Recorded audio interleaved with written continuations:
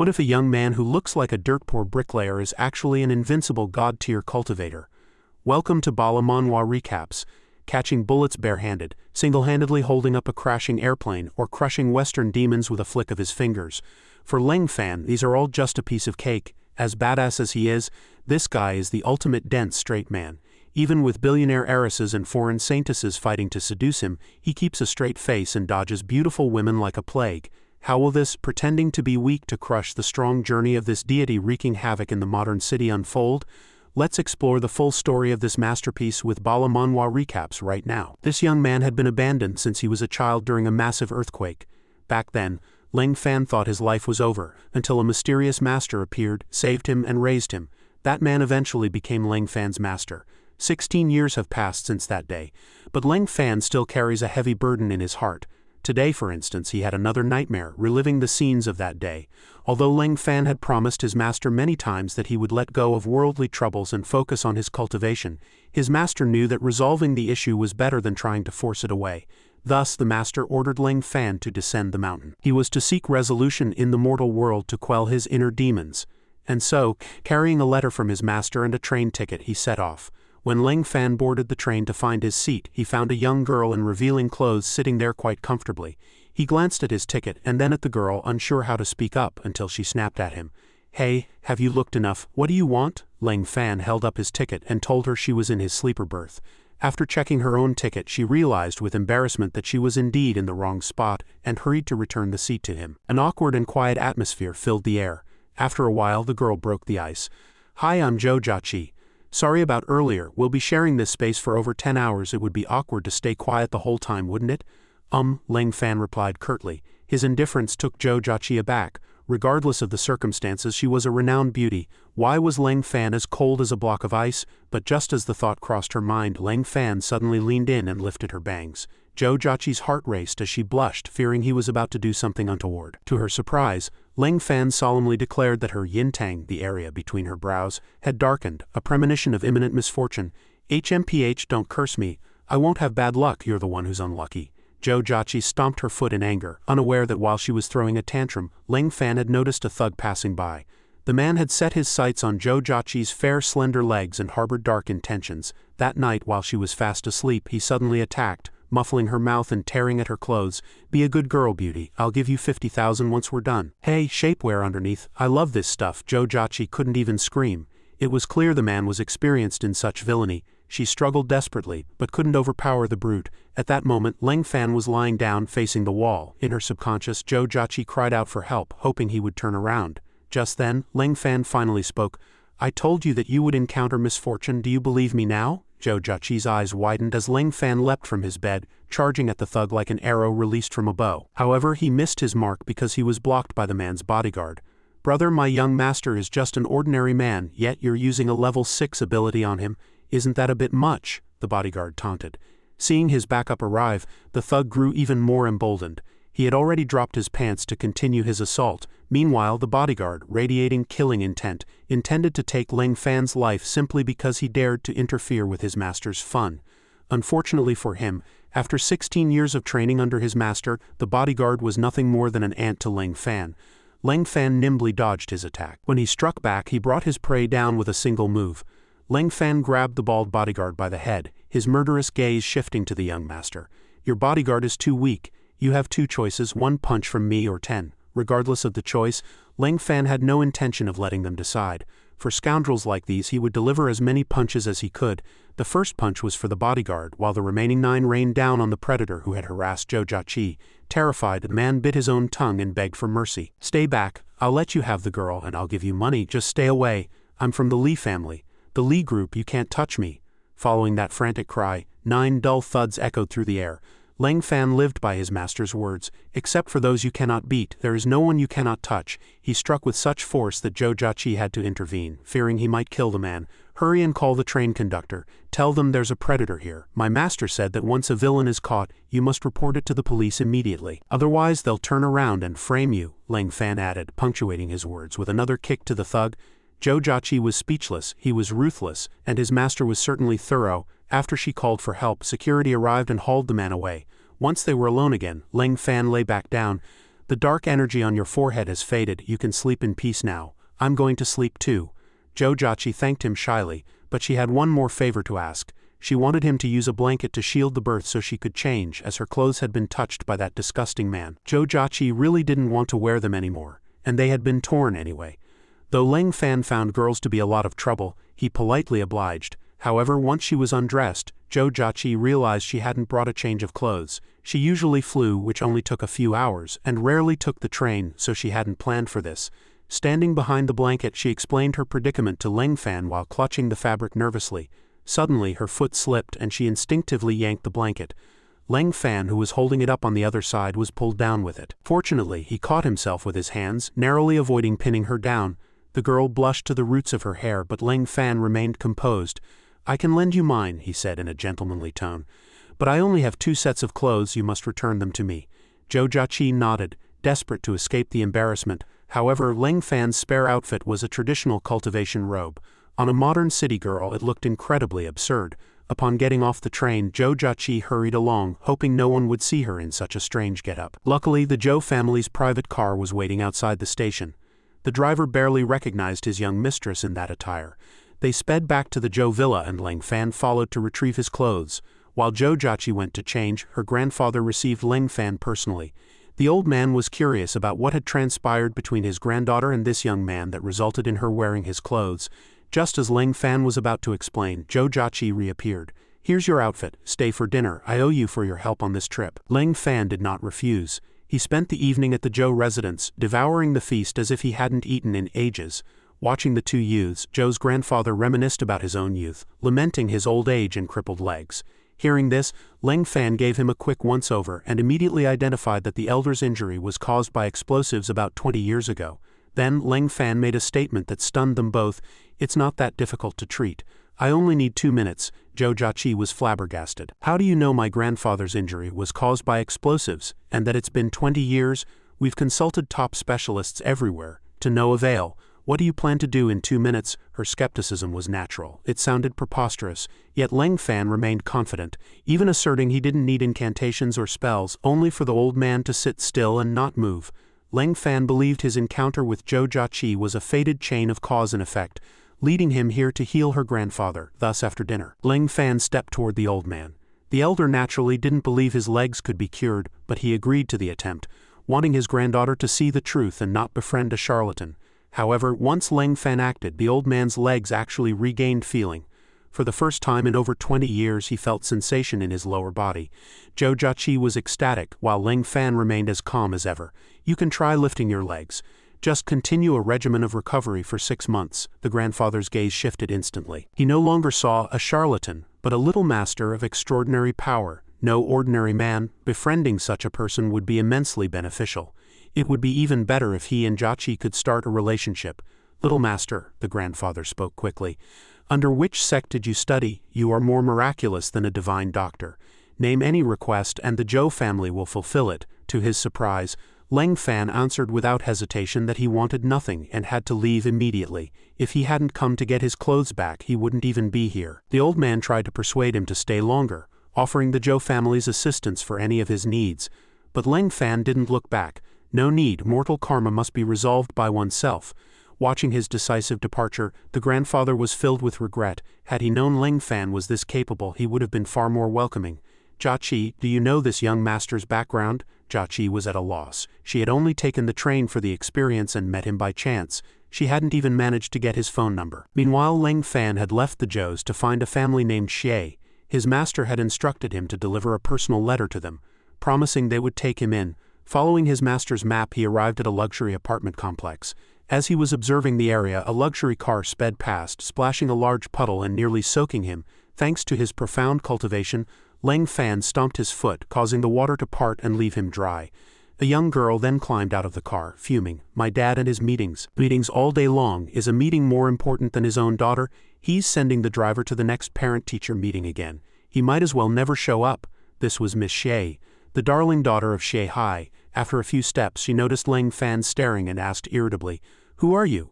Haven't you seen a beauty before? I'll start charging if you keep staring. Your driving was reckless and nearly ruined my clothes. A karmic tie has been formed. To resolve it, I wish to inquire about someone," Leng Fan replied. sounding like an old-fashioned cultivator. The person he was looking for was Shay Hai. Miss Shay was surprised to see a youth who looked like he'd just arrived from the countryside looking for her father. She suspected he might be her father's illegitimate son, but then noticed he looked older than her, making her worry that she might be the illegitimate one. Her mind spiraled. She couldn't accept such a script, so she resolved not to let him meet her father, claiming she didn't know the man. But as the saying goes, one does not fear a godlike opponent but a pig-like teammate. Just as she denied it, her driver shouted, "Shay Hai, you dare call President Shay by his name? Miss, he actually used your father's name. I must call the president immediately." Miss Shay was mortified. Leng Fan simply uttered an "oh," realizing he had happened to ask Shay Hai's daughter for directions. Seeing his reaction, she snapped, "HMPH, don't dream of entering our house. I'll never acknowledge you as an illegitimate son, and I won't call you brother." So that was why she denied her identity. Leng Fan didn't have much of a reaction. He simply placed his master's letter on her head. "It doesn't matter if you give this to your father or not. My master sent me, but I have no desire to curry favor with you." With that, he walked away without looking back. Holding the letter, Miss Shay felt a pang of guilt. He mentioned his master sent him. Did that mean he wasn't her father's son? She had been so harsh that he left in sadness. Though he wasn't taken in by the Shis, Leng Fan wasn't upset. He began looking for a job, but where to start? After wandering for a while, he stopped in front of a high-end hotel called Bren, thinking of applying for a dishwashing job. However, Leng Fan seemed to have bad luck with cars today. First, the Shay family's car nearly splashed him. Now, a passing sports car blasted him with exhaust. The car stopped nearby and a breathtakingly beautiful woman stepped out. It was the movie superstar, Li Yan. Her appearance drove the crowd into a frenzy. Driven by curiosity, Leng Fan drew closer. To his shock, he realized the star was actually his sister. She was the girl his parents had sacrificed their lives to save during the earthquake. Leng Fan hadn't expected to find his family so soon, but he wondered if she still remembered him. Ignoring the guards, he rushed toward her, but she seemed to have no memory of her long-lost brother. "I don't know you. Please show some respect," she said, backing away. Leng Fan took another step. "Look closer. Do you really not recognize me?" Security intervened, pinning him to the ground. Watching her walk away, he could only sigh. She truly didn't remember. Suddenly, the inner energy within his body erupted, sending the guards flying in all directions. They scrambled up, preparing to attack again, assuming he meant to harass the star. Instead, he slowly walked away. Meanwhile, Li Yan ran into trouble as soon as she arrived at the event. She was being harassed by a young master from the Chen family, a notorious playboy who loved messing with starlets and had invited her specifically for that purpose, despite her resistance. But how could she possibly withstand a man's strength? Furthermore, her bodyguard team didn't dare offend the powerful young Master Chen, who held immense influence in the city. If they provoked him, they would never be able to work in this industry again. Thus, the entire team of bodyguards chose to stand by and watch. Li Yan screamed and struggled, yet Chen's filthy hands still managed to reach her. Leng Fan, who had already intended to leave, ultimately could not bear to watch his sister be bullied like this. He finally crashed through the second-story glass and charged in, shouting sternly, "Scum!" With a single kick, Leng Fan sent young Master Chen tumbling several times across the floor. Li Yan looked at him in surprise as he returned, even stepping in to save her. But Leng Fan did not wish to stay for long. However, the man named Chen had no intention of letting him leave scot-free. Because Leng Fan had struck him today, he threatened that if Leng Fan dared to walk away, he would kill Li Yan immediately. Although they hadn't seen each other in 16 years, Li Yan was still his sister. How could Leng Fan stand by and watch a rogue bully her? He turned back, intending to use the sole of his shoe to give this bastard a lesson he would never forget.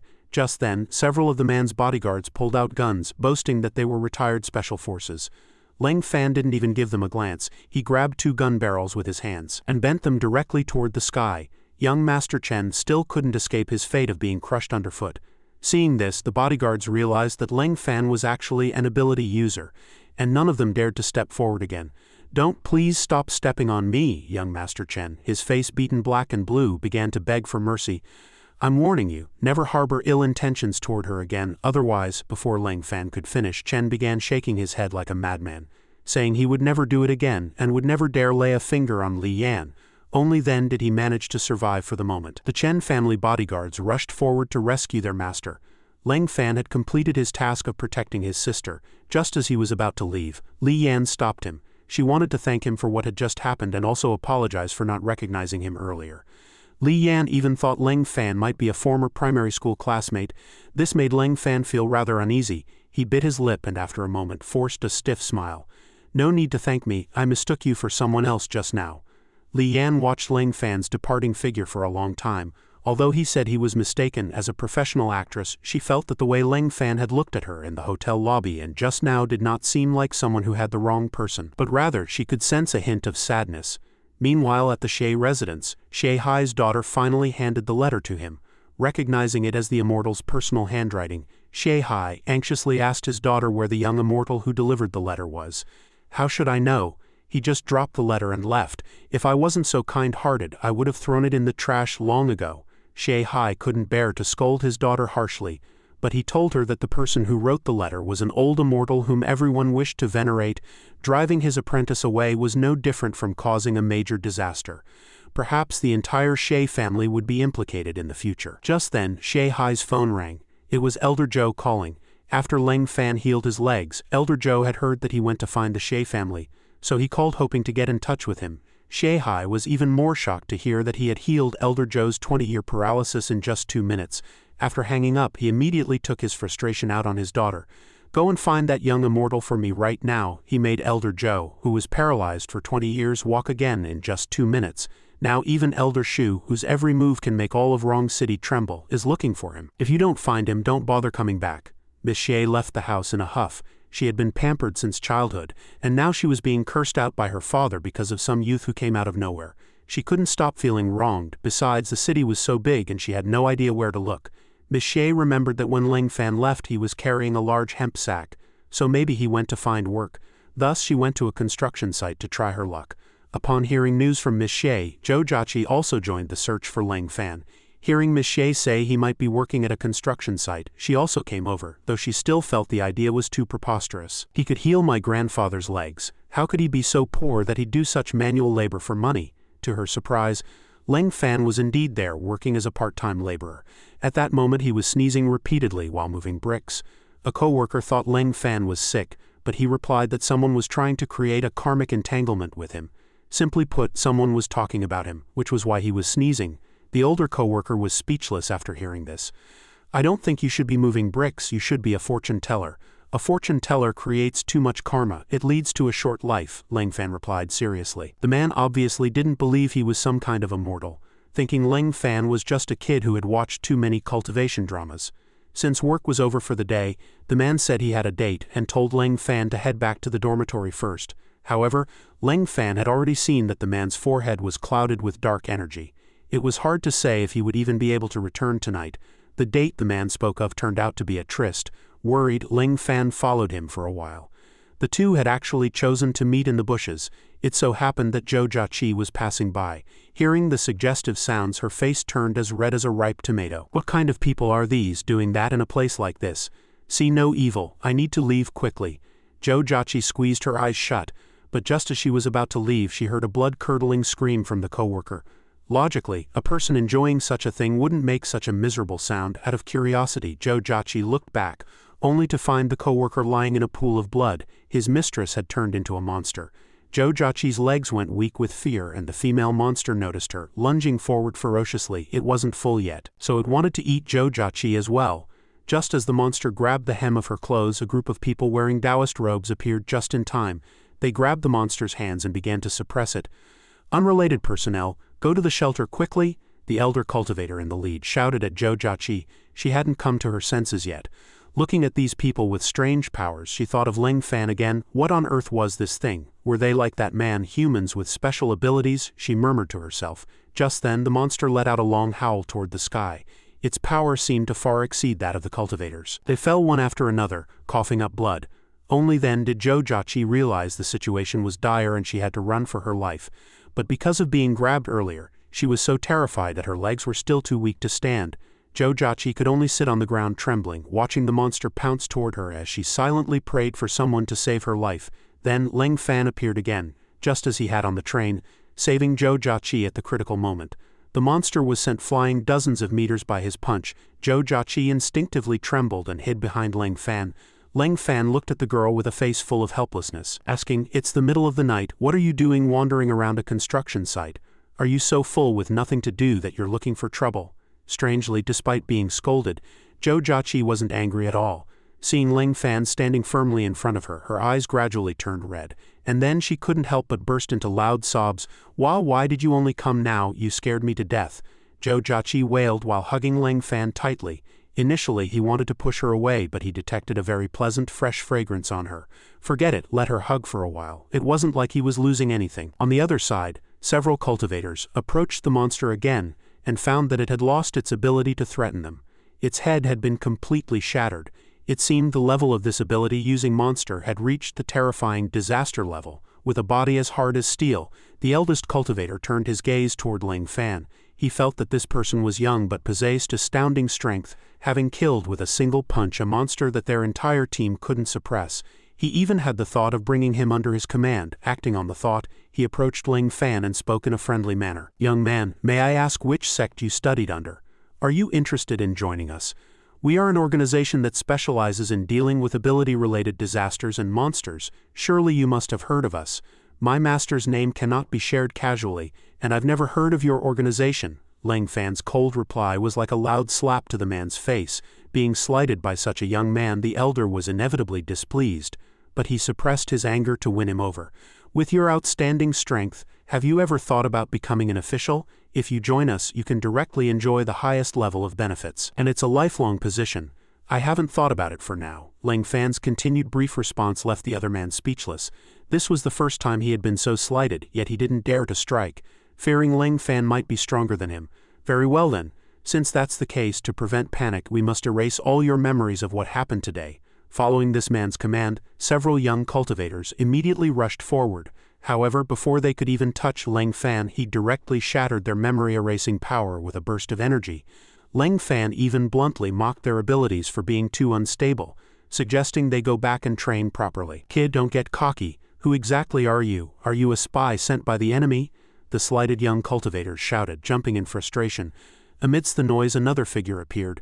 "This young friend's ability level is only grade 6, which is far below yours. So don't make things difficult for him, otherwise you'll turn a non-issue into a problem. One should be tolerant. Do you all think this old monk is right?" The cultivators, led by the man addressed as Director Chen, looked back to see a monk. He was known as Master Hutong, and it seemed his words carried great weight. However, Hutong said Ling Fan only had a grade 6 ability, which made Director Chen feel that it didn't match the strength he had just displayed. At the same time, Ling Fan couldn't help but be curious. "Master says I'm grade 6. I wonder how these ability levels are categorized." Hutong gave a kind smile and explained that the world's abilities are divided into 10 grades. Grade 10 is the weakest and grade 1 is the strongest. But grade 1 doesn't represent the absolute strongest because there are existences beyond grade 1 that are extremely rare to see in the mortal world. Ling Fan let out an "oh," remembering that 3 years ago his master had said he was beyond grade 1. That was 3 years ago. So how did he end up as grade 6 in these people's eyes? A giant question mark appeared in his mind. Could it be that over the last 3 years he hadn't improved but had instead been downgraded? Since Master Hutong had said so, Director Chen stopped making things difficult for him. "To be grade 6 at such a young age, you will likely become a pillar of our community in the future. If you ever need anything, feel free to find me." He then handed Ling Fan a business card with only a few words written on it. Dragon Group, Shanghai. Ling Fan didn't know what the Dragon Group was or if they were powerful, and Zhou Jiaqi knew nothing about it either. Only after the group left did she realize she had been clutching Ling Fan's arm tightly the whole time and quickly let go. "Oh, I'm so sorry. I was just so nervous just now." "It's fine," Ling Fan replied, while stuffing the card into his pocket. "But what were you doing here in the middle of the night? Did you see everything, or did you come here to smoke?" "You're the one here to smoke. Miss Xie told me you were working at a construction site. You actually came here to do manual labor?" "Yes, I'm indeed here moving bricks, otherwise I'd have no money for food," Ling Fan replied with a calm face, leaving Zhou Jiaqi even more surprised. Afterward, she suddenly grabbed Ling Fan's hand and told him to stop doing this kind of manual labor. The Shu family also wanted to invite him back to help treat Elder Shu. If he could truly heal him, he wouldn't have to worry about money anywhere in Wrong City in the future. After thinking for a moment, Ling Fan agreed. So the next day, the Zhou family's driver took him and Zhou Jiaqi to the Shu family villa. Hearing that Elder Shu had suffered from leg pain for a long time that no one could cure, they had specifically invited the young immortal who healed Elder Zhou to give it a try. But at the door, Ling Fan changed his mind because he didn't want to create too much karma with unrelated people. Zhou Jiaqi quickly pulled on Ling Fan, and at that moment, Xie Hai and his daughter inside the house saw Ling Fan and rushed out. Young immortal, I finally found you. Shehai looked extremely happy. Ling Fan glanced at him and asked, "Are you the Shehai my master mentioned?" Shehai nodded like a chicken pecking at grain and then urged Ling Fan, "I am Shehai. Little master, since you're already here, please treat Elder Shu's legs. After that I can fulfill any request you have." Elder Shu was the most powerful and influential person in the city. Shehai wanted to take this opportunity to introduce Ling Fan to heal his legs and thereby gain favor with the Shu family. After all, the She family was the place Ling Fan's master had entrusted him to. Since Shehai had asked for help, it wasn't convenient for Ling Fan to refuse. Then the group entered the villa. Compared to Elder Zhou, Elder Shu had a rather bad temper, and even warned in advance that he was easily angered. If Ling Fan couldn't heal the legs, he would break Ling Fan's legs as well. "Grandpa Shu, don't say that," Zhou Jiaqi whispered in his ear. Ling Fan wasn't intimidated at all. Not even his master could break his legs, let alone an ordinary mortal like Elder Shu. As for the leg injury, it had also lasted for nearly 20 years. During these 20 years, the Shu family must have sought many famous doctors, but unfortunately, the meridians would only get more blocked the more they were treated. So for 20 years he had been enduring pain every single moment. Seeing Ling Fan hit the mark, Elder Shu was shocked. He was certain he had never disclosed the details of his condition. But Ling Fan had pinpointed the root cause with just a glance. It seemed he truly wasn't a charlatan. "There's no need to care how I know. What's important is that I only need 2 minutes to cure this illness." After speaking, Ling Fan sat down and placed his hand on Elder Shu's knee. A moment later he expelled the turbid energy that had been stagnant in the old man's legs for 20 years. This was the first time in 20 years that Elder Shu could move his legs flexibly without feeling pain. He was beyond astonished. This young man's skills were the real deal. Then Ling Fan stood up to leave. Elder Shu hurriedly called out to him, his attitude having clearly undergone a complete reversal. "Young immortal, please wait. Do you truly want no reward? No matter what you desire, the Shu family will do everything in our power to repay you." "I don't need it," Ling Fan replied without even turning his head. "I need nothing from you, and I certainly don't wish to establish karma with you." Ling Fan knew well that human attitudes could be good or bad, but Elder Shu's initial reception had been truly hard to swallow. It had even made him want to strike the man. Internally he felt a twinge of apology toward his master. After 16 years of cultivation, he still hadn't achieved the purity of the 6 senses. Meanwhile, Elder Shu and Shehai, who were sitting nearby, were deeply shocked by Ling Fan's response. An immortal is indeed an immortal. To completely disregard the Shu family's gratitude, how incredibly bold. Just as Ling Fan was about to step out, Zhou Jiaqi anxiously grabbed him. "You dummy, didn't you want a job? This is a golden opportunity." Seizing the moment, Shehai hurried to speak up, saying his company had a position perfectly suited for him. He invited Ling Fan to stay the night, promising to have the job arranged by tomorrow. In truth, this wasn't just to repay the favor. Shehai recognized Ling Fan's profound power and was determined to keep him close by any means. He planned to station Ling Fan in the public relations department. That department was filled with beautiful women and attentive service. He was sure it would capture the young man's heart and make him easier to tether. In reality, no matter how good the conditions, Ling Fan wouldn't have wavered. But just then, a program featuring Li Yan's performance appeared on the television. Ling Fan stopped in his tracks, staring intensely at the screen, looking somewhat lost. "Fine, I'll stay," he finally replied after a long silence. His heart felt heavy. He realized he couldn't simply sever the ties of karma with his family, which meant he wasn't yet qualified to return to the immortal realm. Seeing Ling Fan's strange expression, Zhou Jiaqi immediately asked, "Do you like her?" "She's from the Li family of Jinling. She's an incredible singer, dancer, and actress. She's completely out of your league. Where is this Jinling Li family?" Ling Fan asked in return. His face twisted in extreme pain. "Is it difficult for them to support a child? They could support all the children in the country. Why would that be hard?" Although Zhou Jiaqi didn't know why he was asking such a strange question, she answered patiently. She would never know that the very Li family, capable of feeding a nation's children, had abandoned their own biological son in the rubble 16 years ago to save their own lives. At the thought of this, Ling Fan's heart throbbed with a dull ache. Jiaqi guessed he was reminiscing about a sad past and stepped forward to comfort him. After all, Ling Fan had saved her twice. "I don't know what happened to you, but let me help you cheer up." Zhou Jiaqi leaned in, intending to press her forehead against his, but at that exact moment, Ling Fan suddenly looked up, resulting in their heads colliding. The massive impact left them both seeing stars. Ling Fan clutched his swelling forehead and glared at her. "What are you doing? Are you trying to assassinate me?" "I'm clearly the victim here," Zhou Jiaqi yelled back. She cursed Ling Fan in her head for being a big idiot and decided she never wanted to comfort him again. However, this scene looked very different to Shehai, making him feel a sense of urgency. He guessed that Zhou Jiaqi had feelings for Ling Fan and assumed the Zhou family was trying to recruit him, but Xie Hai also wanted this little immortal as his son-in-law. After all, he had a daughter named Xie Yu, yet when he turned around he saw his airheaded daughter giggling while playing on her phone. Xie Hai walked over and whispered for her to go sit next to the little immortal. But Xie Yu immediately refused, complaining that Ling Fan smelled like sweat. That's a little immortal. If you can marry him, you'll be set for life. You might even become an immortal yourself. What are you waiting for? Get over there, Xie Hai continued to urge her. I'm only a senior in high school, Dad. Are you trying to encourage child marriage? If you'll allow it. I have the numbers of 10 guys chasing me in my phone. Once I'm bored of those 10, then I'll go help your little immortal. Seeing how rebellious his daughter was, Xie Hai's chest hurt from anger. He wanted to scold her more, but Ling Fan suddenly walked over. In the blink of an eye, Xie Hai swapped his angry face for a smile. He changed expressions faster than one flips a page in a book. It turned out Ling Fan wanted to ask about room and board. Since Xie Hai was arranging a job, he wanted to know if meals and housing were included. Xie Hai agreed without a second thought, even deciding to bring Ling Fan directly to his own home to live, creating opportunities for him to see Xie Yu every day.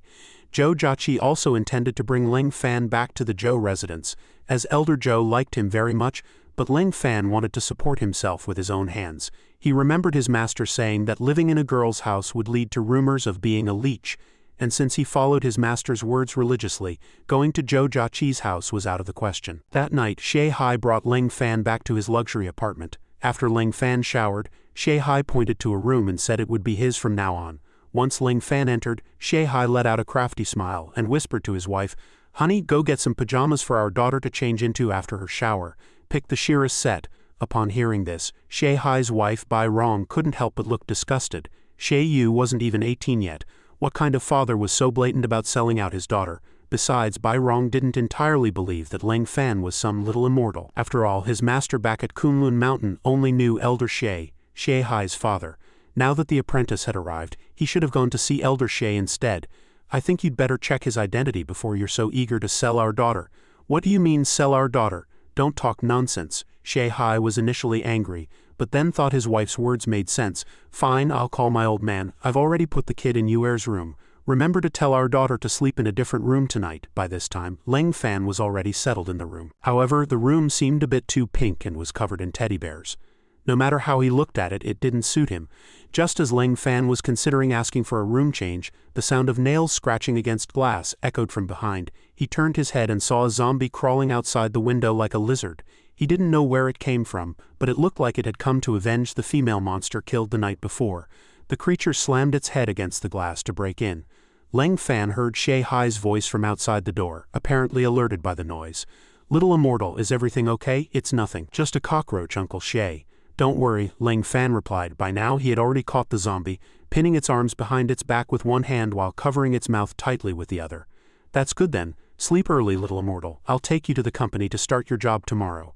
"Okay," Ling Fan replied again. This time he swiftly snapped the zombie's neck and disposed of it. After checking on Ling Fan, the Xie couple left the house to call Elder Xie and confirm his identity. But they forgot to tell Xie Yu to sleep in another room. A moment later, she finished her shower and, finding no one home, walked straight to her bedroom. As soon as Xie Yu pushed the door open, she saw Ling Fan incinerating a corpse with an energy that looked like blue flames. She slammed the door shut immediately, muttering that she must be dreaming. After gathering her courage and opening the door again, the room was spotless. Ling Fan was holding a teddy bear with an innocent look on his face. Phew, it really was a dream. Xie Yu breathed a sigh of relief, then stomped over aggressively to question Ling Fan. "What are you doing in my room? Get out right now." Ling Fan innocently said that Xie Hai had let him in, but Xie Yu insisted on kicking him out. Ling Fan didn't argue with her, but as he prepared to leave, Xie Yu noticed the window glass shattered all over the floor. She remembered the scene she had dismissed as a hallucination and was suddenly struck with fear, quickly chasing after Ling Fan.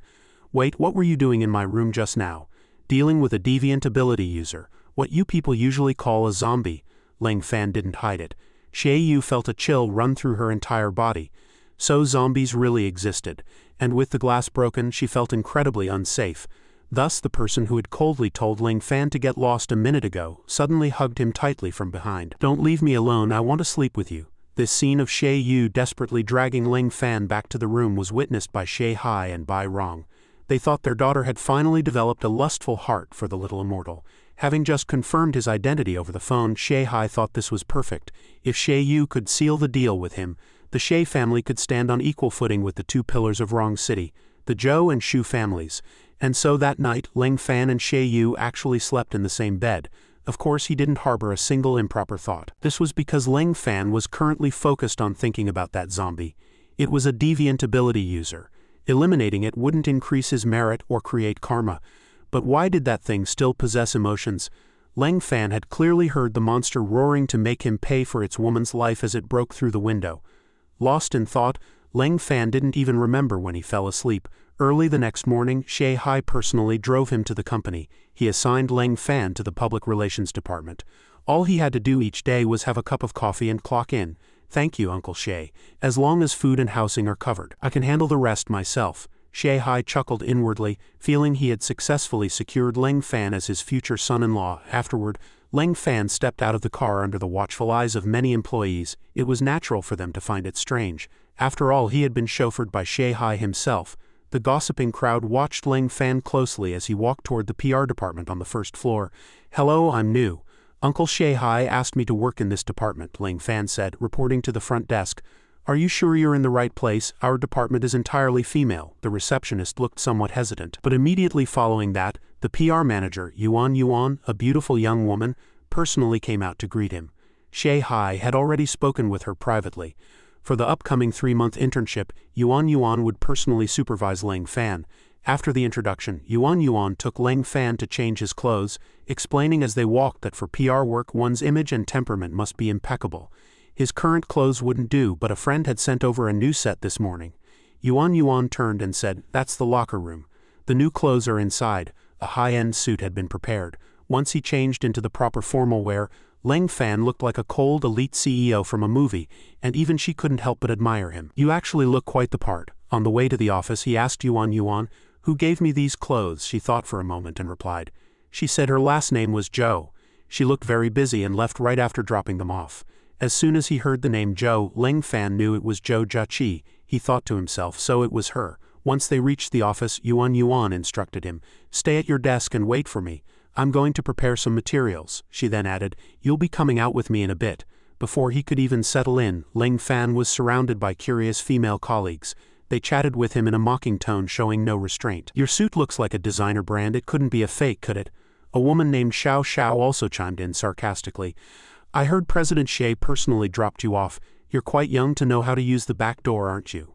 Another colleague asked with a clicking tongue. "You couldn't be President Shia's you-know-what, could you?"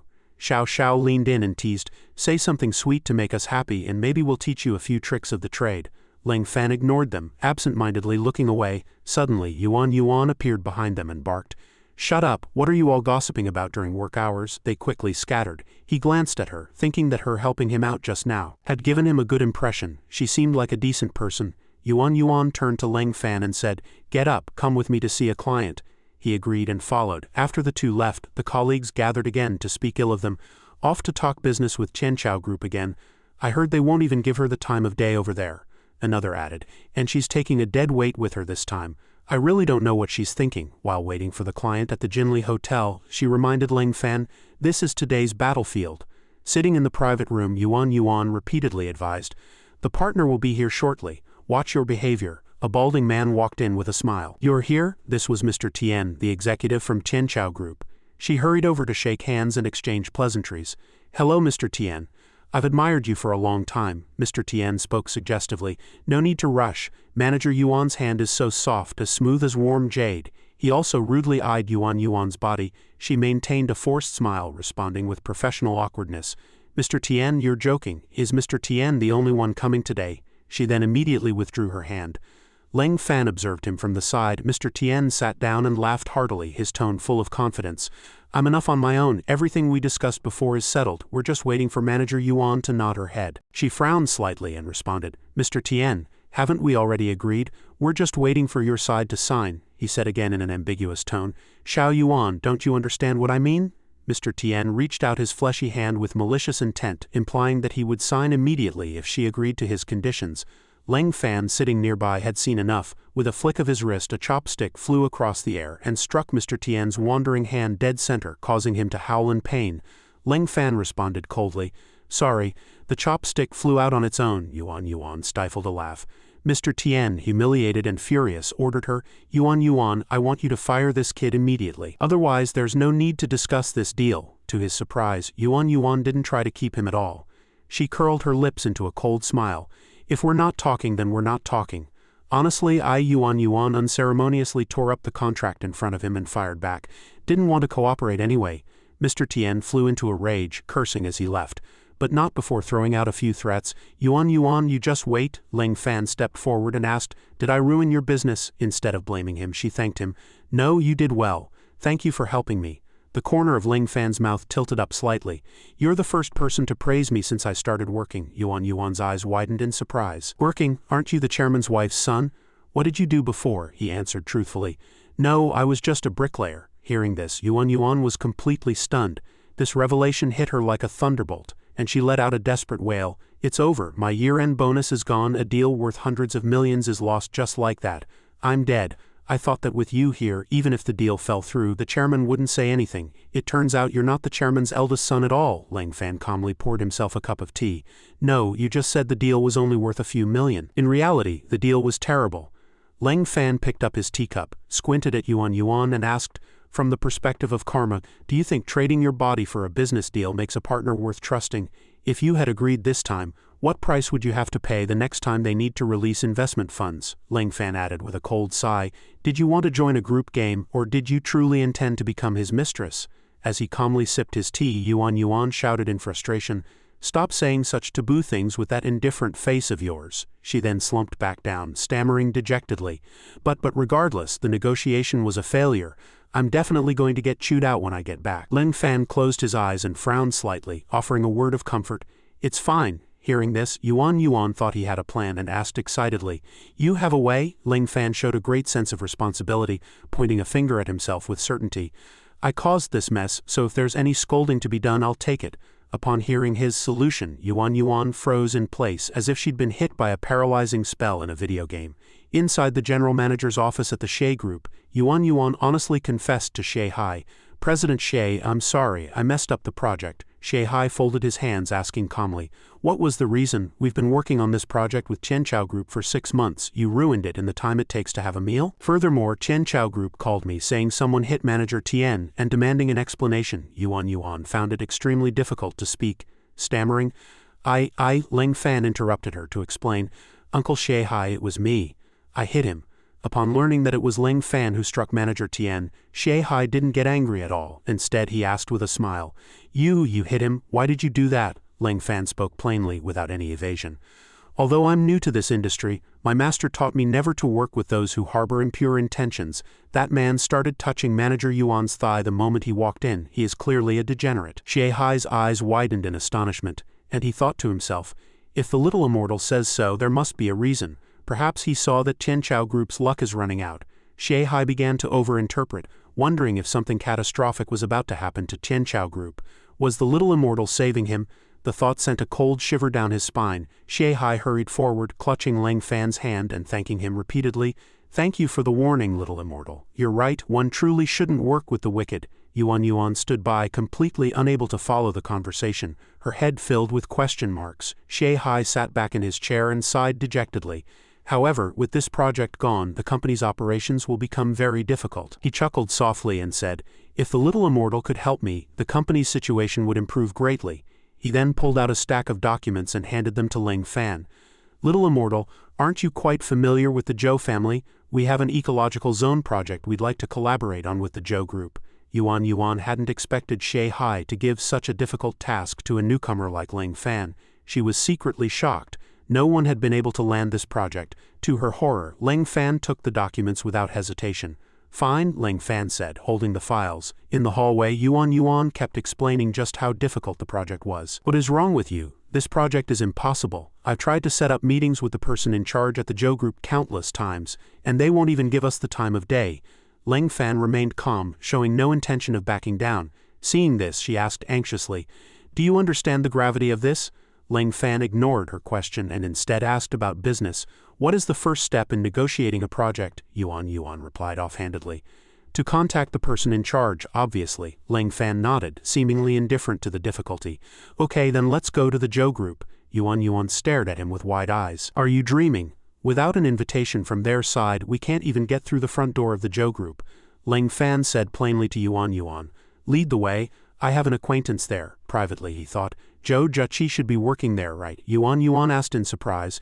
You have an acquaintance? She pointed at a skyscraper and exclaimed. That entire building belongs to the Zhou family. Compared to them, we are like tiny shrimp. Before she could finish, Ling Fan walked straight toward the entrance only to be stopped by security. Yuan shouted from behind. Wait for me to finish, the guard asked sternly. What are you doing here? If you want to enter, show your employee ID or leave your identification and state who you're looking for. Ling Fan asked the guard. I'm looking for Zhou Jiaqi. She works here, doesn't she? The guard waved him away contemptuously. You're looking for President Zhou, are you joking? Go back to wherever you came from. President Zhou doesn't see outsiders. Even Yuan didn't believe him. She grabbed Ling Fan's sleeve to stop him. What are you doing? Zhou Jiaqi is currently the CEO of the Zhou Group, young and highly successful. What are you thinking? Just then, a supercar pulled up nearby. Zhou Jiaqi stepped out looking radiant. She took off her sunglasses and asked with a smile, Ling Fan, what are you doing here? Yuan stared at him again, her eyes wide, and stammered. Yo, you two actually know each other? In the CEO's office, Zhou Jiaqi asked Ling Fan, so you're here to negotiate a deal for Shanghai? She picked up the contract and looked it over, feigning hesitation. The collaboration wasn't an issue, but Ling Fan asked without hesitation. But what? Yuan, standing nearby, broke into a cold sweat, wailing internally. Oh no, I knew it wouldn't be that simple. Zhou Jiaqi joked, Ling Fan, you have to come work for my company. Yuan's jaw dropped in surprise, but Ling Fan flatly refused, even decisively taking the contract back. Then I'm not in the mood to collaborate either.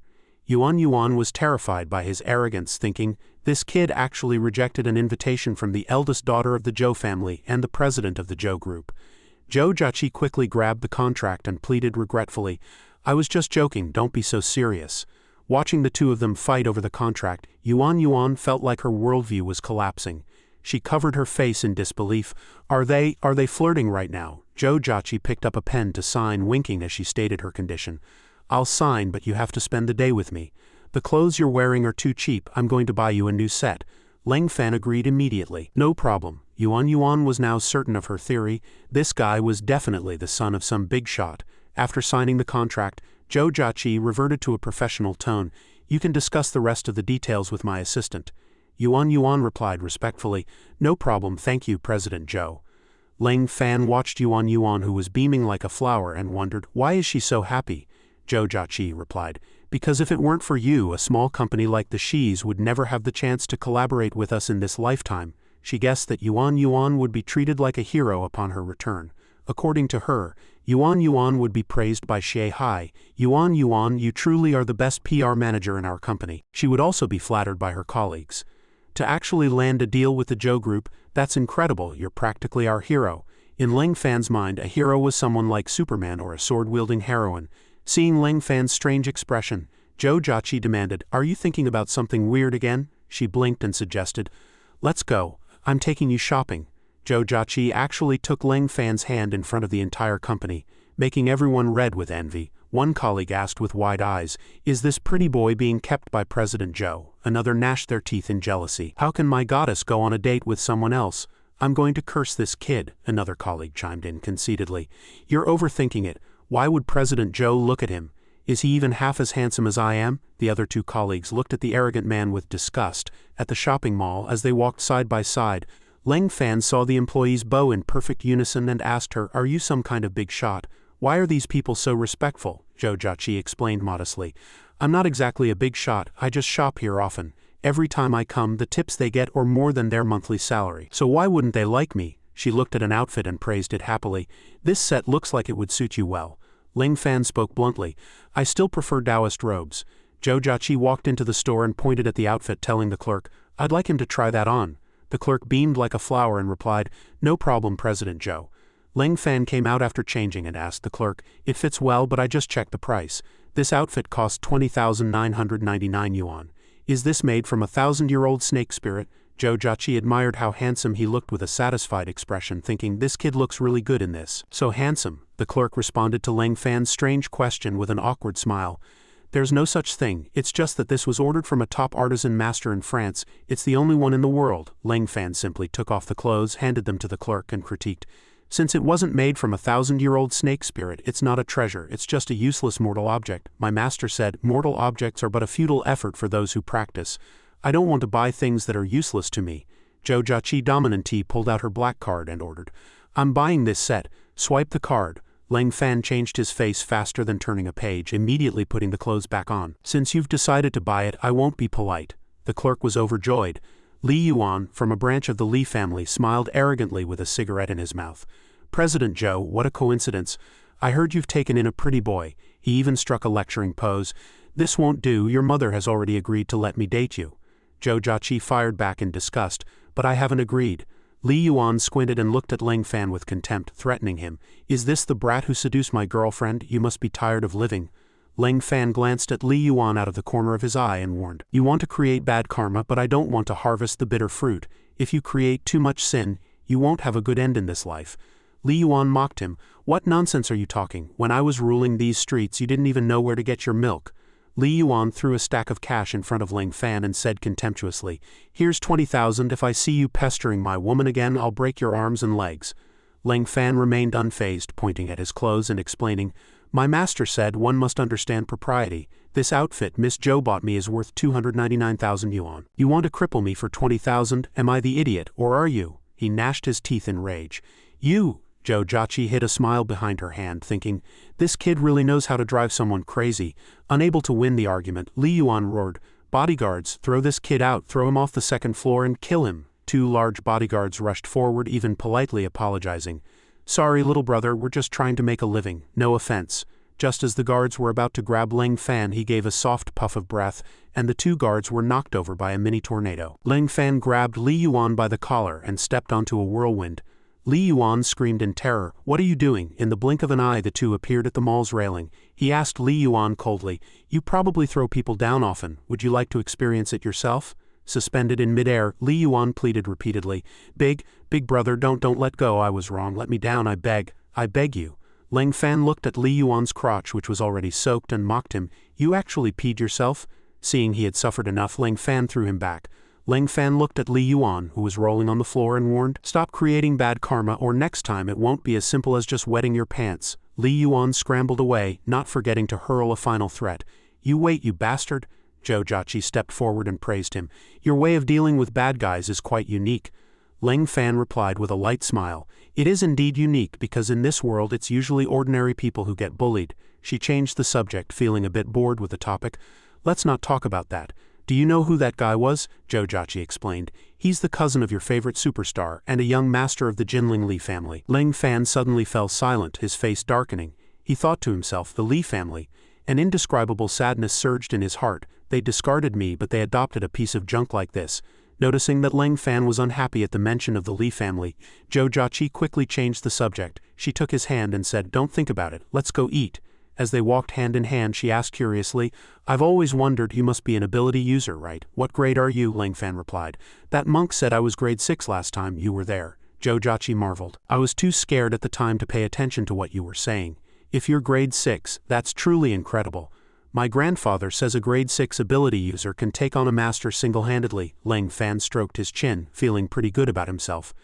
I guess I am quite impressive, but privately he wondered, Then I wonder how powerful I was back when I was beyond grade 1, she complained with a bit of a pout. What's the use of being powerful? You don't prepare any surprises when you're on a date with a girl. Zhou immediately realized what she'd said, her face turning as red as an apple. She clutched her head and scolded herself. Was I just acting spoiled with him? Seeing her head practically steaming, Ling Fan asked with concern, What's wrong? Your face is so red. Did you take your medicine? Seeing how dense Ling Fan was, Zhou pinched his cheek. You're the one who needs medicine. Shouldn't a normal person ask if I have a fever? Ling Fan rubbed his pinched face and retorted, I'm not an ordinary person. Once I resolve my inner turmoil, I'm going back to the mountain. She walked beside him and asked, Since you're so powerful, haven't you thought about staying here to protect world peace? Don't you have any goals in life? After asking, Zhou wailed in her heart, What am I even saying? Ling Fan didn't answer but instead asked her, What about you? What is your pursuit? Zhou was a bit surprised and murmured, My goal, she thought to herself, a career-driven woman, but I'm only taking over the family business because I'm following my grandfather's wishes.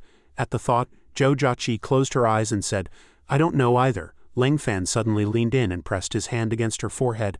I can feel that you truly don't have a goal. Yeah, your head is empty. Zhou Jiaqi pushed him away shyly. You can feel that too, he shrugged and replied, of course I'm lying, don't think too much. What are you treating me to? Even though I'm a Taoist, eating shrimp shouldn't count as breaking my vegetarian vow, she muttered under her breath. Shrimp are animals too. At a certain event, crazed fans were shouting, Li Yan, I love you like a mouse loves rice. Li Yan is the best. Li Yan is the most beautiful. Li Yan, I'm crazy for you, mad for you. I'd bash my head against a wall for you. On stage, Li Yan waved with a brilliant smile, though she was thinking to herself, why have the fans' slogans been so corny lately? After the performance, Li Yan bid farewell to the fans. Everyone will see each other again very soon. Thank you everyone. I love you all. The male fans below the stage scrambled to respond to their idol's confession. Li Yan, we love you too. The goddess said she loves me. She was clearly looking right at me when she said it. Meanwhile, after returning home, Li Yuan acted like a victimized child and immediately went to complain, Sister Li Yan, you have to stand up for me. Seeing his frantic state, Li Yan frowned and asked, Who provoked you? Do they not even fear the name of the Jinling Li family? Li Yuan sobbed, his words firing off like a machine gun. I was just having dinner with my fiancé when some guy suddenly appeared out of nowhere. He grabbed me and tried to throw me off the second floor. Even the bodyguards with me were beaten half to death. Uncle Chin stepped forward from behind and asked respectfully, Miss, do you need me to take a trip there? Li Yan's brow furrowed slightly as she cautioned, Uncle Chin, the person Li Yuan encountered is likely just an ordinary person, whereas you are an ability user. If you strike recklessly, I'm afraid the Bureau of Security will take notice. Uncle Chin, however, didn't care at all. He said with an arrogant look, I don't care who he is, anyone who dares to bully the Li family deserves a lesson. He turned to Li Yuan and said, Lead the way. With a powerful ally at his side, Li Yuan immediately became insufferably arrogant again. All right, follow me, Uncle Chin. That kid must still be nearby. Li Yan sighed as she watched them leave, thinking to herself, how are these two so alike in personality? I'll just have to settle it with some compensation money later. At a noodle shop, Ling Fan was eating like a starving ghost, with a stack of empty bowls already piled up beside him. Zhou Jiaqi watched in stunned silence, unable to stop herself from advising, Eat slower, no one is fighting you for it. Why do you always act like this when you eat? Ling Fan spoke between bites. Because in the mountains, strange beasts often come out to steal food. If you don't eat fast, you don't eat at all. Just as the words left his mouth, Li Yuan charged out from nowhere and kicked the noodle bowl away, shouting, And here comes the beast now, eating well, aren't you? But before he could even look cool for 3 seconds, Li Yuan slipped and fell flat on his face. Uncle Chin helped him up, and once Li Yuan was back on his feet, he continued to provoke Ling Fan. Had enough of acting like a tough guy. You actually have the nerve to sit here and eat noodles, quite the mood you're in. Ling Fan looked at the still wet stains on Li Yuan's pants and sighed helplessly. Can you go home and change your pants before coming back? I'll wait for you here, okay? That simple sentence instantly made Li Yuan snap. He hurriedly reached down to cover his pants, screaming in a rage, Uncle Chin, kill him. He actually dares to humiliate me. Uncle Chin vanished, reappearing behind Ling Fan in an instant. He threw a punch, not forgetting to lecture him. Young man, don't be too arrogant in this life. Seeing this, Zhou Jiaqi rushed forward in a panic to stop him, screaming no. However, Ling Fan remained incredibly calm. Using only a pair of chopsticks, he blocked Uncle Chin's attack and asked indifferently, You strike so ruthlessly. Are you trying to take my life? Without waiting for Uncle Chin's answer, Ling Fan used the chopsticks to guide the momentum, throwing him directly backward. Ling Fan did not fear the conflict. He began to circulate his spiritual energy, declaring coldly, Now it's my turn to give you a few pointers. Uncle Chin only had time to cry out in shock, You dare. A while later, Li Yan spoke into her phone with an anxious tone, I'm almost at the hospital. What on earth happened? She pulled her Mercedes over to the curb and hurried into the hospital. Pushing open the ward door, she saw Li Yuan sitting by the bed wiping away tears, while Uncle Chin was lying on the bed hooked up to oxygen. Li Yan was shocked and pressed for answers. Who did this? Uncle Chin lay on the bed speaking weakly, Miss, you must never provoke that demon. He is too strong. After hearing this, Li Yan didn't back down. Instead, her anger flared. No one could injure Uncle Chin and get away with it. I, Li Yan, will never let him go. At that moment, Li Yuan, who was hiding under the bed, said tremblingly, I don't know who the kid is, but he was with Zhou Jiaqi and she even bought him clothes. Li Yan immediately pulled out her phone, muttering, So it's someone from the Zhou family? No wonder they're so arrogant, but it seems they've forgotten their place. The call went through, and Zhou Jiaqi's voice sounded guarded. The great star Li Yan. To what do I owe the honor of this call? Because Ling Fan had just injured Li Yuan's bodyguard, the other party had immediately come looking for trouble. Li Yan questioned loudly, Zhou Jiaqi, if you don't like my brother, you can cancel the engagement, but I didn't expect you to indulge your subordinate in committing such violence. You've gone too far this time. This isn't over. You'd better hand that subordinate over immediately, or the Li family will absolutely not let the Zhou family off. Meanwhile, Leng Fan had returned to the Xie residence. Xie Yu opened the door with a long face. You're finally back. Where did you get those clothes? Did you strike it rich? By the way, my grandfather is here today too. As soon as she finished speaking, Elder Xie rushed out, excitedly opening his arms. Little immortal, I've finally been waiting for you. Leng Fan stopped him without mercy, saying, I'm not an immortal, stay away from me.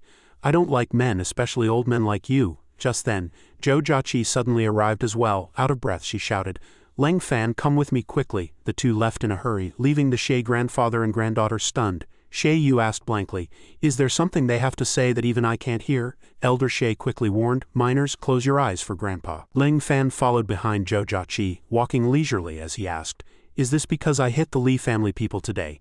Do they want revenge, or have they already called you? Zhou Jiaqi turned back in surprise.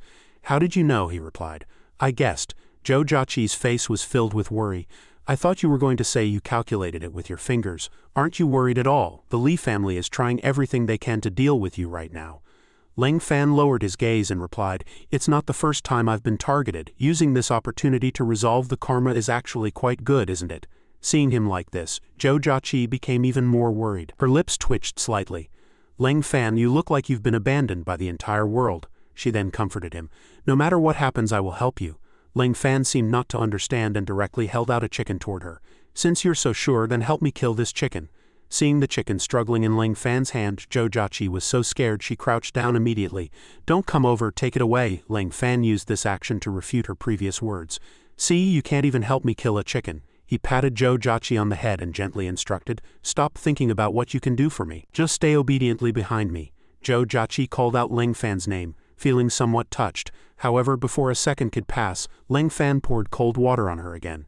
After all, if a real fight breaks out, I'll have to deal with the enemy and protect you at the same time. It's really a hassle. Zhou Jiaqi cursed inwardly. Go to hell, you're the one being sentimental, you jerk. Meanwhile, in the security bureau's monitoring room, two unfamiliar faces appeared on the large screen. Aren't these two ability users from the Li family? Why would they come to wrong city? The woman named Li Bai was accompanied by Yang Long, the Li family's son-in-law. He was answering a call. Understood. We've arrived in wrong city. The two quickly walked into an alleyway. Li Bai said, let's go straight to the Zhou house from here. Fine. Yang Long picked her up in his arms. Li Bai leaned into his chest and whispered, Long, be gentle. Just as she finished, Yang Long kicked off the ground and leaped high into the air, replying, when have I not been exhausted by you, little vixen? Every time you're the one telling me to push harder. Yang Long used a nearby building to leap again. Li Bai grumbled, shut up, can't a lady act spoiled once in a while? Soon the Zhou villa appeared before them. The two jumped directly from the roof, shattering the floor tiles below as dust billowed up. Li Bai threatened coldly, you there, Zhou, hand over the guy who hurt my nephew immediately or face the consequences. Leng Fan, who was still downstairs, keenly sensed that someone had intruded into the Zhou house. Without a word, he picked up Zhou Jiaqi. She looked confused. What are you doing? We can just take a taxi. Leng Fan had a sudden realization. You're right, although I can run quite fast, there's no need to be so flashy. Master said that being a show-off makes it easy to get struck by heavenly lightning. I need to be low-key. So the two took a taxi back to the Zhou residence. When they got out, the driver said enthusiastically, remember to give a 5-star review, guys. Love you. Leng Fan walked a few steps, then suddenly stopped. What's wrong? I have a premonition that I'll meet a few acquaintances here. A shouting voice came from inside. Old man, are you going to hand the person over or not? Zhou Jiaqi cried out. Oh no, Grandpa. Inside the villa, Elder Zhou was being interrogated by Yang Long. He sat dejectedly by the TV cabinet but said firmly, even if you kill me today, I will not hand my young friend Leng Fan over to you. Hearing this, Yang Long flew into a rage and raised his fist. Then I'll grant your wish. Just as he was about to deliver a lethal blow, Zhou Jiaqi appeared just in time, shouting, Grandpa. Leng Fan stood in front of Elder Zhou, firmly catching Yang Long's fist, and spoke coldly. The person you're looking for is me. What kind of man bullies an elderly person? With a casual shove, Leng Fan sent Yang Long staggering back several steps, his face clouded with anger. Elder Zhou hurriedly asked, Leng Fan, why did you come back now? They wouldn't dare do anything to me. Leng Fan directly corrected him. If I had come a moment later, your head would likely have been split open. The words head split open made the old man dizzy with fear. Leng Fan said to Zhou Jiaqi with a steady expression, take your grandfather inside quickly, I'll handle things here. Zhou Jiaqi did so immediately, not forgetting to warn him before she left. Be careful, Lang Fan responded with certainty. Don't worry, if I can't win I'll retreat. Li Bai heard this and snorted with disdain. Think you can run if you can't win? Do you think you can escape? Kid, you offended the Li family. Unless you give me a satisfactory explanation you won't escape death today. Meanwhile, Yang Long was calculating in his head. This kid really does have some skill. It seems I can't hide my cultivation level anymore. Li Yan should be arriving soon. I can't lose face in front of the younger generation. The sound of a car came from outside and he realized someone had arrived. Li Yan strode into the room and asked with authority, "Who injured Uncle Qin?" Li Bai pointed foolishly at Lang Fan. "Good niece, you're finally here. It's this little brat." Li Yan recognized Lang Fan at a glance and stammered with wide eyes. It's you," Lang Fan admitted it without hesitation. "It's me. You Li family people use your power to bully others. You all deserve a beating." A hint of desolation crossed his heart. My own sister is actually speaking for the other side. This world is truly full of wonders, just as Master said. Li Yan reined in her previous arrogance and softened her tone, saying, "Even so, you shouldn't have beaten Uncle Qin like that. And you made Li Yuan wet his pants in front of everyone. It's an absolute humiliation. Doing this is truly going a bit too far." Li Bai couldn't contain herself and shrieked, "What are you still talking to him for, husband? Teach him a lesson first." What's wrong with Li Yan? She seems to know this kid. Anyone who dares to provoke the Li family must pay the price. Yang Long followed his wife's instigation, activating his ability, Dragon Arm, and charging at Lang Fan. "I won't show mercy." "Die!" Li Yan screamed. "Uncle, don't. That's his ability's physical form. He doesn't know how to hold back. This is bad." Everyone expected a fierce battle, but with a mere wave of his hand, Lang Fan sent Yang Long crashing to the ground. Li Bai's expression changed drastically. Yang Long was actually knocked unconscious by a casual punch. Does this kid have the strength of a grade 6 ability? Li Yan breathed a sigh of relief. Thank goodness he's okay.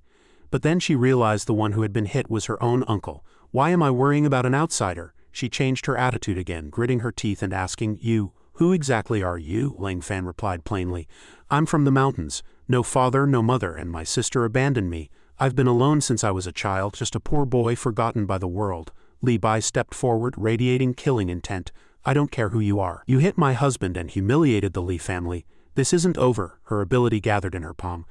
"Lang Fan, I want your life," Li Yan screamed anxiously. "Aunt, don't. Neither you nor uncle are his match. Don't be impulsive." Just then, a terrifying creature suddenly appeared behind Li Bai, letting out a furious roar. Before she could react, she was blown away, slamming heavily into a rock. Aunt, following that, Chen Hai and another person arrived, shouting a warning, "Run, this is a grade 4 disaster-level monster. Headquarters is mobilizing grade 4 and above ability users to come here. Everyone else, find a place to hide." The monster crossed paths with Zhou Jiaqi, who screamed in terror. Elder Zhou was frantic with worry. "Granddaughter, run!" Before the monster could get near her, a sharp blade pierced its skull. Zhou Jiaqi's mother, Situ Lan, arrived just in time and shouted with absolute dominance, "Don't you dare touch my daughter." However, the monster's life force was incredibly strong. It actually used its hand to block the incoming storm of blades. There was a huge hole in its head, seemingly a scar from a previous battle. It then leaped toward Zhou Jiaqi. Lang Fan finally made his move, sighing, "It's been a long time since I used this move. I actually kind of miss it." He extended a single finger and spiritual energy gathered at the tip. The monster was about to sink its bone spikes into Zhou Jiaqi, who closed her eyes in despair. Chen Hai shouted in horror, "Quick, protect the civilians." Fortunately, Lang Fan was one step faster. A blue light pierced the monster's head, followed by a puff of green smoke, and the creature collapsed with a thud. Lang Fan walked up to Zhou Jiaqi, reached out a hand and teased, "You didn't wet your pants from fear, did you?" The small amount of gratitude Zhou Jiaqi had just felt vanished instantly. She screamed in anger, "Get lost." With this one strike, Lang Fan successfully drew everyone's attention. Who is that kid? How can he be so strong? Is he really only a grade 6? I actually attacked him earlier. Li Bai felt a wave of lingering fear. If the boy had used his full strength just now, Yang Long would certainly be dead. It seemed he had shown mercy. Lang Fan turned to look at her and asked, "Still want to fight?" Chen Hai was nearby, directing his subordinates to clean up the scene. Li Bai wiped the blood from her face and replied, "You are strong. We are not your match. But if you truly intend to stay on the wrong side of the Li family, even if the Li family members die, our dignity must never be lost. We'll see about this." Lang Fan frowned and asked in return, "Is your dignity built on the foundation of bullying others? That kind of dignity is far too ridiculous. Do you feel your dignity is damaged just because you can't oppress people? Aren't you afraid of being laughed at?" Li Bai was left speechless, her sore spot having been poked. Li Yan also spoke up at this time. Actually, it was indeed Li Yuan who provoked him first and brought Uncle Qin to find trouble. Lang Fan turned around and said coldly, I don't care if you're the Zhao family, the Li family, the Zhou family, or whatever family. If you insist on holding this grudge, I'll be waiting." Li Yan looked at Li Bai uneasily and asked in a low voice, "Do we still want revenge? He just saved all of us." Before Li Bai could answer, Elder Zhou chimed in. "Do you think only your Li family has geniuses? Have you considered how powerful the force behind him must be to train such a master?" Li Bai lowered her head and thought, "The kid is only in his early 20s. Anyone who can teach such a genius must be from a hidden noble clan. Even 100 Li families probably couldn't afford to offend them." The scene shifts to the Shay group, where Yuan announced excitedly, "The Zhou group just notified us that we can sign the contract. Leng Fan, come give me a hug." Leng Fan, however, remained completely unmoved. He stopped her and said, "The success of the collaboration is due to your own ability. It has nothing to do with me. Besides, this is a new suit. Don't leave your lipstick marks on it." He recalled with displeasure the lipstick stain Shay Yu had left on his clothes the previous night, which had forced him to use his powers to blow dry them after washing. At that moment, Shay Hai also spoke up. "How can you say it has nothing to do with you? For today's signing ceremony, the other party specifically requested your presence. Furthermore, I have decided to appoint you as the person in charge of this project." Leng Fan pointed to himself with a look of utter confusion. "Me?" Sure enough, Shay Hai commanded. Yuan. "You will be Leng Fan's assistant." Seeing that he couldn't refuse, he whispered to Yuan, "You take the lead on this. I'm just here to tag along, you decide on whatever ideas you have." "All right." Leng Fan was then forced to change into his suit and stand for photos. Could the two project leads move a little closer? Yes, and smile more. Holding the contract, Leng Fan let out a sigh. Thinking it was just signing a piece of paper, was there really a need for all this flashiness? Zhou Jiaqi was about to call out to him, but she was interrupted by Yuan. Leng Fan, we signed a huge contract today. Our department is going out to celebrate. You can't be absent." Leng Fan replied expressionlessly that he had no money. Yuan quickly explained, "Don't worry, today's meal is on me." Only then did Leng Fan agree. "All right then, I'm starving." Standing to the side, Zhou Jiaqi was fuming with resentment. "I wanted to treat Leng Fan to dinner. I haven't had a chance to see him since we last parted. Men really are all the same. They just naturally stick to any beautiful woman they see." The scene shifts to a tavern where everyone happily raises their glasses. "To our PR department for landing this major deal for the company, cheers." Everyone was jubilant, except for Leng Fan, who looked thoroughly miserable. After a few sips, he still felt the drink tasted terrible. Yuan led a group of beautiful women to take turns toasting him. "You are the great hero of our department. Let's all have a drink to you." Then, Xiao approached with a beer. "Leng Fan is amazing, making such a huge contribution in less than a week. You have a limitless future ahead."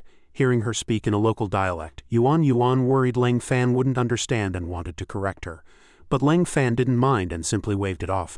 "You speak fine. My master also likes to speak with a bit of a hometown accent. It's no problem." The two clinked glasses and Xiao drained hers in one go. "I'll drink first." Leng Fan only took a tiny sip. At that moment, Zhou Jiaqi suddenly appeared. She shouted loudly, "Get in the car." The crowd looked at each other in confusion. "President Zhou, why is she here? Is she here for Leng Fan?" Leng Fan got into her car, and Zhou Jiaqi immediately interrogated him, asking if he had a good time eating and drinking with a bunch of female colleagues. It was okay. Zhou Jiaqi suppressed her rage, thinking it was okay. He actually had the nerve to say it was okay. How loathsome. But she then suddenly remembered, "Wait, why am I even angry? He's nothing to me." "Zhou Jiaqi, calm down. This person has only helped you a few times." Leng Fan asked again, "You still haven't said why you're looking for me." Zhou Jiaqi calmed her emotions and replied, "My grandfather wants to invite you to dinner. He roasted some lamb personally for you." He felt a bit hesitant and said, "I don't strictly eat vegetarian, but roasted lamb is a bit." Despite his words, as soon as they arrived at the Zhou residence, Leng Fan's reservations vanished. He and Elder Zhou ate until they were stuffed. "This is delicious. If it's good, eat more." Elsewhere, a drunk Xiao was heading home alone. "I need to get back and sleep quickly, or my pay will be docked if I'm late tomorrow." Unbeknownst to her, a pervert had appeared behind her. The guy dragged her into a corner. He brazenly eyed her figure. "Hey beauty, you've got a nice body. I'm going to show you a good time tonight." Xiao screamed in terror. "Help, there's a creep, help." The pervert approached step by step, saying greedily, "I'm not just looking to harass you." After eating and drinking his fill, Situ Lan suggested, "Leng Fan, just stay the night here." Zhou Jiaqi questioned her with a blush. "Mom, why are you letting him sleep in the room next to mine?" Situ Lan winked at her. "Don't worry, your father and I started out the same way back then." Leng Fan entered the room and fell asleep immediately. She said helplessly, "It seems this kid isn't as clever as your father was." In the dead of night, with the bright moon high above, Leng Fan's phone suddenly rang. He answered with sleepy eyes. Is this Ling Fan? Something terrible has happened. The voice on the other end made Ling Fan snap awake instantly. What did you say? Yuan was at the scene. She cried. Something happened to Xiao Xiao. Some bastard robbed and assaulted her, and then he killed her. Ling Fan immediately dressed to head over. Seeing this, Zhou Jiaqi asked, Where are you going in the middle of the night? Ling Fan didn't say a word and jumped straight out the window. She screamed, This is the 3rd floor. When Ling Fan arrived at the scene, Yuan said sorrowfully, You're finally here. We've already notified her family. I never expected such a tragedy to happen right after our party. He silently observed the corpse energy. This was not just a simple murder case. He then called a taxi for Yuan. Manager Yuan, you go home first. She refused. No, I want to stay here and wait for her family. Ling Fan's tone was firm. No need, I'll wait here. Yuan finally listened to him and left in the car. Ling Fan glanced behind him. By now, Xiao Xiao had turned into a zombie and was threatening the police who had come to handle the case. Seeing her about to harm a policewoman, Ling Fan immediately stepped in to stop her. Stop committing atrocities. He suddenly remembered the scene of them clinking glasses at the party and seemed to understand something. He closed his eyes and unleashed his ability, blue light emanating from his mouth. Ling Fan used his power to bind Xiao Xiao and said, Call the professionals over. This is not something you can handle. Monster run, retreat, we can't retreat. If we leave, what about the citizens? Soon, Chen Hai's team arrived. He said, Friend Ling Fan, leave this to us. He frowned and replied, She was my friend. I know she's dead, but I must avenge her. Chen Hai was taken aback. You mean you want to help us solve the case? He answered with certainty. Yes. While Chen Hai's team cleared Xiao Xiao's body, Ling Fan thought to himself, This isn't about cause or effect, it's simply about fate. Since you toasted me with a drink, I will return to you the dignity of being human. Guo Shang then asked, How do you plan to find the killer? This killer is unusual. He's someone carrying a corpse poison. Ling Fan was somewhat confused. You know who the killer is, the elder replied. I don't know, but there have been more and more female zombies lately. We've found virus strains in every female corpse. We suspect it's a man carrying the source of the disease, infecting women through sexual acts. Furthermore, the killer is likely a practitioner of a bizarre ancient technique. A team member suddenly ran over to report, Taoist Master, we found the surveillance footage. There are 2 killers. The screen showed the culprit who had brutalized Xiao Xiao and the mastermind behind him. After seeing it, Ling Fan was filled with hatred. I will help her settle this karma. Seeing his attitude, Guo Shang reminded him, You are a mortal. You cannot kill. Chen Hai whispered from the side, Master, this kid is no mortal. Hearing this, Guo Shang smiled and added, But if you join our dragon group you can. He continued to try and recruit Ling Fan. I am Guo Shang, Deputy Director of the Security Bureau and also Deputy Leader of the Dragon Group. Young man, are you willing to join the Dragon Group? Ling Fan refused bluntly. No need. I can achieve it even without joining your organization. Chen Hai's eyes widened in shock. This kid actually rejected the deputy leader's proposal. To be personally recommended by the deputy leader meant one could at least become a regional head. A gate of light appeared before Ling Fan. I'm going to settle the karma. I suggest you don't interfere or the evil consequences will only multiply. With that, he stepped into the gate, his body gradually dissipating. Guo Shang gasped in shock, gritting his teeth. This Ling Fan had vanished without a trace right under his nose. Guo Shang breathed a sigh of relief and mused. It was an illusion. Who exactly is that kid? Even a beyond grade 1 might not be able to create an illusion that can affect my mind like this. Meanwhile, the 2 men who had harmed Xiao Xiao were chatting smugly. I would have had a hard time subduing that girl alone. Thanks for the help, brother. That was amazing. Her body was incredible. The bald man also grinned lewdly. Exactly. But I have a strong constitution and haven't had my fill yet. Why don't we go kidnap another one? The yellow-haired youth narrowed his eyes and said, Brother, are you sure you want to move now? Let's agree first. This time, let me go first. I have a germophobia. The 2 began to argue. You want to go first? Who do you think you are? Of course I go first, or else I'll... The bald man lost his patience and directly took the other's head. Then go report to the underworld. As the man fell into a pool of blood, the bald man cursed angrily. A piece of trash dares to negotiate terms with me. Just then, Ling Fan appeared. He spoke calmly. It seems you've already settled one for me, saving me from creating one less piece of karma. The bald man turned back and cursed. An ability user, you must be tired of living. Ling Fan didn't answer, but asked instead, You killed Xiao Xiao, didn't you? The bald man thought back. Xiao Xiao, oh that woman, she struggled quite a bit. Her body was indeed nice when we were doing it. I almost... Before he could utter any more filth, Ling Fan made his move. He struggled and shouted, Who are you? Let me go. Do you know who I am? Ling Fan glared and interrogated him. Do you know that while the wicked of this world don't always face consequences, you will certainly meet your retribution? Ling Fan gripped the bald man's neck tightly. Although the man was crying in fear, he still tried to threaten him. I'm from the Zhao family. Our ancestor is about to break through to the innate realm. You'd better let me go quickly, or the Zhao ancestor will surely exterminate your entire family. Lang Fan ignored him completely and slammed him violently into the ground, which shattered instantly, he said coldly. I'll wait for your ancestor to come and exterminate my family, but before that, I'm going to make sure you can never be reincarnated. Blood gushed out as his soul departed, desperate to escape from Lang Fan's hand. But Lang Fan grabbed it. Still trying to run, he begged Lang Fan for mercy. Please let me go, I beg you. No, if I can be reincarnated, I promise to be a good person. Please, great deity, I beg you. Lang Fan showed him no mercy, instantly shattering his soul. I told you, I'm making sure you never reincarnate. Suddenly, footsteps were heard from behind. Lang Fan seemed to have noticed. He turned his head, his entire body radiating firelight, and asked in a deep voice, Who? The newcomer was Guo Shang. He said softly, Friend Lang Fan, it's me. Lang Fan pointed at the person from just now, pretending to look innocent. I was just passing by. I don't know what happened to him. His head just suddenly exploded. Guo Shang was completely helpless against this act of playing dumb, but he understood perfectly. This kid clearly saw through everything but pretended not to know. He was truly a talent. The murderous aura from before had almost felt tangible. Even a grade 1 ability user probably couldn't achieve that. Such a talent had to be recruited into the organization. With this in mind, Guo Shang gave a warm smile and followed Lang Fan's lead.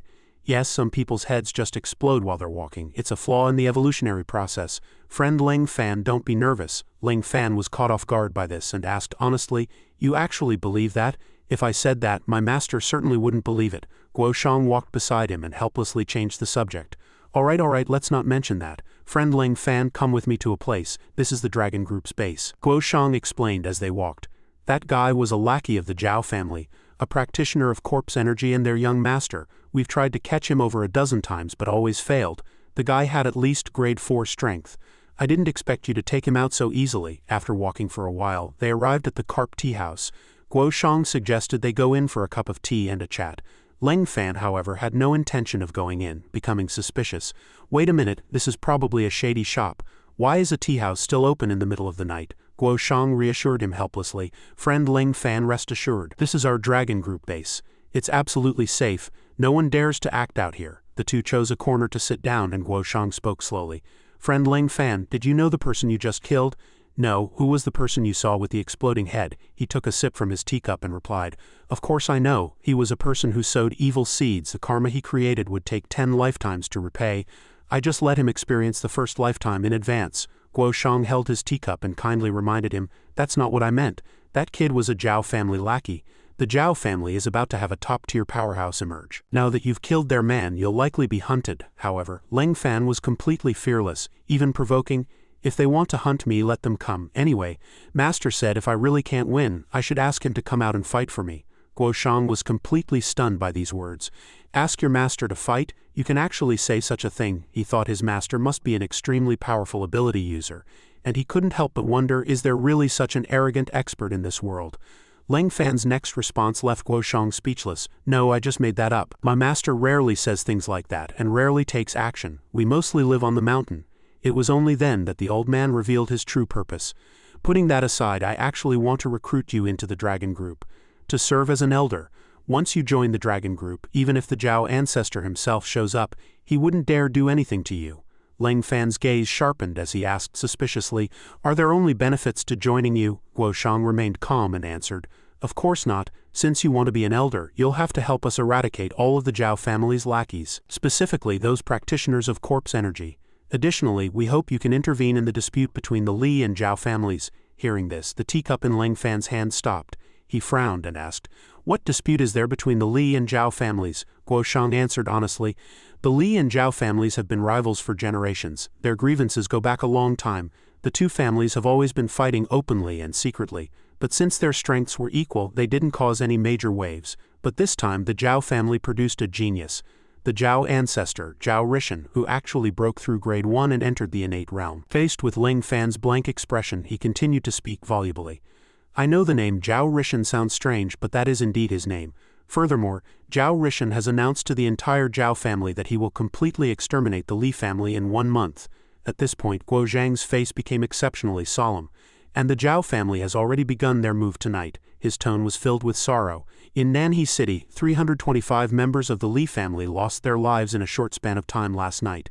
They didn't even spare the infants in their cradles, Leng Fan also lamented, noting that this would only sow more seeds of evil karma. Guo Shang pleaded with a face full of grief. Young friend Leng Fan, the original intention of our dragon group's establishment was to maintain stability and peace. How can we tolerate such a large-scale massacre? Therefore we hope you can intervene in this matter and stop the conflict between the two great families. After a moment of silence, Leng Fan replied, I refuse. With that he set down his teacup and rose to leave. As he brushed past Guo Shang, he didn't forget to leave a few words. I have no desire to be an elder for the time being, nor do I wish to interfere in worldly affairs. Everyone has their own karma. The Li family disciples have likely been using their power to bully others for more than just a day or two. Years of grievances will eventually bring about a bitter retribution. Guo Shang shouted toward his retreating back with regret. This is an honorary elder position. Young friend Leng Fan, please reconsider. Early the next morning, the Xie Group building received a notification asking everyone to restrain their emotions as they bid a final farewell to their dear colleague. Xiao Xiao's photo was solemnly hung in the center of the office, and everyone bowed their heads in silent mourning. Yuan stood at the back and told Leng Fan what had happened. The police said the killer has been found. Apparently he was beaten to death, and in an extremely gruesome manner. Yuan pulled out a letter, her tone heavy. But I heard some news, but Leng Fan keenly sensed something and hurriedly pressed. But what? The content of the letter read, My son died because of your daughter. I will make your entire family be buried with him. She explained that this was a threatening letter received by Xiao Xiao's parents.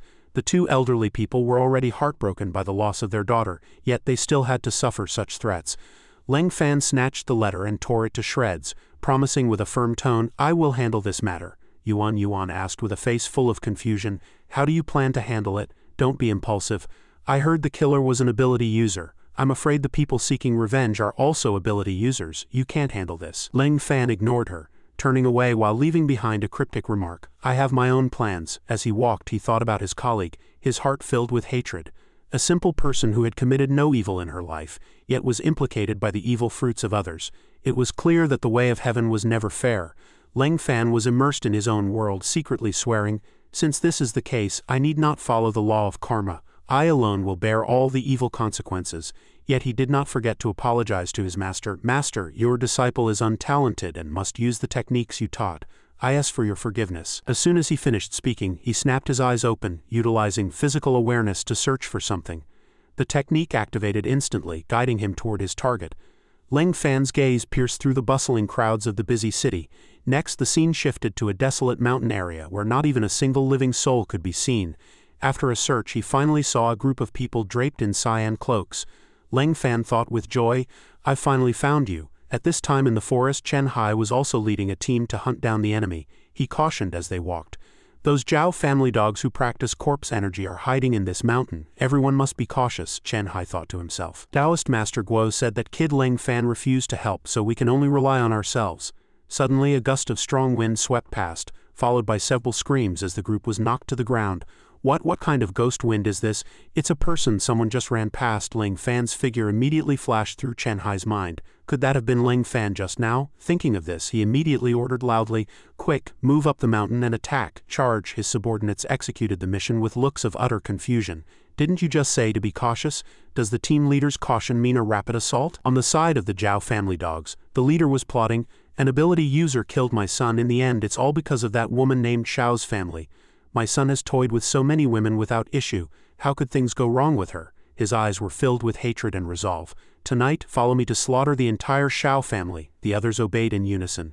Yes, boss. Suddenly, a majestic voice rang out. You are clearly the murderer, yet you have the face to say such words. Leng Fan grabbed him by the neck and hoisted him up, saying with a dark expression, People like you are the bitter fruits of this world just by being alive. Seeing their leader captured, one subordinate shouted, Release our clan leader immediately, or we'll tear you into 10,000 pieces. As soon as the words were spoken, several zombies lunged at Leng Fan. The clan leader struggled desperately now, weakly begging for mercy. Hero, spare my life. Grandpa, spare my life. I won't retaliate against the Xiao family. Never again. Leng Fan didn't listen at all, striking decisively. Go to hell and beg the king of hell for mercy. With that, the clan leader's limbs were instantly severed from his body, blood splattering everywhere. But Leng Fan still did not intend to let him go. I won't let you die so easily. One of the subordinates ordered the zombies to kill the young man. How dare he strike our clan leader? Ling Fan swept a contemptuous glance over them and said coldly to Chen Hai's people, "I'll leave these small fry to you." Chen Hai's men immediately rushed out. "Nobody move, you're under arrest," Ling Fan, carrying the limbless clan leader, said to Chen Hai. "This man stays with me." Chen Hai hurried to dissuade him. "Brother Ling Fan, don't be too impulsive. Hand him over to us after all you." Ling Fan ignored him completely. Turning to leave while instructing, "Call Guo Shang. Tell him I am now acting in my capacity as an elder of the Dragon Group." Chen Hai watched Ling Fan's retreating back, his heart full of doubt. "Dragon Group elder?" He hurriedly called Guo Shang. "Elder Guo, Ling Fan has agreed to be our elder, but he took away the Zhao family's puppet clan leader, and also Guo Shang understood Ling Fan's temperament and ordered, 'Say no more. Let him handle it however he wishes. Notify everyone in the Dragon Group that no one is to interfere with any of Elder Ling's actions.'" Chen Hai took the order. "Understood." Ling Fan brought the clan leader to the edge of a cliff and asked, "How many people have you killed in your life? Do you remember?" Even though he was facing death, the clan leader remained arrogant. "I don't remember, but you'd better remember this. I am a member of the Zhao family. When our ancestor completes his seclusion, you're dead. I'll be waiting for you in the underworld." Ling Fan's eyes were heavy with murderous intent as he said coldly, "Since you don't remember how many you've killed, then sooner or later you must enter reincarnation to repay your karmic debt. I won't kill you. Your retribution will be left to heaven and earth to judge." With that, he let go, and the clan leader plummeted straight to the bottom of the cliff. Ling Fan looked in that direction and frowned slightly. He gazed toward the sky, joining two fingers to make a vow. "Disciple understands master's true meaning. Karma will not end, but I cannot sit idly by while injustice occurs. Once things here are settled, I will return to the mountain. Just as master said, only by experiencing the wind and rain can one truly transcend the world." Afterward, Ling Fan arrived at the Xie Group building, where Zhou Jiaqi had already been waiting for a long time. As soon as she saw him, she asked, "Ling Fan, where have you been?" "I asked the people at the company and they all said they didn't know." Ling Fan avoided the question and went straight to the point. "Do you need something from me?" Zhou Jiaqi answered somewhat shyly, "I do have something. I was hoping you could accompany me to an auction." Ling Fan agreed readily. "No problem." Zhou Jiaqi asked in surprise, "Aren't you even going to ask where it is?" He honestly revealed his thoughts. "No need to ask. I also want to see the kaleidoscope of humanity in this world." She could only sigh helplessly. "You seem to be becoming more and more unusual." "Forget it, get in the car first." In the car, Zhou Jiaqi was preoccupied. Yuan told me everything. No matter what, I can't let you go back to that company for now. Looking at you like this, I have a bad premonition in my heart. What on earth is wrong with me?" The car stopped in front of a building and the driver reminded them, "We've arrived." Ling Fan looked up at the skyscraper and asked, "Do rich people hold auctions in places like this?" Zhou Jiaqi stepped forward and naturally took his arm, replying, "This is just social etiquette. Everyone acts like this in high-end places." Ling Fan asked another blunt question. "Like what?" Situ Lan saw Zhou Jiaqi enter and called out, "Daughter, over here." At the same time, Li Yuan's mother and Li Yuan himself were also present. Ling Fan seemed to recognize them. "Isn't this the guy who peed his pants last time?" Seeing him, Li Yuan muttered in panic to himself, "I'm doomed. How is this kid here too?" Situ Lan turned to the mother and son and said politely, "Jiaqi has already found a suitable man, so I won't trouble the two of you to worry about it." Li Yuan's mother was very unconvinced, sizing Ling Fan up from head to toe, thinking, "This Zhou Jiaqi really has poor taste in men. In what way can this kid compare to my son?" Thinking of this, she spoke mockingly, "Lan, look at the man Jiaqi chose. I really can't stand to watch, even if she didn't choose our Yuaner. She should have chosen someone better, right?" Situ Lan just brushed her off. "Indeed." But in her heart, she thought, "The young man Jiaqi chose can resolve a grade 4 zombie in one move. You can't judge whether someone is good or not just by their looks." Suddenly, a bodyguard ran over to report, "Madam, something is wrong." Situ Lan's face changed drastically after hearing this.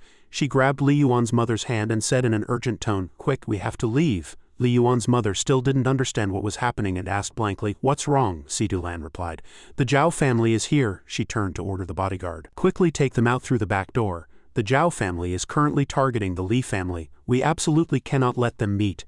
The bodyguard took the order. Ling Fan watched the chaos and thought, "It seems the relationship between the Zhao and Li families has reached a point of absolute hostility." However, in the information provided by the Dragon Group, it clearly stated the Zhao ancestor still needed to pass one final hurdle before emerging. Suddenly a voice rang out, "Madam Situ Lan, long time no see." The speaker was Zhao Hai of the Zhao family. He hadn't expected to meet the great beauty of the Situ family here. It was truly the honor of a lifetime. With him was Zhao Jia of the Zhao family. Situ Lan smiled politely. Chairman Zhao, hello, this must be your son? Zhao Hai glanced sideways at Zhao Jia and said, yes, this is my son Zhao Jia. Come and say hello to Aunt Situ. Zhao Jia ignored him and pointed at Zhou Jiaqi, saying pervertedly, Dad, I want that woman. Hearing this, Ling Fan's eyes turned cold, and he felt a hint of displeasure. Situ Lan also detested such words, her face darkening as she said, Chairman Zhao, your son doesn't seem to understand manners very well, does he? Zhao Hai, however, acted as if nothing was wrong, laughing twice and saying, my son has a very sharp eye for people. He knows Miss Zhou is very beautiful and suitable to be a daughter-in-law for our Zhao family. I agree to this marriage. Situ Lan was at the end of her patience and shouted angrily, Zhao Hai, what do you mean by that? My daughter isn't someone your son can just have whenever he says he wants her. Zhao Hai frowned, his tone provocative. Madam Situ, you are also an ability user. You should know that our ancestor has become an innate powerhouse. Now that your daughter can marry into the Zhao family, it is due to her ancestral merit. You should be grateful. Zhao Jia still rushed toward Zhou Jiaqi relentlessly, looking consumed by lust. Babe, come with me. I'm going to have you tonight. Situ Lan blocked her daughter's path and asked coldly, Zhao Jia, what do you think you're doing? Zhao Jia turned to whine to his father. Dad, I want her. Seeing his son's crying face, Zhao Hai threatened angrily, Madam Situ, I am now a grade 5 ability user. Looking at you, you're only about grade 7. If you persist in being stubborn, don't blame me for being impolite. Situ Lan was shocked. This old fellow has already reached grade 5. It seems the breakthrough of the Zhao ancestor has brought many benefits to the Zhao family. Now I can only count on Ling Fan. Seeing the other party not responding, Zhao Hai continued to provoke, Madam Situ, why have you gone quiet? Or are you saying you want to be my mistress too, to further tie our families together? Situ Lan could no longer bear it and cursed loudly, You despicable and shameless bastard, I'll fight you. Before she could move, Ling Fan stopped her. Auntie, why would you need to personally deal with such a lecherous scoundrel? Zhao Hai cursed in a fit of rage. Who do you think you are, daring to speak to me like that? Ling Fan's gaze was as sharp as a blade now as he said in a deep voice, I hate it most when people ask me what I think I am. Master said that at times like this one must counterattack with the 8-word mantra. As soon as the words left his mouth, he delivered a vicious slap to the other man's face. Next, Ling Fan slammed Zhao Hai to the ground, catching him completely off guard. With just one move, Ling Fan kicked the Zhao father and son out the door. The two flew through the air and crashed heavily, causing a burst of exclamations from the crowd. Seeing this, Situ Lan shouted excitedly, Well hit, good son-in-law. That was a great hit. That's exactly how it should be. Zhou Jiaqi felt a bit embarrassed hearing her mother shout like that. Zhao Hai scrambled up in pain and continued to curse, I'll remember you on the day our Zhao family's innate ancestor emerges. That will be the moment you are torn limb from limb. And Situ Lan and Zhou Jiaqi. When the time comes, I'll have both of you mother and daughter in my bed. Before he could finish, Ling Fan had already rushed forward to land a lightning-fast heavy punch followed by a kick that sent Zhao Hai flying over 10 meters. Only then did Ling Fan say boredly, Speaking evil words is also a form of creating karma. Don't do that next time. Zhou Jiaqi stepped forward and whispered a reminder. Mom, we should leave quickly. The Zhao family is powerful. I'm worried they will secretly retaliate against Grandpa. If lives are lost, Situ Lan listened and nodded. Xiao Fan, escort us back first. She understood in her heart that Jiaqi was right. The Zhou family was not, after all, a family of ability users. Returning to the Zhou house, the elder Zhou was so furious after hearing what happened that he slammed the table and cursed. The Zhao family is simply going too far. I'm going to call Elder Shu right now. He may be old, but he's still vigorous. Tomorrow I will make the Zhao family personally come to apologize. As Zhou Jiaqi saw Ling Fan out, she said softly, Thank you so much for today. Ling Fan replied politely, No need, I just wanted to see if the 8-word mantra Master taught me actually worked. Zhou Jiaqi shyly averted her gaze from Ling Fan, but no matter how one looked at it, he had indeed helped her. Ling Fan suddenly reached out to brush the hair away from the girl's face and continued, Furthermore, I don't want anyone else I share a karmic bond with to leave this world forever. With that, Ling Fan turned and left, leaving Zhou Jiaqi stunned in place, not yet grasping what had just happened. By the time she snapped out of it, her face was red down to her ears. Is he confessing to me? This doesn't seem like his usual style. What's wrong with him? Why did he suddenly touch my face? By the time Ling Fan returned to the Shay residence, Elder Shay had been waiting for who knows how long. Little immortal, you're finally back. Seeing him lunging forward, Ling Fan immediately stepped aside to dodge the hug. Shay Yu, who was sitting in the room, began to feel a twinge of jealousy. I swear he's more like your real grandson than I am. Your own granddaughter comes home and I don't see you welcoming me with such enthusiasm. Ling Fan ignored her and asked, Elder Shay, does the Shay family know about ability users? Elder Shay thought for a moment before answering, Of course, ever since I met that expert master of yours, I began to learn about the world of ability users. I even know there are quite a few ability user families in this world. Leng Fan's gaze suddenly became exceptionally sharp. Leng Fan continued, "Then do you know what a powerhouse in the innate realm is like?" Elder Shay answered solemnly, "Though I'm not entirely clear, I heard your master mention that stepping into the innate realm allows one to walk through the void. It's rare to see such people in this city. Those people are already like deities." As Leng Fan walked, he unconsciously stepped into midair and blurted out, "Is it like this?" Seeing Leng Fan actually walking in the air like that, Elder Shia's eyes immediately lit up.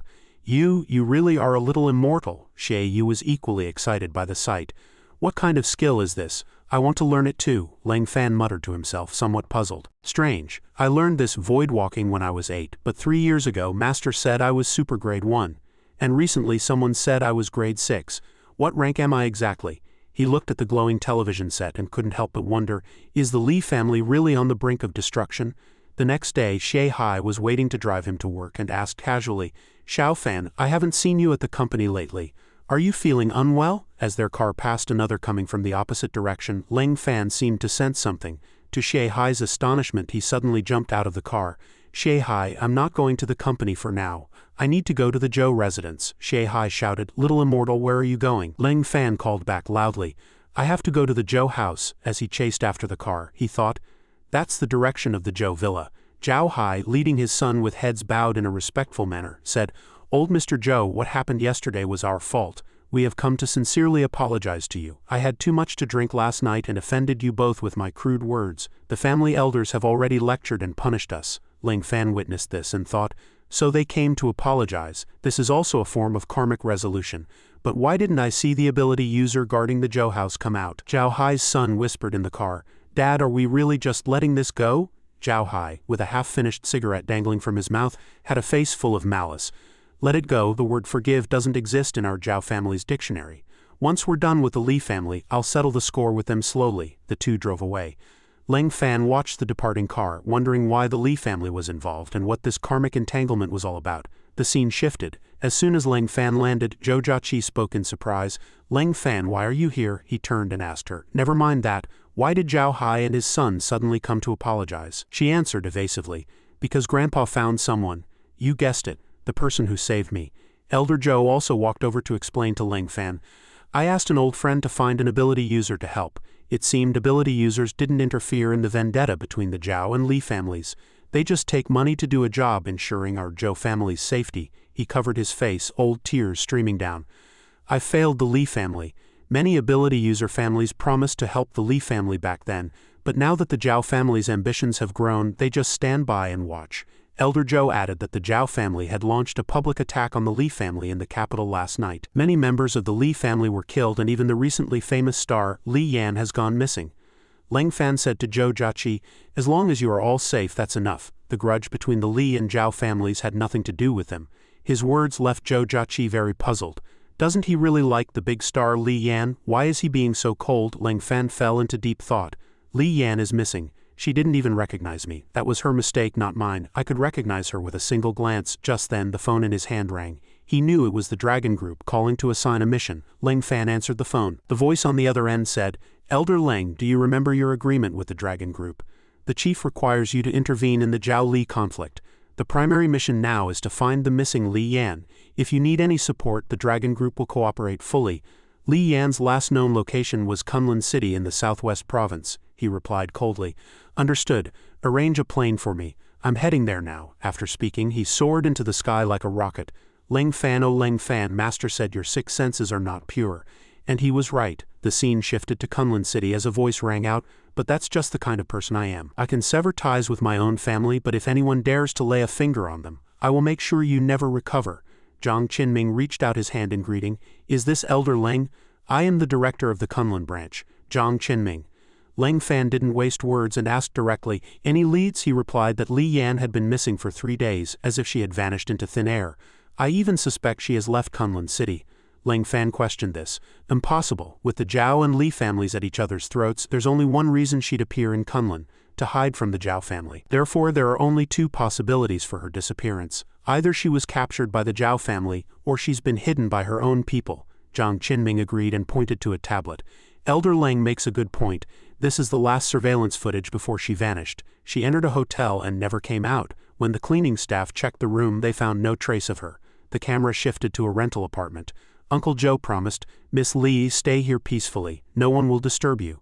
Li Yan spoke, "Thank you, Uncle Joe. You are the only one the Lee family can trust now. There aren't many of us left anyway, so it's no trouble." She leaned against the windowsill, looking at the sky in contemplation. "Is our Lee family really finished? My parents sent me here for safety, but what about them?" Then she thought of her brother. "And my brother, if we meet in heaven, will you forgive us?" A knock on the door broke Li Yan's thoughts. A shout of "Open up" from outside startled her. She was terrified. Have I been discovered so soon? Uncle Joe's grandson Joe Ba poked his head from behind the door. "Grandpa, what are you doing? I've been knocking forever." He then barged right in. "Grandpa, I have something important to tell you." "I'm coming in." Uncle Joe was shocked, thinking something was wrong. The young mistress was still in the room. Upon entering, Joe Ba noticed something.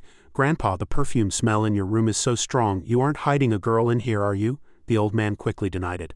"Nonsense. If you have something to say it and leave." He secretly felt relieved. "Thank goodness my grandson didn't see Li Yan." Joe Ba smirked. "Grandpa knows me best. Actually, I wanted to ask for some money. I recently got a girlfriend. I need some money. It's for the sake of letting you hold a great-grandson sooner, isn't it?"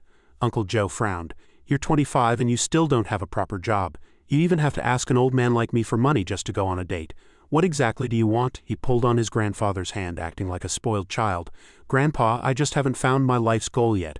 Once I get married, I'll definitely find a good job and take care of you." Hearing his grandson say this, Uncle Joe had no choice but to take out a small cloth pouch of money. He urged, "You little debt collector, you'd better treat that girl well." Seeing the money, Joe Ba's eyes widened and he snatched the pouch. "I'll never be stingy in a relationship. I'm taking all of this." "Bye, Grandpa." Suddenly, a shiny necklace caught his eye. Joe Ba surreptitiously swiped it and hid it behind his back as he backed out the door. He thought, "Grandpa, when I strike it rich, I'll definitely let you live a comfortable and happy life." The old man cursed him under his breath. Walking down the street, he swung the necklace. It's one thing for the old man to hide a woman, but he even bought such an expensive necklace. "If it's real and I give it to Shao Jing, I'll be in luck tonight." Joe Ba walked along happily thinking, "An 18-year-old girl is as beautiful as a flower." Unbeknownst to him, several men in black had quietly approached, surrounding him from all sides. He was terrified and at a loss. What do you want?" At the Lee family's ancestral home, everyone was gathered. A man said, "The descendants of the Lee family have all been settled. Patriarch, what should we do next?" "Actually, there's no need to be so tense. If we just admit our mistakes to the Zhao family, maybe." These words were immediately rejected by the Lee patriarch. The Lee family would never be the Zhao family's lapdogs. "Patriarch, the glory of our ancestors cannot be destroyed in our hands." He spoke passionately, vowing to fight to the end even if only one person remained. "The Lee family never surrenders," everyone shouted in unison. "Fight to the end, the Lee family never surrenders." Li Daodong added, "Our Lee family is not afraid to die. If the Zhao family wants war, we will give them a final battle. This time, I will unleash the Lee family's trump card." Back in the city, Leng Fan thought, "As long as you're still in Kunlun, I will definitely find you." He was panting, having not yet discovered where Li Yan was hiding, but he refused to give up. "Continue.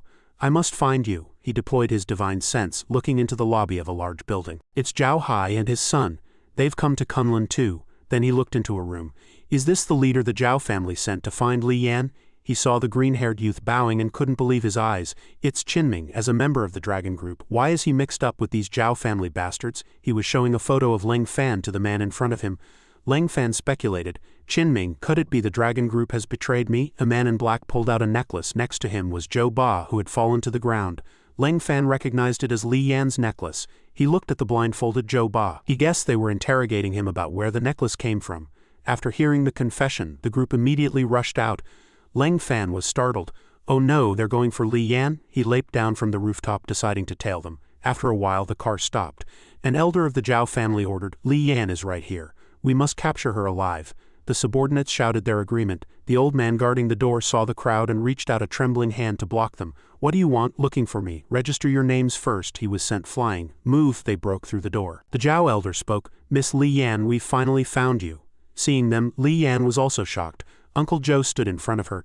"Don't even think about it. Run, miss. I'll fight them." The Zhao elder sneered. "Trying to be a hero. If it weren't for that precious grandson of yours, we wouldn't have found this place." The old man trembled, worried for his grandson. Seeing the situation was dire, Li Yan spoke up, Don't make things hard for them. I'm the one you want. I'll go with you." Watching her being taken away, Uncle Joe shouted, "You bastards, let the young mistress go." His grandson, Joe Ba, had taken a brutal beating, his mouth filled with blood. The old man screamed, "Grandson!" The elder threw the foaming at the mouth Joe Ba to the ground and said, "He's not dead yet, just turned into an idiot. If you want to keep showing your loyalty, I don't know if your grandson can take another hit." Uncle Joe looked at his grandson, old tears falling. Zhao Jia looked at Li Yan's graceful figure and licked his lips. "This chick isn't bad. Why don't you let this young master have some fun first?" he asked the elder. "Elder, could you give me a chance to taste this woman? I want to turn her into a dog for the Zhao family." The old man despicably agreed. "Of course, as long as you don't kill her, you can torture her however you like." Zhao Jia thanked him profusely. Hearing this, Li Yan decided that if he really tried to humiliate her, she would bite her tongue and kill herself instantly. Her only concern was her brother. "Brother, your sister will be joining you soon." Upon arriving at their destination, Zhao Jia ordered 2 subordinates, "Carry her into my bedroom." The Zhao elder looked at the photo of Ling Fan in his hand, thinking that now he just had to wait for the kid to walk into the trap. Eradicating the problem at the root was his style. Inside Zhao Jia's bedroom, he pinned Li Yan to the bed. "Little beauty, let this master show you some love," she glared at him. "Don't you dare, I'd rather die than let you have your way." Zhao Jia laughed pervertedly. "Die? You think death is an escape? I have a hobby, and that is—" Before he could finish, Ling Fan suddenly crashed through the window and slammed his head into the floor. "I have a hobby too, and that's beating you every time I see you." Li Yan looked up at her savior. "It's him again." 2 men in black punched toward Ling Fan simultaneously. "Let go of young Master Zhao Jia." Ling Fan dodged the attack effortlessly, using the momentum to slam the 2 men's heads into the wall, cursing, "Accomplices are just as guilty." Ling Fan looked at Li Yan sitting on the floor and urged, "Come with me, I'm taking you home." Suddenly a flash of light shot toward him. Li Yan warned in terror, "Watch out." Ling Fan nimbly caught the bolt of lightning. She asked nervously, "Are you okay?" The Zhao elder appeared, lightning still coiling around his hands. "You really did come." Zhao Hai saw Zhao Jia's head slammed against the wall and screamed, "My son!" He charged forward in a rage. "You're dead." Zhao Hai's end was the same as his son's, pinned against the wall. Ling Fan pulled back his hand and reminded him, "It seems your memory isn't very good either." The 2 men in black behind the elder whispered, "Zhao Hai is a grade 5 expert, yet he was subdued with 1 blow. This kid really has some skills. No wonder Qinming told us to be careful." The elder angrily summoned even stronger lightning with both hands. "Ling Fan, as a dragon group elder, you have some nerve killing the Zhao family's lackeys." Li Yan stood up and blocked Ling Fan, gritting her teeth. "This old thing is a grade 4 ability user with immense power. You should leave. Don't throw your life away trying to save me." Seeing her like this, the men in black began to hurl filthy insults. "This girl has a great body. I'll have a good time with her later. Young Master Zhao Jia probably won't have the luck to enjoy her now." Li Yan turned red with anger. Ling Fan draped a blanket over her and instructed her to step back. "Leave this to me. I'm not here to save you. I'm carrying out a mission given to me by the Dragon Group." The Zhao elder laughed lewdly and shot a bolt of lightning at him. "Since you want to play with that woman so badly, once I finish this kid, I'll capture him and make him watch as you all toy with her." Ling Fan didn't dodge, standing his ground as the lightning struck his body. Li Yan screamed in terror. Ling Fan easily absorbed the attack with 1 hand, mocking him. "A grade 4 ability user, is this all you've got?" The 2 black-clad men stared wide-eyed in shock, while the elder's teeth chattered in rage. The Zhao elder decided then and there, "In that case, witness my strongest technique." Raising his hands, he summoned a massive orb of lightning. He aimed it directly at Ling Fan. "Extreme Thunder Piercer." Li Yan reached out and shouted a warning, "Ling Fan, watch out." The attack struck where Ling Fan stood, followed instantly by a massive boom as a pillar of light shot into the sky. Dust billowed in the surroundings. Seeing this, the 2 black-clad men began to mock him. "I can't believe the elder used that move. Even a grade 3 or even grade 2 would surely die. That kid is finished." "That's what happens when you cross the Zhao family." Li Yan slumped in the dust, crying out Ling Fan's name, but suddenly her eyes widened. After the explosion cleared, he was still standing proudly, even adding provocatively, "Did you actually use your full strength?" This was like a thunderclap to the thugs. This kid actually took the elder's killing move. Is he even human?" The Zhao elder was drenched in sweat, gasping for breath, thinking, "How is this possible? Even the ancestor couldn't have remained unscathed under such an attack. Who is this kid?" Ling Fan spoke with contempt. "Are you done with your moves? Then it's my turn." The elder realized with horror that Ling Fan had suddenly vanished from his sight. Vanished? Ling Fan abruptly appeared behind him and attacked. Sensing the killing intent from behind, the elder turned frantically. Ling Fan delivered a powerful blow, sending him flying. The thugs watched in terror as their elder slammed into a wall. "Elder," Ling Fan reached out to Li Yan. "Get up, I'm sending you back." She reached out and took his hand, her heart still full of questions. Who exactly is he? The 2 thugs scrambled to make way. Ling Fan instructed as he walked. You'll pay for the room's repairs or I'll come looking for you one by one. Terrified, he bowed and agreed. Later, he took Li Yan to buy tickets to leave. She watched Ling Fan silently, her eyes sorrowful. Is he taking me back to the Li family? Even if I go back now, the situation won't change. Ling Fan gazed gloomily out the window. Is the current Li family still the same as before? A brown-haired girl sitting behind them recognized Li Yan. Are you the superstar Li Yan? Can I have an autograph? Li Yan turned around and agreed. Of course, where should I sign? The girl shouted excitedly. On my clothes, thank you. Seeing the girl's joy, Li Yan sighed softly. Ling Fan asked out of the blue, you have quite a lot of fans, you're so successful, you must be very happy, right? She remained silent for a moment, recalling the past with sorrow. You think I'm happy? Ling Fan spoke as if he understood. You have your parents' love, fans who adore you, and more money than you can spend. Isn't that happiness? You've just hit a rough patch in life. Li Yan looked at Ling Fan in surprise as he continued to comfort her. In this world, we are all entangled in karma. Countless people exhaust their entire strength just to stay alive. You likely haven't experienced the days of being beaten bloody by a stranger just for a steamed bun. She blushed and looked away. I was indeed very happy once. Ling Fan gazed out the window and thought, yes, you were happy. So happy that you've long since forgotten you once had a brother. The scene shifts to the Li family villa where Li Yan offers an invitation. This is my home. Come in and sit for a while. Ling Fan politely refused. No need. My mission from the Dragon Group was only to return you safely. Now the mission is complete. Li Yan hurriedly grabbed Ling Fan's sleeve. Wait, you saved me. I haven't thanked you properly yet. She was determined not to let him leave. His strength was unfathomable, and he was the Li family's only hope. Just then, Li Yan and Ling Fan's mother, Yuan Qingrong, ran out in a panic. Yan, are you okay? She hugged her daughter tightly, sobbing. My daughter, you scared me to death if something happened to you. How would I go on living? This scene made Ling Fan instinctively recall his childhood memories. Yuan Qingrong reached out to Ling Fan and greeted him. Hello, I am Li Yan's mother, Yuan Qingrong. Thank you for saving my daughter. Ling Fan froze for a long time before responding. You're welcome, Auntie. Yuan Qingrong looked with concern at Ling Fan's strange expression. Young man, why are your eyes red? Are you feeling unwell? He avoided her gaze. No, Li Yan suggested to her mother. Mom, he's a bit strange, but he's a good person and he saved me.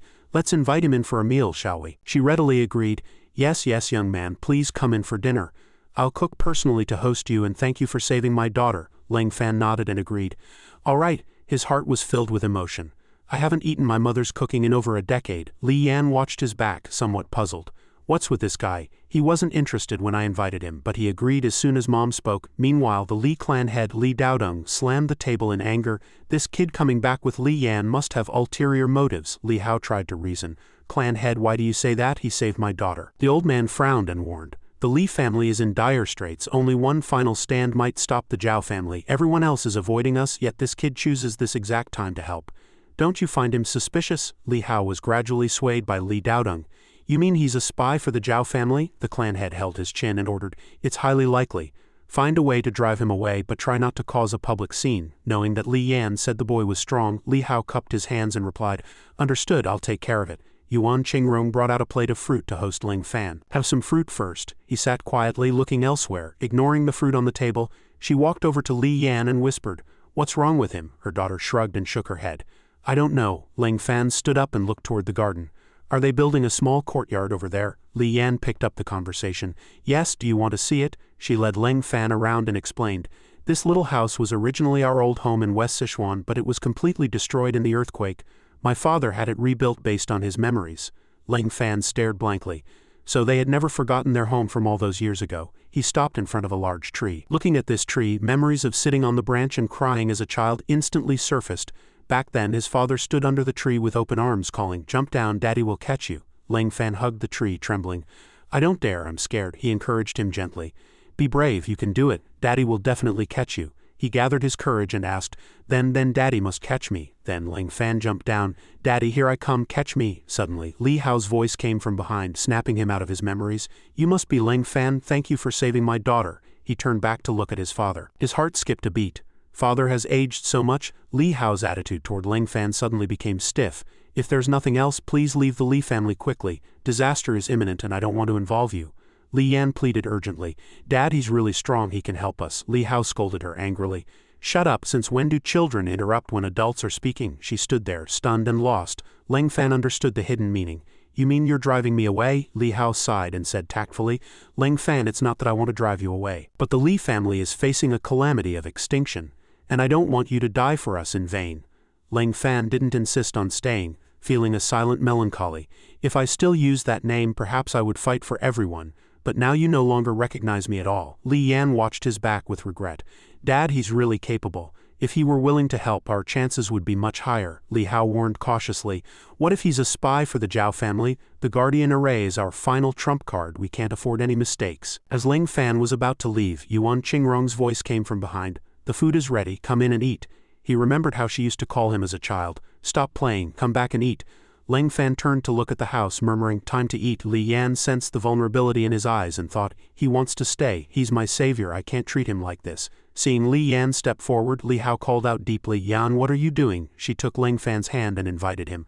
Come inside and eat with me. He was a bit lost as Li Yan pulled him past her father. I'm bringing my savior home for a meal, it's only natural. Yuan Qingrong welcomed him warmly. Come in quickly, the table is set. Seeing the spread of food, Leng Fan thought of the braised pig trotters. This was my favorite dish as a child. Under Yuan Qingrong's urging, he picked up a piece of meat. Try it, I only know how to make home-cooked meals. I don't know if it'll suit your taste. Li Yan smiled and introduced, my mom's braised pig trotters. My brother used to love them the most, Yuan Qingrong asked anxiously. Never mind that, how does it taste? Is it good? 2 lines of hot tears flowed uncontrollably from the corners of Leng Fan's eyes. Yuan Qingrong asked in a panic, why is the boy crying? Is my cooking that bad? He was immersed in his grief. It's still the flavor in my memory, exactly the same as when I was a child, never changed. After a moment, Leng Fan replied, it's delicious. Thank you, auntie. Thank you, everyone. Just then, a violent explosion suddenly erupted outside and everyone was thrown into a panic. This is bad, Li Hao stepped forward to protect them. The Zhao elder's arrogant, mad voice rang out, listen up, Li family, I have arrived. Today is the day you die. Prepare yourselves. Li Hao ignored the injuries on his face. Oh no, the Zhao ancestor is here. Everyone run. Yuan Qingrong grabbed Li Hao's clothes tightly. How it seems we won't escape this time. I have one favor to ask of you. He turned and asked what it was. She was covered in tears. No matter which of us goes first, if you meet Fanner on the other side, you must apologize to him for me. Ask him if he's living well there. Leng Fan looked at Yuan Qingrong in shock. So mom still remembers me. She remembers my name. They never forgot me. Li Hao patted her shoulder and replied, I understand. He resolutely walked out of the house, roaring, disciples of the Li family, fight to the death, never surrender. Li Yan took her mother's hand. Mom, we can't hide forever. Let's fight with Dad. I'd rather die in battle than be hunted like a rat by the Zhao family with nowhere to go. Yuan Qingrong sighed. Good child, I feel the same way. If the Li family is gone, our lives have no meaning. Better to go see your brother sooner. She turned to Leng Fan and shouted, Leng Fan, we're going to fight. We can't accompany you anymore. With your strength, it won't be hard to leave. Go quickly, if we're fated to meet again then, Li Yan said decisively. Mom, let's go. Yuan Qingrong followed her. Leng Fan stood alone and swore to himself, I know what I must do. He walked into a room and looked at the furnishings. This was exactly his childhood room. On the desk lay a diary with neat handwriting. Today was very happy. Sister took me to catch fish, but I didn't catch a single one. Today Mom scolded me again. I hate Mom. Today I want to. Reading the words in the diary, his face was covered in tears. So they truly never forgot me. Suddenly, the room shook violently, on the verge of collapse. Leng Fan immediately teleported away, thinking he couldn't let this continue, or he would lose his family forever. Then he vanished from the room. Meanwhile, at the Li family shrine, the Zhao ancestor, Zhao Kui, looked down from above as the Li family trembled in terror. Clan head, we have no path of retreat. If we lose this place, how can we face the ancestors of the Li family? Hearing this, Zhao Kui let out a series of mocks. A mere defensive array, you think this little toy can stop me?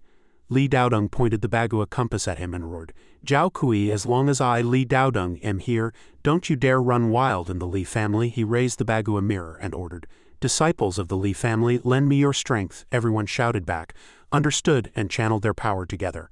A massive Bagua formation appeared in the sky. Li Daodong thought energy reserves are full. This move will definitely destroy Zhao Kui. He unleashed the 8 winds white drop slaying array. As a blue light descended from the heavens into the formation, the Zhao subordinates shouted anxiously, Ancestor, get out of the way, don't take it head on. Another cried out, this is the Li family's millennium-old killing move. Ancestor, watch out. Zhao Kui looked at the confident Li family and snorted, it seems your understanding of the innate realm is too shallow. The energy from the formation blasted toward Zhao Kui, and a blinding light erupted in the sky, shattering the darkness. The massive explosion made the earth tremble, leaving the Zhao subordinates worried. The aftershock is too strong. What happened to the ancestor? Find him quickly. But no one could get close. Li Daodong stood on the roof and spoke deeply. Under the slaying array, even a beyond grade 1 ability user cannot escape death. Zhao Kui, if you hadn't been so arrogant, I might not have hit you. The Zhao subordinates looked toward the center of the explosion. Li Daodong breathed a sigh of relief.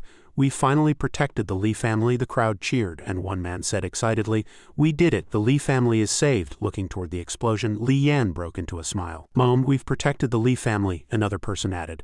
This is wonderful. Suddenly, Zhao Kui's voice echoed through the area. Are you really that happy? Unfortunately for you, this old man is not dead yet. Li Yan's face instantly twisted with terror. Impossible. Li Daodong couldn't believe his eyes, his gaze fixed in a wide-eyed stare. How can this be? Is this the power of the innate realm? Zhao Kui looked at the Li family members with mocking disdain. Is this the Li family's final trump card? It's nothing special. His eyes turned sinister and venomous. Now it's my turn. Zhao Kui summoned a pink orb of light in his hand, and immediately 2 massive craters formed in the ground around him. The Li family was struck with awe. What kind of technique is that? Li Daodong continued to manipulate the 8 trigrams, shouting orders to everyone. Everyone, quickly transfer your remaining energy to me. We must protect the Li family shrine no matter the cost. Every member of the Li family channeled their last bit of spiritual power into Li Daodong. He, in turn, funneled his and everyone else's energy into the 8 trigrams, exhausting his final reserves to manifest the technique. 8 trigrams guarding array. He collapsed to the ground, utterly spent. Seeing this, the crowd asked anxiously, Clan head, are you all right? Li Daodong spoke weakly. I could only manage to reinforce 3 more layers of the defensive array. This is the collective strength of our entire family. He absolutely cannot break through these 4 layers of protection. Zhao Kui smiled with absolute confidence. It was clear they still didn't understand. He immediately unleashed his power.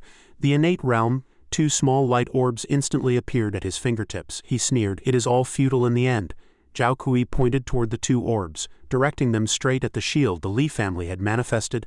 The people below shouted in shock. Is that an attack technique of the innate realm? Another mocked. It doesn't look like much. Only Li Hao sensed the true peril. This thing is unusual. He immediately turned and roared. Qingrong, take. Before he could finish, the first orb struck the shield. Cracks appeared instantly, followed by the 2 orbs crashing directly into the barrier. The cracks began to spread rapidly as Li Daodong struggled desperately to hold it together. What kind of power is this? In the next second, the shield they had built together was shattered by the orbs. Li Daodong was caught in the backlash, coughing up blood, leaving the Li family in a state of extreme worry. Clan head Li Daodong stared at the orbs with wide eyes, lamenting internally, too strong. I can't hold on much longer. Why is there not a single person in my Li family who has reached the innate realm? He felt a sense of doubt. The protective film was instantly pulverized by the orbs, and at the same moment Li Daodong collapsed, having exhausted every ounce of his strength. The crowd was frantic with worry for him. Clan head, Zhao Kui then waved his hand to summon a 3rd orb. Too slow. One man looked at the orb in sheer terror.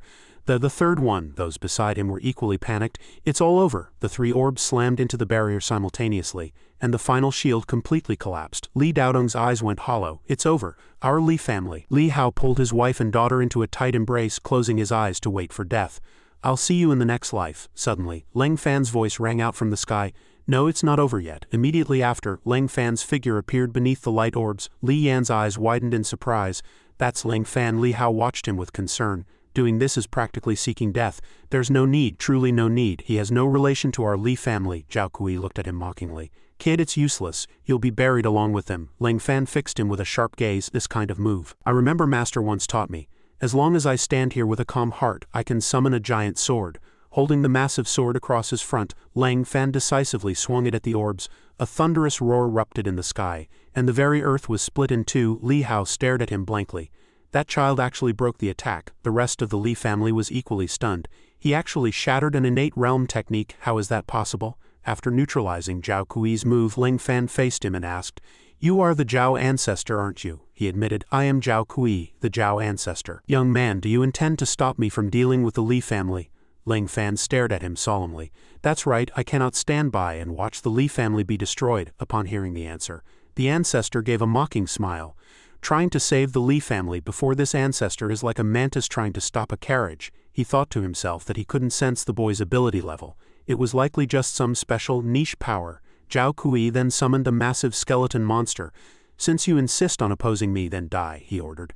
Disciples of the Zhao family attacked the Li shrine. In an instant the Zhao family swarmed forward shouting, Charge, kill all the men and leave the women. Another added, Superstar Li Yan is mine, don't any of you try to take her. Someone else chimed in. I've been lusting after that beauty for a long time, don't think you're having her all to yourself. Zhao Kui's face turned hideously distorted. Die, what a waste of such powerful cultivation, Li Yan suggested with tears in her eyes. Dad, I would rather die than be humiliated. Please kill me with one strike, Yuan Qingrong wailed. Daughter, Li Hao turned back, his eyes filled with sorrow as he agreed. Fine, he looked at Ling Fan with a sense of pity. I only feel sorry for that child who must die alongside our family, even if he can block a casual strike of innate power. How can he stand against the full might of the innate realm? The massive skeleton head opened its jaws and lunged at Ling Fan. The skeleton's body completely obscured Zhao Kui. He laughed manically. It's useless, this is my one-hit kill move. No one can block it. Before Zhao Kui could even finish his sentence, his expression changed drastically. What? Ling Fan had neutralized his offensive with a single move. He stared coldly at Zhao Kui. Is this the level of the strongest innate killing technique, really? Zhao Kui seemed unable to accept the reality. How is this possible? This move can never be broken from the inside. Even if you were at the innate realm, you should. Ling Fan immediately launched his own attack, a beam of blue light binding the ancestor. I'm tired of listening to your nonsense. Ling Fan slammed him violently into the ground. The Zhao disciples were stunned. What happened? Why was there an explosion up ahead? Another shouted. Could that kid have been defeated by the ancestor? One person confirmed. Yes, it must be. The kid is right there. Another looked on excitedly. Kill him and claim the credit. Li Yan's mouth hung open in surprise. Dad, it's Ling Fan. Li Hao looked around, his gaze serious. Is there anyone left in the Li family who can still stand? Let's charge together and help that child. Li Yan volunteered to lead the way. I'm going too. Hearing this, the others were filled with momentum and stood up one after another. Li Hao looked at the ruins before him, unable to hide his gratitude. He is risking his life to protect us. The Li family must understand how to repay such kindness. Zhao Kui's figure appeared within the rubble, to everyone's shock. It's the ancestor. What on earth happened? One person shouted. A man pointed at Ling Fan. It's that kid. He's actually unharmed. That's impossible. Another was consumed by terror. The ancestor cannot lose. Ling Fan looked at the Zhao family members, his gaze as cold as frost. But your ancestor has indeed been defeated. Ling Fan grabbed him by the neck with one hand and threatened, if any of you Zhao family members take another step forward. Ling Fan slammed Zhao Kui onto the ground with force. Your fate will be just like his. The group fell into a panic as they watched the scene. Their ancestor was actually being beaten by this kid. If he truly makes a move, we'll all be dead. Even someone at the innate realm was. One man, drenched in sweat, thought furiously, is the Zhao family doomed to be destroyed here? Damn it, how did the Li family recruit such a monster? Ling Fan maintained a death grip on Zhao Kui's neck, his eyes icy as he questioned, are all of the Zhao family's ability users here? With his face covered in blood and his voice trembling, Zhao Kui begged for mercy. You can kill me, but I beg you to spare the Zhao descendants. I swear from now on they will never take a single step outside the Zhao estate. Ling Fan remained expressionless. Zhao Kui sobbed, what other requirements do you have? Ling Fan threw him violently into the distance, his body slamming heavily into the ground. Ling Fan's voice was piercingly cold. I am not like you. The subordinates ran over in a panic. Ancestor, are you all right? Ling Fan's threats cut through the air like blades. In the future, if any Zhao family member dares to set foot in the Li family's territory, I will exterminate your entire clan. If you don't believe me, you are welcome to try. The group was completely intimidated by the powerful aura radiating from Ling Fan. What kind of monster is this? This kind of unprecedented killing intent. Even the ancestor could never emit such a terrifying aura. Seeing Zhao Kui wake up, their voices were filled with terror. Despite the excruciating pain, he struggled to stand. Zhao Kui then dropped to his knees. He knew that if he didn't make a clear stand now, the entire Zhao family might truly perish. In that case, he would be the eternal sinner of the Zhao clan. He kowtowed to Ling Fan. The entire Zhao clan accepts your command. Everyone was shocked. The ancestor is doing this to protect us. Like Zhao Kui, the subordinates knelt one by one, their foreheads touching the ground as they shouted in unison with a voice like thunder. The Zhao family accepts the command. Watching it all unfold, Li Yan murmured softly, it seems we won't be needed after all. In the main hall of the Li shrine, a voice rang out. The Li family will eternally remember the life-saving grace of young friend Ling Fan. Li Daodong knelt firmly, leaning on his cane. Whatever request young friend Ling Fan has, my Li family will go all out to fulfill it. Ling Fan was indifferent, turning to leave. I need nothing, he thought with distaste. I don't like anyone kowtowing to me, especially my own kin. Li Daodong still tried to make him stay. Young friend Ling Fan, won't you stay for a few more days? Why are you leaving now? Hearing this, Ling Fan stopped in his tracks. I can stay for a few days, but I want to stay at Mr. Li Hao's house. Li Daodong was overjoyed. That's easy, young friend Ling Fan can stay wherever he likes. Someone immediately rushed to the door. I'll go prepare the room right now." Not long after, he was settled into an extremely luxurious bedroom. Leng Fan sat on the bed blankly, not expecting things to end up so exaggerated. "Actually, I just wanted to sleep in that little bed from when I was a child." Just then, Li Yan appeared at the door and knocked gently. "Can I come in?" She walked in shyly and sat beside Leng Fan, thinking to herself, "Why can't I do anything right? I don't even dare to look him in the eye." Leng Fan turned to her, his voice steady. "Is something the matter?" Because she was so shy, Li Yan's voice trembled, and she couldn't get a full sentence out for a long time. Leng Fan found it somewhat baffling. "What are they talking about?" she stammered. "They say you helped us drive back the Zhao family because you like me. Is it true?" Leng Fan thought for a moment before slowly speaking. "Yes and no." Li Yan was confused and looked up at him. "What does that mean?" Leng Fan lay back on the bed and answered plainly. "I like you, but I also like Uncle Li Hao and Auntie Yuan Qingrong. It was because of everyone that I acted." Li Yan's expression changed slightly as she froze. "So I was overthinking it. Is this kid doing all this just because my parents treated him to a meal? I knew it. How could he have those kinds of feelings for me? Even though I like him too, it's not romantic. It's a familiar, comfortable feeling, like seeing my brother who came back from the dead." She curled up in a corner of the bed, reminding herself not to go crazy. Her brother had long since passed away. Leng Fan turned his head slightly toward her. "Do you want to sleep here?" Li Yan snorted. "Dream on. I just think it's comfortable here and want to sit for a while." Leng Fan teased her on purpose. "Sitting for a while is fine, but if you snore in your sleep, I'll throw you out." These words instantly ignited her rage, her face turning red with anger. "You're the one who snores." Li Yan suddenly remembered something and asked in a low voice, "Also, my dad asked me to check something with you." Leng Fan didn't say much, only replying with one word, "Speak." She leaned back and slowly voiced the doubt in her heart. "Since you can eliminate the entire Zhao family, why didn't you just kill them earlier?" Leng Fan raised an eyebrow, a thought flashing through his mind. As expected, humans are all the same. Leng Fan sat up, his tone plain but clear. "First, exterminating a clan creates bad causes that invite heavenly tribulation. I'm not sure if I can withstand it. Second, if I destroy the Zhao family, what difference is there between the Li family and the Zhao family? If I kill the Zhaos today, the Wang family will appear tomorrow. Am I supposed to just keep killing forever?" Li Yan agreed, lamenting, "True. If one isn't strong enough, they will eventually fall into a world of the strong eating the weak. Besides, there are countless innocent people in the Zhao family. They don't deserve to die." Before Li Yan could finish, Leng Fan impatiently dismissed her. "If your questions are over, can you leave? I really hate people who snore." He then slammed the door shut. Li Yan stood at the door wanting to cry. "I really don't snore." Yuan Qingrong heard the commotion in the room and whispered to her husband, "I told you, Yanner and that child would be a hard match. My intuition is always right." Li Hao's expression was somewhat somber. If not for the clan head's orders, he wouldn't have let his daughter fall into such an awkward situation.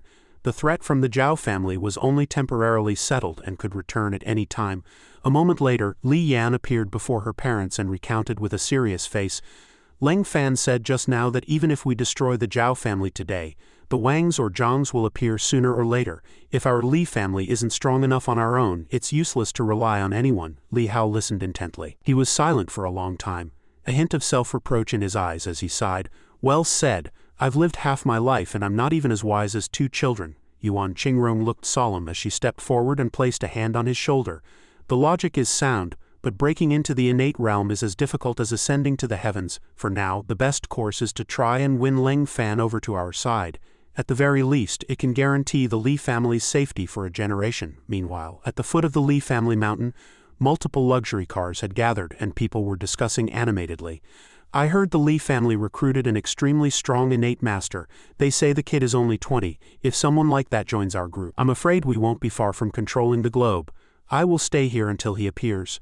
Early the next morning, Li Yan got up and stretched. She yawned repeatedly, not forgetting to shout, "Leng Fan, get up, time for breakfast." When she looked toward his room, she was a bit surprised to find the door unlocked. But when she pushed it open, the room was empty. Leng Fan was nowhere to be seen. In another location, within the boarding lounge of the Jinling airport, the space was quite quiet. Leng Fan sat alone on a long bench, reflecting, "I didn't expect so many people to be standing there to see me off when I left the Li family today." Afterward, Leng Fan thought about the trouble he had just caused and felt a bit helpless about his growing notoriety, wondering how he had become so famous. Just then, Chen Xing sat down next to him, dressed to the nines. Leng Fan was puzzled. Where did this girl pop up from now? Then Chen Xing turned her head and gave him a confident wink. "Hey handsome, what do you think of my makeup today?" He gave a perfunctory reply. "It's okay, I guess, but why did you put on such bright red lipstick?" Chen Xing frowned slightly at this, looking a bit displeased, thinking, "Vine, this kid has successfully caught my attention." She then took off her sunglasses, trying to charm him with her beauty. "Handsome, do you recognize who I am now?" Ling Fan instinctively leaned back a bit. With an indifferent look, he said, "Are you a fortune teller?" "My master said only fortune tellers wear dark sunglasses all day long." Chen Xing trembled with rage, but she managed to restrain herself. "Chen Xing, stay calm, you have to endure this. A special person naturally has a special personality. For the sake of the big picture, you must endure." She immediately forced a warm smile. "You really love to joke." Just then, a middle-aged man with a large belly chimed in.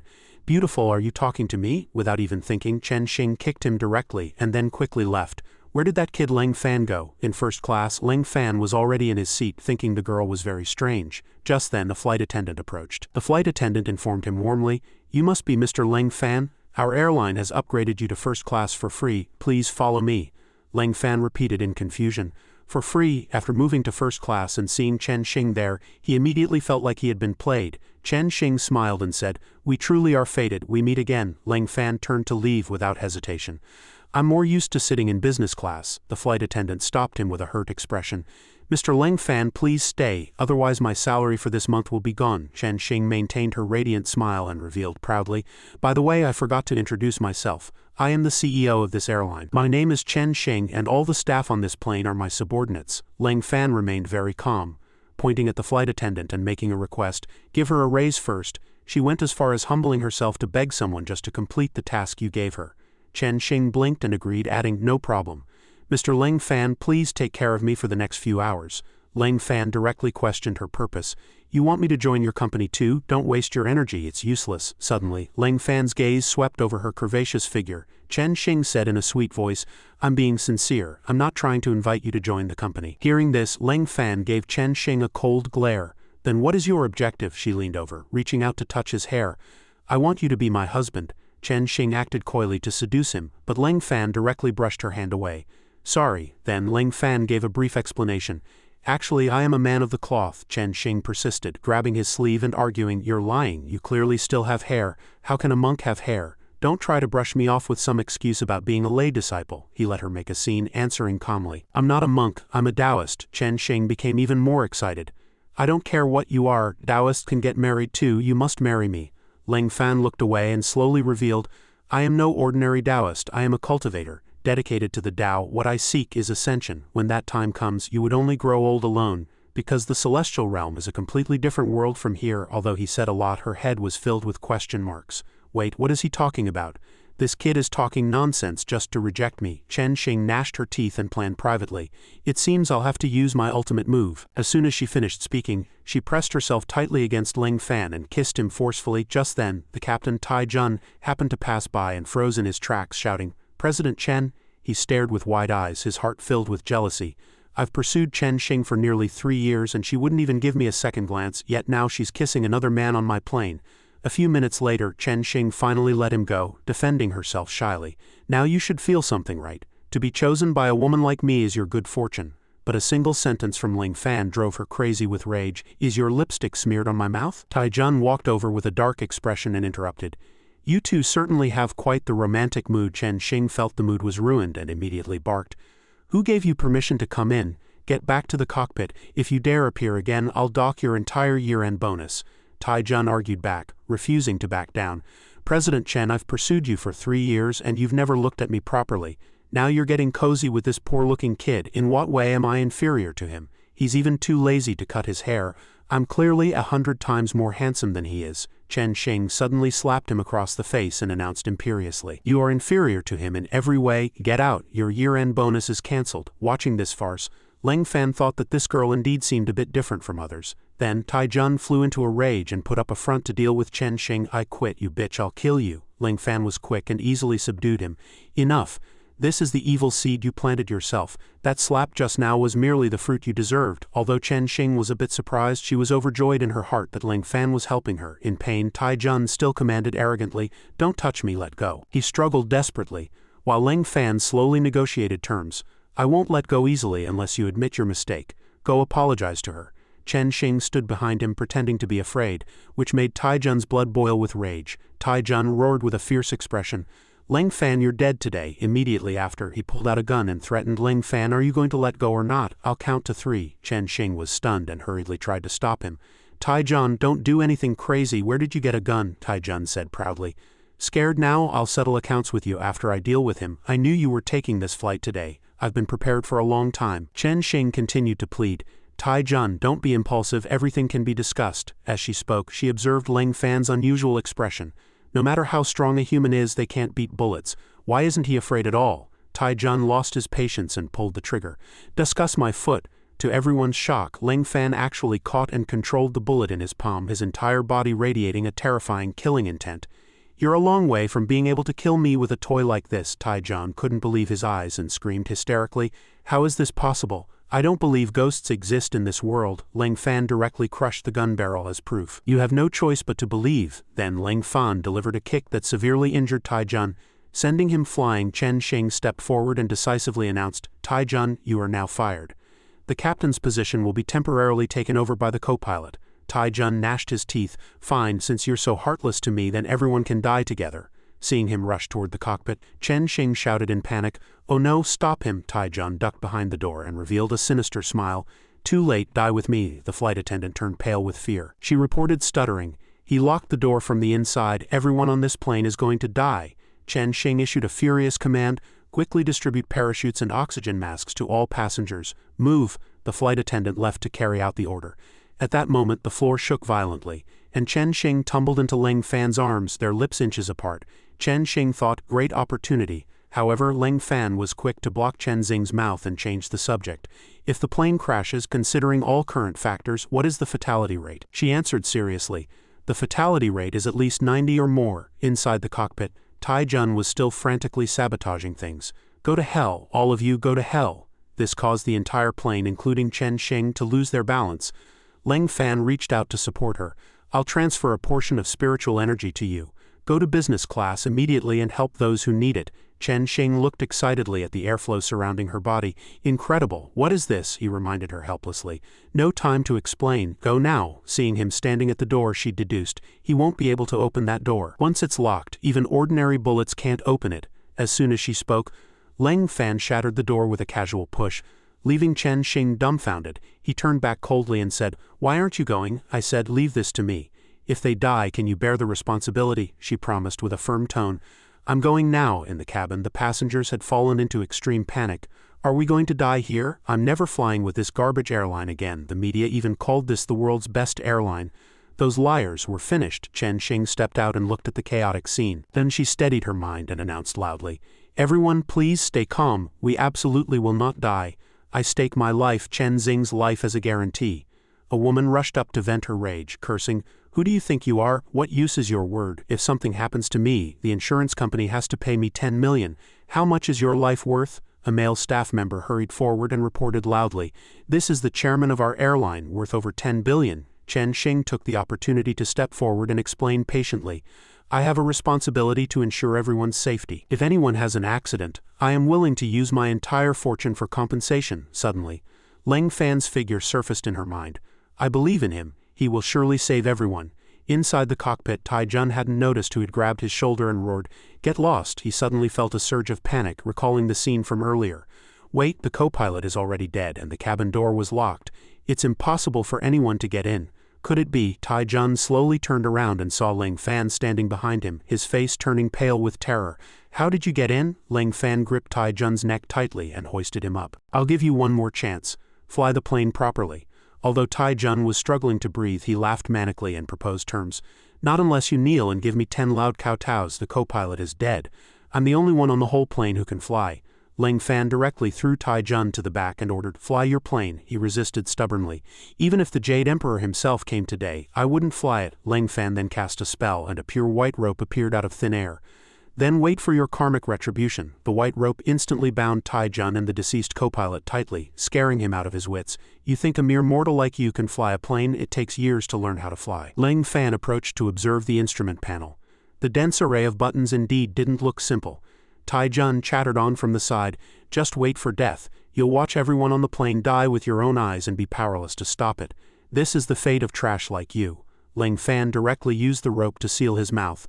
Noisier than a mountain monkey, while studying the equipment, Leng Fan deduced it seems a bit complicated.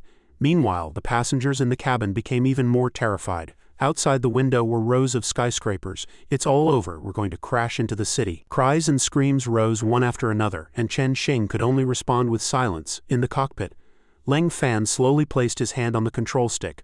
"I remember that guy used this thing to control the plane just now." While focusing his thoughts, Leng Fan didn't control his strength and actually snapped one side of the control stick. He sighed, looking at the broken stick in his hand with disdain. "The equipment quality of this airline is too poor. It seems I can only use that move Master never taught me." As soon as the words were spoken, a giant figure appeared in the sky and everyone was stunned. "Is that a cloud? Why is it shaped like that?" Leng Fan held his breath, his eyes filled with resolve. Immediately after, a Vajra warrior appeared, steadily supporting the entire plane. Leng Fan manifested a divine manifestation, his giant figure weaving through the city, every step shaking the streets. The people below cried out, "Heavens, a god has descended to earth!" Suddenly, the Vajra warrior stopped all movement, and the passengers hurried to check the situation.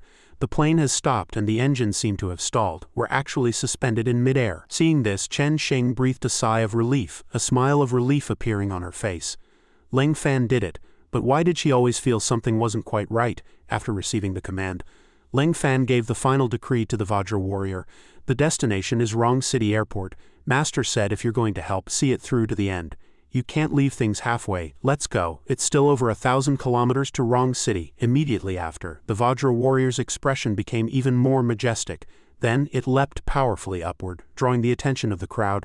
"That guy ran off carrying the plane, my god." Inside the plane, complaints still filled the air. Covered in sweat, Chen Xing deduced, could it be Leng Fan flying the plane?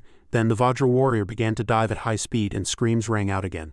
At this moment, Rong City Airport was silent. The Vajra warrior's figure suddenly flashed past the floor-to-ceiling windows of the waiting hall, leaving two young men so shocked they burst into curses. "Has God descended? Is someone using cheats?" The Vajra warrior slowly set the plane down and then vanished into the void. Leng Fan took a long breath, thinking that flying a plane wasn't that hard after all. Tai Jun, however, was scared out of his wits, screaming frantically in his heart, "This monster." Leng Fan then calmly broadcasted to everyone, "Rong City has arrived, everyone can disembark." The passengers were exhausted and their reviews were varied. "This is the most exciting flight I've ever taken. Flying felt like taking a long-distance bus. This isn't a plane, it's practically a pirate ship at an amusement park." Chen Xing walked over and asked cautiously, "Are you all right?" Leng Fan answered calmly, "I'm fine, but I have to go. That guy Tai Jun is tied up in the cockpit," he added as an afterthought. "How do you plan to handle him?" "He'll likely be sentenced to life imprisonment." Leng Fan put on an innocent face and suggested, "Life is too cruel, I suggest immediate execution." Chen Xing didn't argue, only saying that it depended on how the court ruled. Suddenly she asked for help in a low voice. "By the way, can you come over and help me?" Leng Fan asked with concern, "What's wrong?" Chen Xing was unsteady on her feet. "My legs are weak, I can't stand." As soon as she finished speaking, she couldn't support herself and fainted into Leng Fan's arms. Leng Fan reached out to feel her forehead, thinking it was just a faint from exhaustion caused by extreme shock. As long as she was given oxygen in time, there shouldn't be any major issues. Ultimately, Leng Fan decided to pick her up and take her to the hospital himself. Standing at the cabin door, he was startled by the height. "Wow, this plane is so high up. Can ordinary people really walk down from here? You're so rich, do you actually enjoy paying to be inconvenienced like this?" Leng Fan jumped straight down right in front of the airport staff. He then sprinted away in embarrassment, leaving the worker standing there in utter bewilderment. "Oh, so there's a boarding bridge, better run fast. As long as I'm not embarrassed, the embarrassment belongs to someone else." After walking a while through the airport, Leng Fan heard a group of people whispering about him and Chen Xing. His expression remained calm, showing no emotion. "Are all these people waiting for friends? I don't seem to have many friends myself, and the karmic debt with the Li family hasn't been fully resolved yet." Just then, Zhou Jiaqi appeared, holding a pickup sign. "Leng Fan, over here." This took Leng Fan quite by surprise, and he stammered slightly, "Zhou Jiaqi, you." Her gaze suddenly collided with Chen Xing, who was being held tightly in Leng Fan's arms. Zhou Jiaqi instantly dropped the sign and turned to leave. Leng Fan asked foolishly, "Hey, weren't you here to pick me up?" With a murderous look, she denied it. "The Leng Fan I wanted to pick up is dead. Now all that's left is a half-dead Leng Fan who goes around flirting everywhere." Leng Fan agilely shoved Chen Xing toward Zhou Jiaqi. "In that case, you carry her. She's unconscious, you take her to the hospital. I'm heading back first." Chen Xing struggled to lift an eyelid and peeked back. "Wait a minute." Zhou Jiaqi glanced at Chen Xing, realizing she was faking it. Chen Xing ignored her and walked straight to Leng Fan, grabbing his arm. "Wait, to repay you for helping our airline this time, I want to invite you to dinner." Hearing this, Leng Fan immediately thought of fried fish and braised chicken with potatoes. Dinner? But Zhou Jiaqi refused to lose and immediately grabbed his other arm. I came specifically to pick you up and a meal is already prepared at home. Come back with me. Ling Fan was caught in the middle feeling torn. Can I eat at both places? But Zhou Jiaqi's answer was very blunt. No, in your dreams you have to choose one right now. Ignoring Zhou Jiaqi, Chen Xing turned to Ling Fan and gave him a flirtatious look. Of course you can. I'm willing to eat with you whenever you want. However, an incensed Zhou Jiaqi quickly grabbed Ling Fan's hand to leave. Quick, come with me, Chen Xing called out urgently from behind. Ling Fan, watch out, don't let her appearance fool you. With a dark face, Zhou Jiaqi threatened Ling Fan. If you dare look back at her once, I will immediately sever my karmic connection with you. Unexpectedly, Ling Fan's counter-question left her speechless. Karma? What karma are you even talking about? Zhou Jiaqi shouted shyly. You just shut up, she grumbled to herself. How could I say something like that? I'm being too wicked. Chen Xing remained behind them, crossing her arms and observing. Zhou Jiaqi, you really think you can steal a man from me? As she talked to herself, she quickly made a decision. I accept your challenge. A man like Ling Fan can only belong to me. Time passed, and a white car pulled over to the side of the road with a conversation coming from inside. Are we going to your house to eat now? Is food the only thing in your head? Grandpa is calling and rushing us. The lamb is probably already roasted. When the call connected, Elder Zhou immediately said with a beaming smile, Hello, my dear granddaughter. I heard you were fighting Chen Xing from the airline for Ling Fan at the airport. Well done. Now the whole world knows you and Ling Fan are a couple. Hearing him go on, Zhou Jiaqi was fuming with rage and quickly denied it. Grandpa, what nonsense are you talking? The signal is bad. I'm hanging up. She ended the call and looked at Ling Fan, who had been watching her. Ling Fan seemed to want to say something, so Zhou Jiaqi spoke up. What is it? What do you want to say to me? Ling Fan tilted his head with an adorable blank look and asked, Do you want to marry me? Ling Fan's question startled Zhou Jiaqi so much her hand slipped and the car immediately began swerving in an S shape on the road. Who said I wanted to marry you? I don't care about having your children. Dream on, Ling Fan slowly retorted. I didn't say I wanted children either. What's the rush? She interrupted hurriedly. Just shut up. Elsewhere, the sky remained a deep blue.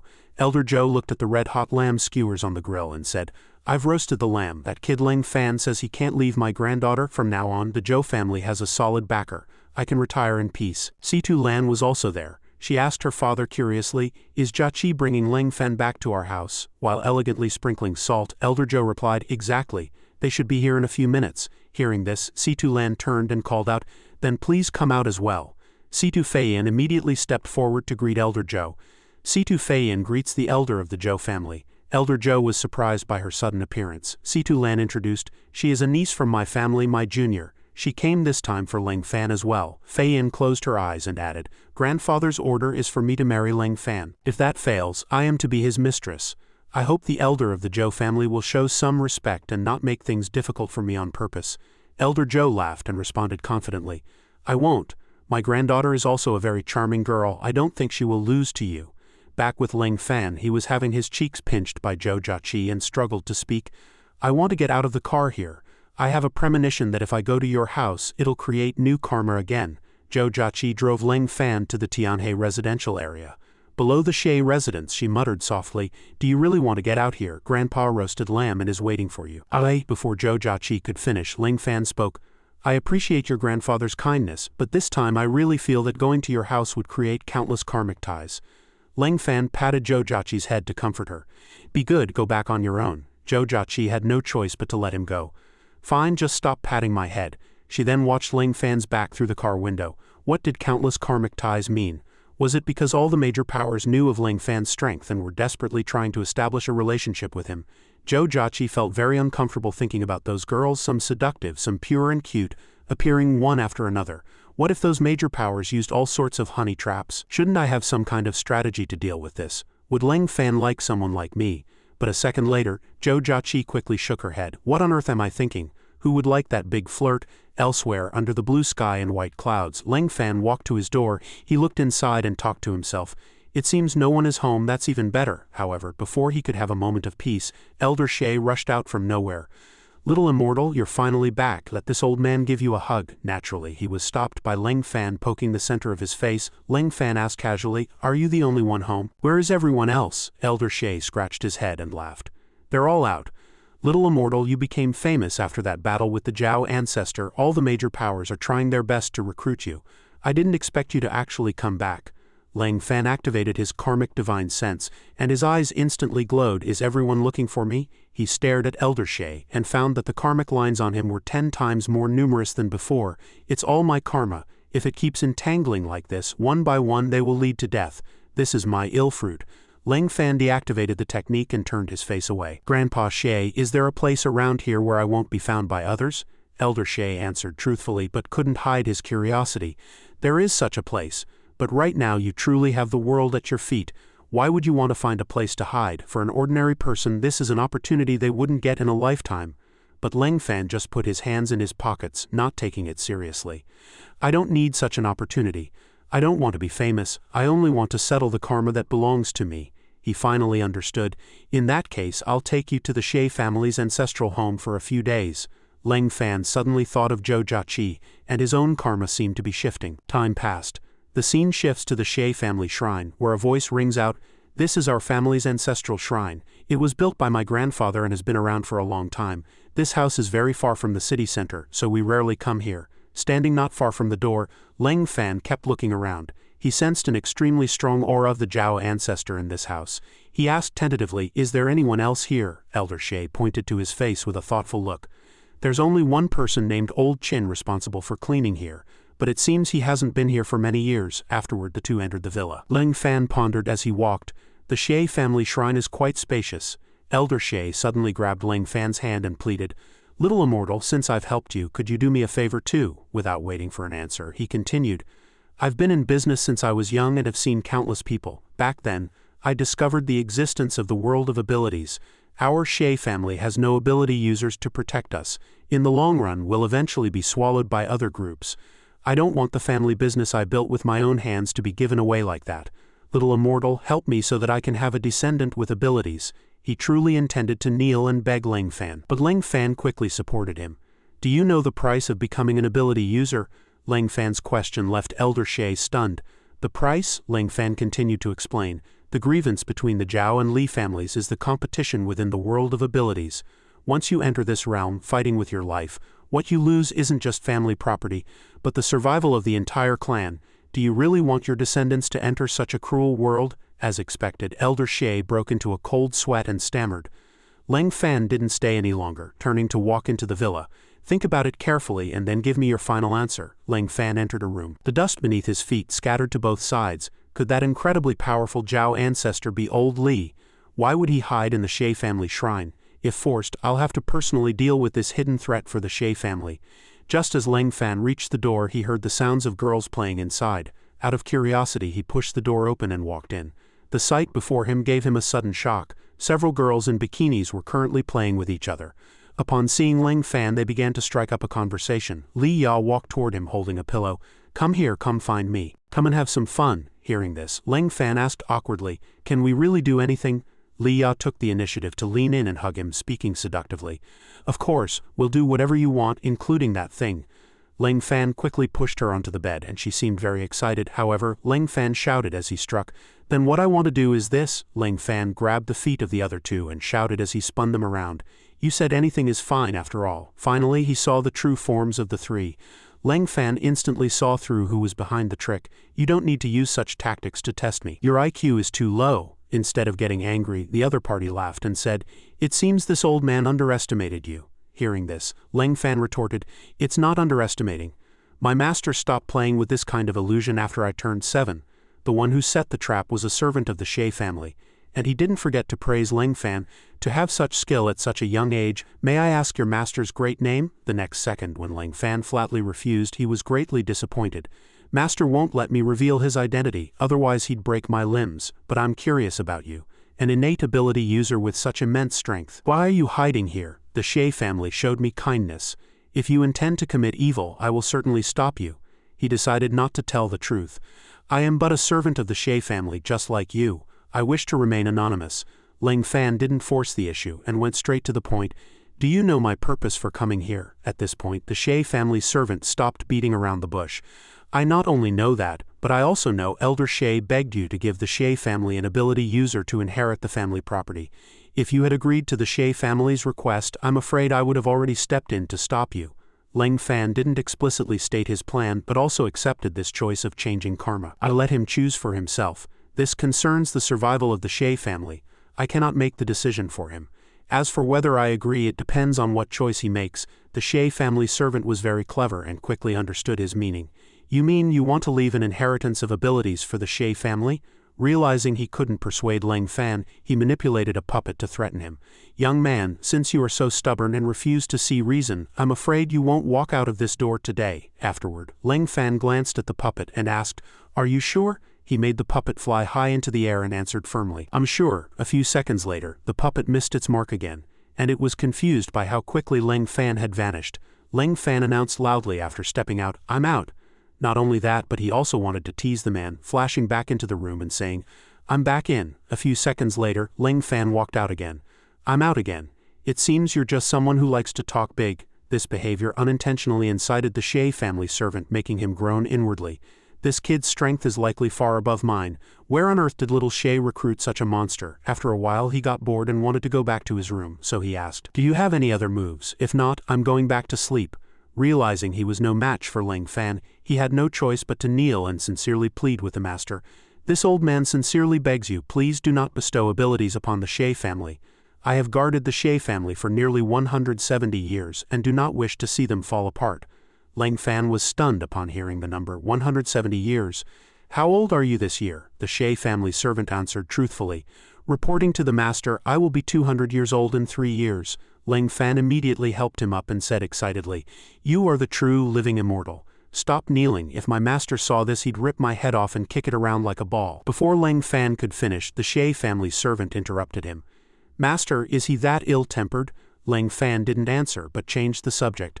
"Never mind that. Why would someone as capable as you live in seclusion at the Shay family's ancestral home? Is it to protect the Shay family?" He began to tell the story of the past. "I received kindness from the old patriarch of the Shay family and swore to protect them for my entire life. Back then, the old patriarch had completely severed the inheritance of abilities for his descendants. I promised him that I would never let anyone bully the Shay family, nor would I let the Shay family enter the world of abilities again.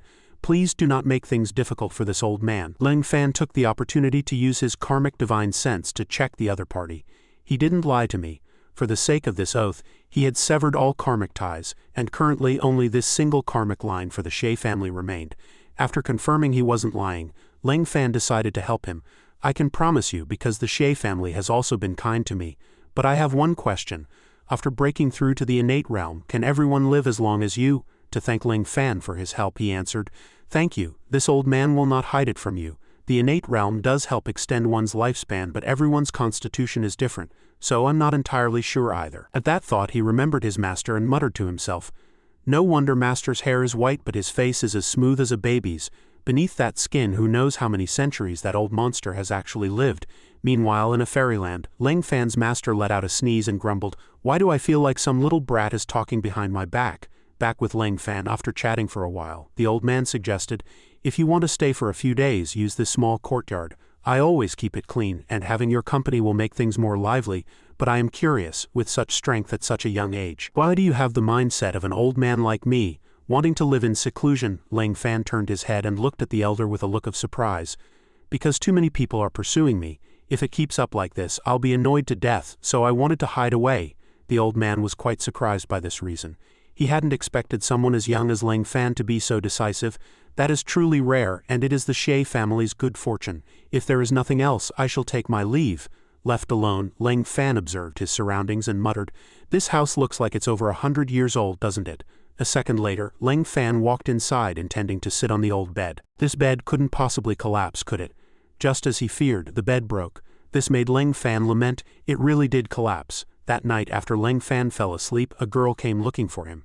It was Situ Feiyin. Standing outside the window, she peeked in and whispered to herself, "He's fast asleep, now's my chance." Feiyin deftly took out a bamboo tube to insert into the room, plotting, "Ever since I heard news about this Leng Fan, it seems he's a man driven by lust. He didn't hesitate to go to war with the entire Zhao family for Li Yan.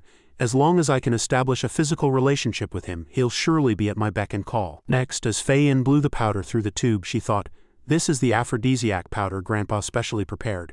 Even a bull would be in heat for 10 days and nights. No one can resist it. If a cow took this, it would take a month of mating just to barely stop. Having finished, Fei Yin muttered resolutely in her mind, "Someone must make a sacrifice for the family." She stood outside watching Ling Fan. When she saw the aphrodisiac powder had spread around him, she thought, he inhaled it. Then, with a hint of hesitation, she gently pushed the door open, still trying to encourage herself. "See to Fei Yin, this is all for the family." On the other hand, Fei Yin felt extremely nervous, murmuring, "This is my first time too. I'm so nervous." A few seconds later, she closed her eyes tightly, mustered her courage and took a deep breath. As she took off her outer robe, she comforted herself. "Stay calm, you can do this. Isn't it just that most primal human instinct? Just think of it as getting a quick injection." Then Fei Yin slowly approached Ling Fan. She felt a change in her own body and asked herself inwardly, "Why do I feel so hot?" Right then, Ling Fan suddenly opened his eyes, turned his head and asked Fei Yin, "What are you doing?" C2 Fei Yin's face was flushed red. "I want to do it with you." Her mind was in a frantic mess. "What's wrong with me? My body has such a strange sensation." Ling Fan immediately became concerned. "You seem to be a bit off," she complained in her heart about Ling Fan's denseness. "I'm already like this and you're only noticing now?" C2 Fei Yin took the initiative to sit on him. "I want it, I'm so hot," Ling Fan replied with an expressionless face. "Are you hot? I can help you." She crawled closer and pleaded, "Help me please." Ling Fan remained polite, soothing Fei Yin with his words, "No problem, my hobby is helping others." A beam of light immediately shot out, flew over the roof beam, and then looped around her slender wrists. C2 Fei Yin was hoisted high into the air. She looked completely blank, not understanding what had happened, while he remained unusually calm. Ling Fan explained plainly, "Master said that as long as one is calm and peaceful, they will naturally feel cool. His most effective way of purifying the heart is to watch his bank balance grow or to hang himself from a roof beam. You clearly don't have much money, so I can only hang you from the beam." C2 Fei Yin struggled, gasping for air in discomfort. "Please let me down. I can't take it anymore. Have mercy." Ling Fan frowned, and sweat began to bead on his skin as well. "Something seems wrong. Are you poisoned?" She decided to be direct. "You're poisoned too. If we don't do that thing, we both might die." Hearing C2 Fei Yin's words, Ling Fan reached out to check his own pulse and thought, "It seems I really am poisoned. It's an aphrodisiac." But Ling Fan didn't panic at all. He just needed to detoxify. Because of the effect of the powder, her voice trembled as she hurriedly tried to stop his next move. "Don't try to force the poison out with your cultivation. You'll suffer a chi deviation. Let's just do it." But Ling Fan moved faster, directly expelling the toxins completely. His tone remained flat. "Chi deviation? Only a poison used by my master would have even a slight chance of doing that." C2 Fei Yin stared with wide eyes. "How is this possible?" Ling Fan asked kindly, "Do you want me to help you detoxify, or should we use the method you mentioned?" C2 Fei Yin's entire body was burning with unbearable heat. "Do it my way. Stand behind me first and take off my kipao." But he let out a bored tisk. "Too much trouble. I'll just help you detoxify." She realized and tried to stop him, but he ignored her and swiftly cleared the poison from her system. C2 Fei Yin felt very aggrieved. "You awful block-headed jerk, am I really that unattractive?" Ling Fan lay back on the wooden board, hugging a soft pillow as he answered, "It's not that you lack charm, but that my karma has already been set." In his mind, the only figure was Zhou Jiaqi. She was still hanging in midair and asked blankly, "What did you say?" Ling Fan was a bit impatient. "You're too much trouble.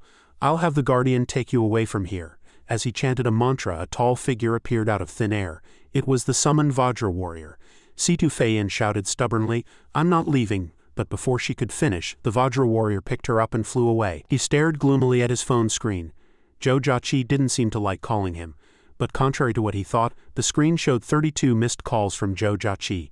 Just 48 seconds ago, Ling Fan broke into a slight cold sweat. 32. He simply stopped worrying about the number of missed calls and fell into a deep sleep on that simple bed. The night passed and the sun rose slowly from between the mountains.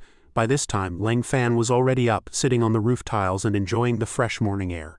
A servant of the Xie family was slowly sweeping the courtyard in front of the door, and happened to see him sitting alone. The crisp chirping of birds echoed in the air. The pleasant sound relaxed Ling Fan's mind considerably. Right then, the servant also leapt onto the roof. Hearing the noise, Ling Fan was a bit startled, but he relaxed upon seeing it was the Xie family servant. At that moment, Ling Fan was inwardly speculating about the other's potentially malicious side.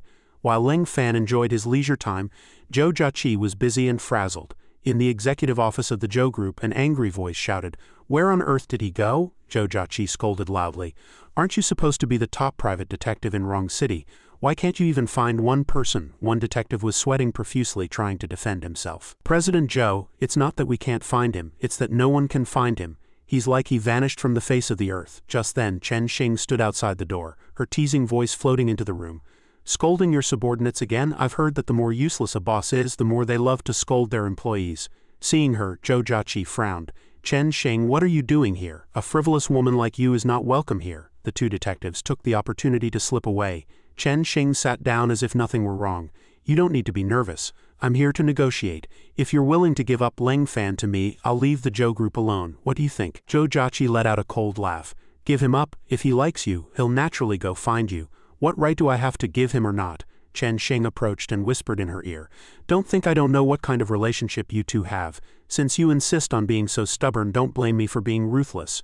But Zhou Jiaqi tilted her eyes and fired back without fear. I'll play this game with you to the end. The employees eavesdropping outside were also shocked by this declaration of war. The female presidents of two major groups were fighting over the same man. This was definitely today's headline news. A blond man said confidently, "Who is Leng Fan? Is he more handsome than me?" His nonsense caused the previously lively atmosphere to turn dead silent instantly. Meanwhile, in the territory of the Jinling Li family, Li Hao said with a fawning look, "Uncle, what wind has brought a great figure like you to my place today?" Li Daodong ignored him completely, turning to ask the person beside him, "Have you heard about the matter with Leng Fan?" Li Yan nodded obediently and replied, "Replying to Grandpa, I have heard." The old man looked at her with great expectation and urged, "I know that kid came for you. Now if you don't make a move, Leng Fan will be snatched away by the Zhou or Chen families. My dear granddaughter, for the sake of our Li family, think carefully about this." She closed her eyes and immediately nodded in agreement. "I'm going to Wrong City tonight. I will find him." Li Daodong ordered in a deep voice, "Don't just find him. You must win his heart and make him stay by your side with total devotion. This is not just an ordinary affair of the heart, it's about preserving the 1,000-year foundation of the Li family. It all depends on you. You must keep this in mind. Leng Fan is a good boy. He and Li Yan weren't originally a match." Li Hao couldn't help but worry as the burden of the entire family was being placed on his daughter's shoulders alone, but she ultimately accepted the command. "Yes, understood, Grandpa. I will make him devoted to me." Meanwhile, in a high-end luxury villa district, it was the Zhou family villa. Zhou Jiaqi walked coldly past the two elders, leaving them with looks of bewilderment. Elder Shu looked over and asked, "Did your granddaughter eat gunpowder today?" At this, Elder Zhou spoke slowly. "Recently, the Chen family from the north has been making trouble for our group. Her bad mood is likely because of that." Elder Zhou continued gently to Zhou Jiaqi, "I've learned enough about the Chen family's methods. That girl named Chen Sheng wants to suppress our company's stock price, but it won't be that easy." Zhou Jiaqi only gave a cold, Suddenly, Elder Shu burst out laughing. "It seems it's not what you think. I suspect it's because of some boy." Suddenly, Elder Zhou noticed the phone in Zhou Jiaqi's hand. He frowned slightly and said, "It seems this girl has truly fallen for Leng Fan." Over here, Zhou Jiaqi was lying on her bed in frustration. "Nasty Leng Fan, stinky Leng Fan, where on earth have you gone? Why hasn't there been even a single call of greeting?" She unconsciously looked at the dialing records on her phone. Zhou Jiaqi had made 134 calls to Leng Fan. She curled her body and fell into deep thought. "I'm so worried about you. Even if you don't like me, at least let me hear your voice. I just need to know you're safe." As for Leng Fan, at this moment he was holding a skewer of plump squid. He thought to himself, "A single skewer of such large squid is enough to be full. Do they go to the ocean to catch these?" The next second he stuffed it directly into his mouth, leaving passers-by staring in dumbfounded shock. He savored it slowly. "It really is delicious. I'm full." Then he sighed with emotion. "The Xie family shrine was too stuffy. I didn't expect to find such gourmet food after coming down the mountain. The human world is truly great." He stopped in front of a large restaurant where the sounds of soliciting rang out. "Come take a look, eat a bowl of sad jelly. Eat one bowl and you'll never be sad again." At this, Leng Fan thought, "Actually, I don't think I'm full yet." Leng Fan sat at a table and began to order. "Ma'am, why is this jelly called sad?" The proprietress blinked and replied, "You'll know once you buy a bowl," he answered. "Then give me a bowl, I'm curious too." The dish was served. "Hello, that's 250 yuan. Are you paying cash or scanning the code?" Leng Fan looked at the contents of the bowl with a long face and thought, "So that's what it means? Ouch, my heart aches for the money. My poor money." Suddenly 2 people appeared. "Let's sit at this table, all the surrounding tables are full," a girl wearing glasses asked. "How did your interview go?" The other person answered somewhat emotionally, "Don't even mention it. They said I have no experience." "Where is someone who just graduated supposed to get experience? Isn't that totally unrealistic? What about you? I heard you're about to go to the Zhou group for an interview, right? But I heard the eldest daughter of the Zhou group has recently been fighting with the eldest daughter of the Chen group over a man. I wonder which guy is lucky enough for that." Leng Fan glanced over out of the corner of his eye and thought, "Are they talking about me?" The blonde girl glared at him. "What are you looking at?" A timid little mouse like you would never have that kind of luck in this life. Someone who can be chosen by two young ladies at the same time must be a super handsome guy and very talented too." After hearing this, he thought with a blank face, "So they aren't talking about me." Suddenly, a man in a suit walked over. "Ladies, are you looking for jobs? I can introduce you to some. The starting salary is 20,000, he said with a smile. "If you want to enter the Joe group, it just takes a word from me." Hearing the tempting salary, the blonde girl said hurriedly, "What kind of job starts at 20,000? The man continued to entice her. "A customs company under the Joe group. This kind of salary isn't even that high, for someone as beautiful as you. If you're sensible, never mind 20,000, even more wouldn't be difficult." Ling Fan gave the other man a cold glance. When did the Joe group start recruiting this kind of trash? This kid is probably targeting these two girls. Seeing the scammer trying to lure her friend, the other girl tried to dissuade her. "Stay calm. How could an interview for this kind of job be so casual?" the guy then suggested. "The company side is also recruiting clerks. For someone with your serious qualities, the starting salary is at least 10,000. Do you want to go take a look together?" Faced with the current situation, the girl with glasses began to hesitate. "I've interviewed with many companies and haven't succeeded once. If there really is such a good job." She finally turned to ask the scammer, "Then what do I need to prepare?" Hearing this, the corners of the guy's mouth turned up slightly. She took the bait, but before he could take another step, someone suddenly brushed away the scammer's hand from the girl's shoulder.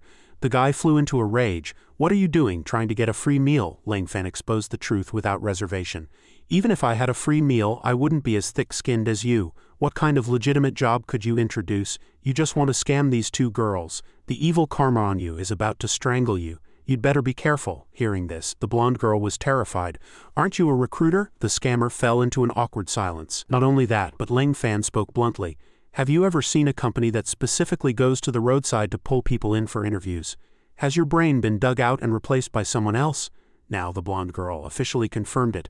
"So you are a scammer." The guy was completely speechless. Thus the scammer angrily grabbed Ling Fan's collar. "Who do you think you are, daring to ruin my plans? Do you know who I am?" Ling Fan was not only unafraid but instead gave a calm warning. "It's not important who you are. What's important is that if you keep doing this you will die." With his abilities, Ling Fan could see that the karmic lines on the man were even more numerous than Elder Shia's, and they were all evil fruits. The scammer pulled out a short blade and blustered, "You dare curse me? I've been in this game for years and I've never seen someone as arrogant as you." Unexpectedly, Ling Fan simply flicked a finger and the blade snapped into two pieces. "Well, you've seen one today." Ling Fan's action immediately put the man on guard. "This kid broke my dagger with just a finger. He's not simple. I have to use that move." He struck a fighting pose. "I'll kill you." But before the scammer could move, the broken blade was already pressed against his neck, making him howl in pain. The people in the shop were so scared they all ran outside. "Murder? Wait, why are we running? Let's watch the drama." With that, the crowd of gossip seekers rushed back in. Ling Fan questioned him coldly. "So this is how your bad karma was formed? Just how many people have you scammed?" By now, the scammer was completely terrified, pleading, "Whatever you say, just please don't kill me, I beg you." The onlookers whispered among themselves, "Daring to pull a knife in broad daylight. Is there no law left in this world? The blade is in pieces. He looks ordinary, but he's a cold-blooded demon who kills without blinking." Ling Fan turned to the two girls from earlier for help. "Can you two testify for me? He injured himself, it has nothing to do with me." But the two girls exchanged a glance, tacitly thinking never get involved in this kind of mess. Avoiding trouble is the wise choice. The two girls immediately slipped away. "We didn't see anything." Seeing this, the scammer pushed his luck. "I need to go to the hospital or I'm dead. Give me 1,000 yuan and I won't call the police." Ling Fan actually agreed. "I see, you want 1,000 yuan? Then come home with me to get it." He recalled his master's words. "The karma of the mortal world is a mess. I think I'm starting to understand now." The scammer continued to wail. "I'm so badly hurt, how can I walk?" Onlookers chimed in sympathetically. "Exactly, he's injured. Are you taking him home just to finish the job? This kid looks shifty." Ling Fan suddenly reached out, grabbed his collar, and lifted the scammer into the air. "Since you want to disrupt karma, I'll play along for once." The man never expected this. "I'm doomed. Since when could you fly?" Beneath the tall ancient trees illuminated by the sun, the scammer had nowhere to run. "What did you bring me here for? Let go of me." Ling Fan looked at him with a calm and steady expression. "Do you know who I am?" Seething with rage, the scammer shouted at Ling Fan, "I don't know and I don't want to know. If you don't pay up today, you're dead." Hearing this, Ling Fan smiled involuntarily and said softly, "No problem." Shortly after, the scammer was hanging upside down from a tree tied tightly with a green rope. Ling Fan provoked him, "Since you don't know, I'll be going now," the man could only roar in humiliation. "I'm a scammer, take me back, let me go." His rage burned even hotter, his face filled with anger and hatred. "Tell me your name," Lang Fan didn't shy away, replying, "Fine, I'll tell you. I never hide my identity. My name is Zhao Rishan. If you have the guts, go to the Zhao family to collect your money." As Lang Fan walked away, he thought to himself, the Zhao ancestor has gained yet another piece of bad karma, how pathetic.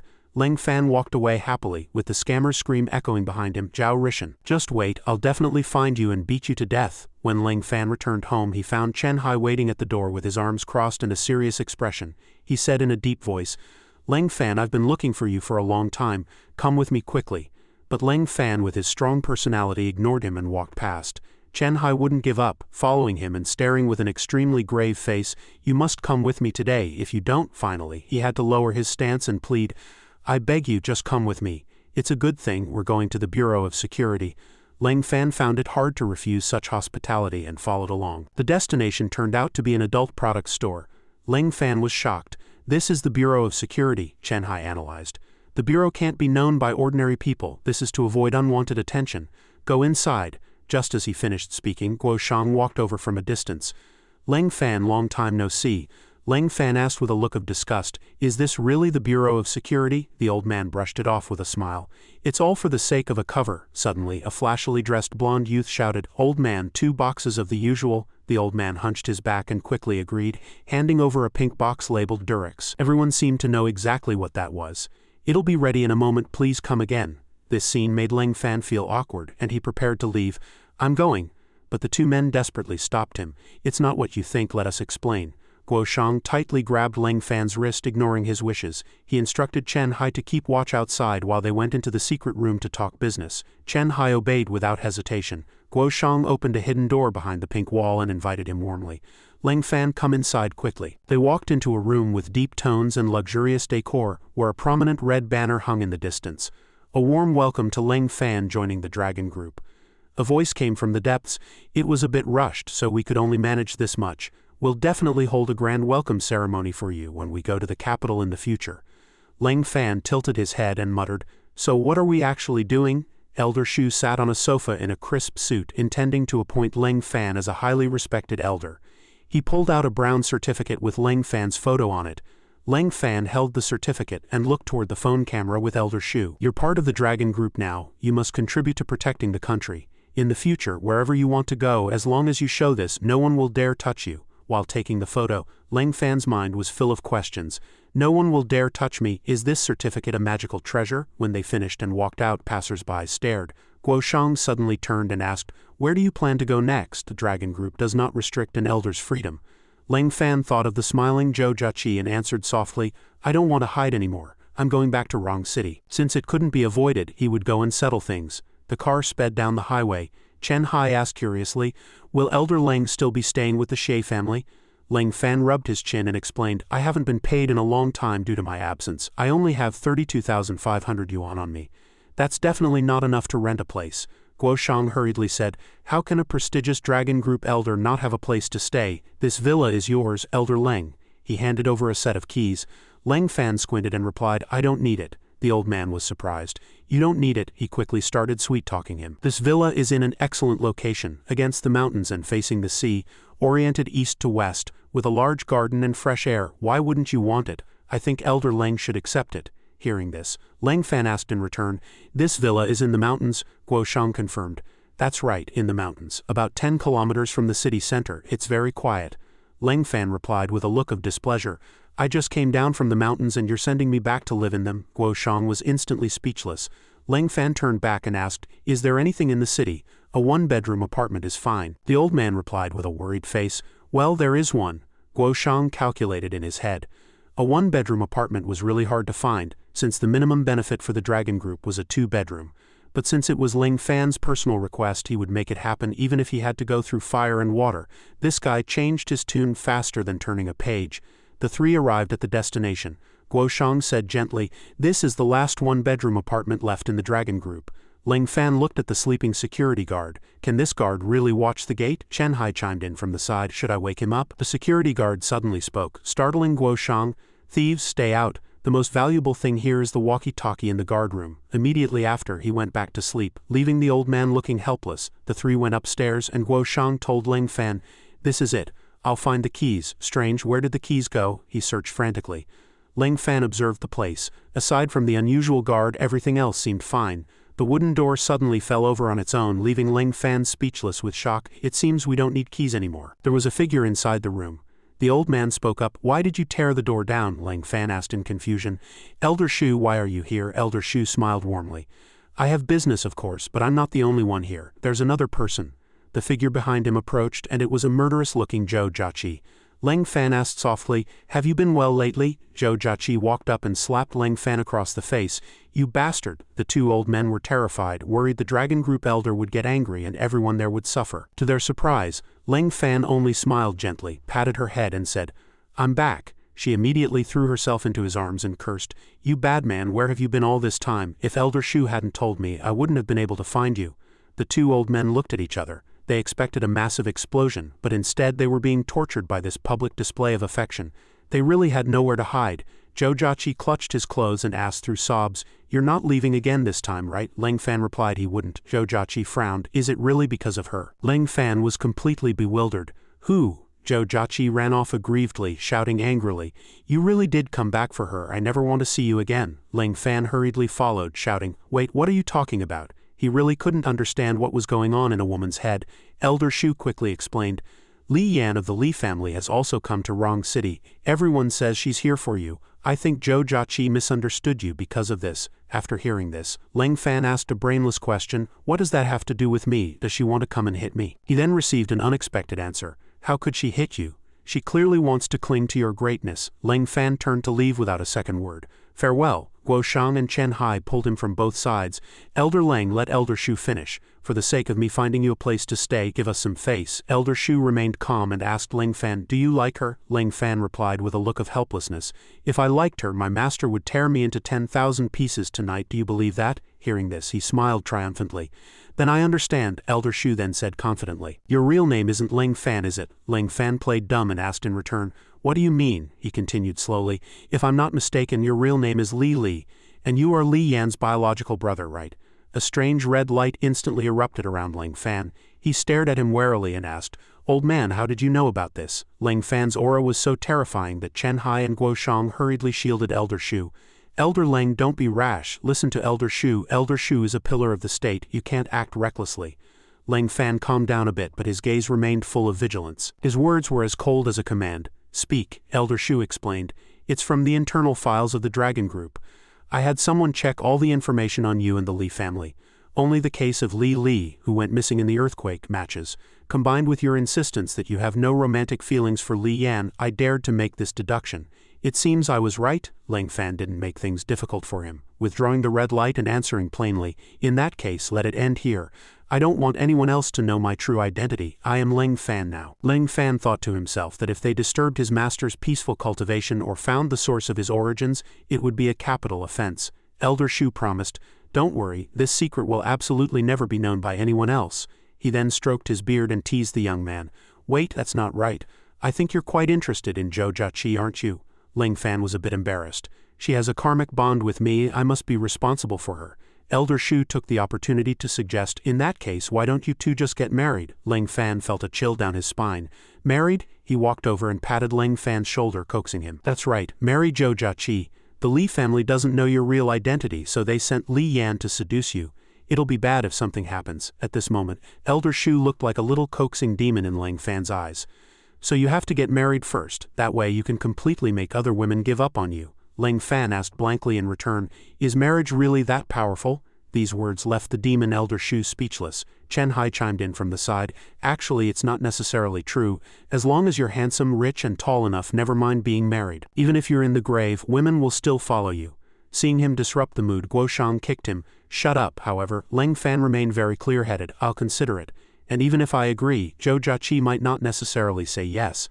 Let me rest, I have things to do tomorrow." Elder Shu asked, "What do you want to do tomorrow?" Ling Fan acted profound and said, "Go to work." The next day, inside the Shay group, a female voice rang out, "Isn't this Leng Fan?" Leng Fan, dressed in a handsome suit, walked in surrounded by female colleagues. "Young Master Leng, long time no see, you actually came back, we thought you'd resigned." While everyone was chatting happily, a sharp shout made everyone flinch. "Chatting during work hours? Do you want your pay docked?" Yuan walked over with a sour expression, making the employees tremble with fear. She glared at them and said seriously, "Shut up, come to my office." Watching Yuan's back as she entered her office, Leng Fan speculated to himself, "Go to her office, is she going to fire me?"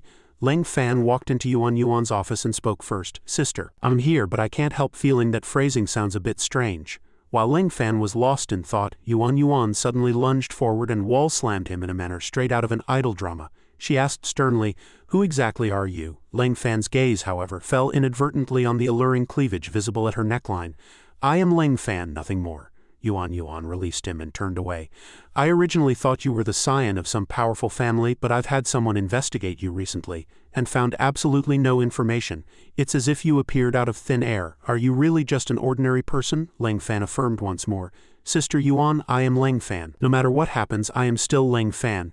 Just treat me like you did before." Yuan picked up some documents to flip through as she replied, "Fine then, come out with me in a bit." He asked slowly, "Where to?" Yuan looked back and answered, "To see the goddess of the Republic, the superstar Li Yan." A whirlwind of thoughts crossed Leng Fan's mind. "Li Yan? That old man said she came here for me. Going to see her now, isn't that just looking for trouble? But the longer this is delayed, the more troublesome it becomes. Might as well settle it once and for all. What's there to fear?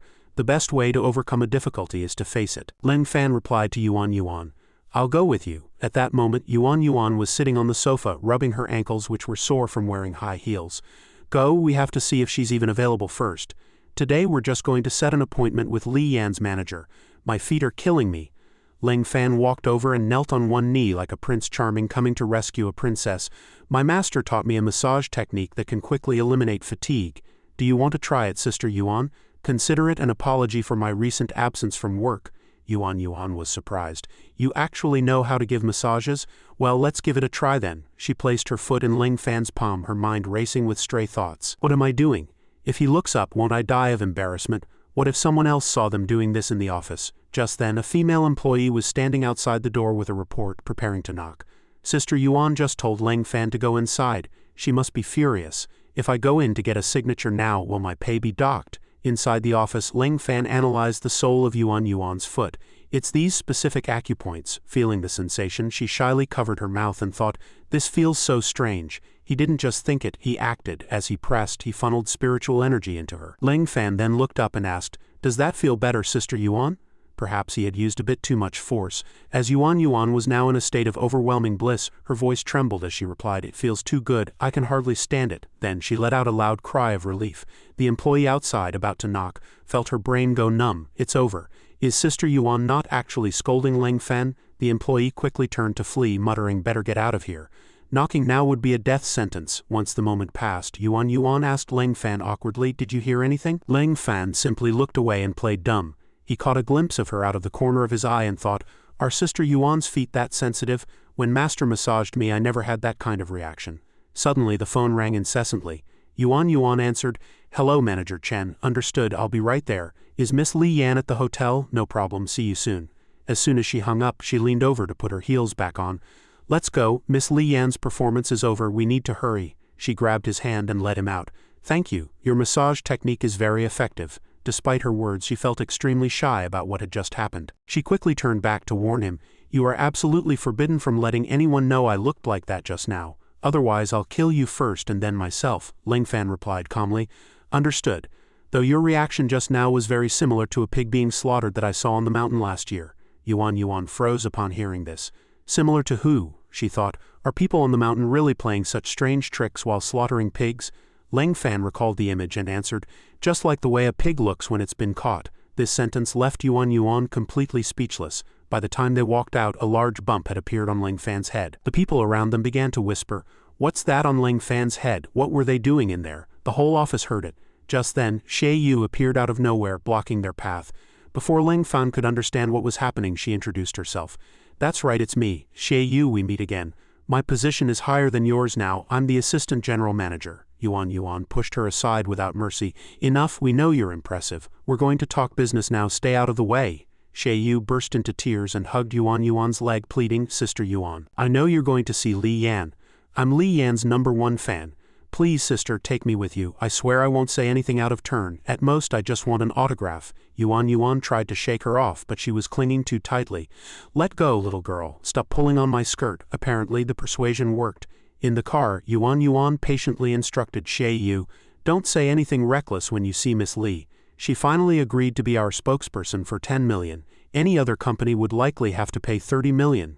Xie Yu nodded obediently. She turned to ask Leng Fan, where have you been lately? So many people have been coming to our house looking for you, especially beautiful girls, more than I can count, he replied blankly.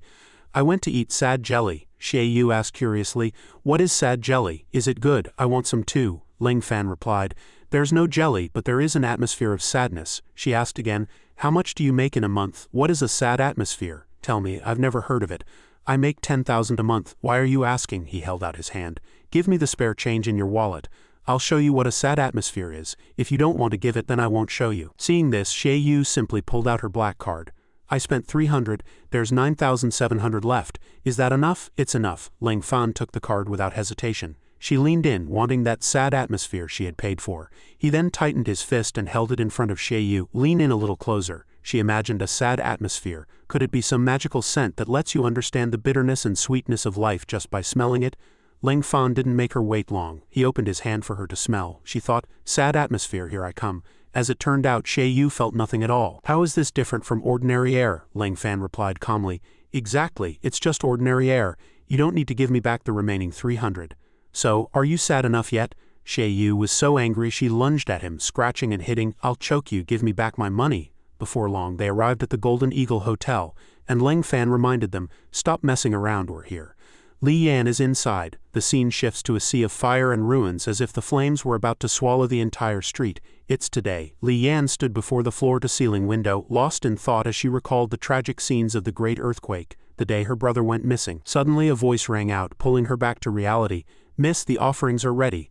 Li Yan replied, understood. I'll go once the people from the Xie group arrive. At the meeting place, Li Yan's fans were packed so tightly not even water could flow through. The crowd took turns shouting, Li Yan, I love you. Li Yan, I like you. Li Yan forever. Yuan felt helpless seeing this.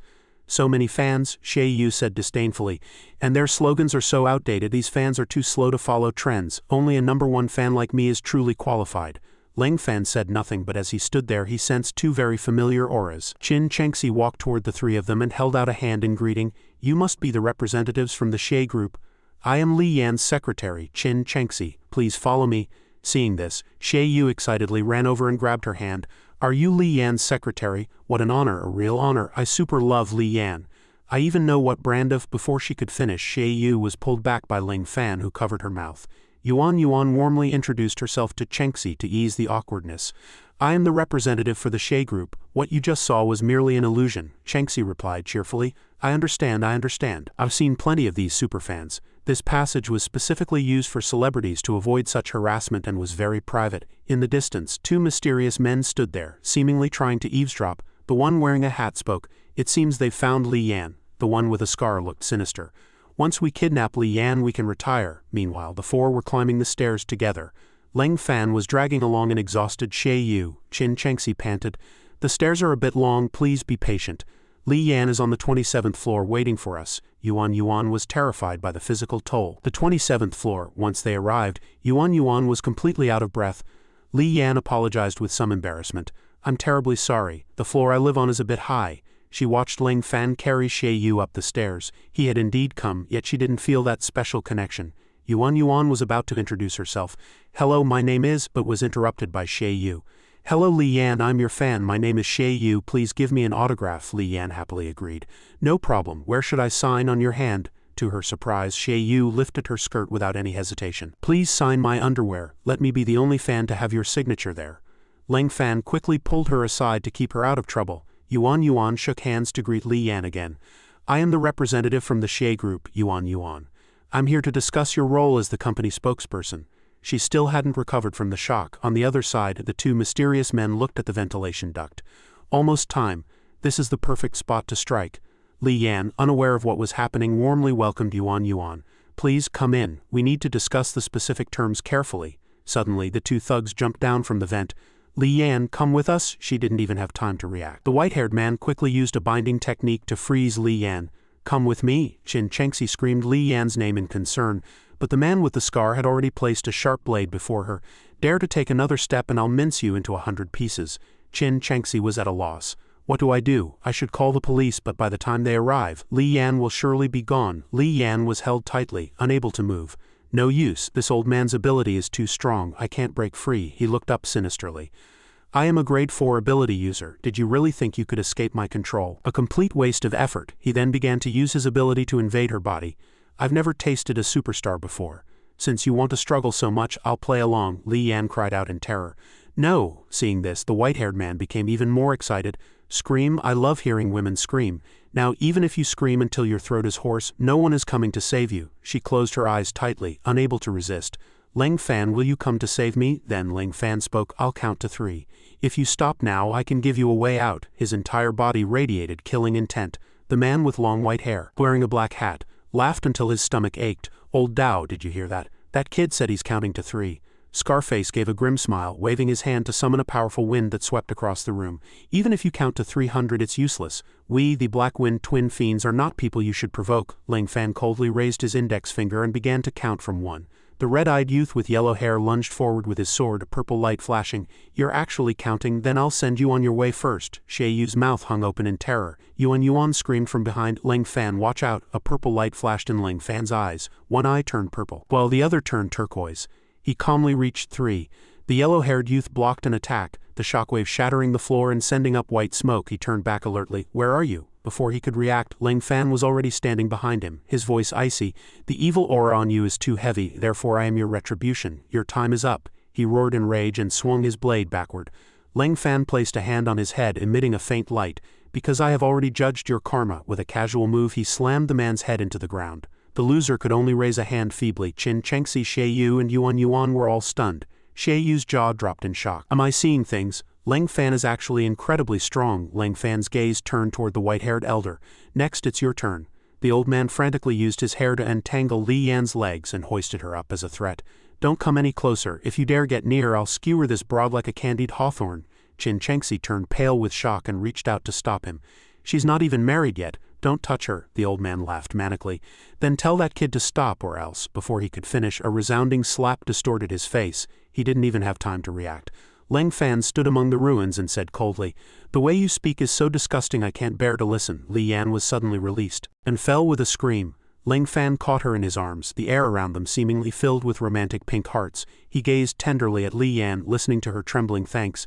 Thank you, Ling Fan replied seriously. You need to improve your strength quickly, no one can protect you forever. Her face turned red as she thought, is that look in his eyes worry for me?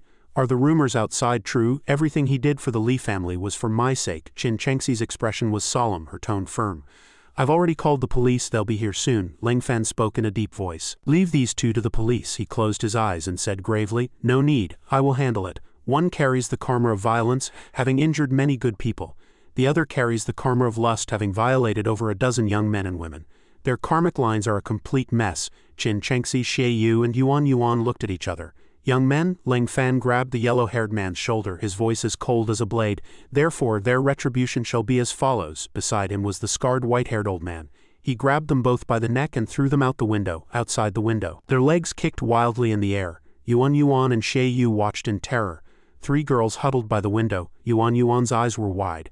Heavens, being thrown from this height, they'll surely be smashed to pieces. Qin Chengxi shouted in horror. Oh no, they hit a police car. Xie Yu's face was deathly pale. The police saw us, it's all over. Tears welling in her eyes, Xie Yu asked worriedly, What do we do now? Is there surveillance here? Yuan tilted her head and thought for a moment before answering.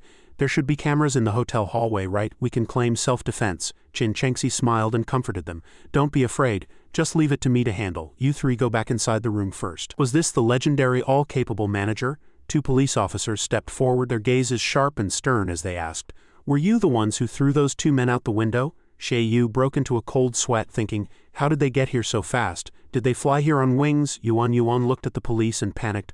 What do I do? If we really get arrested, then Ling Fan stepped out from the room and spoke decisively. I did it. Xie Yu looked at him, her heart filled with respect.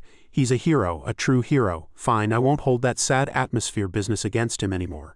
Meanwhile, Yuan silently told herself she needed to be even bolder. She looked at Ling Fan, lost in thought. She hadn't expected this kid to be so loyal and principled. Her eyes were filled with worry as she said in a heavy tone, "But even so, this won't save Li Yan's reputation. Nearly being defiled, news like that isn't exactly good for her image. A product must maintain its value to yield profit." The police officer frowned and barked. "Kid, you?" Li Yan quickly explained, her voice urgent. "Officer, he only did it to protect me from those thugs. She blushed as she recalled that terrifying moment, her voice suddenly choking up. The officer frowned and asked seriously, "What did they do?" Li Yan cried out, her voice full of grievance. "How could I possibly say such things out loud?" Shi took Li Yan's hand and said calmly, "It's nothing. Li Yan is exhausted. She needs rest. Regardless, this kid is the one who threw them out. You can direct all your questions to him." Li Yan turned her head in surprise and shouted, "Sister Chen, what are you doing?" Shi glared back. "What do you think you're doing? Do you have any idea how much effort I put into molding you into the national goddess you are today? Once you're embroiled in a criminal case, all our years of hard work will go down the drain. Our rivals are watching like hawks. They'll surely take the opportunity to blow your charges out of proportion. They will spread rumors like crazy. Don't let a moment of bravery ruin your reputation." Li Yan lowered her head and whispered, "I'm sorry, Sister Chen." In the hallway, Li Yan, sporting her short silver hair and wearing a blue backless evening gown, approached with graceful steps, leaving Shi stunned and bewildered. Li Yan stepped forward and said firmly, "Officers, Mr. Ling Fan only intervened because those two men tried to kidnap and humiliate me. He is a good man, I can testify to that." She looked directly at the police and said earnestly, "So please do not arrest the wrong person. If you need any evidence, I will provide everything." The officer gave a slight smile. He gave a thumbs up and marveled, "I didn't expect our national goddess to be so loyal and righteous. However, I'm not here to arrest him. On the contrary, I'm here to present him with an honorary banner." Li Yan's eyes widened in surprise. "An honorary banner?" Ling Fan's voice suddenly rang out. "Those two were illicit fugitives, weren't they? Dead or alive, the public security organs offer a reward. I was doing a good deed by throwing them out the window," Li Yan blurted out with wide eyes. "So I was worried for nothing just now." The officer patted Ling Fan on the shoulder and laughed. "You've got a bright future, kid. Catch more criminals in the future. When you do, come to the station boldly to claim your rewards." Ling Fan replied expressionlessly, "No problem, but you should increase the reward money. I'm actually quite poor." Xie Yu grumbled from a corner, "Ling Fan poor? My foot, he just swindled me out of my entire month's allowance." Yuan looked at Li Yan with a solemn expression. "Miss Li Yan, regarding our collaboration." Li Yan looked at everyone and interrupted in a serious tone, "Wait a moment, I have one more thing to announce." Shi frowned, asking in surprise, "What else do you have to announce? You only just barely escaped danger." Li Yan turned toward Ling Fan and called out his name loudly. Ling Fan turned back, his gaze confused. Li Yan tightly hugged Ling Fan's arm. She said with confidence, "What I want to announce is that Ling Fan is actually my fiancé." Upon hearing this, Yuan, Xie Yu and Shi were all dumbfounded, their eyes filled with horror. Yuan asked in surprise, her voice trembling, "Is this true?" Xie Yu burst into tears, her voice stammering and confused. "My goddess is actually—" Li Yan clung to Ling Fan's arm and looked at everyone, her tone certain. "It's true. He has already met my parents." Xie Yu was so shocked her eyes rolled back and her nose started running. Behind her, Yuan was equally stunned, her eyes wide as if she had been electrocuted.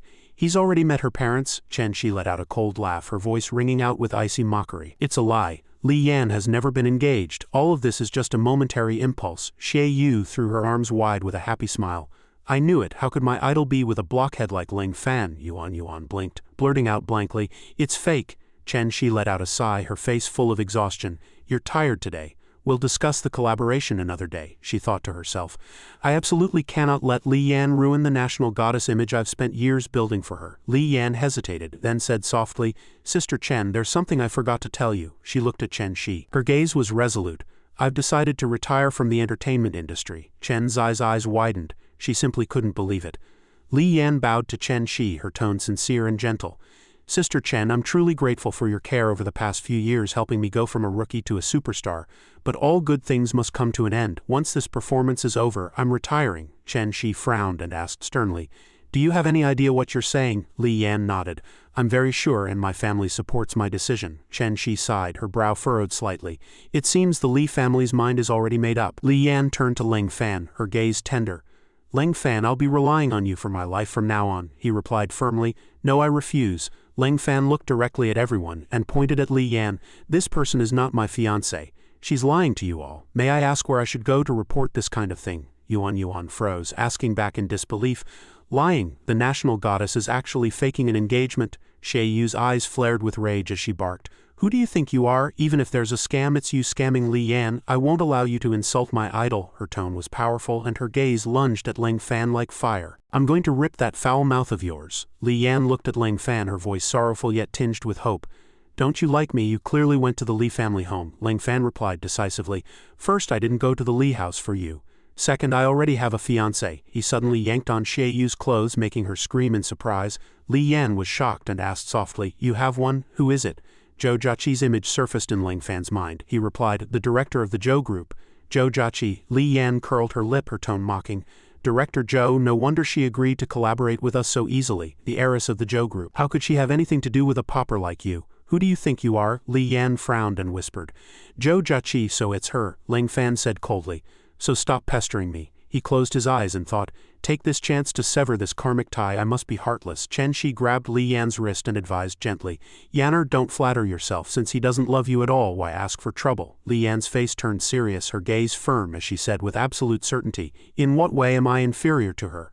I must complete the mission the elders gave me. Ling Fan shot back coldly, You are inferior to her in every way. She is my fiancé. Suddenly a voice rang out, I don't agree with Zhou Jiaqi being your fiancé. Under the hazy lights, Chen Xing appeared. She had long, silky purple hair and wore a form-fitting, sexy red evening dress. Her gaze was sharp and her tone commanded authority. I won't allow it. Zhou Jiaqi isn't worthy of you at all. No one can marry you except me, Chen Xing. Chen Xing's appearance shattered Yuan and Xie Yu's worldview. Xie Yu's eyes widened as she asked in surprise, Chen Xing, the heiress of the Chen group, she likes Ling Fan too. Meanwhile, Yuan's obsession reaffirmed her belief. I knew it. Ling Fan really is a super rich heir. Seeing reinforcements arrive, Ling Fan thought her timing was perfect. His word alone probably wouldn't have been enough to make Li Yan give up. Li Yan mustered her courage to challenge her. Miss Chen, you have no relationship with Ling Fan, do you? We are discussing private matters. Please leave. The two stared at each other, the air thick with tension. Chen Xing shamelessly struck a cunning pose, wagging her index finger. No relationship, you couldn't be more wrong. My relationship with Ling Fan is much deeper than you can imagine. The keyword hidden story instantly reached everyone's ears. Even Li Yan blushed, whether from anger or annoyance, clenching her fists and stammering. You're lying. Xie Yu joined in from behind, blushing as well. Wow, she really stunned the entire room right off the bat. Unable to refute, Li Yan turned to Ling Fan. Say something, are you in on this lie with her? Before Ling Fan could answer, Chen Xing leaned into Li Yan's ear and said, He doesn't need to explain to you, I'll prove it to you myself. With that, Chen Xing hugged Ling Fan and kissed him in front of everyone. This bold move left Xie Yu and Yuan in a state of shock, their hearts screaming, Good heavens, this heiress of the Chen group is way too audacious. Qin Chengxi seemed to see through their intentions, merely standing to the side with a faint smile. She thought to herself, Well done, this is the only way to make Li Yan completely give up on him. That way, Li Yan won't give up her acting career. How can a woman live solely by depending on a man? Li Yan, wake up. Meanwhile, Li Yan stood frozen, unable to accept it, only able to mutter the word. You, Chen Xing quickly made an excuse to take Ling Fan away. Can I take you out for lunch? Ling Fan agreed, his tone devoid of any emotional fluctuation. Xie Yu, however, was fully convinced. Did they just finish serving dog food only to take him out for a private showdown? Chen Xing turned back and asked in a provocative tone, Superstar Li, do you believe it now? Li Yan stood dazed. When did you two meet? How is this possible? No one answered the question. Chen Xing walked away arm in arm with Ling Fan, not forgetting to wave goodbye. Goodbye, Superstar. See you around. Yuan and Xie Yu tried to chase after them, shouting, Ling Fan, wait for us, but were blocked by Chen Xing's bodyguards. They tried to be reasonable. Ladies, show some sense. Our miss is going on a date with Mr. Ling Fan. If you follow along, you'll be some very obvious third wheels behind them. Qin Chengxi patted Li Yan's shoulder in comfort. It's fine, for a superstar like you, what kind of man couldn't you find? Li Yan's gaze held a hint of sorrow. Though she agreed verbally, she felt a wave of relief in her heart. She wondered why being rejected by him actually made her feel like she could breathe again. Watching the two walking arm in arm by the elevator, Li Yan thought, and I even feel like wishing him happiness. How strange. On Chen Xing's side, she looked at Ling Fan with a playful gaze. I did you a huge favor this time. He quickly withdrew his hand and replied coldly, I appreciate the sentiment. Tell me, what do you want? Thank you for helping me reject Li Yan just now. You can have whatever you want, she asked Ling Fan shrewdly. Really, anything. Ling Fan only wanted to be even, replying, I don't want karmic lines to be tangled. Since I said it, I will do it. Chen Xing licked her lips craftily. Fine. As soon as they entered the elevator, she frivolously pounced on Ling Fan and hugged him. "I want you right now." She pressed herself against his hot body, her hands roaming restlessly over him. "Devour me right here. You're the one who said I could have whatever I want." In the surveillance room, an observer suddenly stood up and exclaimed, "Come here, look at this." It turned out that Chen Xing's seductive actions and hot body were being captured perfectly by the camera. Several male employees in the surveillance room marveled at the screen. They really know how to play. There are cameras in the elevator, you know. This girl's body is so hot, how come I don't have that kind of luck? Inside the elevator, Chen Xing continued to writhe her body to seduce Ling Fan. "Hurry, give it to me. Didn't you say I could have whatever I want?" Ling Fan was backed into a corner, drenched in sweat, thinking he might have bragged a bit too much. If this continued, today might actually. A female employee in the surveillance room noticed the commotion and thought, "What are they doing? Why do they look so creepy?" As she approached, the explicit sounds reached her ears. "Hurry up, touch me." She quickly walked to the microphone and announced, "Please calm down, you two. There are cameras in the elevator." Another employee was surprised. "Captain, why are you here?" The speaker in the elevator issued a warning. "Do you two intend to broadcast this to the entire city?" The two immediately froze in place. They quickly exited the elevator and went outside the hotel. Chen Xing cursed angrily. "Bastard, who came up with the idea of putting cameras in elevators?" Ling Fan, on the other hand, let out a sigh of relief. Thank goodness there were cameras. He then bid her farewell. "Since things are settled, I'll be going now. Goodbye." How could Chen Xing let Ling Fan leave so easily? She grabbed his hand and asked, "Leaving without doing anything? Is my body not attractive, or do you think I'm flat-chested?" Ling Fan stared straight at the heaving curves before him and asked back, "Flat?" Chen Xing followed up with some extremely enticing words. "Why don't you feel for yourself, or we can find a private place to study it properly?" He refused decisively, leaving only the words, "Goodbye." Chen Xing quickly chased after him to explain. "I was joking, only joking." Ling Fan continued to use work as an excuse. "It's working hours, I have to get back to the company, goodbye." She asked frankly, "What's your daily wage?" He answered honestly. "About 300 yuan, I think." Chen Xing pulled out a stack of cash and proposed, "Here's 2,000 yuan. Take it and stay with me for the day." Ling Fan reached out to stop her, refusing righteously. "I am not the kind of person who can be bought with money. If money can't solve it, then more money will." She boldly added a zero to the end. 20,000 thus. Ling Fan's integrity didn't last long before bowing to the cash. Stuffing the money into his pocket, he said, "As long as it's not over the top, I can reluctantly accept." Chen Xing asked again, "What counts as over the top?" He replied immediately, "Anything involving a physical transaction." Chen Xing asked helplessly, "Then the mental level is fine, right?" A breeze blew by as Ling Fan turned back, revealing a perfect profile. "Mental transactions, there's no such thing." She let out a soft laugh. "Got it. Then come have a meal with me." As they walked and talked, Ling Fan said casually, "Actually, you could have threatened me by telling Li Yan the truth." Chen Xing replied happily, as if she had been enlightened, "You're right, so if you don't obey me now, I'll tell her everything." She pointed at Ling Fan's forehead and said, "I'm just teasing you." Chen Xing smoothed her hair and explained, "I really want to be with you, to have you fall for my body and my soul.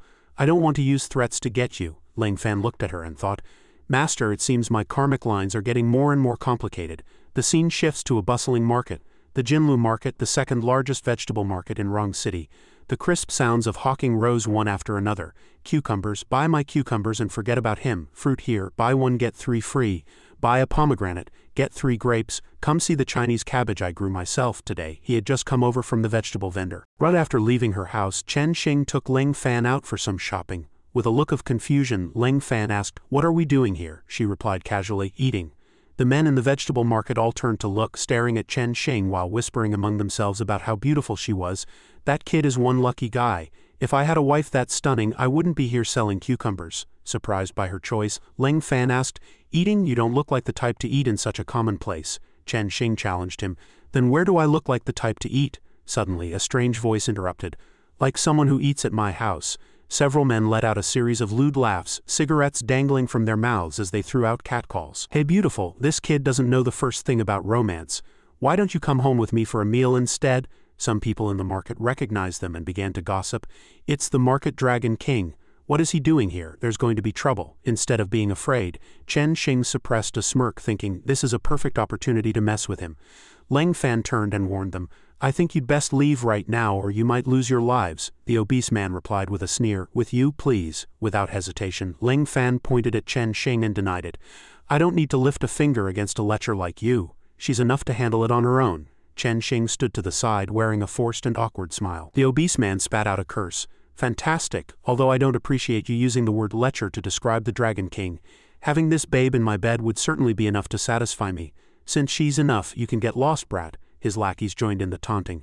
While our Dragon King is still in a good mood, beat it or we'll break your legs. Lang Fan stared innocently at the fat man's head and asked, You're a Dragon King, then where are your horns? Enraged, the man lunged forward, grabbing Lang Fan's collar and roaring, I am the Dragon King of this market. I'm asking you one last time, are you leaving or not? Lang Fan threw him aside effortlessly and replied, What kind of Dragon King has no horns? Stay away from me.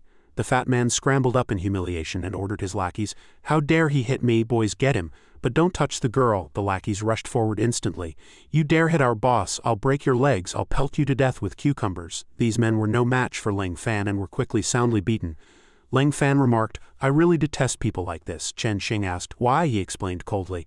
They were all leering at your body. It's strange. Is it that as long as a woman is somewhat beautiful, she becomes a target for these pieces of human trash? The term femme fatale doesn't actually have some deep meaning. It's just that when a man becomes useless after obtaining a beautiful woman, he pushes all the blame onto her. I simply hate people like that. The fat man retreated in terror, stammering, Don, don't come any closer. Chen Xing murmured, You really aren't afraid to speak the hard truth, are you? The two turned and walked away. Lang Fan continued to speak volubly. It's not just the hard truth, it's the law of causality. Ordinary people like you can only rely on what you hear, but what I see is the truth behind them. The fat man cursed in a fit of rage. Fine, you brat, just you wait. A vegetable farmer looked down at the cabbages on the ground with heartache. My poor cabbages. The two arrived at a famous shop, and Chen Xing introduced it. This is where I wanted to treat you to a meal. Let's head in. Lang Fan looked at the long line ahead and asked in confusion, It seems there are no seats left. Is it that famous? A bit strange. Lang Fan observed the owner kneading dough and appraised. This owner seems unusual. Chen Xing asked with a smile. How so? Lang Fan analyzed bluntly. He looks to be in his 60s or 70s, but he's actually hundreds of years old. He's an ability user, and I suspect he's already broken through to the innate realm. She covered her mouth and laughed. You guessed everything else right, but the last part is a bit of a pity. Chen Xing looked at old man Yang, who was still focused on the dough, and explained, Grandpa Yang is indeed over 60, but he has actually been suppressing his realm. He's never broken through to the innate level. Lang Fan asked in surprise, Don't all humans want to reach the innate realm? Why would he suppress his own level? Old man Yang suddenly chimed in. Because I can't bear to let go of this craft, and I don't want to go looking for death. Lang Fan looked at him and asked, Does reaching the innate realm mean death? What do you mean by that? He continued to knead the dough diligently while explaining. In the literal sense, young man. Many things in this world are not as simple as they appear. There is always a higher mountain and a stronger master. Inside the shop, Boss Yang served each of them a bowl of noodles. Because Lang Fan was also an ability user, he advised Chen Xing, Little girl, stop hanging around with these kinds of people. Chen Xing joked. Grandpa Yang, you're overthinking it. He's not like the others, right? Before Chen Xing could finish her sentence, she turned to see Lang Fan already slurping down his noodles. He marveled as he ate. These noodles are incredible. Can I have another bowl? Old man Yang agreed heartily. Of course you can. Not long after, Lang Fan patted his stomach in satisfaction and said, Finally full. Old man Yang remarked, This kid sure has an appetite. Lang Fan sat up straight and didn't forget to remind her, Grandpa Yang, I'm full, so let her pay. Right now I'm only curious about one thing. What exactly did you mean earlier? Why would reaching the innate realm mean death? Old man Yang crossed his arms and asked coldly, You're in the innate realm, aren't you? Young man, I can't see through your strength, but if I'm not mistaken, you've already been recruited by the Dragon Group. After Lang Fan confirmed this, he pulled out his Dragon Group Elder ID and said, I am an elder of the Dragon Group. But is there a problem with that? Old man Yang lit a cigarette and said plainly, It means you are about to go to war with Western ability users. Both my son and grandson died at their hands. Lang Fan asked in return, Western ability users? He secretly recalled hearing Old Chin mention them once.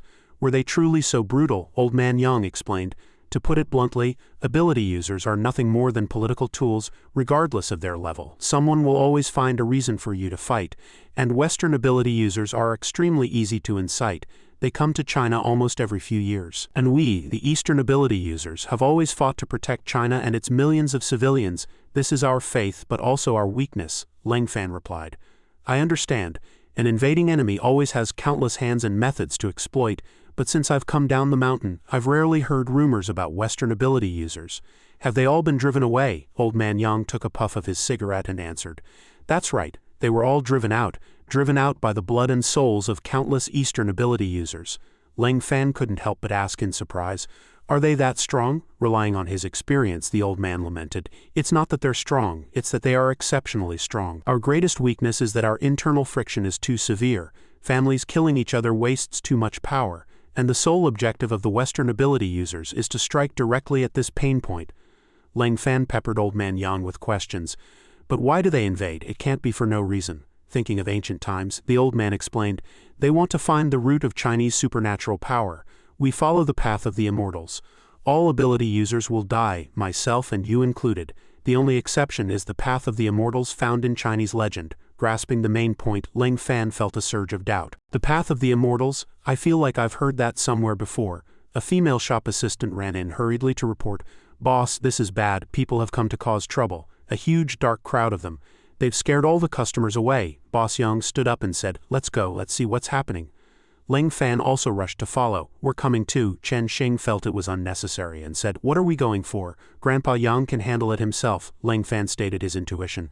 I feel that the people coming this time are related to our karma. Hearing this, old man Yang looked at him with newfound respect. It seemed this young man had a very kind heart. It turned out the thug who had been beaten for harassing Chen Xing earlier had gone to complain. Brother Zhen Long, the kid is hiding right here. I saw him go in with my own eyes. Him hitting me is the same as slapping the face of our true dragon gang.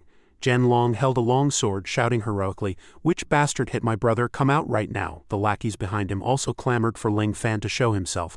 Boss Yang walked out with Ling Fan.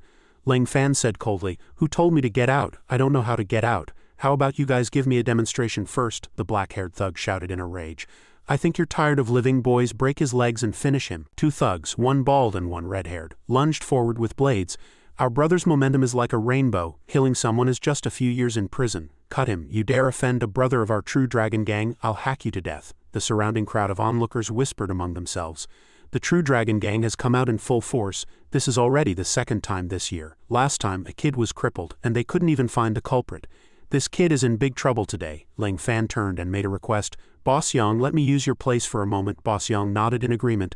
How will you use it? Ling Fan replied as he struck the red-haired thug's jaw. Causality is a cycle and retribution is about to fall upon you. With a burst of spiritual energy, Ling Fan instantly leveled 3 of the thugs. Rubbing his hands, he threatened them syllable by syllable.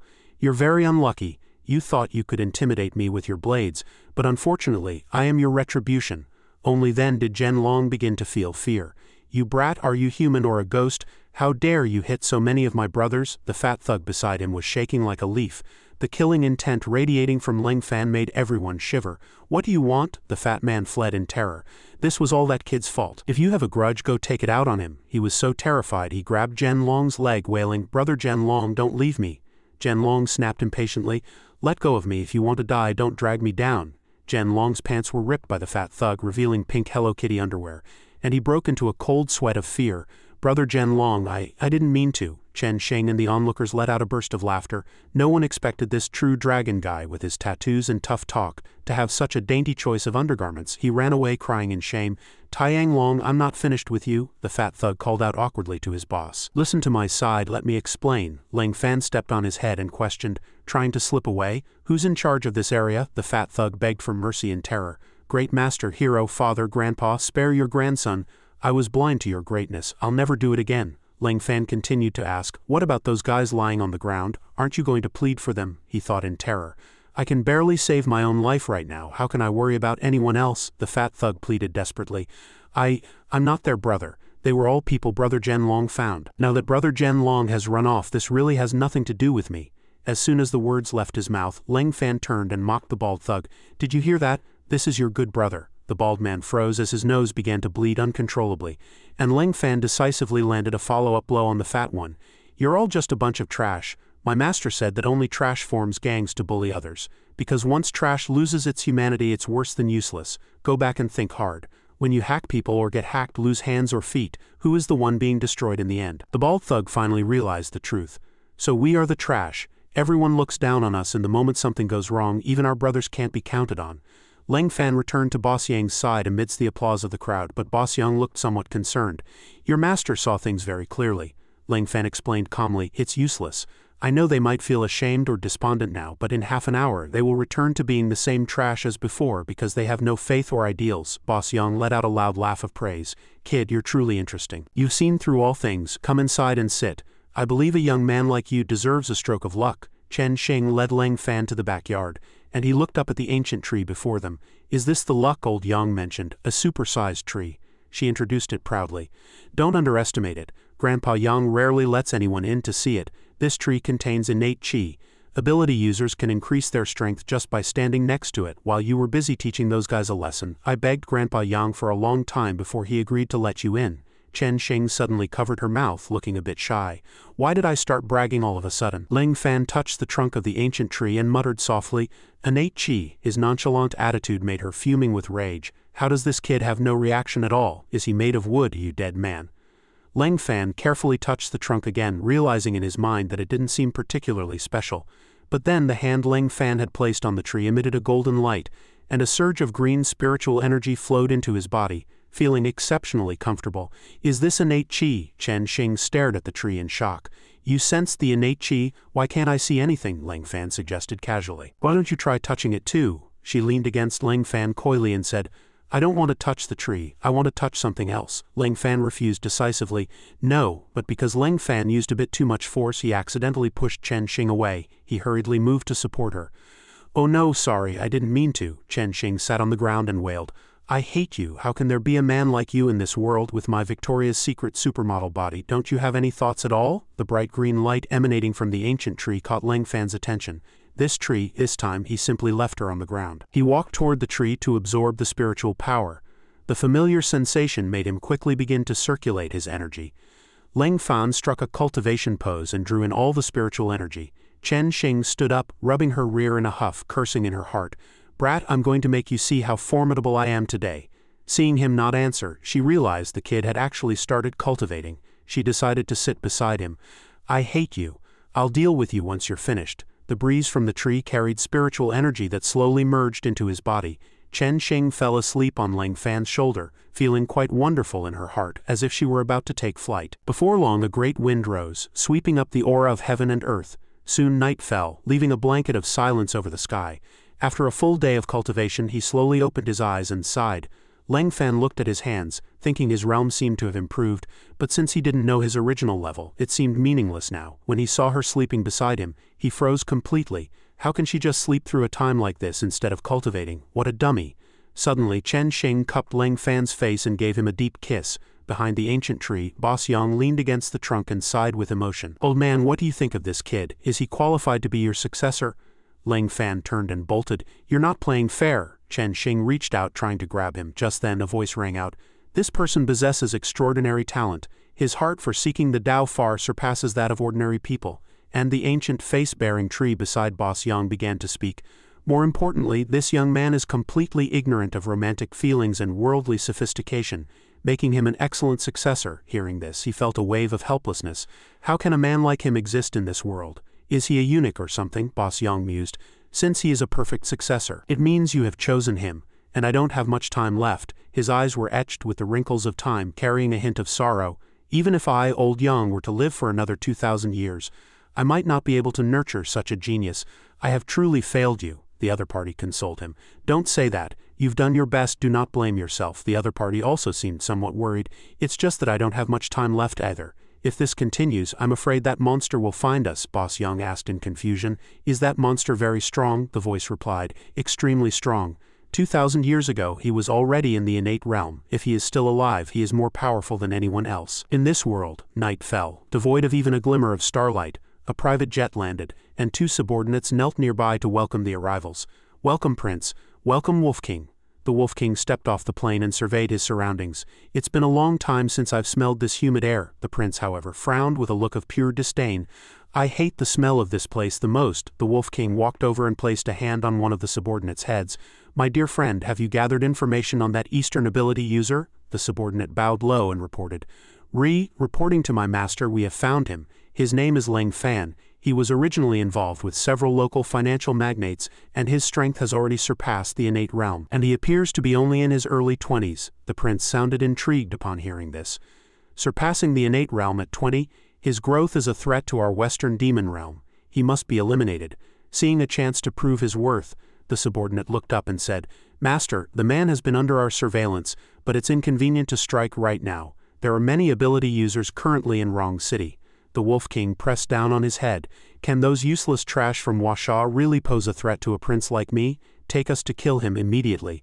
Once the task is done, I will reward you with 30 18-year-old virgins. It's been a long time since I've tasted a Washaw woman." The subordinate replied in terror, Yes, under the pitch-black night sky." Leng Fan was staring curiously at the cutlery in front of him. "Can this thing really be used to eat?" Chen Xing sat opposite him, propping her chin on her hand. "You truly have no sense of atmosphere.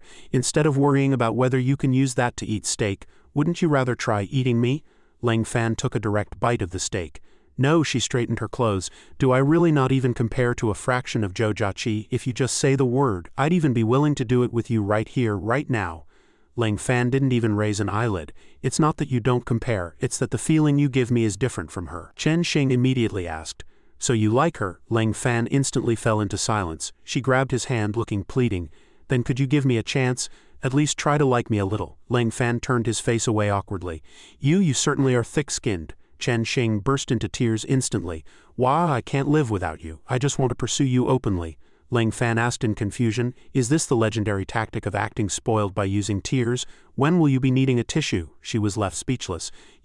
Suddenly an explosion occurred behind Leng Fan. He immediately pulled Chen Xing into his arms and leapt into the distance. "Who is it?" Two figures emerged from the smoke and dust. "I intended to take your life in a single move. It seems you do have some skill." The subordinate hurried to introduce them. "We are here to kill you." At the same time, the prince's body began to undergo a mutation. Both the Wolf King and the prince prepared for battle. Chen Xing was struck with panic. "You are from the Western Demon tribe." The Wolf King stuck out his tongue and licked his lips excitedly. "The little sister has a good eye. Your blood smells of a virgin. Would you like to serve this prince?" She spat in disgust upon hearing this. "Disgusting pervert." The prince charged forward without another word. "Enough talk, kill him." Leng Fan blocked his attack with a single punch. The surrounding area was pulverized by their clash, and civilians began to fall into a panic. "Is anyone there to save me? Help, I've fallen down. Someone pull me up." Leng Fan glanced at them, thinking, "I can't involve ordinary people. I am now an elder of the dragon group. I have an obligation to protect these civilians." The prince raised his hand to attack, but froze for a moment when he heard Leng Fan say, "If you want to kill me, follow me." Leng Fan turned to Chen Xing and instructed, "Find a safe place to take cover. I'll take care of them." With that, he flew off. The Wolf King hovered in the air. "This kid is very strong, and if left unchecked, he will eventually become a calamity that threatens us. We must eliminate him." The prince hurriedly gave chase. Chen Xing looked up at Leng Fan's receding figure. "Is this the power of the innate realm? I can't help it all. Leng Fan, you must win." By the lakeside of a suburban park, Leng Fan stood and surveyed the area. It was open and deserted, perfect for a duel. The Wolf King landed shortly after. "You picked a good spot." The prince arrived as well. "A good spot to die." Leng Fan turned his face, his gaze icy. "There are no Washaw people here. I'm going to get serious." The prince sneered at his words. "Brat, you are strong, but with the two of us working together, you are absolutely no match for us." Beside him, the Wolf King also mocked. "Washaw people always love to boast. It doesn't matter. Go ahead and get serious. Tearing you to pieces will only make it more exciting." Leng Fan's eyes lit up. "Master, your disciple is going to commit a slaughter today. Please do not blame me. But karma is a cycle. If I encounter a heavenly tribulation in the future, that will be my fate." He gripped his hilt and slowly drew a longsword, emitting a golden light from his palm, murmuring under his breath. When Leng Fan fully unsheathed the longsword, it brought with it a dazzling and powerful surge of energy. He let out a great roar. The prince stood frozen in place. "How is this possible?" The Wolf King was even more incredulous. The kid's aura had intensified several times over in an instant. "This sword, is he a cultivator?" He broke into a cold sweat. If he really were a cultivator, his strength could certainly rival our Demon King. This kid is still so young, it's absolutely impossible for him to possess such power. Regardless, he must die here today. Subsequently, the prince shifted into a beast-like state while the Wolf King flew high into the air. The two charged into the sky. "Brat, witness our strongest ultimate combo technique." The two actually merged together, converging into a massive whirlwind. They unleashed the dual-beam silver blood gale, and a pillar of red-orange light descended from the vortex. The power of this technique was terrifying, triggering an explosion akin to an atomic bomb. People in the distance were stunned by the blast. What was that? Which department is doing blasting work now? These departments just take money and do nothing all day. They scared me so much I dropped my fishball skewer. When I get the chance, I'll take the exam and join them to live in comfort, the Wolf King laughed triumphantly. It seems the kid is finished. No one can survive our combo technique, however, before its stunned eyes. Ling Fan's voice rang out again. Is this the extent of the strength of the Western supernatural world? He stood there, completely unscathed behind the protection of his shield. How is it that you can't even break my golden light body protection? The Wolf King stood beside its giant wolf form, thinking to itself, this Washa man, we have absolutely no hope of defeating him.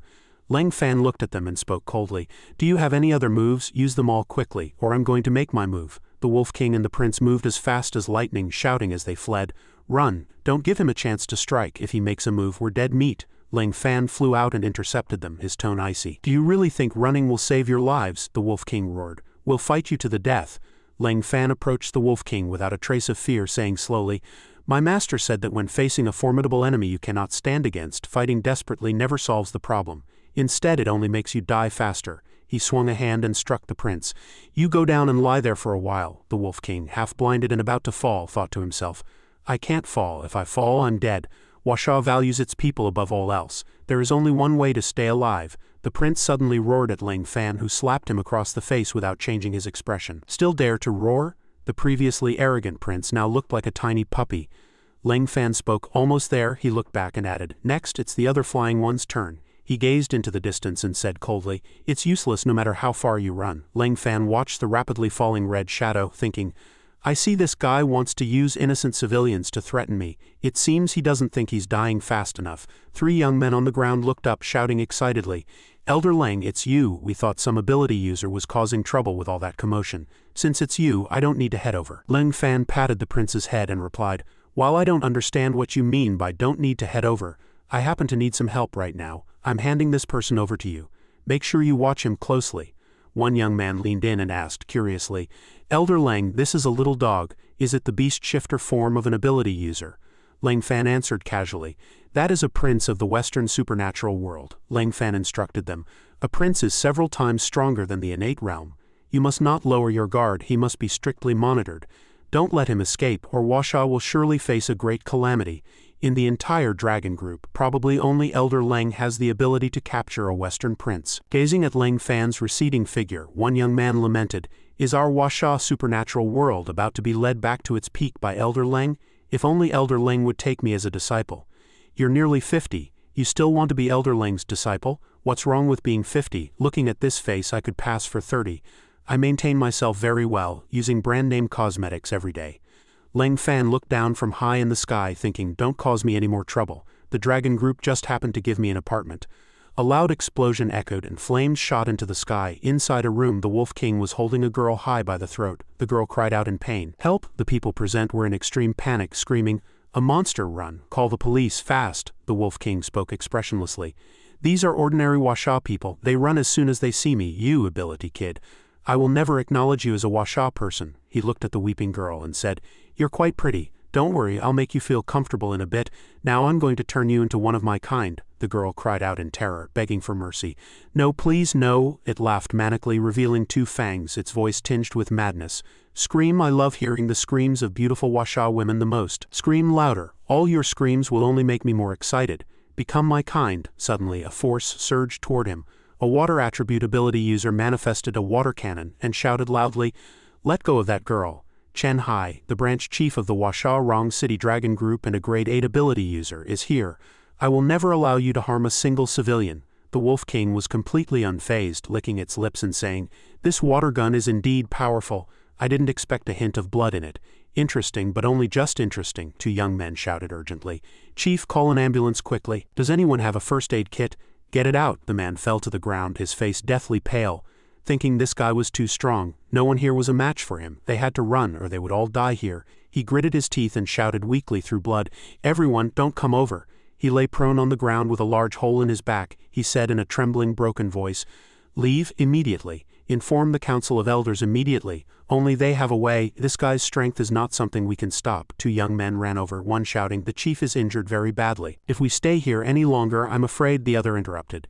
Chief, we're leaving together. Looking at the hostage girl, Chen Hai spoke, no, I still have a mission. You are the future of the dragon group. You can leave, but I can't. He struggled to his feet and continued slowly, "Because I am Chen Hai, the chief of the Wrong City branch of the Washa Dragon Group and a grade 8 ability user." A young man with his back to them turned around and stood up, replying, "Chief, we understand, we're leaving now." The two young men ran off, their hearts filled with resolve. "I must become strong. I must possess powerful abilities like the chief. Chief, I will remember you forever. Western supernatural world. Sooner or later I will avenge you." As he was running, a figure suddenly blocked the young man's path and asked, Let me ask, is there a guy with fangs and wings causing trouble up ahead?" The young man was surprised. "You are, over here." The Wolf King was toying with the girl's face with its tongue, saying despicably, "What a fair neck. My mood was interrupted just now, but now this prince finally has time to enjoy your body slowly," the girl pleaded in terror. A wet patch appeared beneath the girl, and it mocked, "Did you wet your pants in fear?" The Wolf King released the girl and roared in anger, "I hate this nauseating smell of urine. You are not worthy of being this prince's subject. I'm going to gouge out your brains right now." The fragile girl could only stand there and watch, powerless. Chen Hai struggled to his feet and shouted at the Wolf King, "Let her go. I will never allow you to harm any Washa civilian, even if I have to gamble my life as a Dragon Group branch chief." He used all his strength to fire a water cannon. The Wolf King simply tilted its head slightly to dodge the attack. It said plainly and expressionlessly, "You're not dead yet." Chen Hai stood there, blood still hanging from the corner of his mouth, and replied, "As long as you haven't left, I won't die." The Wolf King was truly enraged, its body gradually changing. It threatened, "Washa man, you have made me truly angry. I originally wanted to assimilate Washa people to be my slaves, but now I've decided to kill you all." A crowd gathered, and a commotion broke out. "That guy is going to kill us all." There were at least 30,000 people here. Everyone was fleeing in panic, urging each other on. "Run, that guy will kill us all. Fast, run son, good buddy, where are you? Who cares about friends at a time like this? If we don't run, we'll end up like that girl." Chen Hai did not flee with the crowd but stood there and shouted, "I will kill him. Don't worry, everyone, hide behind me." The Wolf King flew high into the sky and said loudly, "Then I'll start with you." It hovered midair about to dive, roaring, "I'm going to make you vanish from this world and eliminate all Washa people." Chen Hai did not back down, standing strong and responding, "Even so, I will not retreat, even if I'm turned to ashes." Just then a voice suddenly rang out, interrupting him, "You truly are an interesting person." Chen Hai was greatly shocked to see who had arrived. Elder Lang, why, please, escape?" Lang Fan spoke in a steady tone. "No need, you stand down." With that he unleashed a technique, Immortal Art Abyssal Suction. Lang Fan reached out, beginning to absorb spiritual energy with the move. A moment later he said coldly, "The Washa Dragon Group isn't just you, I am here as well. As a Dragon Group elder, I command you retreat." Chen Hai's mouth was stained with blood, but hearing this he lowered his head respectfully. "Understood, Elder Lang." After moving a short distance away, Chen Hai couldn't help but cough several times. He knew he had to evacuate the civilians immediately. A secondary disaster from a stampede could not be allowed to happen. He couldn't help but feel worried. "Damn it, my injuries are too severe. Even as an ability user, I'm reaching my limit." A young man ran over to support Chen Hai and medical staff arrived quickly. "Chief, we're back. Leave the evacuation to us. Please get some rest." The Wolf King hovered before Lang Fan, who said calmly, "This time you won't have another chance to run." The people below looked up, wondering curiously, "Is that our savior? It seems our Washa has real talent after all." The Wolf King suddenly let out a frantic roar. Why do you haunt me like a lingering ghost? You forced my hand." The next second the Wolf King grabbed the female student and threw her down. "Go collect the corpse of your Washa civilian." The girl fell headfirst in a freefall, screaming in terror. Lang Fan's figure blurred, and he flew down to catch her. Seeing this, the Wolf King took the opportunity to block the offensive. "She's useless now anyway. This prince shall burn his noble bloodline to make your Washa pay a heavy price." Lang Fan placed the student safely on a rooftop. "It's over now, you can go back," she replied softly. "Thank you." Lang Fan then leapt down, ignoring the girl calling out behind him. "Can you tell me your name?" Lang Fan had already jumped, but his voice drifted back up. "No." The Wolf King gradually mutated into a grotesque existence, announcing arrogantly, "You're too late. My bloodlight body explosion will destroy this entire area." Lang Fan looked down, secretly worried. "It's too late, I can't evacuate everyone in time." The Wolf King let out a sinister laugh. "This prince will make you all be buried with me. Remember, this is the price." Lang Fan hesitated no longer, and immediately unleashed a move. "Very well, I need to focus." The Wolf King's bloodlight body explosion had fully transformed into a red orb of light mid-air. The civilians watched this scene, their fear intensifying. They looked up speechless with shock. By this time Chen Hai was lying on the ground as a doctor placed an oxygen mask on him. Lang Fan's eyes lit up as he manifested the true art, serene battle technique. Suddenly, a golden curtain of light flashed, completely enveloping the Wolf King's bloodlight body explosion. Subsequently, both vanished into the void without a trace, leaving nothing behind. The civilians watched intently, marveling. Was that a miracle just now? Could it be a fluctuation in quantum space? Are you still trying to explain this with science? That was the power of the Dragon Group. A Dragon Group elder saved us. Leng Fan floated quietly in midair as cheers erupted from the crowd. It's a god descended to save us. I don't believe in God anymore. I'm converting to him. At the wrong city branch of the Dragon Group, a man spoke sternly. Leng Fan, you need to watch your behavior. The recent rumors have been hyped up far too much. What is this nonsense about a god appeared in the Washa Dragon Group? It's absolutely ridiculous, he continued to scold, noting that some rumors even claimed the Washa Dragon Group has a Dragon King whose ultimate move can swallow the sky and detonate the galaxy. Leng Fan sat in his chair dazed, replying softly, I only used the 9 Heavens Sovereign God's phantom tool art. I'm not a god. Guoshang sat in the middle of the desk, propping his chin as he added, I know those rumors are nonsense, of course, but regardless of the process, you saved over 30,000 people. The Dragon Group has decided to reward you. To the left was Dragon Group Chief Chen Dong, a Grade 1 ability user. To the right was Elder Yi Jun, also a Grade 1. Hearing this, Leng Fan suddenly felt a sense of bewilderment. The next second he was presented with an honorary banner. Leng Fan whispered, Why do I feel like this banner was made out of medical tongue depressors glued together with words written on them? The old man laughed and replied, Elder Leng, you're overthinking it. The other two were busy taking photos. Smile, come on, say cheese. Guoshang instructed him. Elder Leng, get some rest these next few days. Your accommodations have already been arranged. Leave the interrogation of the Wolf King to us. Holding his reward, Leng Fan slowly walked away, reflecting, The thoughts of mortals are truly strange. Fame and fortune mean nothing to me. However, I do need to quiet my mind. The energy obtained from the ancient tree hasn't been fully exhausted yet. If I use the tree's true chi to assist my cultivation, my strength might actually catch up to Master's. Arriving at his residence in the residential complex, he pushed open the door. This time the door didn't break. Good. It seemed they had indeed put some effort into it. Looking at his bed, Leng Fan thought, This room isn't bad. No one can disturb me here. He then sat cross-legged on the floor and entered a meditative state, focusing on his cultivation. His master woke up at 5 a.m. every day, and besides practicing techniques, he had to master the scriptures. Master's talent lay in his diligence, and I cannot slack off either. Master once said the most terrifying thing in the world isn't laziness, but when those stronger than you work harder than you while you grow complacent over a tiny achievement. Leng Fan closed his eyes, fully focused. I want to become someone like Master. As night fell, Leng Fan sat leaning against the wall, his stomach growling incessantly. I didn't expect to be in meditation for so long. I'm hungry. Suddenly there was a knock at the door. He felt suspicious. Besides Zhou Jiaqi, no one knows I live here, but she wouldn't usually come at this hour. Who could it be? With that thought, he walked to the door to open it. Could it be Western ability users coming for revenge? They've arrived fast. No matter how many come, I'll capture them all and hand them over to the Dragon Group. He decisively pulled open the door and shouted with a frown, Who is it? Standing before him was his next-door neighbor, wrapped in a bath towel and trembling slightly. She blushed, stammering, Hello, Leng Fan asked coldly. Who are you? What do you want? He grew wary, wondering if she was sent by some major family. With tears in her eyes, she said softly, I'm your neighbor. My water suddenly got cut off and I wanted to borrow your bathroom for a moment. Is that okay? Leng Fan stepped aside to let her in, replying casually, Help yourself. He then realized, a neighbor, it seems I was being paranoid. She walked slowly into the bathroom. Leng Fan watched from outside, thinking, strange, I heard Master say once, usually when the water stops, it's either a problem on the first floor or the entire complex is out. He suspected this woman might be there to steal something. She stepped into the bathroom and quickly pulled the towel off her head, feeling quite displeased. What was with that cold expression on his face just now? Any normal man would be captivated by a young woman with such a hot body, right? Miss Neighbor couldn't help but feel a bit puzzled. He's a cultivator. Is he not interested in women? But even my grandpa likes beauties more after breaking through to the innate realm. She hatched a little plot in her mind.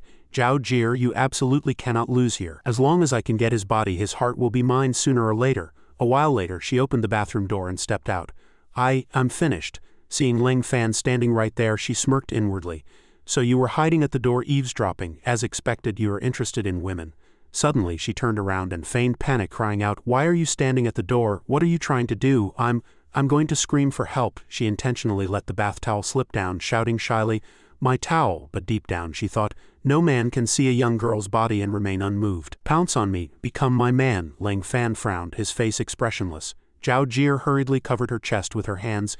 Don't you do anything reckless. I'm still pure. If you do something to me, you'll have to take responsibility. Ling Fan walked toward her. Don't come over, she said, her voice refusing but her heart itching for him to lose control. Pounce on me, become my man and sink forever into my beauty.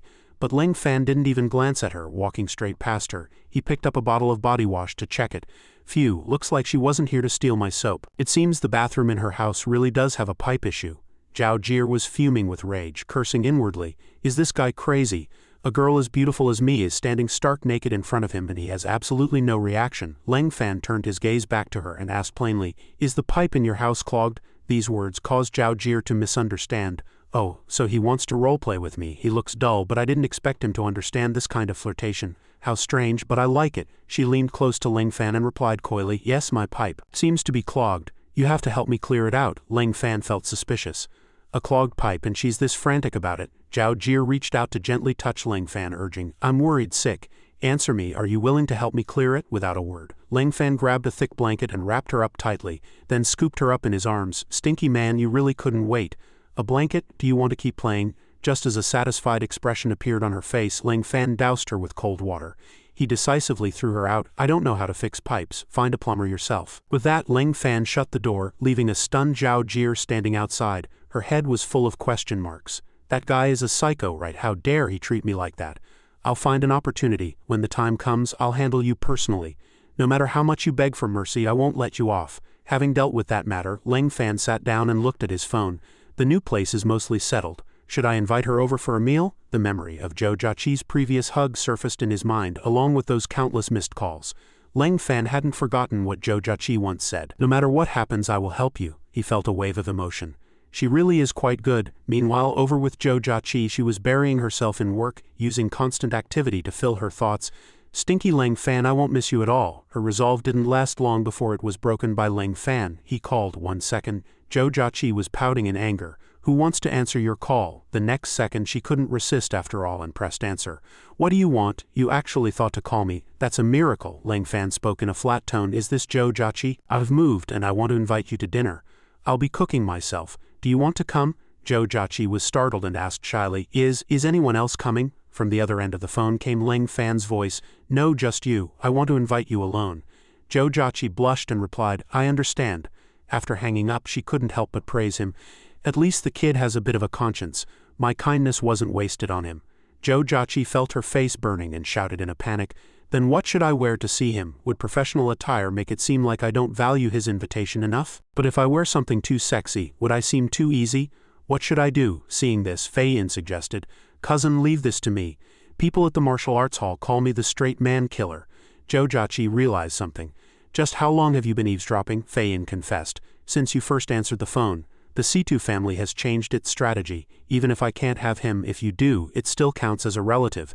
That is naturally a power belonging to the C2 family. However, Zhou Jiaqi refused. Cousin, I don't want it to be like that. Fei Yin looked at her blankly. What do you mean? Do you think my taste is bad and you don't want me to help you choose clothes? Zhou Jiaqi denied it. I don't want my feelings to be linked with interests.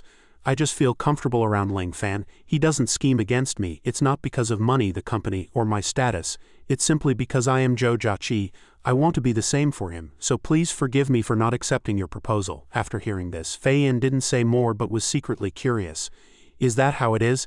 The scene shifts to Ling Fan's house, where Zhou Jiaqi's voice rings out, This table of yours is way too low. Ling Fan answered truthfully. This table was too old. I was afraid it would collapse halfway through the meal, so I just sawed the legs off. All the dishes are served. I see. Ling Fan continued, You can be considered my first friend. Thank you for helping me so much all this time. Zhou Jiaqi blushed and asked, Is that the reason you invited me to dinner? Ling Fan picked up his rice bowl and added, It's not just for dinner. I have a few things I want to say to you after we eat. She agreed and began the meal. During the dinner, they chatted briefly.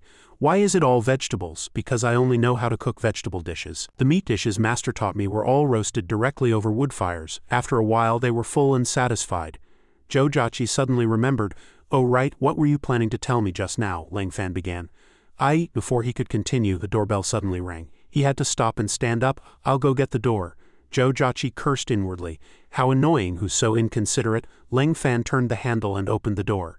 Zhao Jie appeared at the entrance. She asked with a smile, What delicious food did you make? I could smell it from next door. Ling Fan stared at her with wide eyes. Why is it you again? Is the pipe clogged again? Zhou Jiaqi paid attention to every word he said, thinking, again, could something have happened between these two before? Zhao Jie acted as if she were at home, walking straight in. Don't be so rejecting. I've come for a neighborly visit with all sincerity. We are neighbors after all. I came to see what's good to eat and grab a bite. As soon as she saw Zhou Jiaqi, she exclaimed, I didn't expect a friend to be here. I saw her enter Ling Fan's house earlier.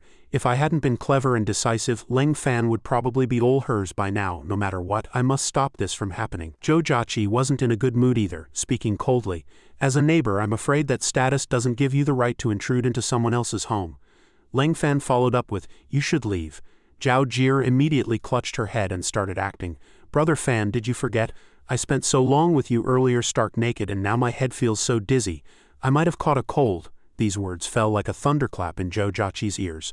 Stark naked, spent so long together. What exactly was going on? Ling Fan remained very calm, picking her up once more to head outside. Well, who told you to run over here earlier wrapped in nothing but a bath towel? His words left Zhou Jiaqi even more shocked. I can't believe she actually ran over here wearing nothing but a bath towel. Zhao Jie was thrown out without mercy, but a look of triumph crossed her face. Everything is going smoothly. No woman could remain calm after hearing that. Back inside, Ling Fan spoke coldly. Get lost. You're not welcome here. Zhou Jiaqi immediately interrogated him. What on earth is going on? You'd better explain yourself clearly. Ling Fan defended himself awkwardly. It's not what you think. With her, Zhao Jie hadn't left yet. She burst back into the house with malicious intent. I absolutely cannot let Ling Fan explain things, or all my efforts will be for nothing. Out of breath, Zhao Jie spoke in a sweet, coquettish voice. Brother Ling Fan, I'm so hot. I really want to do that thing we just did one more time.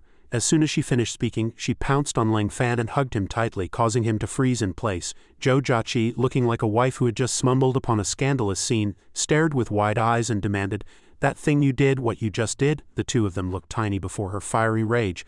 Ling Fan stammered an explanation. I really don't know anything. There's truly nothing between us. Brother Ling Fan, hurry and hold me. Fortunately, Zhou Jiaqi wasn't one to be blinded by jealousy. She thought to herself, something's wrong.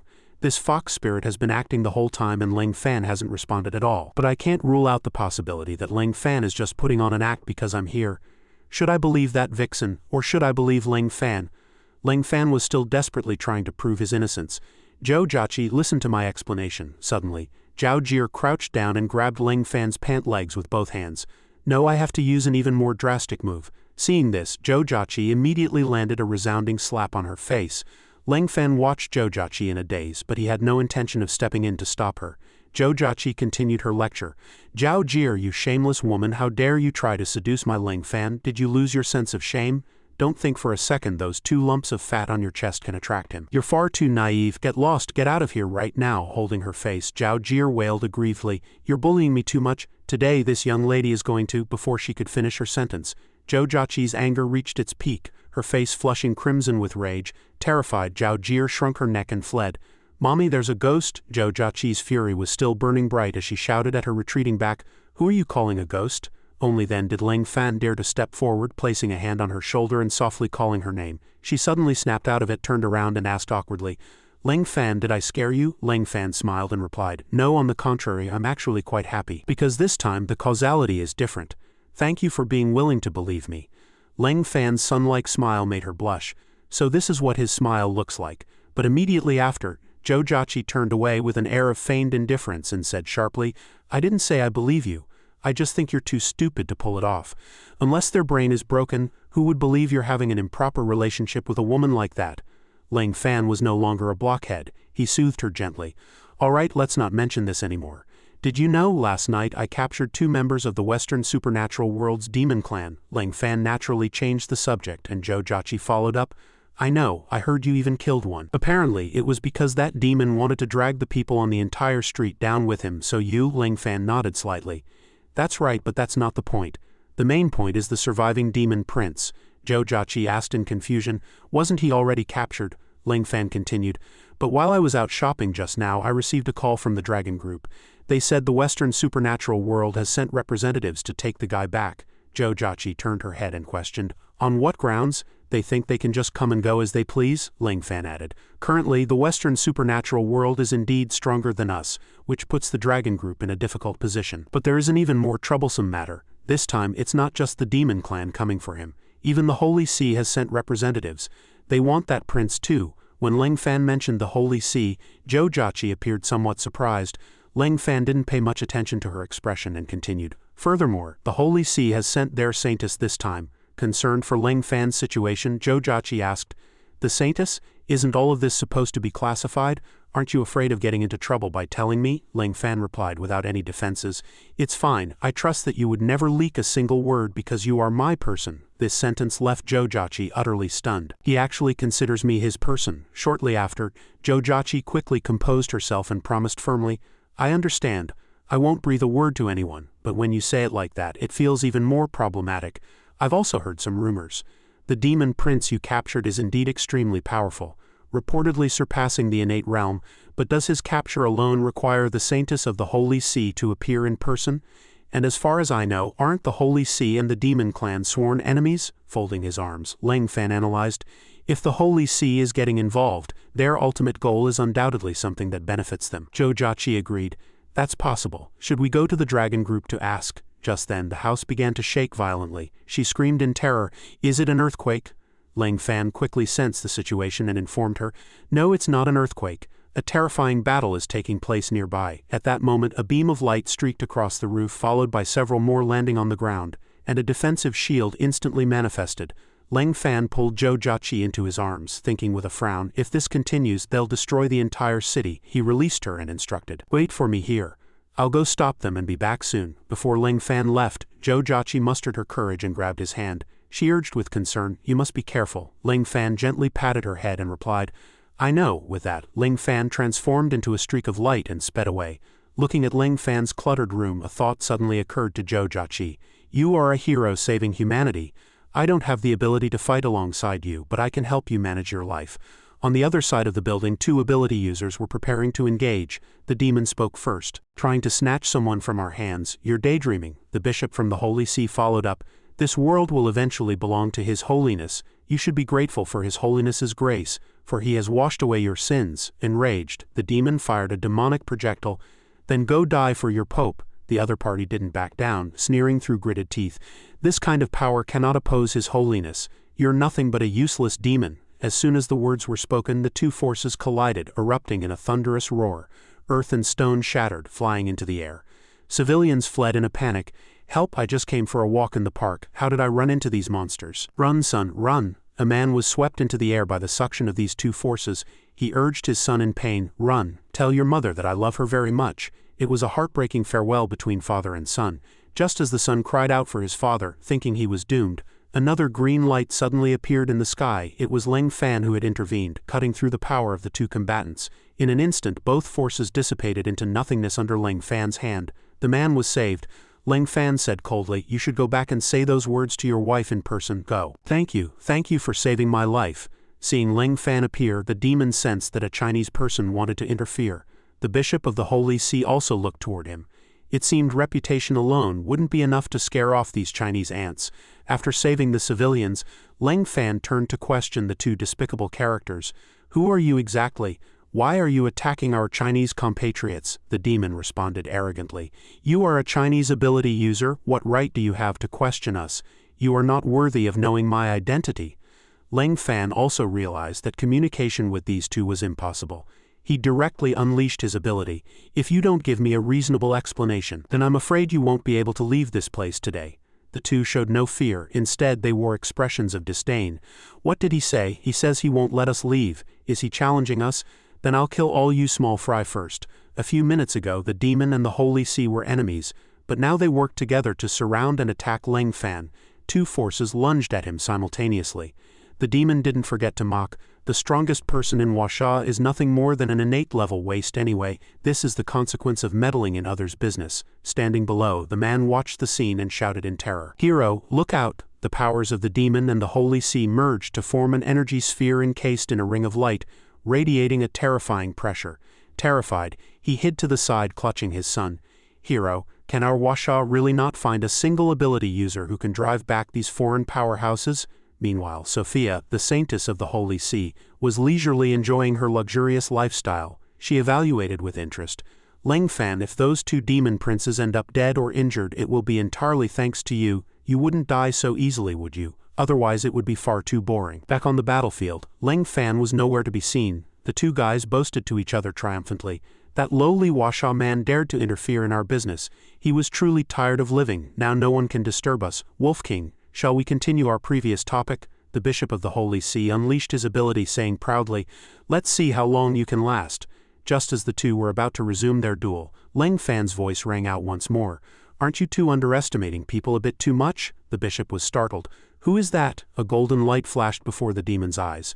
Leng Fan directly struck down the bishop. The demon was stunned, staring at the scene with wide eyes. The golden light converged and Leng Fan appeared with a longsword in hand. He glanced coldly at the demon. "Your turn." Seeing Leng Fan, the man shouted excitedly, "It's the hero, he's not dead." The previously arrogant demon was now so terrified he turned to flee. "Retreat, this guy is too eerie. A Washa man who can kill a Holy See elder in one move, I'm definitely no match for him." He wanted to escape, but Leng Fan was faster. The longsword instantly pierced through his body. Leng Fan said coldly, "I gave you a chance, courtesy before force. That is our Washa tradition. But that doesn't mean we are afraid of you." Leng Fan withdrew his longsword, and the demon subsequently dissipated. This commotion caught the attention of Sophia, who was not far away. "How is this possible? He's too strong, even stronger than I imagined. And I can't see through his true strength at all. It seems I must find a way to recruit this Washa talent," she thought proudly. "I doubt any man could refuse my smoking hot body." At this time, Zhou Jiaqi had already tidied up the house and was lying on the bed waiting for Leng Fan's return. "He's been gone so long, why isn't he back yet?" Just as the thought crossed her mind, Leng Fan pushed the door open and entered. She was startled. "Why do you always appear and disappear like a ghost?" He spoke with some frustration. "I wanted to resolve it peacefully, but they didn't give me the chance, which wasted a lot of time."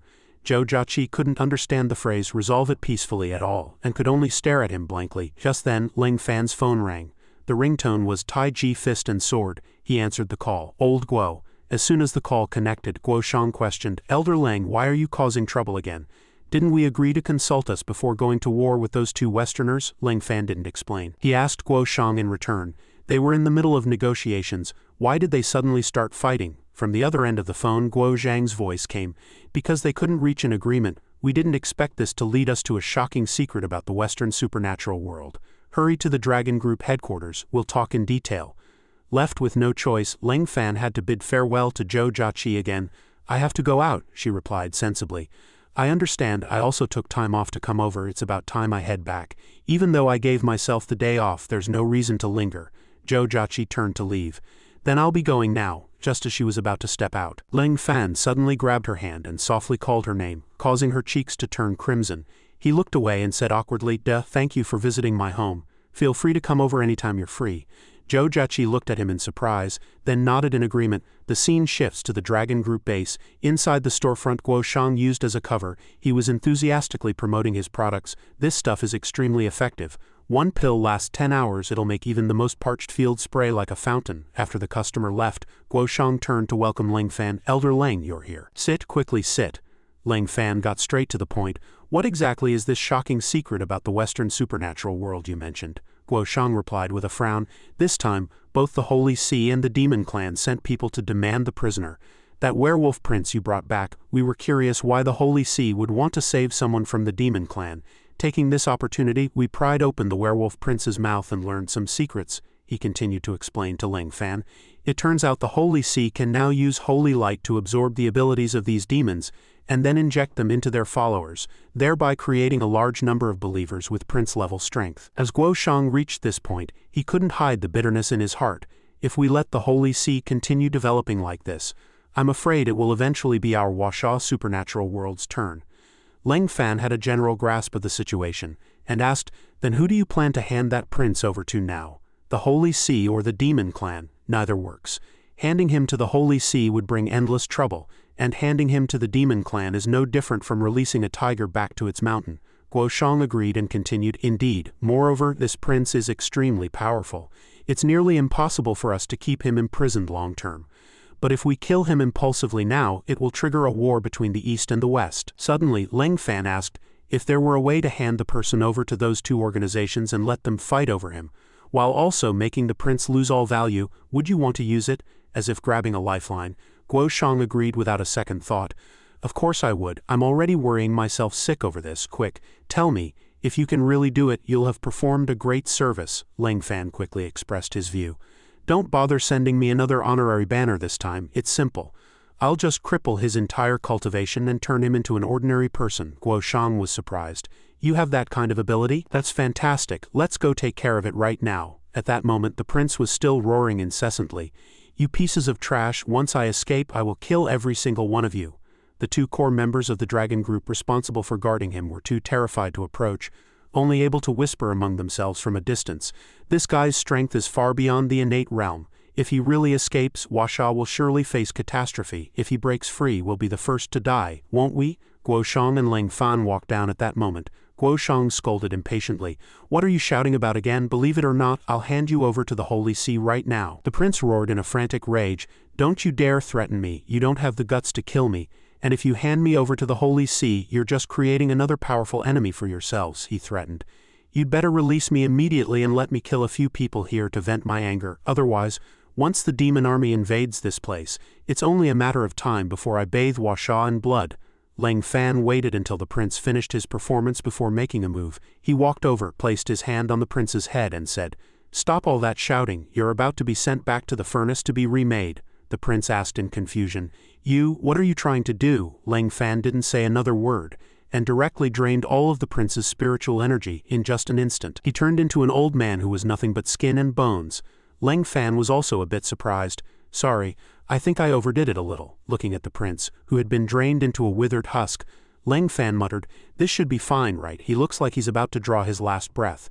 Bureau Chief Guo comforted him calmly. "It's okay, the physical constitution of the Western Demon Clan is very strong." Suddenly, blood erupted from the prince's mouth like a fountain, startling them both. Leng Fan reacted quickly, covering the man's mouth with his hand. "That's better," the bureau chief nodded in agreement. As long as he wasn't spraying blood, it was fine. Before they could finish speaking, blood began to spray wildly from his other orifices. Bureau Chief Guo scrambled through a pile of medicine. "Quick, block his ears, I'll pinch his nose. We have to make sure he lasts until the transaction is over." Just then, someone rushed in to report, "Bureau Chief Guo, bad news. The people from the Holy See have arrived." In the room, the sexy saintess Sophia was leisurely sipping tea, saying coquettishly, "Is this how you treat guests in Washa, leaving a lady to sit here all alone?" The two staff members were completely enchanted by her beauty, answering, "That Bureau Chief Guo will be here immediately. Please wait just a moment longer." Her gaze swept over them. "Why are your faces so red? Don't be too nervous or it won't be good for your health." This single sentence made the two men feel as if they had been transported to the heavens. "The saintess cares about me. I must not be dreaming." While the two were lost in their reverie, Bureau Chief Guo walked in and cleared his throat as a signal, bringing them back to their senses. Bureau Chief Guo began, "Apologies for keeping you waiting. I was handling some personal business." Sophia lowered her head slightly, appearing somewhat shy. She walked straight past Bureau Chief Guo, completely ignoring his words, and instead grabbed Leng Fan in a tight hug, unexpectedly kissing him and shocking everyone. She explained, "This is our Western etiquette, please don't take offense." Leng Fan froze on the spot. Sophia glanced at Bureau Chief Guo and old Guo jumped, wondering if the saintess was also expecting something from him. Just then a burly man ran over. "Respected Bureau Chief, please allow me to express my etiquette to you as well." Old Guo shouted, "No way, get away from me, get out." After a while, they finally began their serious conversation. Sophia got straight to the point. "I won't beat around the bush, I'm here mainly to make a deal with you. I want that surviving demon." Bureau Chief Guo, with a large red lipstick mark still on his face, replied huffily, "You can have him, but you must give us something in exchange." Beside him, Leng Fan was wondering, why does this woman keep staring at me? She produced a briefcase full of cash. "Of course, I've already prepared it. Also, this is the Holy See's sincerity. Only 1/10 of the down payment. As long as you agree, the rest can be transferred to your account at any time." Bureau Chief Guo was unmoved, saying calmly, "Money is just paper. You can print as much as you want. That's not what I want." Sophia asked in surprise, "Then what do you want? As long as it's within my authority, I can agree to it, even helping you emigrate." Bureau Chief Guo said, "I'm not that kind of person. What I want is very simple. I want the 3 original animal heads that were lost overseas. Those were stolen by you once, now I want you to return them to their rightful owner." She widened her eyes, and a surge of pressure erupted around her. "But those items have been missing for a long time. It will likely be difficult to find them all. Won't you reconsider?"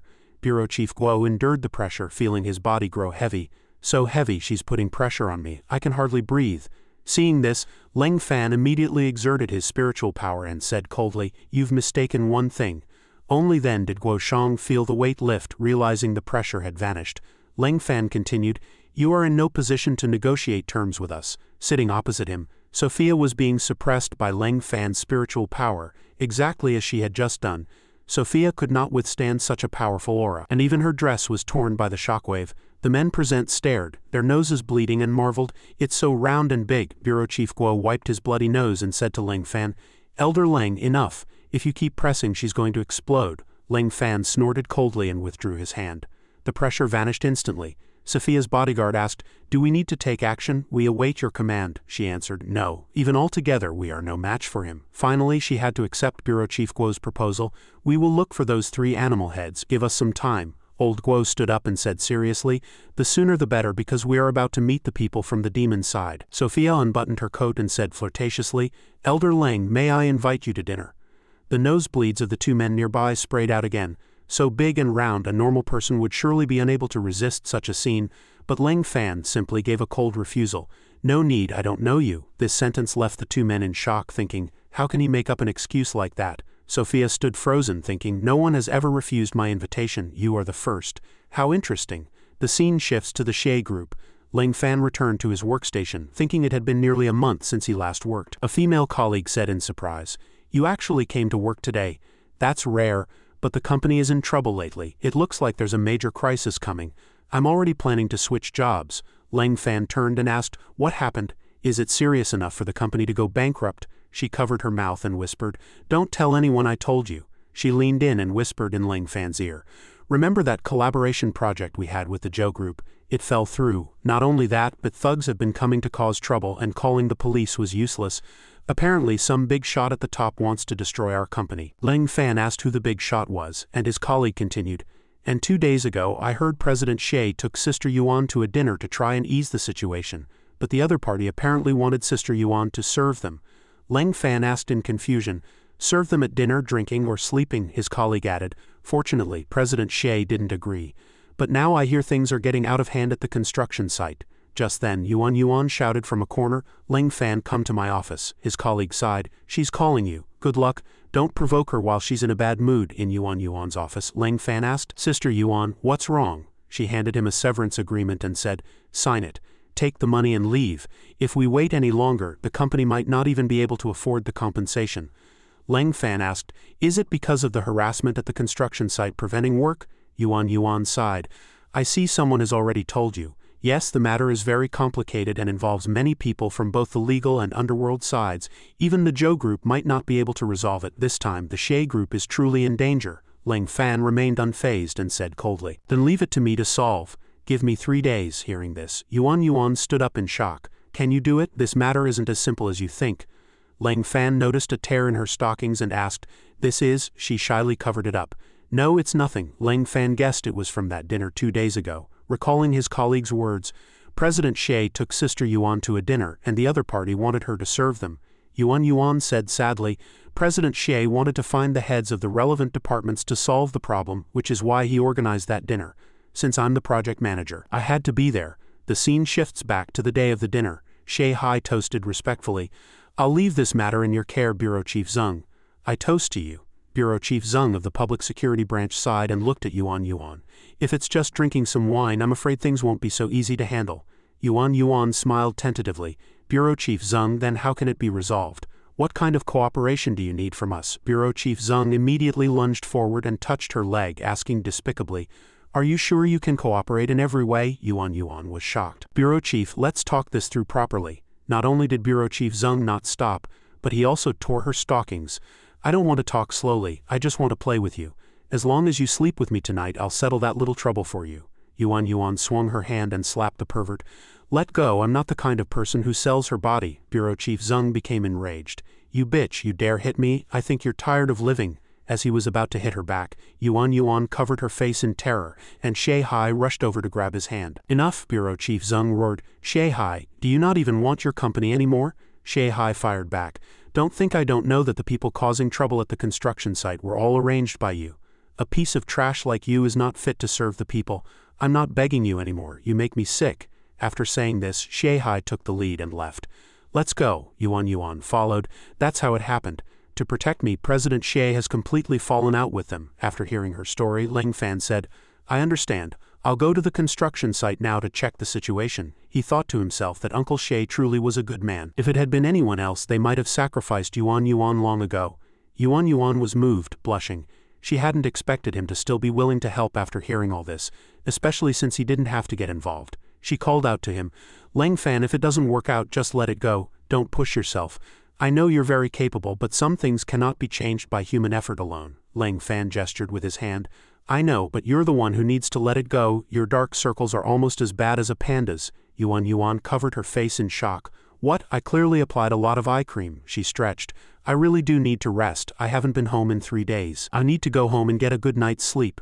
That evening, Yuan Yuan went home alone, thinking about getting some sleep because there would be a lot to do tomorrow. She didn't notice 2 masked men approaching. They kidnapped her. Little girl, come with us. You're in for a treat. Leng Fan was sitting on a bus lost in thought, thinking the construction site was very far. Pity I don't have a car. Running through the streets is too conspicuous. Outside, the traffic was heavy. There was an elderly couple on the roadside. The old man said, Old lady, hold my hand tight. The old woman smiled. You're still the same as when you were young. After waiting too long, Leng Fan complained that the speed was too slow. Suddenly the phone rang. It was Xie Hai. Leng Fan answered, Hello, Uncle Xie. On the other end, the voice was anxious. Leng Fan, something terrible has happened. Yuan Yuan has been kidnapped. Hearing the news, Leng Fan also panicked. Meanwhile, Yuan Yuan was locked in a dark room. Bureau Chief Zeng said to the man who had kidnapped her, You guys did a clean job. With my status, I can't just snatch civilians randomly. The man sneered. Brother-in-law, feel free to enjoy yourself. I've already sprinkled a bag of powder on her. Now she isn't a civilian, but a vicious drug dealer. Yuan Yuan fell into despair upon hearing this. It's over. That fat pig named Zeng really won't let me go. If I'm framed by them, I won't be able to clear my name even in death. The man left, leaving Bureau Chief Zeng in the room. Brother-in-law, take your time punishing this drug dealer. We won't disturb you. Bureau Chief Zeng unbuckled his belt and said despicably, Little girl, do you know when power reaches a certain level, no one can escape my grasp? Bureau Chief Zeng stepped closer, but Yuan Yuan was powerless to resist, trembling with terror. Just then, Leng Fan arrived at the building. A security guard roared, What are you doing? Do you know where this is? Get lost. With a wave of his hand, Leng Fan sent him flying. You get lost. Seeing this, other guards surrounded him. You dare force your way into the Public Security Bureau? You're tired of living? Grab him. Leng Fan pressed his fingertip to his forehead to perform a spiritual scan, and his ability instantly locked onto the building opposite. Over there, Bureau Chief Zeng was threatening Yuan Yuan. Baby, your underwear is so inviting, I love it. Leng Fan's eyes lit up. Found you. A surge of energy erupted, knocking away everyone in his path. The guards cried out, An ability user, quickly notify the dragon group. In the room, Bureau Chief Zeng was tearing at Yuan Yuan's clothes. Beautiful, stop struggling. The more you struggle, the more excited I get. Without knowing when, Leng Fan was already standing behind him, sending him sprawling with a casual wave of his hand. Yuan Yuan felt as if she had grabbed a lifeline, deeply moved. Leng Fan comforted her gently. Don't be afraid, I'm here. Bureau Chief Zeng, his face covered in blood, was still shouting. Who are you? You dare to harbor a drug dealer and assault a public security bureau chief. You are an enemy of the people. Call for backup. Yuan Yuan threw on Leng Fan's coat to cover herself and said urgently, Let's go, quickly. He's an official, and we are just civilians. We can't afford to offend him. Bureau Chief Zeng stood up and threatened, assaulting a government official, drug trafficking, and breaking into the bureau to snatch a prisoner. Those charges alone are enough for you to die dozens of times over. Backup is arriving immediately. I advise you to surrender now. Leng Fan turned back, his gaze icy. I am an enemy of the people. He stared intently at Bureau Chief Zeng. What right does a piece of trash like you have to represent the people? Bureau Chief Zeng was instantly speechless. Leng Fan continued, We aren't leaving this time. Today they must give me an explanation. Yuan Yuan wanted to dissuade him, but he turned and said firmly, There are no buts. Except for my master, no one can stop me. Since they touched my boss, they must pay the price, not to mention how much you've helped me. Yuan Yuan was touched by his words. Suddenly, dozens of red laser points landed on Leng Fan. The backup forces had strictly surrounded the exterior. A loudspeaker shouted, People inside, listen up, you are surrounded. Lay down your weapons and surrender immediately. Bureau Chief Zeng ran out and laughed manically. Backup is here, you're dead. But before he could enjoy it for long, Leng Fan blurred and appeared in front of him, kicking him to the ground. The other side threatened, Release Bureau Chief Zeng or we will open fire. Bureau Chief Zeng struggled on the ground, commanding, Fire, open fire now. He is an accomplice of the drug dealer. The soldiers raised their guns, preparing to shoot. A voice suddenly cut them off. Freeze, I am Chen Hai from the Dragon Group. We'll be taking over this matter. Everyone stand down. The crowd of reinforcements looked bewildered, but Bureau Chief Zeng remained in Ling Fan's grasp. The Dragon Group isn't our direct superior, Chen Hai urged Ling Fan with a hint of humility. Ling Fan, stay calm, let him go first and I'll handle the rest. You ask how it will be handled. He spoke slowly and methodically. He will be suspended pending an investigation. We will give you a satisfactory explanation. Lying at Ling Fan's feet, Bureau Chief Zeng felt a surge of secret joy. The Dragon Group is trying to save me. After all, if he really provoked this kid, death was the only road left. He decided to shut up and listen. What's a suspension? In the end, they'll just have to reinstate me. Ling Fan replied coldly, an investigation, both witnesses and physical evidence are right here. This old geezer hasn't even pulled up his pants yet. What more evidence do you need? Chen Hai felt a bit awkward. This matter, don't be angry. Your aura is already flaring up. Don't play this game with me. You know, if I truly lose my temper, not a single person in Wrong City connected to this old man will survive. Chen Hai panicked. Ling Fan, don't be impulsive. A voice came from behind. Everyone, raise your weapons. Are you content to just stand there and watch Bureau Chief Zeng die? We are from the Public Security Division. We don't report to the Dragon Group. Chen Hai snapped his head around. Who is that? Stop barking orders blindly. Do you even know who he is? Standing behind him was Director Wong of the Provincial Public Security Division. He stepped forward, answering righteously, I don't care who he is. I am currently commanding my subordinates. Does your Dragon Group simply have no regard for our Public Security Division? With a look of trepidation, Chen Hai said, Director Wong, this situation is different. Director Wong cut him off immediately. Shut up, you have no business meddling in public security affairs. He then issued a command, the situation is urgent. You are authorized to shoot to kill on the spot. His men accepted the order in unison. Yuan asked frantically from behind, Ling Fan, there are so many special police officers, what do? Ling Fan turned back to her and said, stay right here and don't move. I'll be back in 10 seconds. Hearing him say this, Yuan had no choice. A streak of red light suddenly lunged toward the reinforcement unit. Sensing something was wrong, one man shouted, open fire. Another added, too fast, I can't see anything. In just an instant, everyone had been dealt with. Witnessing this scene, Yuan could hardly believe her eyes. Ling Fan straightened his tie and said softly, done. Behind him, bodies lay scattered in heaps, leaving Yuan dumbfounded. Are you actually Superman? Ling Fan propped his chin in his hand and replied, probably not. Chen Hai spread his hands as if he had expected this long ago. Director Wong, I warned you. He's not like us, Director Wong roared. So what? I'm going to report this. His actions have broken the rules. Chen Hai, you and he will both be punished. Chen Hai was listening to a call, replying nonchalantly. Call whoever you want. You're about to find out what a real identity looks like. Ling Fan walked along, dragging Bureau Chief Zeng's corpse. How much longer until I get the result I want? My patience is limited, Bureau Chief Zeng wailed in terror. Director Wong, save me, Director Wong threatened. I've already reported this to the capital.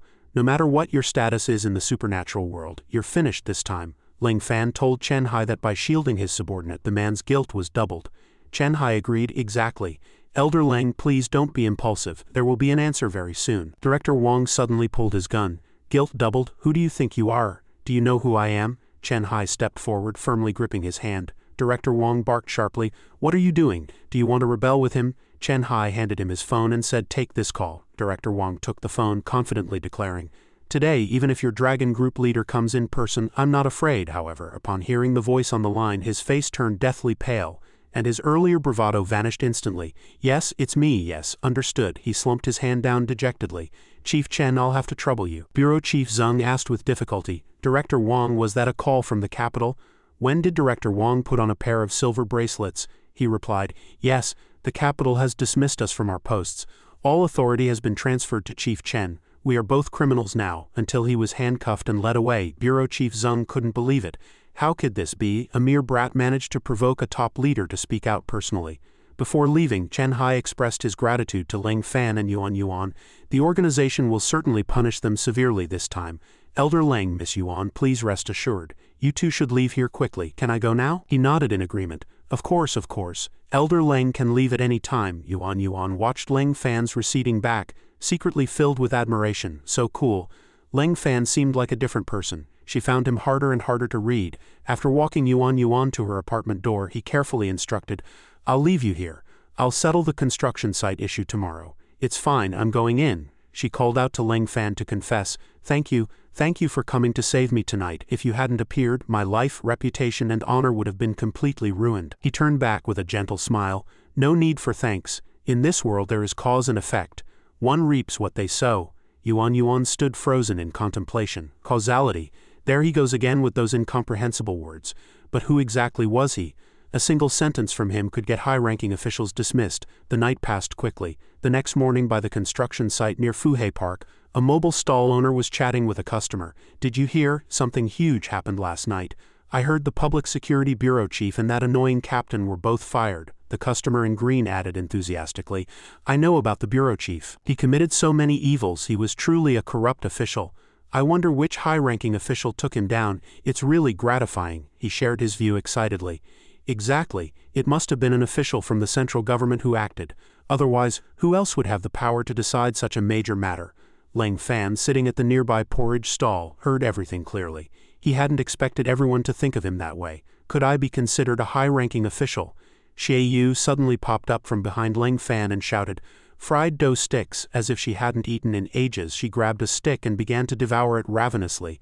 Ling Fan asked awkwardly, breaking into a cold sweat, Eldest Miss Xie, what are you doing here? Xie Yu reached for Ling Fan's porridge bowl. Give me the porridge. Under her gaze, he quickly grabbed the bowl and drained it in one gulp. Xie Yu was fuming with rage. You scoundrel, last time you swindled me out of all my allowance, and now you won't even spare me a bowl of plain porridge. Are you even a man? Ling Fan stated his attitude without reservation. I hate it when people steal my food, whether they're human or beast. He remembered the countless times his things had been stolen on the mountain. Though those tigers, leopards and bears had eventually been soundly beaten by him, she complained aggrievedly. I ran away from home and you don't show me any pity at all. I hate you. Hurry up. Give me your house keys. I want to stay there for a few days. I haven't showered in days. Ling Fan asked in surprise. Ran away from home? Does Uncle Xie know? Xie Yu roared irritably. How could he not know? He's a terrible father. He's intentionally not coming to look for me. I said I didn't want to work and wanted to be a big star, but he actually didn't support me. Quick, give me the keys. He handed them over and reminded her. Then don't make a mess of my place. Ling Fan understood Uncle Xie's intentions. Uncle Xie knows but isn't looking. He probably wants this girl to learn about the cruelty of reality. But as for crushing someone's dreams, that's not my business. Everything is causality. After breakfast, he arrived at the engineering department office. Is this the lobby of the engineering department? It seems they haven't encountered any trouble. The receptionist stood up wearing a professional smile and asked, Hello, sir, who are you looking for? Do you have an appointment? Ling Fan shook his head and replied, No appointment, but I'm looking for the person in charge here. I want to check on some things, she refused decisively. You can't see President Chen without an appointment. Sir, please understand, this is a special period. He repeated those 4 words in surprise. Special period. Outside, a group led by a debt collector arrived at the door, shouting, I heard another shipment of goods arrived. Boys, seize it for me, kid. This isn't a place for you to play around because I'm going to loot this place. The leader pulled out a piece of paper and threatened, Tell your boss to sign this immediately or don't even think about starting work. The receptionist countered firmly, On what grounds? You're just a bunch of local thugs. Why should we listen to you? Hearing this, the other party actually stammered like an idiot. That seems to make sense. Seeing him about to ruin things, the subordinate beside him immediately reminded, Boss, don't listen to her. Why talk sense? We're thugs. Thugs never talk sense. The leader was someone with no mind of his own. He gripped his iron bar and lunged at the girl, cursing, Exactly who do you think you are, daring to talk back to me? At this critical moment, Ling Fan intervened just in time to save her. You roam the streets, yet you even hit women? Just as he spoke, the leader changed his mind again. We don't hit women. In our world, loyalty is what we value most. Knowing he had no resolve, the subordinate spoke up again. Boss, but we aren't roaming the world. We're just street thugs under your command. He realized his mistake again, frowning and shouting, Almost led astray by you guys again. I'm not a loyal person at all. He swung a punch at Ling Fan. You actually didn't dodge. Ling Fan thought to himself that it looked like another new karmic tie was being formed. Immediately after, sirens blared. The subordinate shouted in panic, Boss, this is bad. The authorities are here. Let's go. It's that stubborn old geezer who won't listen to reason again. Seeing them flee, the police immediately gave chase. Thugs, stay right there. Meanwhile, inside the lobby, the receptionist spoke cautiously. Thank you for just now. I thought I was going to get hit. You actually didn't need to step in. Even though they've been chased away now, they'll be back tomorrow. Hearing this, Ling Fan asked, Are the police useless? My current assessment of the Public Security Division isn't very high. The the receptionist immediately replied with a look of admiration. Of course they're useful. That's our district's security captain. He often faces 30 thugs alone without fear, but he can't be here all the time, and the others in the public security division are useless. He can't handle it all by himself. Ling Fan thought of that useless bureau chief Zeng and complained with dissatisfaction. That kind of person shouldn't be a bureau chief yet can only be a captain. It's truly a waste of talent, letting that trash be the bureau chief. The world has really gone crazy. Just then the captain walked in from outside. Although exhausted, he still asked with concern, "Is anyone injured? Those bastards." The receptionist quickly poured a glass of water for the captain and replied politely, "Please have some water." "Thank you, uncle. None of us were hurt. That guy wanted to hit me just now, but fortunately this brother stepped in to help." The captain looked at Ling Fan with some surprise. "Is there actually an outsider willing to help here?" He denied it immediately. "I work here, I just don't come often." The receptionist couldn't hide her surprise. "I thought you were just here for a visit." The captain also recognized him at this moment. It's you." Ling Fan, feeling a bit embarrassed, wanted to make amends. "Last night I was only targeting them. I'm sorry you were dragged into it too." The captain wasn't a petty person and agreed immediately. "Actually, getting rid of those pieces of trash made everyone in our bureau very happy. Thank you." Seeing Zhou Jiaqi get out of a car, the receptionist shouted excitedly, "President Zhou is here, President Zhou is here," she thought to herself. "People cause trouble at the site every day. I just happened to be passing by and stepped in to check. After all, this is his responsibility." The atmosphere around them was very enthusiastic. "So this is the president of the Zhou group. So young, so beautiful, heavens, she's practically a goddess." The female receptionist boasted happily to Ling Fan, "President Zhou is my idol. I wonder what kind of man could ever catch her eye." Upon seeing him, Zhou Jiaqi immediately adopted a warm attitude, waving in greeting. "Ling Fan, you're here too?" The female receptionist beside them was even more shocked. "You know President Zhou?" Looking at Zhou Jiaqi's attitude, the female receptionist speculated silently, "What kind of soap opera plot is this? President Zhou is actually dating a guy who looks completely ordinary." The scene shifts to the Zhao family courtyard. Zhao Kui knelt before the ancestral tablets and prayed, "Ancestors, it has been over 3 months since the junior lost to that brat, yet there is still no sign of my strength recovering. I gave up everything, even changing my name to the one from my childhood. Zhao Beishan, to change my luck, yet I was still beaten into this state by that mere boy. I am not reconciled." No sooner had he finished speaking than a massive dark shadow emerged from the ancestral tablets, questioning loudly, "Do you want revenge? Do you want the Zhao family to become the most powerful family in the world? Offer your body to this deity and I can help you achieve your wish." On the other side, that foolish leader from earlier was being punished by the bald gang boss. "Can you guys be any stupider? You actually have the face to crawl back here," the leader explained, trembling. "Big brother, it's really not that we didn't want to loot it, it's that at the critical moment that damn cop ran over." The boss pointed at his face and cursed furiously. "Can a single old man really scare 30 of you into fleeing like rats? You!" The leader recoiled in fear, quickly using his hands to shield his face. "Boss, don't hit the face," the boss agreed, but then kicked the man's stomach with full force. "This monk promises not to hit your face." Having dealt with the leader, the boss turned his rage toward that subordinate. "And you," he slapped the man across the face without mercy, "your brother-in-law who was the bureau chief has already been fired. You have no right to stay in my gang. Get out," the man pleaded in terror. Boss, I truly want to collaborate with your gang, even without my brother-in-law. I still," before he could finish, the boss impatiently ordered, "Toss him into the lake to feed the fish." "Yes, sir." The man struggled and begged for mercy. Boss, spare my life." Boss, having vented his anger, he turned to the others and issued orders. "You, continue taking a few brothers to the construction site to cause trouble. Also, there's a new mission." Yes, boss. "That new mission is," the boss frowned and said in a deep voice, "Find a 6-year-old child named Yang Yi." The scene shifts to Sister Zhang's malotong. After taking a bite, Xie Yu cheered, "It's so spicy my tongue is numb. This hot pot is way too delicious. At home Mom always forbade me from eating this greasy stuff. She said it was all junk. If this counts as junk, then my wish is to eat junk for the rest of my life." Ling Fan didn't care much about the food. He was lost in thought. He knew the group leading the trouble was the Bald Gang, and their leader was a warrior monk.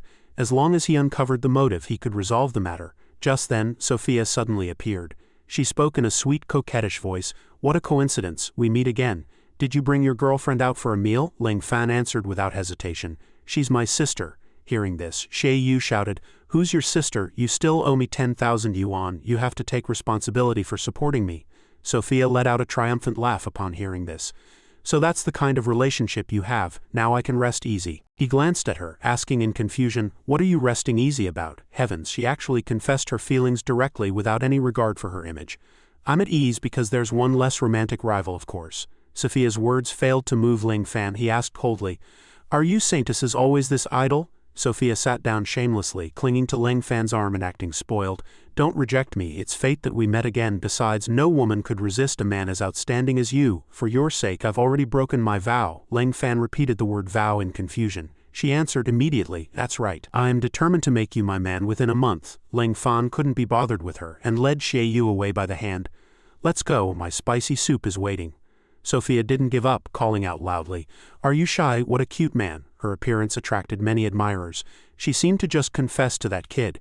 I wish I were the one she confessed to. Western women are so beautiful, and that dress is so provocative, truly stunning. Sophia heard these comments, tilted her head, and feigned shyness. Everyone enjoy your meal. The three men instantly fell in love, their eyes turning into hearts. Suddenly, Sophia's phone rang. Hello, speaking. Greetings, Your Grace. The Holy See has new instructions. Find an Asian girl named Yang Yi and bring her back to the Holy See immediately. The scene shifts to the construction site. Ling Fan and Yuan chatted as they walked. I've already figured out who's sabotaging the project, but there's still one problem left unsolved, she asked in confusion. A problem even you can't solve, he replied gravely. We haven't caught the mole yet. Those thugs always manage to intercept the materials we're transporting, and they know exactly when to show up when security is light. Don't you find that strange? Yuan tilted her head and looked at him with concern. True, but for our company's employees this project is a way to make money. No one would sabotage their own paycheck, Ling Fan immediately deduced. Indefinitely delaying the project only benefits one person. Who? He answered decisively. Manager Chen, the construction supervisor for this project. As long as the project is in development, his salary and commissions will keep flowing. Besides, when I went looking for him yesterday, he was gone. And that's exactly when the trouble started. Yuan frowned slightly. Are you talking about him? How is that possible? He's CEO Xia's confidant. Ling Fan stated with certainty that anything was possible. Meanwhile, not far away, Manager Chen was asking in a fit of rage, who the hell is that kid? How can he be so close to Manager Yuan?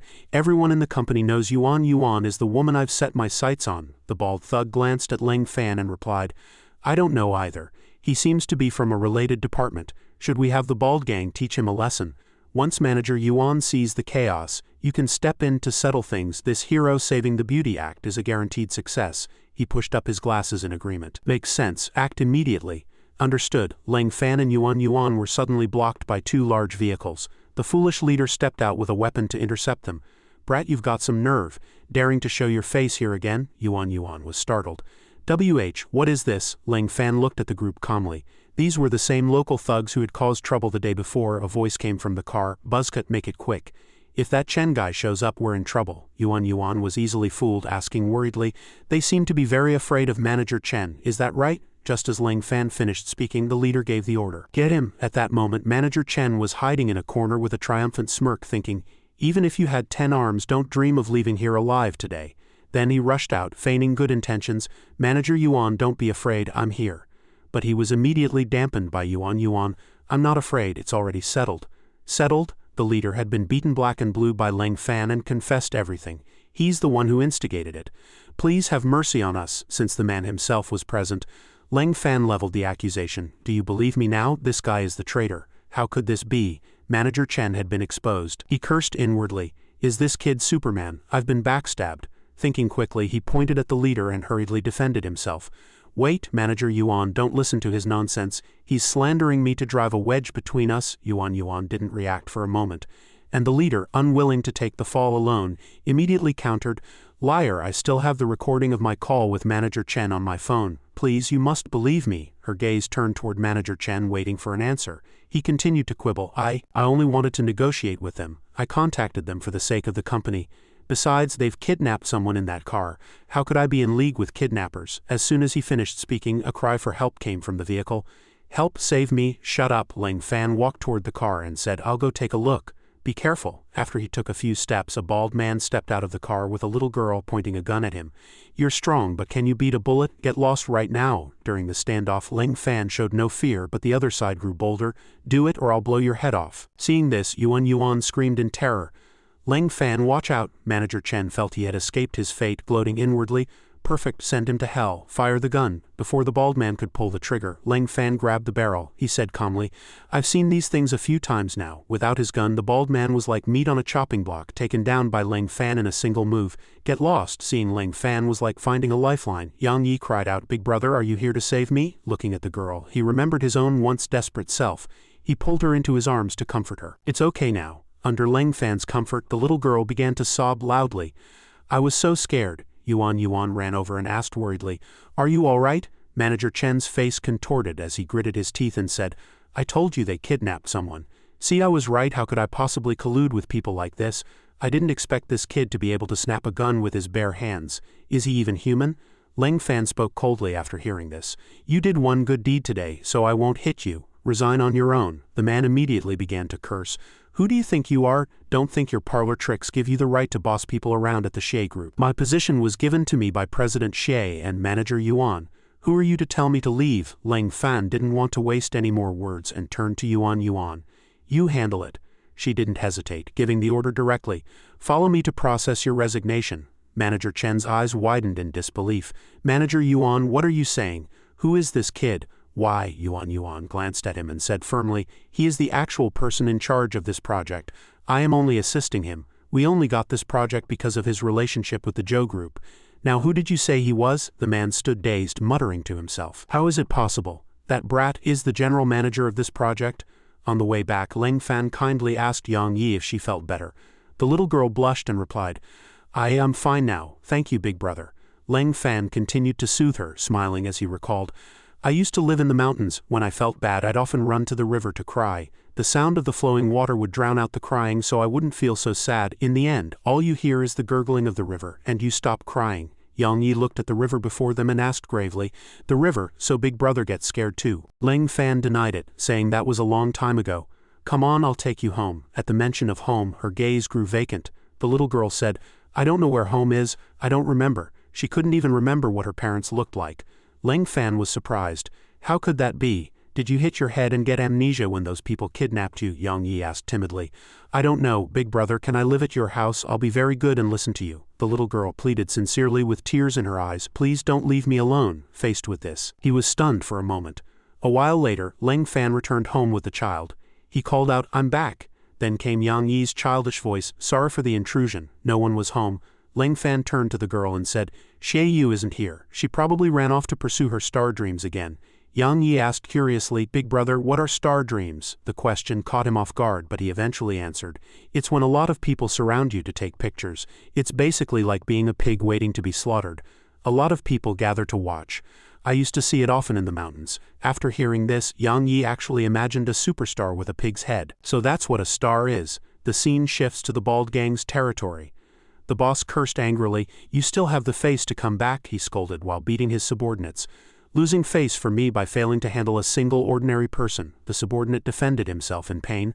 Boss, it's not that I didn't try, it's that the kid can snap a gun with his bare hands. Upon hearing this, the bald gang boss performed a feat of crushing a pistol on the spot. Like this, the silver-tongued underlings immediately flattered him.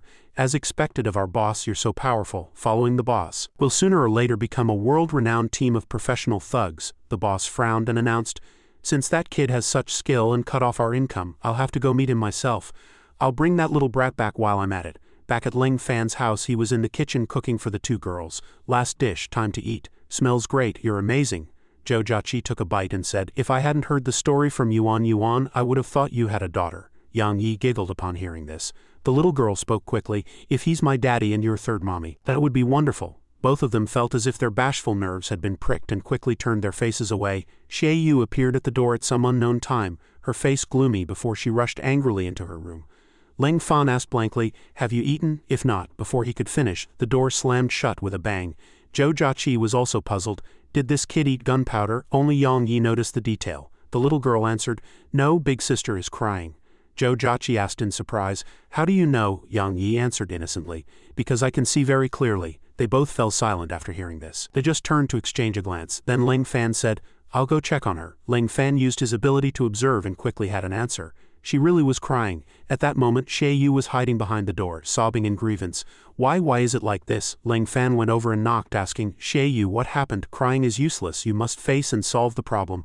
What kind of woman wails and screams like this? To put it bluntly, you sound like an old hen squawking all day in the mountains, she cried even harder, screaming, I don't want to live anymore. Ling Fan panicked and turned to Zhou Jiaqi for help. Did I say something wrong? Yang Yi and Zhou Jiaqi sighed helplessly.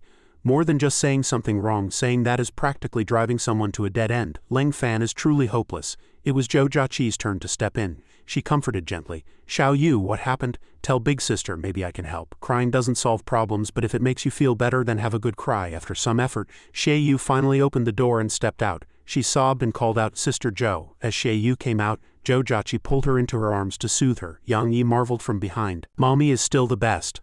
Ling Fan also found himself nodding in agreement. The little girl saw through his thoughts and giggled.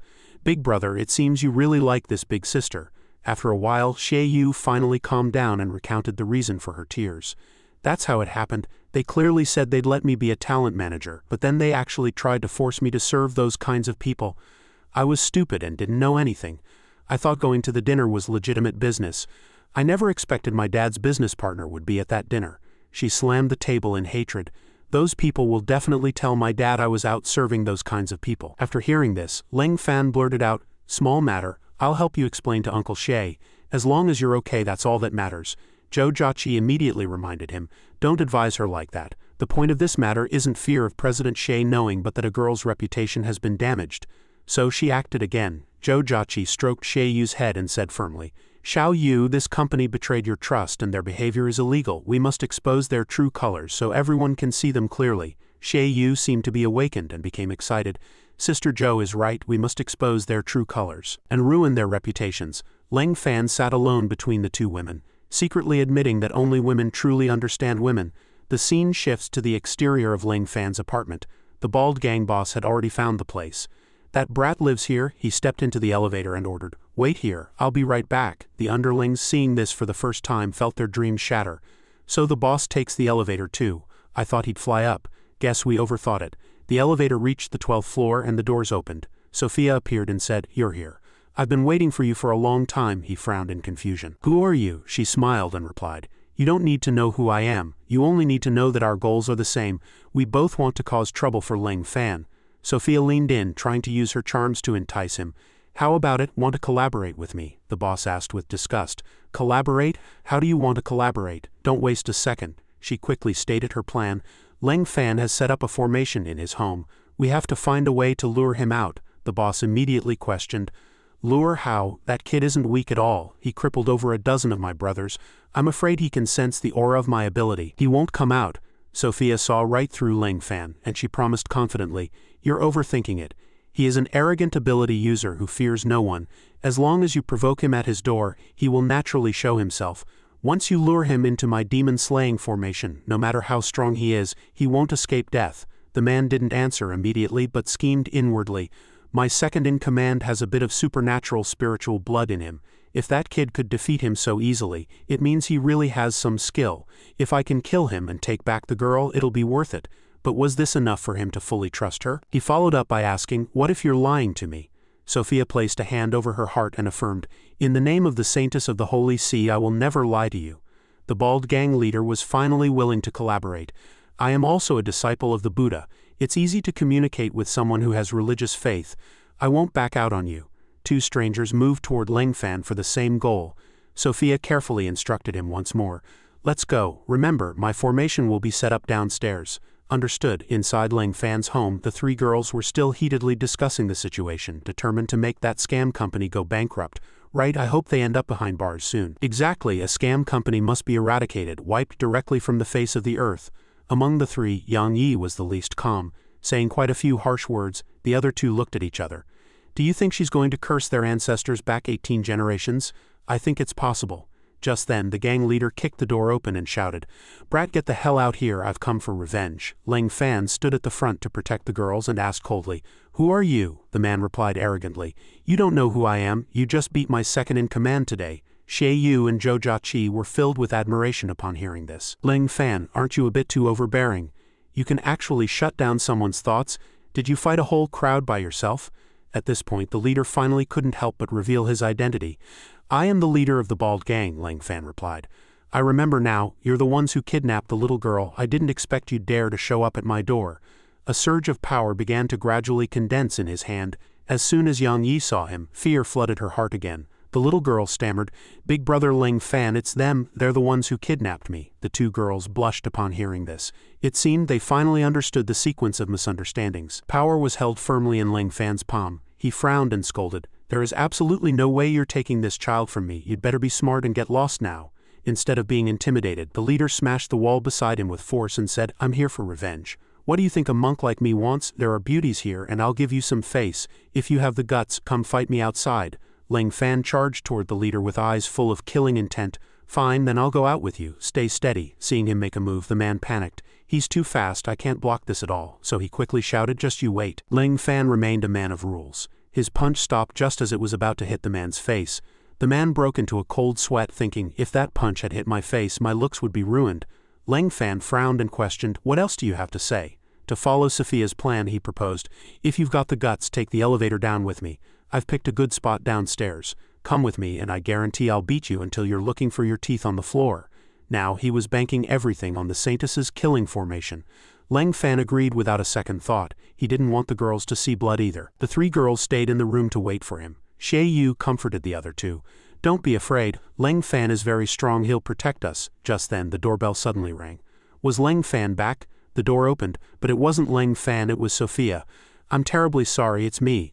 I've come to take that little girl." Meanwhile, Ling Fan followed the leader to the bottom of the apartment building. He asked, "This is the dual location you chose? Why here?" The man stopped at a suspicious spot and thought triumphantly, "I can already feel the spiritual power of the Saintess's formation surging here. One more step from this kid and the trap will activate. This kid is dead meat." Relying on Sophia's ambush, he regained his confidence and pointed at Ling Fan arrogantly. "That's right, this is the place I chose. Do you dare take one more step forward?" Ling Fan stepped forward without hesitation. "Why wouldn't I?" Seeing the formation activate, the man broke into a sinister smile. The formation was right under Ling Fan's feet. He stepped directly into the center, triggering it. The leader shouted triumphantly, "You've fallen into an ambush. Die. This monk shall grant you your final rites." In an instant his ability activated, and flames enveloped his entire body. "My Vajra fist shall punish you in the name of the Buddha's law." Ability, Wrathful Vajra. Ling Fan looked down. City-locking magic. Still unaware, the leader charged at him excitedly, shouting, "Die!" Ling Fan actually blocked him with just one hand. Not only that, he countered with a strike aimed directly at the bald gang leader's head. The man clutched his head in confusion. How can this be?" Ling Fan asked, puzzled. "Is this the trap you were talking about?" He flicked his finger lightly, and a magazine with Sophia's face on it emerged from the formation with the words, "I love you" written on it. The leader stared slack-jawed and roared, Isn't this an exorcism magic circle? Could the surging spiritual energy I felt be this thing?" Ling Fan put his hands in his pockets and said coldly, "It seems your plan didn't go quite as imagined this time." Ling Fan didn't give him any time for final words and stepped forward to finish him off. The leader was beaten half to death, his eyes bloodshot, able only to curse inwardly. As expected, Eastern and Western religions are different. There's simply no common ground. Damn it, after dealing with him, Ling Fan returned home. He complained with a headache, "I didn't expect the bald gang to cause trouble again. How annoying. I'm back." When Ling Fan returned, no one greeted him. Only two stone statues sat in the living room, unable to move. He asked in confusion, "Zhou Jiaqi, what happened?" At the same time, he used his ability to dispel Sophia's spell. Ling Fan cursed angrily, trying to show off before a master. Zhou Jiaqi quickly woke up and reported anxiously, "Ling Fan, this is bad. The little girl was taken by a Western blonde woman." Ling Fan immediately thought of the blonde woman, and combined with the holy light ability just now, it could only be her. Sophia, the saintess of the Holy See. After clarifying the situation, he announced, "I'm going to bring her back now. You two wait for me here." Zhou Jiaqi urged worriedly, "Be careful." He gently patted her head and said, "I'll try to be gentle. If I accidentally kill her, it might trigger a war between the Eastern and Western supernatural worlds." With that, Ling Fan vanished in a streak of golden light, leaving Zhou Jiaqi to wonder to herself, "It seems there's something wrong with my brain. Why would a man like him need me to worry?" Her cheeks flushed, yet she couldn't control her feelings. Ling Fan landed in an open space, accidentally interrupting a couple in an intimate moment. He picked up his phone to make a call, apologizing to the two people as he did. "Sorry for the intrusion, please continue." "Hello, Chen Hai, find someone for me." Sophia, the saintess of the Holy See. Chen Hai immediately took the order. "Yes, Elder Ling. I'll send people to handle it right away." In an instant, Ling Fan had the answer he wanted. The bureau chief found her. Sophia had bought a ticket for a flight to the west tonight and had boarded half an hour ago. Chen Hai reported to him, Elder Lang the Saintess boarded a plane back to the Holy See half than an hour ago. I'm afraid we can't catch her now. Lang Fan followed up, can you confirm the flight direction? Chen Hai replied without hesitation, no problem. Then send it to my phone. With that, Lang Fan hung up. Chen Hai quickly sent the information, thinking that although the heading was confirmed, even sending a plane wouldn't catch up now. What did Elder Lang want this for? The couple from earlier hadn't left yet and were pointing at Lang Fan. That guy is so strange, he looks like a dog. Lang Fan ignored them, staring at his phone and concluding, knowing the direction is enough. As soon as he finished speaking, he transformed into a golden light again and soared into the sky, leaving the couple looking terrified. On the plane, 2 pilots were chatting. Once we land, I've got to find a few Western blonde babes to have some fun with. You go ahead, I still need to save money to buy formula for my daughter. This was the very plane Sophia and Yang Yi were on. She turned to comfort the girl. Little sister, don't be nervous. Big sister is just inviting you to my house to play. The little girl's mouth and hands were sealed. She could only call for help in her heart. Big brother, where are you? Come save Yer. Seeing her crying incessantly, Sophia didn't bother to coax her and directly used her ability. Go to sleep. Unexpectedly, Sophia's ability was ineffective against Yang Yi. The moment the ability touched the little girl's body, it shattered. She thought in confusion. The higher-ups wanted to capture a Chinese ability user and even sent me specifically. What secret is this child hiding? Just then, a thunderous boom echoed from the plane. The Holy See members began to panic. Something is approaching the plane at extreme speed. Passengers, please stay seated and do not panic. It might be a person, it's a human. Sophia quickly led her team into formation. It's a Chinese ability user. Prepare for battle. Understood. Hurry. Prepare. The golden light gradually dissipated. Lang Fan appeared handsomely. I finally found you. Sophia didn't waste words and ordered directly, move. 2 Holy See members rushed forward shouting, kill him, we can't let him ruin the plan, protect the Saintess. Lang Fan promised coldly, you are not worthy of being my opponents. He took down these grunts with a casual strike, too strong. Lang Fan walked quickly toward Yang Yi. He looked down at her and said, are you alright? I'm taking you home. Just then, the Holy See's ace gripped his sword and rushed over. Don't underestimate us. This is an order given personally by His Holiness the Pope. Even later on I will show no mercy. If His Holiness is enraged, the consequences will be severe. Lang Fan stood up and asked seriously, are you threatening me? He snapped the opponent's sword with his bare hands while threatening back. If I am enraged, the consequences will also be severe. Sophia was too stunned to speak. Seeing the Holy See members scattered on the floor, the captain asked nervously, what's happening? Sophia twisted the truth, accusing Lang Fan, Captain, there's a Chinese man attacking us here. He wants to destroy the friendly relations between East and West. The captain didn't verify anything and turned to question him directly. Passenger, what is going on? If you wish to continue on this flight, please return to your seat obediently. If you harass other passengers again, I will not sit idly by, especially since the other party is a foreign friend. Sophia smiled triumphantly. Chinese people are so stupid, everything becomes insignificant before friendly relations between 2 countries. Lang Fan replied honestly, she wants to kidnap my sister. The captain froze. Really? Yang Yi also helped confirm. Yes, uncle, she's a bad person. She's the bad person who kidnapped me. My big brother saved me. Sophia was still arguing. Captain, don't listen to their one-sided story. I am here to invite this child to the Holy See as a guest. The captain no longer believed her lies. He reiterated the words, as a guest. Seeing that the soft approach wouldn't work, she turned to threaten the captain. You'd better think this through. If you oppose me for the sake of one ordinary little girl, I'm afraid it will affect the sentiments between China and the West. A flight attendant stepped forward to advise, Co-pilot, let's not go looking for trouble. Let's just pretend we didn't see anything and avoid getting burned. The words getting burned reminded the captain of his child at home, Daddy. Fortunately, the captain still stood his ground. He quickly contacted a third party, requesting support. Kidnappers found on the flight. They are trying to kidnap a Chinese girl. I am requesting support. No one can kidnap a Chinese child, especially not in front of a father. Seeing the captain wouldn't help her, Sophia attacked him. What right does an ordinary Chinese person like you have? But before she could strike, her face was slapped aside by Lang Fan. Do you still think it's like 10 years ago? China is no longer as weak as you imagine. Outnumbered and outmatched, Sophia endured the humiliation and said, Fine, we will definitely meet again. Lang Fan understood immediately.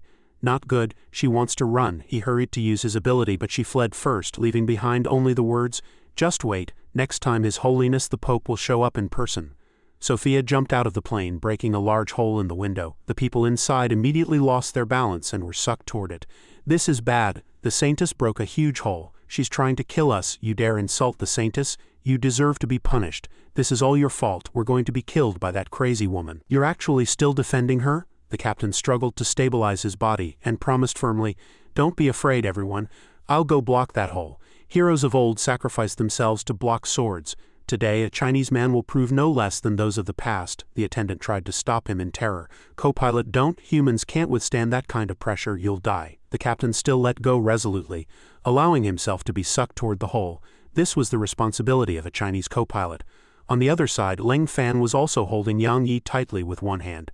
The girl pleaded worriedly, "Big brother, let's help them. This uncle is a good person." "I know you're not an ordinary person." Ling Fan didn't waste words and began to cast deity summoning mountain-moving strongman. The next second, a majestic mountain-moving strongman appeared. He charged directly toward the hole, accidentally brushing past the others. They actually started critiquing the strongman's appearance. "Is that a mountain-moving strongman? He's way too ugly. Is that an Eastern deity? He's so fat." "So what if he's fat? He's here to save us." He blocked the hole with his massive body, saving everyone from the crisis. The Holy See members lamented. "Why does this scene feel so weird?" The captain felt the same. "It's strange, but he really did save us." Air pressure no longer surged into the cabin and everyone fell to the floor at the same time. "What on earth is this?" The captain quickly sat up and ordered, "Ignore that for now. Check if anyone is injured." "Yes, sir." A yellow silk cloth spiraled in the air. Yang Yi asked curiously, "Big brother, what is this, a magic carpet? Aren't we going to give a hero's speech before we go?" He replied, "No, it's just a piece of paper. If we stay for a speech, we won't be able to leave." It carried the two of them away from the plane. The girl clutched Ling Fan's pant leg and marveled. True, but who knew a piece of paper could be so amazing? As soon as the words left his mouth, the little girl scrambled onto Ling Fan. He continued in a gentle tone, "No one else has this, only I do. And my master, he has it too." The scene shifts back to Ling Fan's home. Seeing the two return, Xie Yu immediately pulled Yang Yi into her arms and burst into tears. "Ancestors be praised, you're finally back. I knew he'd be able to bring you back. I was terrified, but I knew he could do it." Ling Fan also quickly contacted Chen Hai. "Director Chen, the person has been found, but I seem to have offended someone else again." Chen Hai asked in disbelief, You found Sophia? Was she on the plane? And who did you offend? Was it the saintess? It doesn't matter, we still have an ongoing deal with her." Only then did Xie Yu run over to praise Ling Fan. "You're so capable, it's really enviable. If only I could be as powerful as you," Ling Fan replied expressionlessly. "Rest easy." Hearing this, she cheered as if she had struck gold. "Do you mean I can do it too?" Before Xie Yu could start dreaming, she was hit with a bucket of cold water. Ling Fan said, "Not in this lifetime." Xie Yu was so angry she pointed at Ling Fan and declared loudly, "I'm done with you. I've found another new job. Once I save enough money, I'm moving out immediately." Ling Fan offered a kind reminder.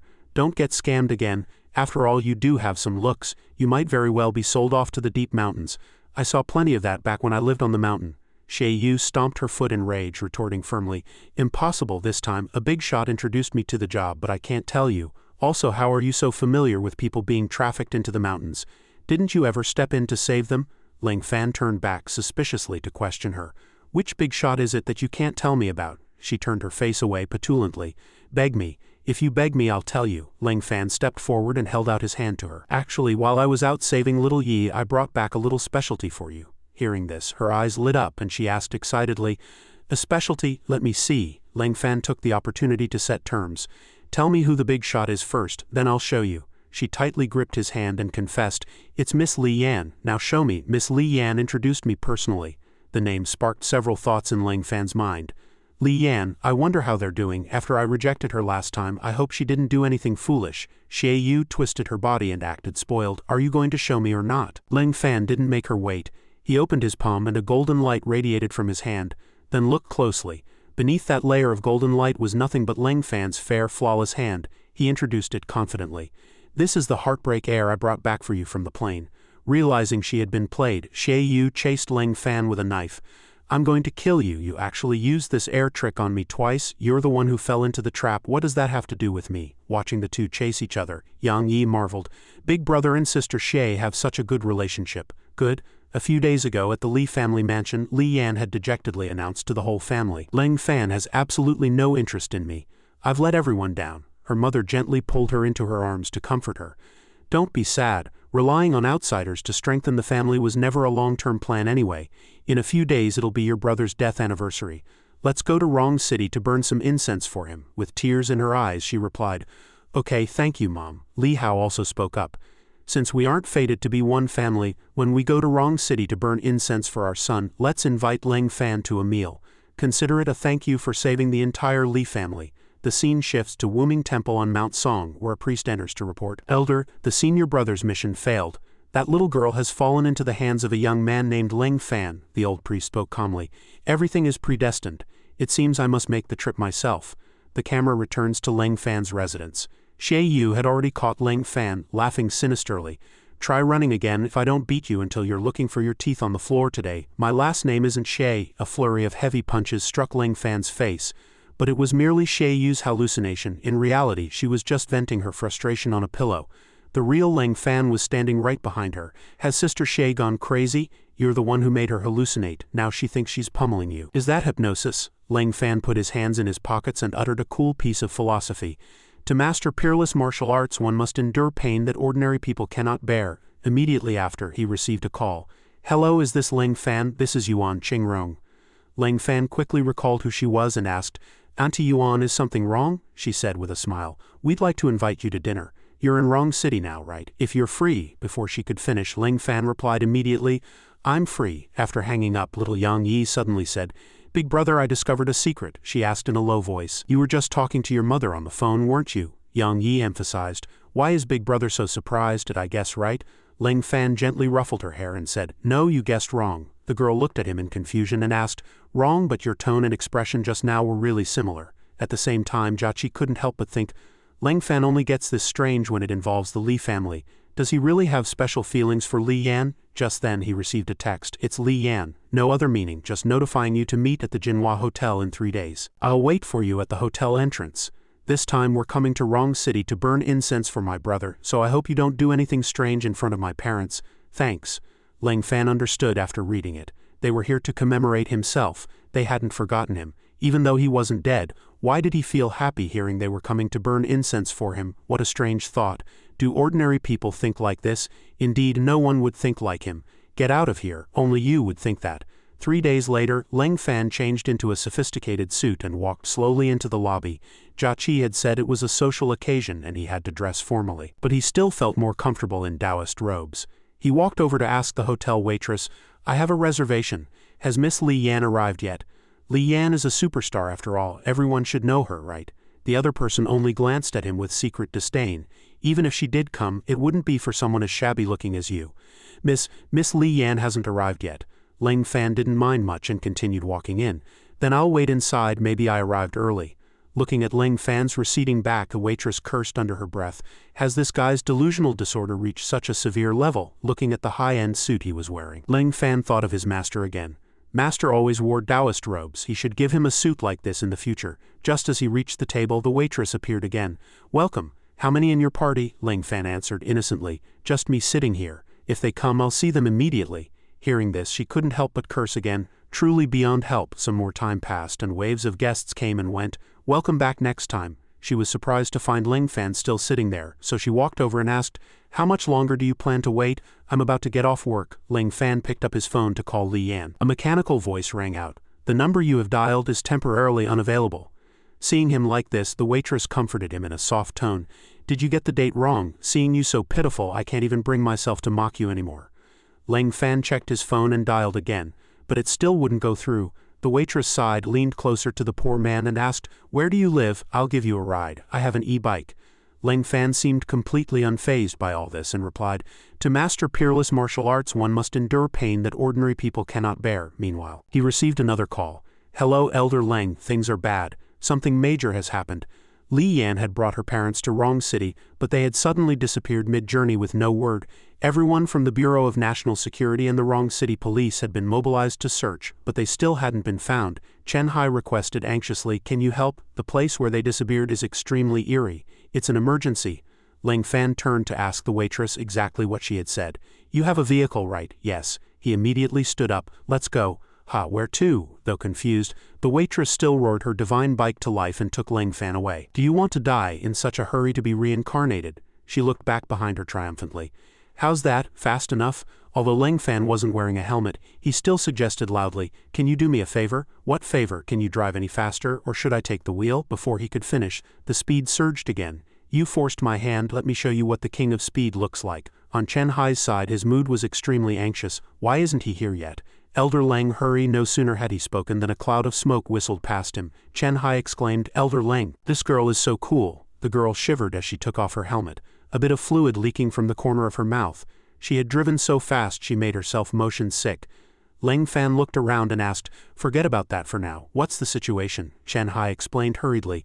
Li Yan's family disappeared right here, but now there isn't a single trace to be found. Moreover, before she disappeared, Li Yan called the police for help, and the Li family themselves are from the ability user circle, therefore we suspect it's the work of ability users. I'm afraid they are in grave danger. After assessing the situation, Leng Fan stepped forward decisively. I'll find them first and talk later. But before leaving he circled back to the waitress who had ridden a motorcycle for years but had made herself dizzy for the first time. He pulled out a bill and held it out to her. What are you doing? The girl questioned angrily. Do you think we bikers do this for your measly bit of money? Leng Fan didn't mean it like that. He explained, if you encounter trouble in the future, bring this 100 yuan bill to me and I can grant you one request provided it doesn't violate ethics or morality. With that he turned and left. Where are you going? What kind of person do you take me for? The girl cursed in a fit of rage. Chen Hai walked over and advised, don't get worked up, that was an elder of our National Security Bureau. The girl couldn't believe her ears and hurriedly confirmed, Uncle, what bureau did you say? He naturally repeated those 3 words. National Security Bureau. Her face changed instantly. I thought it was something else. Give this 100 yuan back to him and tell him not to look down on people. Chen Hai tried to persuade her. An ordinary person like you might not know about our bureau, but I think you'd better keep this 100 yuan. You might just be able to turn it into 1 billion. The massive amount made the girl's heart skip a beat. The scene shifts to the depths of the forest where the golden light was gradually fading. Leng Fan observed and assessed from the shadows. The mountain is so vast, finding 3 people is indeed difficult. I can only use my divine sense. I just don't know if my divine sense can cover such a large area. Just then, Leng Fan's master suddenly appeared, withdrew his divine sense and stopped him from releasing more. Do you wish to violate the laws of karma? Leng Fan asked in surprise. Master, why are you here? Master only came to tell him that this was their karma. If not for him, they would have been dead long ago. When the Zhao family attacked, the Li family was meant to fulfill that karma. Leng Fan actually replied, but I can't let them go. Master expressed his concern for him. So you wish to oppose karma? Leng Fan knelt without hesitation and pleaded, Master, please allow your disciple to be willful just this once. No matter the consequences, I am willing to bear them. Master ultimately couldn't stop him. Perhaps this too was a knot in their karma, so before leaving Master had to help him one last time. Go, they are in a cave to the south. The one who kidnapped them is the Zhao family ancestor. Leng Fan was a bit stunned upon hearing this. The Zhao family ancestor had indeed kidnapped the 3 of them into the deep mountains, just as Master said. Old Ghost and Zhao Kui were discussing the 3 of them. As expected, the blood of the Li family is very sweet. No wonder you're so addicted, Old Ghost. What does this count for? Only that kid's blood is the true premium stuff. Li Hao shouted in a rage. Release my wife and daughter or the Li family will absolutely not let you off. Zhao Kui immediately landed a resounding slap on his face. Are you stupid, or have you watched too many dramas? Look at your current situation, how dare you order me? Seeing Li Hao being hit, Li Yan and her mother called out anxiously, Li Hao, Dad? Just then, Zhao Kui set his sights on Li Yan's mother. You aren't a member of the Li family, so I'll kill you first.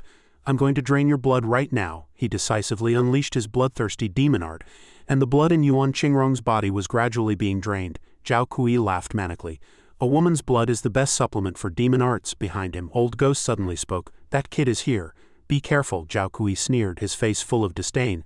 So what if he's here? I'm no longer the innate level trash I used to be. Silently, Leng Fan appeared before him and asked coldly, Is that so? Before Zhao Kui could make a move, Leng Fan kicked him in the stomach, sending him flying into the distance. With a thunderous boom, dust and smoke filled the air.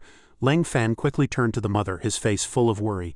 Oh no, too much blood loss. She'll surely die in a few more moments. Leng Fan quickly untied the 3 of them and instructed, Help me hold that guy off. I have to heal Auntie Yuan now. Any later and not even the great golden immortals can save her. Li Hao and Li Yan stood in front. Li Hao declaring firmly, If he wants to come over, he must first step over my corpse. Leng Fan hurriedly began healing her.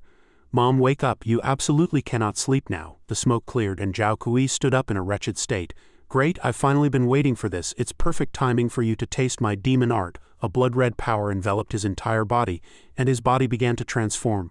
Muscles knotted, nails grew long. Zhao Kui had completely turned into a monster, threatening triumphantly. "Now I really want to eat your flesh and drink your blood." Li Hao observed Ling Fan's situation with concern, thinking he had to buy time to help him. Meanwhile, Li Yan couldn't hold back. She drew her sword and charged. "I'll fight you to the death," however. He hurriedly grabbed her hand to stop her. "Yanner." She looked back at Li Hao in confusion. He gently stroked her head and instructed carefully, "Find a chance to escape and keep living. Leave this dangerous business to your father." Subsequently, Li Hao gathered his power and spiritual energy erupted. He used this method to send Li Yan away. "Go," she screamed. "Dad!" Immediately after, Li Hao turned and charged straight at Zhao Kui. "Let me hold him off," but the opponent flexibly threw a punch. With just you, the power was too strong. He couldn't dodge in time. Zhao Kui smirked sinisterly. "It is still not too late to beg me, Zhao Beishan, for your life. I might just spare you," Zhao Kui sneered. Though Li Hao was severely injured, he refused to yield. "As the head of the Li family, I would rather die in battle than beg for mercy." Enraged, Zhao Kui barked, "You brat, you actually intend to self-destruct and you even dare to look up in defiance? Leng Fan will surely defeat you. I have faith in him." Finally, Zhao Kui went mad with rage and prepared for his next strike. "Then I shall send you to the underworld first." At this moment, Li Hao's heart was only with his family. "Lear, your father is coming to be with you." Suddenly, Leng Fan stepped forward and patted his shoulder, surprising him. "Thank you for everything, uncle." In an instant, Leng Fan surged forward, burying a punch into Zhao Kui's stomach. "Get lost." Looking at the fallen Zhao Kui, Leng Fan told Li Hao to go look after his wife while he handled this guy. Li Hao stared at him, thinking to himself, Leng Fan was actually able to transfer energy just now to stop me from self-destructing. Why does that sensation of energy feel so familiar? Leng Fan slowly walked forward, stepping on Zhao Kui as he taunted, "Zhao Beishan, it's time for your karma to end." Zhao Kui bared his teeth in a defiant smile. "Is that so, old ghost?" "It's your turn." Leng Fan's mind stalled for a moment, not grasping his meaning. Suddenly, a deep vortex appeared beneath his feet. Leng Fan looked around at the surrounding spiritual energy. "It's a trap." Zhao Kui struggled to his feet to set the formation. "Brat, your strength is indeed formidable, but unfortunately, under my frozen demon city formation no one can resist." Li Hao, holding his wife, shouted in desperation at the sight. To his horror, he saw that Leng Fan had already been frozen solid. The demon hidden in his heart prepared to strike Leng Fan, having finally subdued him. "The power of blood, here I come. Be careful, you only get one sip, the rest is mine." Zhao Kui licked his lips excitedly and promised, "Don't worry." Suddenly, Leng Fan faced him directly and delivered a sharp retort. "The frozen demon city formation is indeed a powerful array. Unfortunately, you haven't even mastered a 10,000,000th of its perfection." Zhao Kui's brow furrowed tightly upon hearing this. Leng Fan quickly shattered the ice, reaching out to grip Zhao Kui's throat in a death grip. "You want to drink my blood? That mouth of yours isn't worthy." He was fuming with rage. Then Leng Fan effortlessly slammed Zhao Kui into the ground, adding with disgust, "Your breath is too foul, it's making me want to gag." Seeing this, the tension in Li Hao's face relaxed as he cheered inwardly, "He's fine. He's fine." Leng Fan then glanced toward a dark shadow by the stone wall. "You hiding back there, how long do you plan on staying in the shadows?" The man was drenched in sweat, roaring irritably. "Old Ghost, hurry up and kill this kid, all his blood belongs to you." Old Ghost then manifested, evaluating in a ghoulish voice, "You are in no position to command this venerable one. Boy, I truly wish to know where you have seen a perfect frozen demon city formation." Leng Fan ignored him completely, merely offering a flat taunt, "I'm not telling you." Humiliated, Old Ghost could only grit his teeth in silence, and then he cast a spell that caused 6 arms to emerge from the wall. "In that case, I must personally take action," Old Ghost announced with increasing malice and arrogance. "As long as your head hits the ground, everything I desire will be mine." No sooner had he spoken than he hovered in the air and lunged at Leng Fan. "Off you go." Leng Fan delivered a heavy punch to Old Ghost's jaw. "If you're going to fight, then fight. Why all the nonsense?" Then Leng Fan reflexively grabbed him by the throat and slammed his own head into Old Ghost's. "Take another headbutt." The layer of fake skin on Old Ghost's head cracked open, revealing his true face. Leng Fan was extremely shocked upon seeing this appearance. Old Ghost gritted his teeth against the pain and uttered a few confusing words. "Why have you suddenly stopped? Have you been scared witless by my true visage? Kneel down this instant." On the contrary, Leng Fan sighed and held his forehead, saying cuttingly, I didn't expect you to be so hideous. It seems I can only help release you from this misery." Leng Fan let out a great shout, and a longsword shimmering with golden light appeared. "Sword, come." Old Ghost was terrified, his eyes wide as he observed.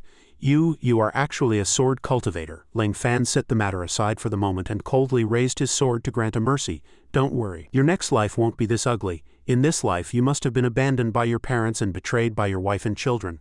That won't happen in the next." Old Ghost couldn't help but curse. "What on earth are you babbling about? So what if I've been ugly since I was a child? Everyone has a tragic past. Shut up. In an instant, Leng Fan unleashed a strike that was both powerful and swift. Then let this humble Taoist help you transcend. Golden light slash. This formidable power spread far into the distance. The brat truly has some skill. I'll stop here for now. In a few days I will come for your head. Before the sword could strike, Old Ghost fled, fleeing at extreme speed. If I wish to leave, no one can stop me. An explosion followed, sending dust and smoke everywhere. Leng Fan looked at the hole in the cave ceiling with some boredom. He had actually let him escape, and his suffering was not yet over.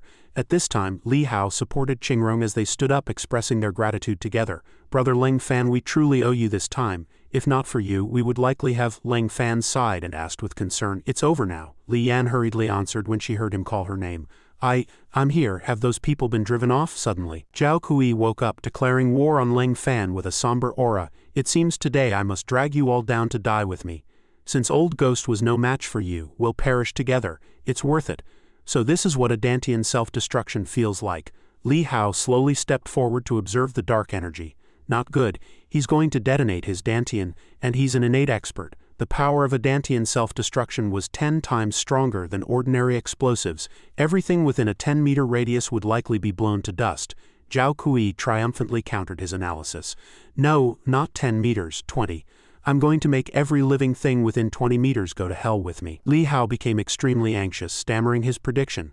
20 meters, we can't possibly escape at our speed. At this moment, Li Yan, standing behind them, hugged her father and Qingrong, saying softly, Dad, Mom, we aren't afraid. We can go see my brother now. Li Hao held her, comforting her and agreeing with the thought, That's right. Death comes to everyone eventually. It's a good thing to see Lear sooner. Qingrong also let out a sorrowful voice. Yes, Ahao, at least now our whole family is together. Leng Fan witnessed this scene of parting and felt a wave of sadness, but then he braced himself. He walked coldly toward Zhao Kui and asked, You mean your Dantian explosion radius is 20 meters, right? Zhao Kui barked excitedly, letting out a manic laugh. Want to stop me? It's too late, Leng Fan replied calmly. You're overthinking it. I'm just estimating your power. And no sooner had he spoken than he stepped back into a stance, leaving Zhao Kui stunned.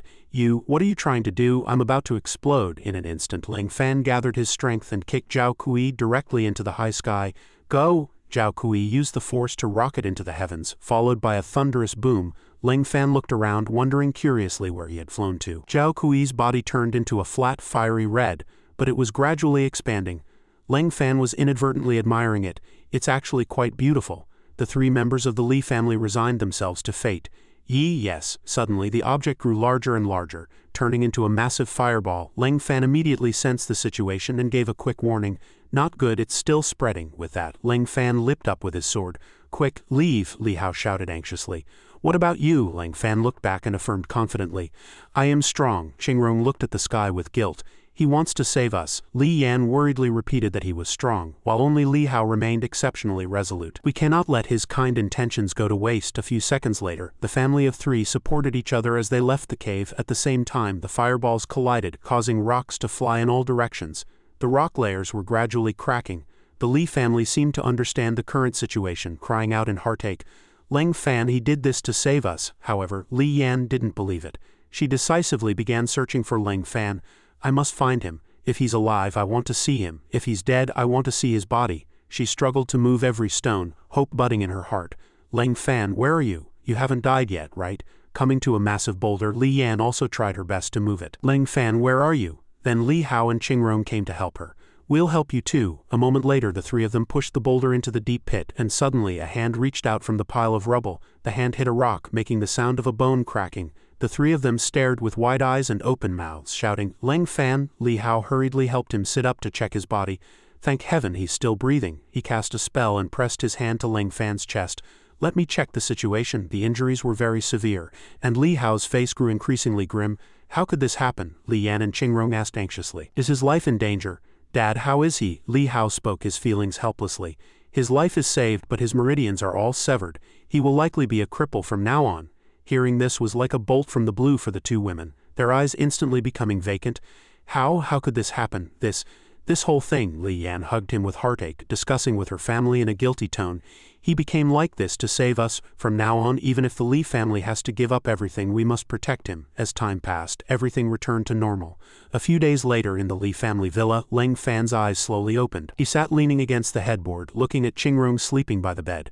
Mom, why are you here?" Lang Fan looked helplessly at the white cloth wrapped around his wrist. "It was only a superficial wound. Why go to all this trouble?" He then briskly unwrapped the layers of gauze. Suddenly, Lang Fan felt something was wrong. Qingrong woke up then. She looked at Lang Fan in surprise. Lang Fan, you," Lang Fan asked in confusion. "What's wrong?" Overjoyed, she hurriedly hugged him, her mouth never stopping with questions. "You're finally awake. You scared me to death. Does anything hurt? If it does, you must tell me." "No, nothing hurts. No need to be so excited." Then Qingrong turned and ran out of the room in excitement. "I'm going to tell them the good news right now." Lang Fan lowered his eyes, looking at his powerless palms. "Good news? But I seem to." He immediately checked his body and suffered a heavy blow. His meridians were completely severed. Sigh. When it was time for dinner, the entire Li family was extremely attentive to Lang Fan. The food in his bowl piled up like a small mountain. "Lang Fan, eat more. The illness is just starting. It's better to eat more." "I won't say more. I'll get some food for you." Yes, eat more." Then Li Yan asked a long string of questions, her face blushing. "Do you feel uncomfortable anywhere, or is there anything you want to do? I'll go with you." Lang Fan explained to her leisurely while eating heartily. "Don't overthink it. I don't have that kind of interest in you." Li Yan's face turned as red as a tomato as she waved her hands. "I know, I meant things an ordinary person would want to do, not in that evil way." Suddenly, Lang Fan tilted his head and asked back with an indifferent attitude, "Ordinary person?" She was so ashamed she wished she could disappear, wondering what on earth she was babbling about. Then he changed the subject to distract Li Yan, saying, "Speaking of which, I do seem to have something I need your help with. Can you drive?" After a while, Lang Fan went out with her in the car. Li Yan asked, "What did you say you wanted to buy?" Lang Fan withdrew his gaze to look around, replying, "Chinese medicine. After all, when your meridians are severed, it's hard to completely solve it without drinking some Chinese medicine." She followed along, nodding in agreement. "Right," but after a few seconds, Li Yan linked those words together in terror. "Wait, what did you just say?" Lang Fan repeated flatly. "Drink Chinese medicine." Though shy, Li Yan insisted on following up on the previous sentence. Lang Fan revealed it directly, his face expressionless as if he didn't care. A small matter like severed meridians instead. Li Yan's face darkened slightly, and she answered with a trembling voice, "You know everything. This is no small matter. You won't be able to be an ability user ever again." Before she could finish, Lang Fan naturally brought up a mischievous incident from the past. "My master broke them over a dozen times when I was a kid. It was always fine after drinking some Chinese medicine. Don't make a fuss. There was one time I was very badly injured because I caught a pig at the bottom of the mountain that day and planned to bring it up to show my respect to master, but the pig farmer actually came to the door." After hearing this long string, Li Yan was extremely shocked. "Severed over a dozen times? Are you sure? How is that possible?" Then he looked at her. He answered the doubt. "Do you think there is anything in me that is impossible?" Li Yan gradually accepted Lang Fan's words, thinking he was right. Then the two fell into silence, watching the sunlight fade. After a while in the car, they finally arrived. At the Chinese medicine shop, he was currently sitting and writing something on a piece of paper. The female clerk suggested cautiously, "Sir, our shop has many kinds of herbs. You can tell me the names of the herbs you need directly. It'll be much faster for me to get them for you." Lang Fan stood up and handed the notebook to her. "That's about it. I've selected everything I need. I want herbs that are a bit older. They don't need to be fresh." The female clerk quickly took the notebook, her eyes sparkling. "My God, I've met a big customer. It seems I can finish this year's performance targets early." Only then did Li Yan ask him, "Can these medicines help you restore your meridians?" Lang Fan explained slowly, "The medicine itself isn't much use, but the spiritual energy in the medicine is. Using their spiritual energy to cultivate and restore meridians is a small matter." Li Yan's eyes widened upon hearing this, thinking that he actually knew how to refine pills. "I've never heard of such a thing in all these years of pill refining. If he really can refine pills, I'm afraid every ability family in China would come looking for him like crazy." Suddenly Bai Jia walked over, holding the notebook Lang Fan had given her, and questioned, "Excuse me, do you really want to buy this much?" The female clerk beside her fell into contemplation, her gaze drifting elsewhere. "The quantity this guy is buying is too staggering. An ordinary person likely couldn't afford it at all. He wouldn't be here to crash my shop, would he?" Lang Fan answered composedly, "Yes, is there a problem?" Seeing this, she hesitated, straightening her body to remind him, "One person using this much medicine, even an herb company doesn't have this much stock to sell you.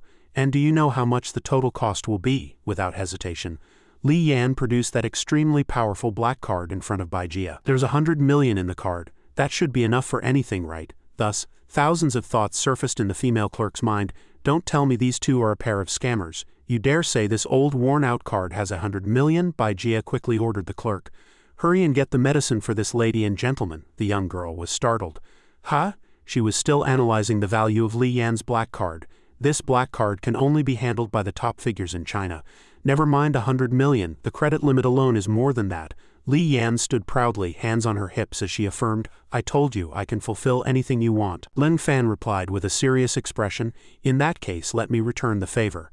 Buy a few more medicinal materials and I will refine an innate spirit pill for you to help you break through to the innate realm." For a moment she was so stunned she became incoherent. What did you just say?" After purchasing all the materials, Li Yan drove home with a car full of goods. Nowadays the functionality of sports cars was truly marvelous. Her subordinate couldn't help but mutter, "Has the eldest miss gone out to collect junk?" "Shut up. This clearly looks like she went on a looting spree." She pointed to the large boxes and gave a loud command to everyone, "Hurry over and move these things inside." Seeing Li Yan bustling about, Leng Fan couldn't help but try to stop her. "Actually, there's no need for you to be this enthusiastic." But she cut him off with a long-winded speech, effectively silencing him. "Who says? This is a major matter concerning the fate of the Li family. Move everything inside, hurry up." A young man bowed and reported, "Reporting to the eldest miss, all requested supplies have been purchased and moved into the house." Li Yan nodded in satisfaction and ordered, "Well done, you may leave." Leng Fan walked ahead and instructed, "I'm heading in now. No matter what sounds you hear, you are not allowed to enter." She grabbed his hand worriedly. "Are you okay on your own?" Leng Fan nodded firmly. "I'm fine. I've been used to this sort of thing for a long time." After hearing his answer, Li Yan's face was filled with confusion. Used to it, for a long time, his meridians are completely severed, yet he still wants to refine pills himself. If I hadn't seen his strength with my own eyes, I could never imagine what he has gone through. Her cheeks flushed slightly with shyness as she wondered how he could remain so nonchalant, and she couldn't help but feel a pang of sympathy for him. Inside the room, Leng Fan took out his alchemy tools and began to practice. It was just refining pills. Even with severed meridians, it was still possible. There should still be a tiny bit of spiritual energy within his body that could be mobilized. If he delayed any longer, even this bit of energy might dissipate. A small flame rose, beginning to heat the alchemy furnace. Golden spiritual power emerged from his palm as he delved into the task. The flows of spiritual energy from the 3 boxes circulated endlessly, converging toward the alchemy furnace. Leng Fan was drenched in sweat, gritting his teeth as he struggled to endure. There was no protector here to guard him. Due to overexertion, his body was in agonizing pain, and he even coughed up blood. Leng Fan panted as he tried to recover his strength, thinking to himself that it was indeed more difficult without his master as a protector. But this was his karma. Saving the Li family was his own decision, and all consequences had to be borne by him alone. His body suddenly lurched backward from exhaustion. "No, my final bit of spiritual energy is about to run out." The worst thought flashed through Leng Fan's mind, "Is everything going to end here?" Just then, Li Yan appeared in time, embracing him from behind while using her own spiritual power to assist him. She reminded him sternly, "Don't push yourself too hard at a time like this. I owe you this much. Use my power as much as you need." Leng Fan was more concerned about Li Yan, saying, "If this goes wrong it might drain you of your strength. Are you sure about this?" She responded with a steady, determined gaze. In a trance, Leng Fan saw a shadow of his sister in Li Yan. He pointed at the alchemy furnace and said, "I understand. Thank you, Li Yan." The flames beneath the furnace burned even more fiercely, and she too was drenched in sweat from exhaustion. She looked as if she were on the verge of collapse. Seeing Li Yan's condition, Leng Fan was filled with anxiety. "This won't do. If I continue to take her power like this, she'll turn into a withered husk before my meridians are even repaired." Despite this, she resolutely signaled him not to stop. Leng Fan's gaze was blurred, but he fought to persevere. Rewarding their shared determination, a pill was finally refined successfully. He cheered in surprise. "Success!" Li Yan, however, was pale from sheer exhaustion. "That's wonderful." She was so tired she couldn't even stand steadily, and her body slumped over. Leng Fan took Li Yan into his arms, resolving, "I must restore my meridians first so I can find a way to save her." He swallowed the newly refined pill. Leng Fan trembled violently from the intense pain. His face contorted as red veins appeared all over his body. This sensation felt somewhat familiar. He clutched his chest in agony, shivering throughout his body amidst the overwhelming pain. Li Hao stood outside the door listening anxiously to Leng Fan's voice. After a while the pain finally subsided. Leng Fan breathed greedily. It was finally over. Li Hao pushed the door open in a panic. "Leng Fan, are you all right?" But the scene that met Li Hao's eyes was Leng Fan holding Li Yan. He seemed to misunderstand something and slammed the door shut with a bang. Leng Fan tried to explain in a hurry. "Wait a second, Uncle Li, it's not what you think." But his shout was in vain, only the breeze in the room answered him. He sighed helplessly. Whatever, right now replenishing her missing spiritual energy is the most important thing. Leng Fan placed his hand on her chest to heal her. He only needed to transfer spiritual energy back into her spirit core, but Li Hao outside the door heard strange movements and thought he was going all the way. He burst into the room again in a rage. You two aren't married yet, don't be in such a hurry for this kind of thing.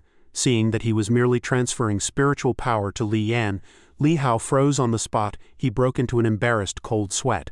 Oh, so he's just transferring energy to Yanner? Leng Fan asked back with a clueless expression. What else could I be transferring? Li Hao's face turned bright red as he shook his head awkwardly. No, nothing. Leng Fan watched him with a look of confusion as he scurried out of the room. Li Yan's complexion gradually improved. She slowly opened her eyes and coughed twice, seemingly forgetting what had just happened. What happened to me just now? Leng Fan answered flatly. I sucked you dry. This answer made her mind wander to other things, and her face flushed with shame. Huh? Leng Fan gave a grateful and warm smile. Thank you. If you hadn't stepped in just now, the person lying here might have been me. Li Yan asked shyly while rubbing her face. Then is the pill refining finished? Have your meridians recovered? He raised his hand, which was glowing with golden light, and said, Look. With a wave of Leng Fan's hand, she looked up and saw several items floating in the air, radiating spiritual energy. Li Yan was filled with curiosity about Leng Fan, wondering just how strong he really was to be able to move objects through the air so easily. At that moment, the phone in his pocket suddenly rang. Leng Fan picked it up and found it was an unknown number. He answered, Hello. The person on the other end got straight to the point. Is this Leng Fan? I am C2 Lan, Zhou Jiaqi's mother. Something has happened. Yang Yi was taken away by a group of monks who claimed to be from Luocha Mountain.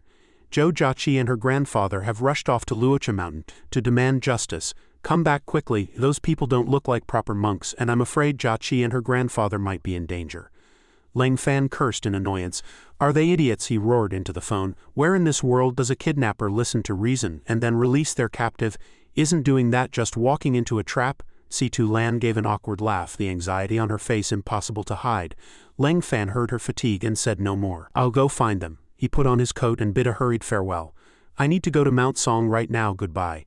Li Yan grabbed Leng Fan's clothes and asked, Wait, do you know how far it is from here to Mount Song? And you've only just recovered your meridians, yet you're barging into another ability user's sect alone. Are you sure about this? I don't know, but I can look it up online. I can just fly there anyway. As for the ability sect, they might be strong, but I am certainly stronger. Regardless, I should thank you. Your reminder made me realize something. She listened with total confusion. After entrusting Li Yan with the house, Leng Fan used his Lightfoot technique to rush toward Mount Song. Since even Li Yan knew that Luocha Temple was on Mount Song, there was no reason Zhou Jiaqi and Old Man Zhou wouldn't know. To press on despite knowing it's impossible, where the gap in strength is like a mantis trying to stop a chariot, yet moving forward for a promise, a belief, or a dream, that is human determination. Soon he appeared in front of Luocha Temple on Mount Song. 3 high-ranking monks led a group of practitioners guarding the temple entrance. The monk with white eyebrows refused them directly. Benefactor Zhou, please return. If you do not hand this person over, a great calamity may descend. Old Man Zhou pointed at them in a rage during the confrontation. Today, whether you want to hand her over or not, you must. What kind of great trouble could a little girl like her cause? I think you monks are the heads of the kidnappers. The brown-bearded monk refused them sternly. You are just ordinary people. Trespassing into Luocha Temple is already going too far. We are not releasing her today. What can you do about it? He stomped his foot suddenly, and a surge of red spiritual energy appeared around him. If you do not leave now, I'm afraid we can only invite the 2 of you out. Old Man Zhou and Zhou Jiaqi's bodies instantly froze in place. She panicked, not understanding what was happening. What is this? My body won't move. The brown-bearded monk issued a majestic order. Men, escort these 2 back. 2 young monks answered in unison. Yes, elder. Zhou Jiaqi clutched her grandfather's arm and stammered, Grandpa, if we don't think of something, we're going to be... Old Man Zhou's face turned pale with rage. You bastards, you're actually using killing intent to suppress us ordinary people. Is this the style of the Luocha Temple, the #1 ability sect in China? Have you forgotten that you are men of the cloth? The 2 young monks hoisted them onto their shoulders. Words are useless. Benefactor, we shall escort you down the mountain now. He threatened sharply, kidnapping a girl and then using force to drive people away. Is this what the world-renowned Luocha Temple does? I will make sure the whole world knows about your disgraceful behavior. As the white-browed monk spoke, the young monk stopped. Wait, Amitabha, do not blame us, benefactor. This temple is also acting for the sake of all living beings, and you are desperate to save someone. Neither is wrong, since you are so stubborn, Old Man Joe roared defiantly. So what? The white-browed monk pressed his palms together and ordered. Then we can only ask the two of you to stay in the temple for a few more days, take them to the hall of strict discipline. Before they could react, the three high monks had already turned and walked back into the temple. Amitabha, Jojachi's eyes widened, nearly falling into despair. Was she really destined to just watch helplessly? Amidst everyone's shock, a pillar of light suddenly pierced the ground. Simultaneously, Leng Fan's voice rang out, quite a claim for the sake of all living beings. Is this all the #1 ability sect Luocha Temple is capable of? They were not surprised by this sight. Amitabha, what was meant to come would eventually arrive. He straightened his body and demanded loudly, "Give me back my sister!" Jojachi cried out in joy. Leng Fan, beside her, Old Man Joe, also shouted. Xiao Fan, two people behind them, were trying to restrain them. Get lost! Leng Fan immediately sent the two of them flying with one move. Don't touch my people. Jojachi and Old Man Joe fell from a height. Ouch! Just as the old man's rear was about to hit the ground, Leng Fan caught him. However, the girl behind him fell squarely on her bottom and cried out in pain. He set the old man down and asked with concern, Old Man Joe, are you all right? Old Man Joe was full of questions and asked back in confusion, Are you sure you didn't catch the wrong person? Poor Jojachi clutched her bottom, tears in her eyes. Leng Fan, showing no pity for the fair maiden, answered bluntly, I caught the right one. If Jojachi falls, it'll just hurt for a while at most. You're getting on in years, your bones are old. If you fall, you might go straight to see your ancestors. After hearing this, he was completely speechless. You really have a way with words. Having said that, Leng Fan also leaned down to help her up. Get up. Jojachi took his hand and stood up, saying somewhat sadly, I'm sorry, it's all my fault for being useless, which is why Yang Yi was taken by them. He smiled slightly and beckoned her closer. Apologies are useless. Come here, I have to punish you. Hearing that she was to be punished, she pondered, punish? How, in what way, before her little brain could wander off course. He gave her forehead a flick as a reminder. Don't be so impulsive next time. If there's danger and I can't make it in time, it'll be a disaster. Jojachi clutched her forehead, tears in her eyes, thinking, so he was worried about me. Before the emotion could last even 5 seconds, Leng Fan threw a bucket of cold water on her. You'll lose your life. Leng Fan glanced at the monks behind him and asked, Speak. What will it take for you to release her? An old monk spoke up. Benefactor, we cannot release her. But if you wish to discuss the scriptures or the Tao, this old monk can sit with you. He gave a blunt refusal. I practice the Tao, I don't care for chanting scriptures. Since everything is about karma, you should know that what you're planting right now is an evil result. Seeing that he would not listen, the old monk flew into a rage and spiritual energy erupted from around him. What difference is there between good karma and evil karma? Today it is absolutely impossible for us to hand the girl over to you. Leng Fan was no pushover either. Seeing the other side ready to fight, he also assumed a stance, his inner strength surging. If you want to plant evil karma, I will personally tear down this temple. If you want to plant good karma, you are more than welcome to stay here and chant your scriptures. As a great battle was about to break out, the monks in the back began to clamor. They rushed forward while chanting Amitabha. Since that's the case, there's nothing more to say. Surround him. Leng Fan gave Jojachi and Old Man Joe a look. You two leave first, I'll handle things here. She asked back worriedly, but what about you? He answered without a trace of fear. Dealing with this bunch of small fry is not dangerous at all. Don't worry about me. No matter how many ants there are, they can't bite an elephant to death. Grandpa, take her away quickly. She was still uneasy and continued to shout to Leng Fan. Hearing his words, Old Man Joe hurriedly pulled her away. Let's go. This is a battlefield for ability users. We can't help, however. When the two turned around, they found hundreds of monks blocking the exit at the main gate. Oh no, the gate is blocked by them. But before they could worry, the monks at the gate suddenly parted to the sides, making a path for the two. The old man didn't think too much of it. He grabbed her and rushed out, shouting back as they ran. Much obliged. Clearly, their only target was Leng Fan. After Jojachi and the old man ran out, the temple gate slammed shut with a bang. Jojachi asked worriedly, Grandpa, will Leng Fan be in danger? I don't know. Luocha Temple had 1,000 years of secret legacy. Old Man Joe pushed up his glasses and answered with a frown, There's no way they don't have a trump card, but why did they let us go voluntarily? Does that little girl named Yang Yi really hide some secret? Jojachi looked at the closed gate and thought anxiously. None of that matters. She furrowed her brow slightly, praying silently that he would just be safe. Behind that closed gate, Leng Fan stood alone, heavily surrounded by a crowd of monks. Those monks held staves ready to launch an attack. Yet there was not a trace of fear on Leng Fan's face. He stood leisurely with his hands in his pockets and said, How can the Grand Luocha Temple act like a bunch of thugs? Do you need a crowd just to fight? The leading monk closed his eyes and said, Amitabha, this is to punish you for daring to slight the Buddhist teachings. He deserves a beating. Having received the order, the surrounding monks rushed forward. Hit him, he's only one person, don't be afraid.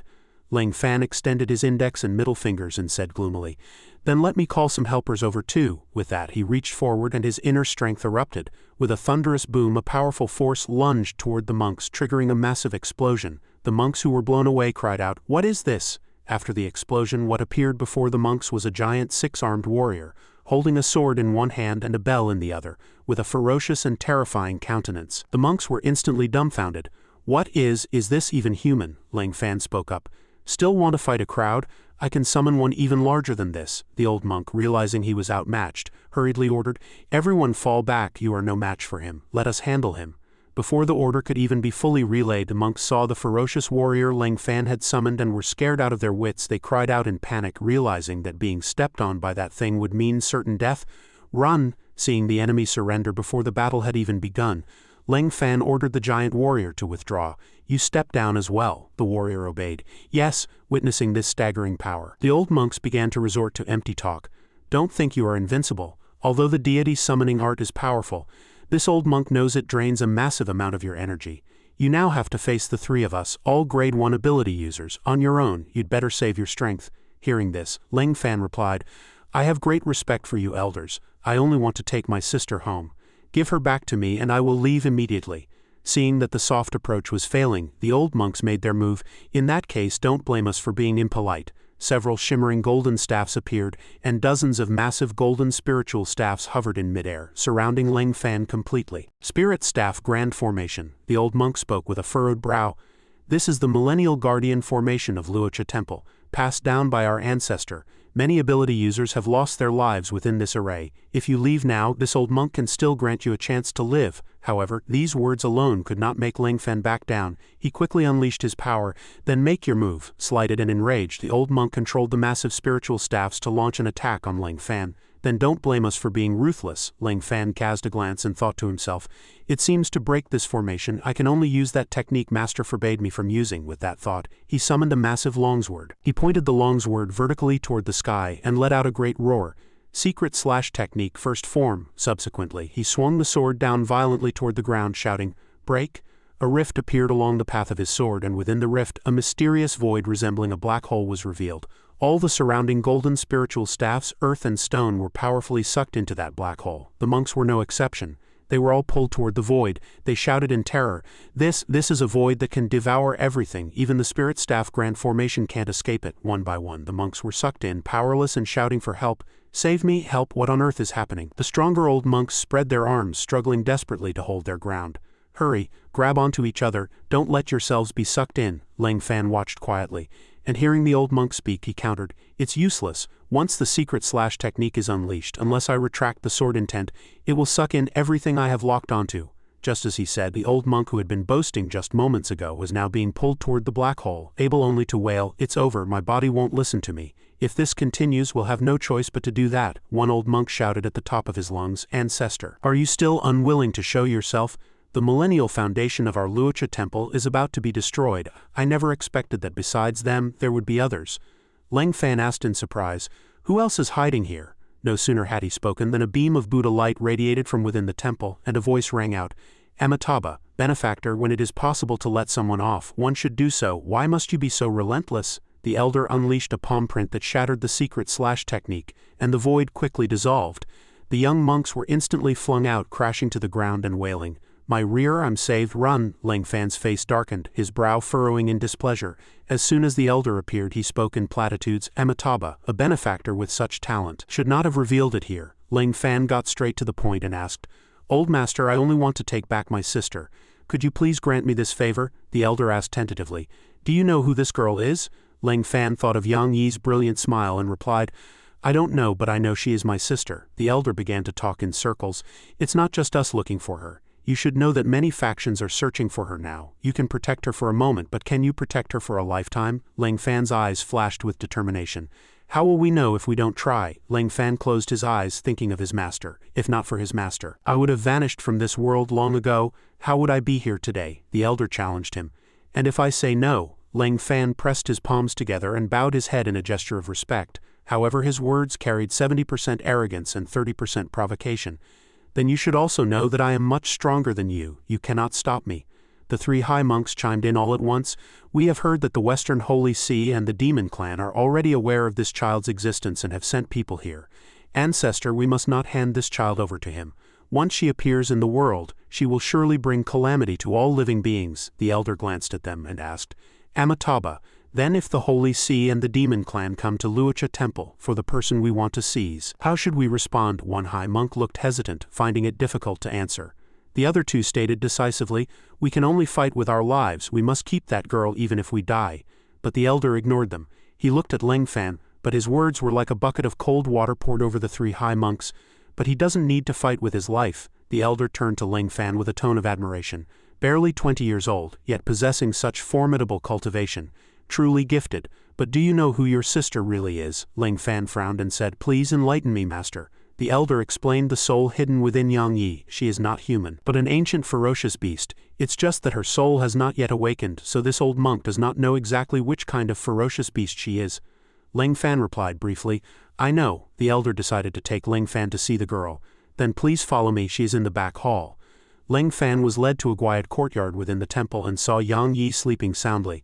Ling Fan carried the girl on his back and expressed his gratitude. Thank you, master. The elder watched their receding backs and chanted a Buddhist name. Amitabha, the benefactor's path of cultivation has only just begun. Zhou Jiaqi and Old Man Zhou were already waiting outside with police cars parked nearby. She looked at the surging crowd and prayed, why are so many strange people coming? I hope nothing happens to Ling Fan. Old Man Zhou stood by and added, because the commotion caused by this matter is truly too great. Suddenly the temple gate opened, startling them both. Seeing him walk out safely, they shouted in unison, Ling Fan. Seeing that Ling Fan was unharmed, Zhou Jiaqi ran forward joyfully and asked with concern, are you all right? Are you really okay? Was that an earthquake just now? Ling Fan's gaze was evasive, but he still replied, what could possibly happen to me? She breathed a sigh of relief. That's great, you're really okay. Ling Fan appeared a bit awkward, not knowing what to say. Because she was so happy, Zhou Jiaqi threw her arms around him in a tight hug. That's wonderful. This scene left everyone present stunned, and reporters exclaimed, that's President Zhou. One quick-witted reporter grabbed his camera and snapped several photos in quick succession, then bolted, shouting excitedly, big news, the president of the Zhou group is in a passionate relationship with the genius youth who broke into Luocha Temple alone. And it's even a case involving a third party. All the reporters instantly raised their cameras and held their positions. I want a shot too, hold steady. Hold for another 5 seconds. Only then did Zhou Jiaqi suddenly realize that many people were watching. She awkwardly released Ling Fan and said shyly, sorry, I got a little emotional. The reporters, however, sighed dejectedly. It's over, I was too slow. How could this happen? Old Man Zhou rubbed his chin as if remembering something. Didn't someone just capture it? Subsequently, those people went to chase the reporter who had gotten the photo. Stop right there, hand over the photos and I'll let you live. Hand over the photos and you'll be a good citizen. Old Man Zhou watched their backs and lamented, it's good to be young. In truth, this was all Old Man Zhou's calculation. He thought triumphantly. Tomorrow the relationship between Zhou Jiaqi and Ling Fan will be known throughout the streets. When that time comes, Ling Fan won't be able to escape being my grandson-in-law. Just then, Ling Fan suddenly asked out of the blue, why was your face so red just now? Do you have a high fever? This question so angered Zhou Jiaqi that she pinched his face. She scolded, shut your mouth, you just destroyed the little bit of goodwill I had for you. Chen Hai walked over to break the awkward atmosphere and spoke tentatively. Sorry, could I trouble you two for a moment? Ling Fan, with his face still being pinched by Zhou Jiaqi, could only answer in a muffled voice, Director Chen, go ahead, go ahead. Chen Hai said with a serious face, then I'll keep it short. He looked at the sleeping Yang Yi and advised, Elder Leng, I think it's better to send this girl back to Luocha Temple. Ling Fan immediately showed a look of displeasure and asked in a low voice, what did you say? Chen Hai was so frightened he quickly waved his hands to explain, no, that's not what I meant, there's a reason, he hurriedly explained. A cardinal from the Holy See is on his way. The position of a cardinal in the Holy See is extremely high, much higher than a saintess, and their strength is also much greater. Sitting nearby, Zhou Jiaqi didn't understand and asked, who is a cardinal? Chen Hai frowned as he analyzed the opponent's strength. A cardinal is even stronger than a prince of the demon clan, to put it simply. If Elder Leng doesn't intervene, a single cardinal could sweep through the entire Huaxia ability world. Ling Fan asked back with displeasure. So, you think I should hand her over? Ling Fan reached out to protect the girl and declared firmly, I will not hand her over to anyone. I said it, she is my sister. As it grew late, the scene shifted to the foot of the mountain where a car was speeding along the highway. Inside the car, Sophia was reporting Ling Fan's situation to the cardinals. Your Excellencies, according to reliable reports, the earthquake just now was triggered by Ling Fan, and he emerged from Luocha Temple completely unscathed. Recalling the news footage of Ling Fan carrying Yang Yi on his back, she added furthermore, "He has taken the girl away." Sophia glanced at them and asked tentatively, "Faced with such a formidable opponent, how have you three decided to respond?" They let out a series of contemptuous, cold laughs and replied, "Formidable, Washa, people are nothing more than ants in my eyes, my beautiful Lady Saintess." One of them spoke flippantly in mockery. "A strong opponent only makes it more interesting, doesn't it? Those Washa people walking the streets calling themselves sect masters or gate leaders are all useless trash." Another appeared more cautious. "We must not underestimate the enemy. Washa once flourished for thousands of years, while we have only risen in the last few decades." Sophia replied leisurely with her hands behind her head. "Those are the Pope's orders. I'll leave it to you three. No matter what, we must get that girl." She then changed her expression to remind them. "However, don't cause too much of a commotion. We could go to war with the demon realm at any time, and at that point having another enemy like the Washa ability world would be detrimental to the overall situation." They respectfully responded in unison. "Understood, beautiful lady." Sophia closed her eyes and frowned, thinking of Ling Fan, feeling extremely displeased. "Ling Fan, I still remember the grudge from last time. When I capture you and bring you back to the Holy See, I'll make you lick my feet every day." Night fell, and they were in a small inn. Zhou Jiaqi complained, "We'll just have to make do here for one night. There really are no other good hotels nearby." Ling Fan replied, "That's natural. Who would come to this place of bald donkeys for fun unless they were bored?" In the room, Yang Yi was clutching Ling Fan's arm tightly. Ling Fan checked the spiritual energy in his body and assessed. "Today was truly a massive headache. My meridians had just recovered, and then it was another fierce battle. I'm afraid I won't be able to recover for a while." Zhou Jiaqi didn't understand what Ling Fan meant and asked in confusion, "Even you have times when you're drained?" Two people looked at Zhou Jiaqi with questioning gazes. She seemed to realize her words were ambiguous and waved her hands with a red face to explain, "I didn't mean it that way." Yang Yi enthusiastically suggested, "Brother, why don't I give you a massage? My massages are very comfortable and can help you recover your strength." Ling Fan asked in surprise, "Really?" The girl ran behind Ling Fan to knead his muscles and answered innocently, "Try it and you'll know." Suddenly, a strange glow appeared in Yang Yi's palms. Ling Fan also sensed something unusual and snapped his eyes open, his face full of astonishment. But then Ling Fan adjusted his attitude and offered praise. "Yeah, the massage really is very comfortable." The girl looked happy after being praised.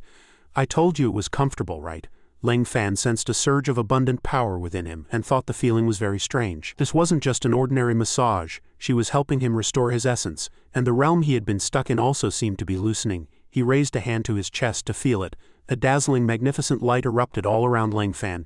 Zhou Jiaqi asked worriedly, "Ling Fan, what's wrong? Why are you suddenly glowing?" Yang Yi praised him incessantly. "Brother is so amazing, you've turned into a light bulb." The light gradually faded and Ling Fan's body returned to normal. He looked at the power in his hand and announced, "I've broken through." The girl asked innocently, "Broken through?" Zhou Jiaqi also stared with wide eyes and asked in surprise, You broke through, breaking through just from a massage." Zhou Jiaqi's heart raced and her face flushed. She asked him bashfully, "Are you sure it's a normal breakthrough and not something else?"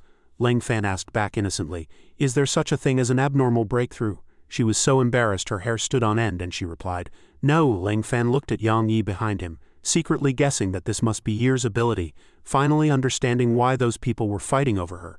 Ling Fan stepped forward and ruffled the girl's hair, instructing her, Remember, from now on you must never easily show this ability or give massages to others. You must remember this well or it will cause big trouble." Yang Yi obediently agreed. Remembers." He suddenly noticed a flash of light in the building opposite. Ling Fan pushed open the window to check and found a figure appearing on the opposite rooftop. Sophia stood with her arms crossed, looking arrogant. "Ling Fan, we meet again." Zhou Jiaqi walked over and asked, "Did you see something?" Ling Fan gathered magic power in his hand while instructing, "Don't leave this room. I'll be right back. As long as you don't go out, the barrier I left behind will protect you."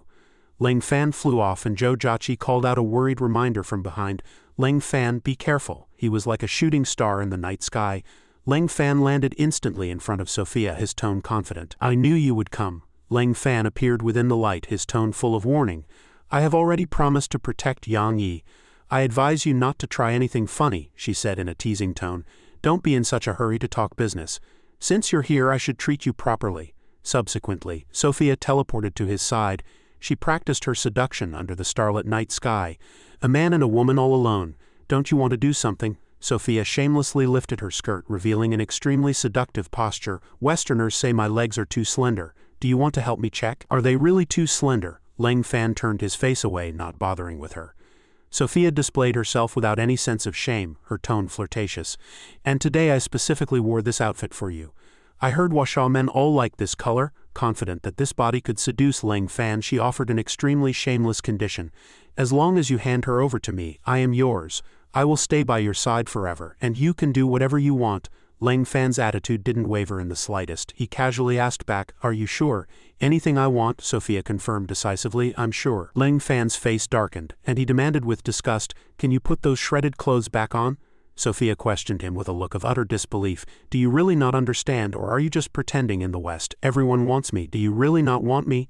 Lang Fan shifted his gaze elsewhere and confessed, actually I do have worldly desires, but then his voice rang out with authority, but not for you. Now I'm sending you back into the western winds. Lang Fan unleashed his magical power to bind her. Sophia screamed in terror. Stop! Ignoring her completely, he threw her straight out. Be gone! At that moment a cardinal rushed out and roared in a rage. How bold of you! How dare you treat our holy sea's saintess this way? You people of Washa, do you think you can turn the world upside down? The cardinal shouted arrogantly. Washa brat, do not be so insolent. Your trivial tricks are easily broken, Lang Fan warned them once again. If you insist on forcibly taking my sister, what does it matter if I flatten your holy sea? Sophia spoke up to remind them.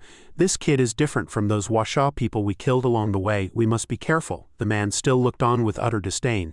What skill could he possibly have? To be so insolent to your noble self, he simply deserves to die. The man condensed a sphere of light and shouted, die. Suddenly the phone in his pocket rang. Lang Fan paused the battle as if nothing were happening. Hold on, I need to take a call. The man's teeth chattered in rage, and only after a long pause did he manage to spit out a word. You! Sophia stopped the man.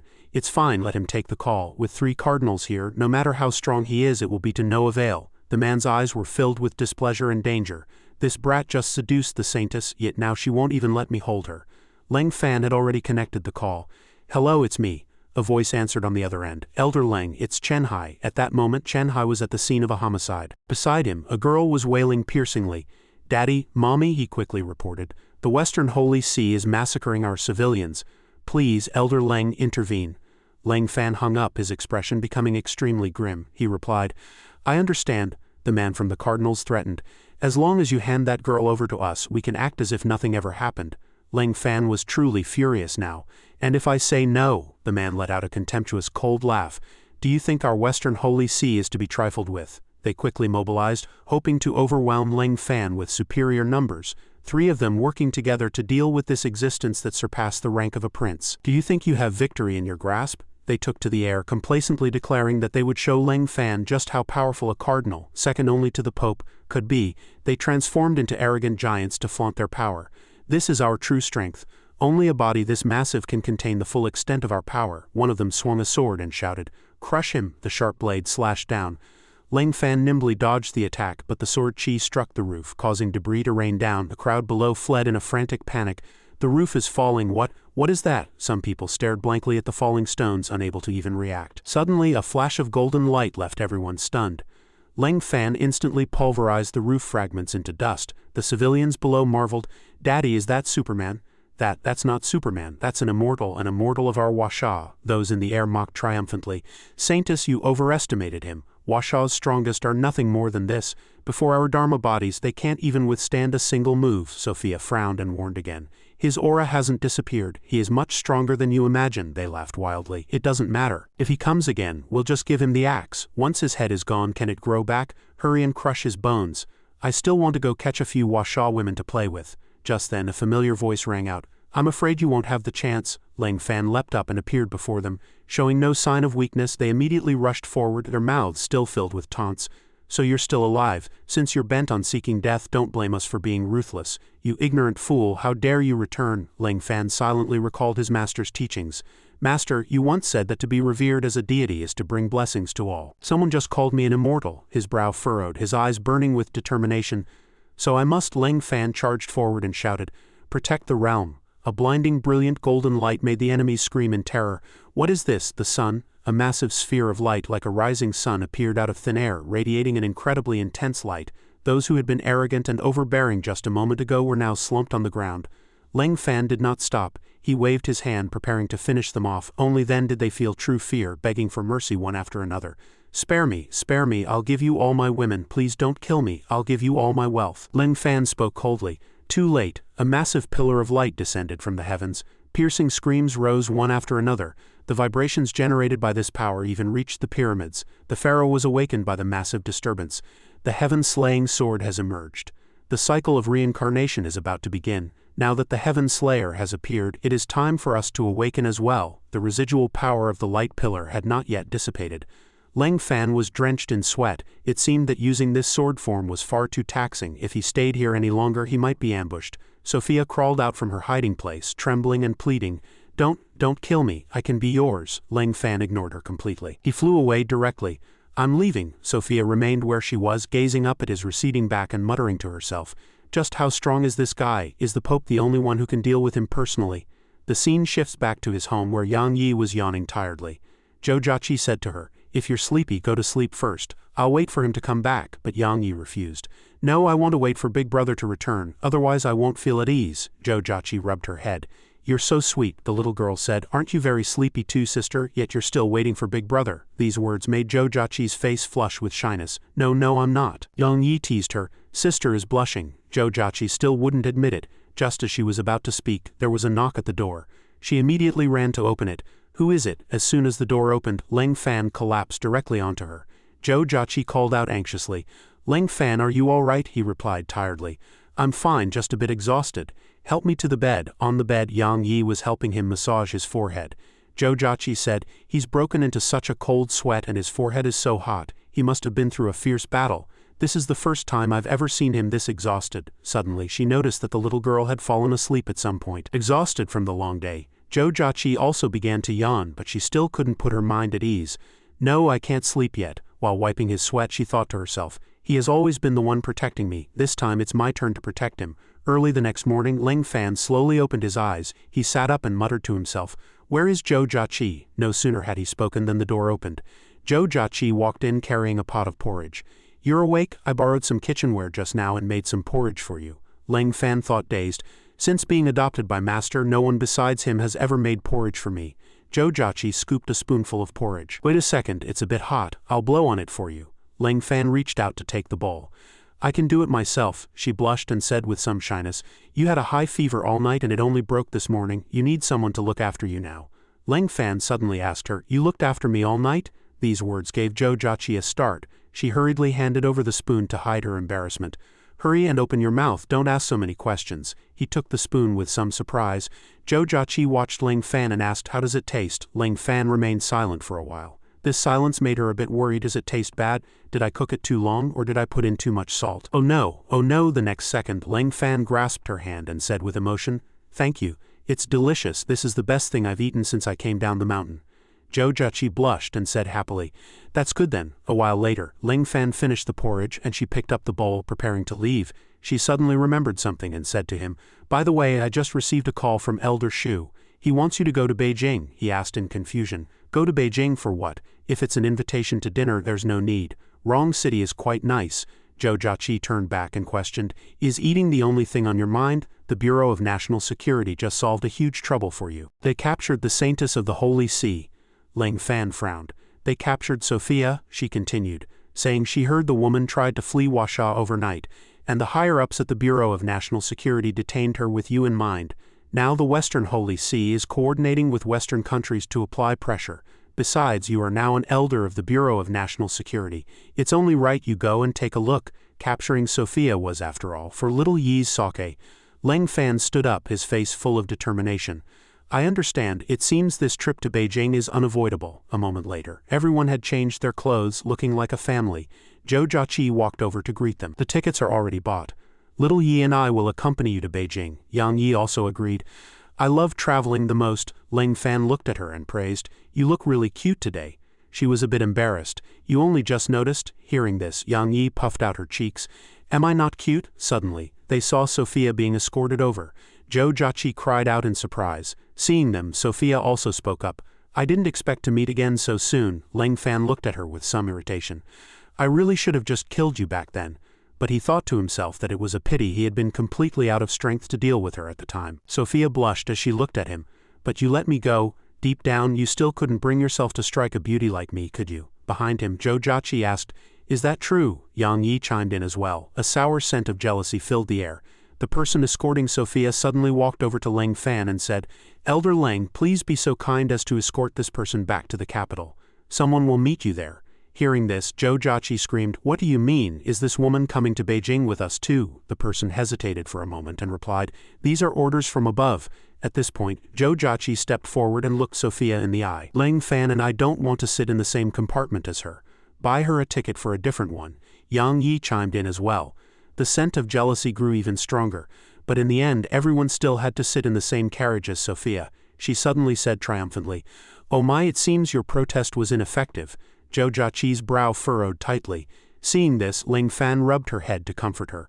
"Why bother yourself over a reform-through labor prisoner?" He spoke loudly on purpose for Sophia to hear.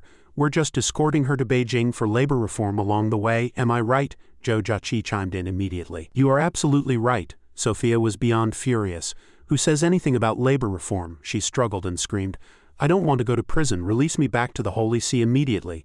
Otherwise you will surely face the Pope's supreme wrath." Seeing this, Leng Fan said coldly, "Don't move." She froze instantly. He threatened, "If you dare to try and escape I will kill you." Only then did a wave of fear rise in Sophia's heart. "Does this guy really want to kill me?" Suddenly, Yang Yi screamed, "Who are you? What do you want?" On the other side, a member of the clergy was holding the little girl hostage, threatening Leng Fan to release the saintess. "Otherwise I'll take this child's life immediately," Sophia shouted excitedly. "Smith, well done. That girl is exactly who His Holiness the Pope wants. Don't mind me, just take her and go." The man looked at Sophia and said in a gentle tone, "My lady saintess, I am here to rescue you. No one else is as important as you. I only want you to be safe." She called out Smith's name with emotion. Jojachi, worried, reached out her hands to comfort him. "Don't do anything reckless, she's just a child. We can discuss terms." Leng Fan didn't seem to want to compromise. "There's nothing to discuss. If you dare touch a single hair on her head I will." He turned and grabbed Sophia by the neck, snapping it with a crack. Jojachi was somewhat surprised, and quickly reminded him in a low voice, "We need to take her back to Beijing as a hostage." This wasn't great. Sophia also spoke in pain. "Don't you boast about being righteous," Smith added. "The news didn't say you were such a cold-blooded person. It seems the news is misleading." Leng Fan continued to hold Sophia by the neck, lifting her high. "Master had said that if someone threatens you with a hostage, the best way is to take a hostage yourself." "Let go or I'll strangle her to death," Smith panicked. How could this be? Why wasn't he playing by the rules? He clearly should have knelt and begged for mercy. Sophia looked as if she were about to draw her last breath, yet she was still struggling to say, "Smith, don't worry about me. Hurry and take her away," Smith shouted in heartache. "My lady saintess," Leng Fan threatened coldly. "Go ahead and try to take her. If I apply just a bit more force I'll truly snap her neck." The pressure in his hand grew heavier, and her breathing became increasingly faint. Smith was at a loss. What should I do? What on earth should I do? Jojachi saw her chance. The guy was wavering. Now was the best time to save little Yi. She charged forward decisively, slamming into Smith with full force. Jojachi successfully rescued Yang Yi. She pulled the girl into her arms to comfort her. "Little Yi, it's okay now." Enraged, Smith pulled out a weapon. "How dare a mere washaw wench touch me?" He lunged forward, roaring, "I'll make you pay the price." Smith pounced, attempting to ambush Jojachi from behind. Yang Yi screamed, "Sister Jachi, look out!" She spun around suddenly and blood sprayed everywhere. Smith gave a despicable smile. Done? But he hadn't expected that the person he had just struck was actually the saintess. Once the matter was settled, Leng Fan threw Sophia to the ground. "Nice job, you've even made her cough up blood." Smith's face was flushed with rage as he bellowed, "You bastard, I'll fight you to the death." Before he could even try, Leng Fan landed a heavy punch on his face. Leng Fan pushed him away forcefully. "You did this yourself. And you call me a bastard? Aren't you being a bit too shameless?" The guy flew back, his head hitting the ground. Leng Fan gently rubbed Jojachi's head to comfort her. "It's over now. With me here, nothing will happen." Her face was crimson, and she could only whisper the name Leng Fan beside them. Yang Yi asked innocently, "Sister Jachi's face is so red, is it because you like Big Brother?" Jojachi quickly covered her mouth and pulled her along to find the flight crew. Something this big had to be reported. Sophia was on the ground, still struggling to speak. "Leng Fan, if you have any conscience left, help me stop the bleeding first." Leng Fan sat in his chair and said leisurely, "You won't die anytime soon, your strength is not weak. Do you think I don't know?" His words left her speechless. Smith lifted his head, his face covered in blood. "My lady saintess, I am sorry, I am useless." But he suddenly pulled open his coat, revealing a time bomb inside. Ling Fan's brow furrowed. Even Sophia hadn't expected him to go this far. Smith used the last of his strength, saying with a cold laugh, "I will absolutely not let these filthy Washaw people humiliate you. Let us go to meet the Almighty Lord together. Amen." Having said that, he pressed the button in his hand. Smith shouted, "Saintus, I love you. I will continue to love you in heaven." Sophia screamed, "Are you insane? I don't want to die yet. Who would want to die with a freak like you?" Smith's dream was shattered. "Saintus, why? Why would you say that? I am so heartbroken." Just then, a flight attendant ran over. The co-pilot spoke up. "There's a bomb. This is bad. Inform all crew members to prepare for a parachute jump. Hurry." The flight attendant hurriedly tried to calm him. "Co-pilot, calm down. We don't have nearly enough parachutes for all the passengers on board. Only 2 seconds remained on the bomb's countdown." The co-pilot was in a panic. "What do we do? What do we do? It's too late to even write a suicide note now." Ling Fan stepped forward and decisively hoisted Smith up. Smith looked at him in confusion as Ling Fan resolutely pulled open the cabin door and shoved him out with one hand. Smith wailed, "What are you doing? What are you trying to do? Let go of me?" The timer hit 0 as Smith was in free fall. His screams grew distant, followed by a thunderous boom as he transformed into a ball of fire in the sky, triggering a massive shockwave. Ling Fan closed the door and said calmly, "Problem solved. All we had to do was throw him down, right?" The co-pilot was beyond shocked. Is that a solution a normal person would think of, to throw a terrorist off a plane and then pull the cabin door shut? If it were an ordinary person, their arm would have been snapped off by the pressure. The flight attendant's face was full of disbelief. Is this the true power of the Washaw supernatural world? Even so, the plane continued to shake violently. Ling Fan asked in confusion, "What's going on? He's clearly been thrown out. Why is the plane still shaking?" The co-pilot realized with terror that it was the aftershock of the explosion, and the chaos would cause the plane to veer off course. "If we can't find our heading, we're going to crash." The flight attendant sobbed and sighed. "I never expected it to end like this. We're all going to die. If we're lucky, we'll end up as island survivors." She pressed her palms together in prayer. "I once heard that a great deity would lift a plane to its destination, and many witnessed the miracle at the time. Oh deity, please save us." The co-pilot was dismissive, directly refuting the girl's plea. "What era is this? Still into superstitions?" Ling Fan formed a hand seal. This was no deity, but a Taoist technique, heavenly giant form. Outside the plane, a massive palm appeared to support it. Inside the plane, the crowd grew restless. "Are we okay? Why did we stop?" Little Yi was also fine. The flight attendant didn't understand what was happening and leaned against the window to look out. "What on earth is going on? How can we be staying so steady?" Her eyes widened, and it was a long moment before she could stutter out a few words. This is a deity. It's a deity." Outside, a giant deity was holding up the plane. At the Beijing airport, everyone looked at each other, asking, "Why hasn't the plane arrived yet?" Soon, just be a little more patient." Suddenly, a vibration sent everyone stumbling. Everyone wondered what had happened. A cleaning lady pointed outside in terror. "Oh, outside, there's an earthquake. There's an earthquake outside." The deity safely returned the plane to the ground. Zhou Jiaqi complained, "Next time be a little gentler, or we'll be the only conscious ones on the whole plane." Ling Fan looked at the flight attendant and co-pilot, who were violently vomiting, and blamed himself. "It was my oversight." As soon as they entered the terminal, someone came to greet them. "Elder Lang, thank you for your hard work, and for agreeing to help. Otherwise, we would have had to escort her back to the capital ourselves. You've saved us a lot of trouble." Ling Fan asked the man before him, "How will you handle her?" The man in sunglasses replied, "The crime of endangering national public safety is unforgivable. If we don't punish her severely, won't our Washaw be looked down upon by the West?" "Washaw is no longer the Washaw of 100 years ago." Ling Fan turned around. "Then I'll leave her to you," Yang Yi said happily. "Let's go eat something delicious." Not far away, a car was already prepared. The man in sunglasses quickly got in and ordered, "Let's go back to the National Security Bureau." The driver asked with a look of concern, "Boss, are we really going to put this saintess in prison?" The man replied, "The instructions from above are to detain her as much as possible. We cannot endure the Western pressure for too long," Sophia threatened. "You'd better release me soon. For Ling Fan's sake, I might still say a few good words for you. If the Pope is enraged, you will be facing more than just one Western country, but the entire alliance of the Western world. By then, it's only a matter of time before the people of Washaw are plunged into misery." Someone called out from the distance, "Friend Ling Fan is over here." It was Old Man Shu. He ran over in a hurry. "I've finally caught you." He quickly grabbed Ling Fan's hand. Come, it's my treat. I'll take you to eat all the delicacies in Beijing." Zhou Jiaqi pouted and complained, "Grandpa, did you forget that Ling Fan isn't the only person here?" Hearing his granddaughter's words, he turned back. "Ah, Zhou Jiaqi, sorry about that. I got a little excited seeing Ling Fan." "It's been a long time," Yang Yi also said coquettishly. "There's also little Yi, Grandpa Shu." He ran over and rubbed the little girl's head. Right, and little Yi, Grandpa Shu apologizes to little Yi too. The girl wasn't having it. An apology, that won't do, there must be compensation. This is the list I wrote after staying up several nights. Grandpa Shu will buy them for little Yi, right? She handed over a gift list. Old man Shu hoisted young Yi onto his back and promised, sure, little Yi can buy whatever she wants, let's go. Zhou Jiaqi watched the two helplessly, thinking she should have called ahead to contact them. Leng Fan replied, it's fine, old Shu is quite happy. But his voice suddenly grew somber. However, I'm a bit worried. Zhou Jiaqi mentioned the Holy See's saintess. She won't escape. The Beijing branch of the Security Bureau is different from other places. Leng Fan continued, it's not just the Western supernatural world. They will likely use this as an excuse to go to war with us. Master once said that the Westerners have coveted our Washa for a long time. As they spoke, they arrived at the Shu family courtyard.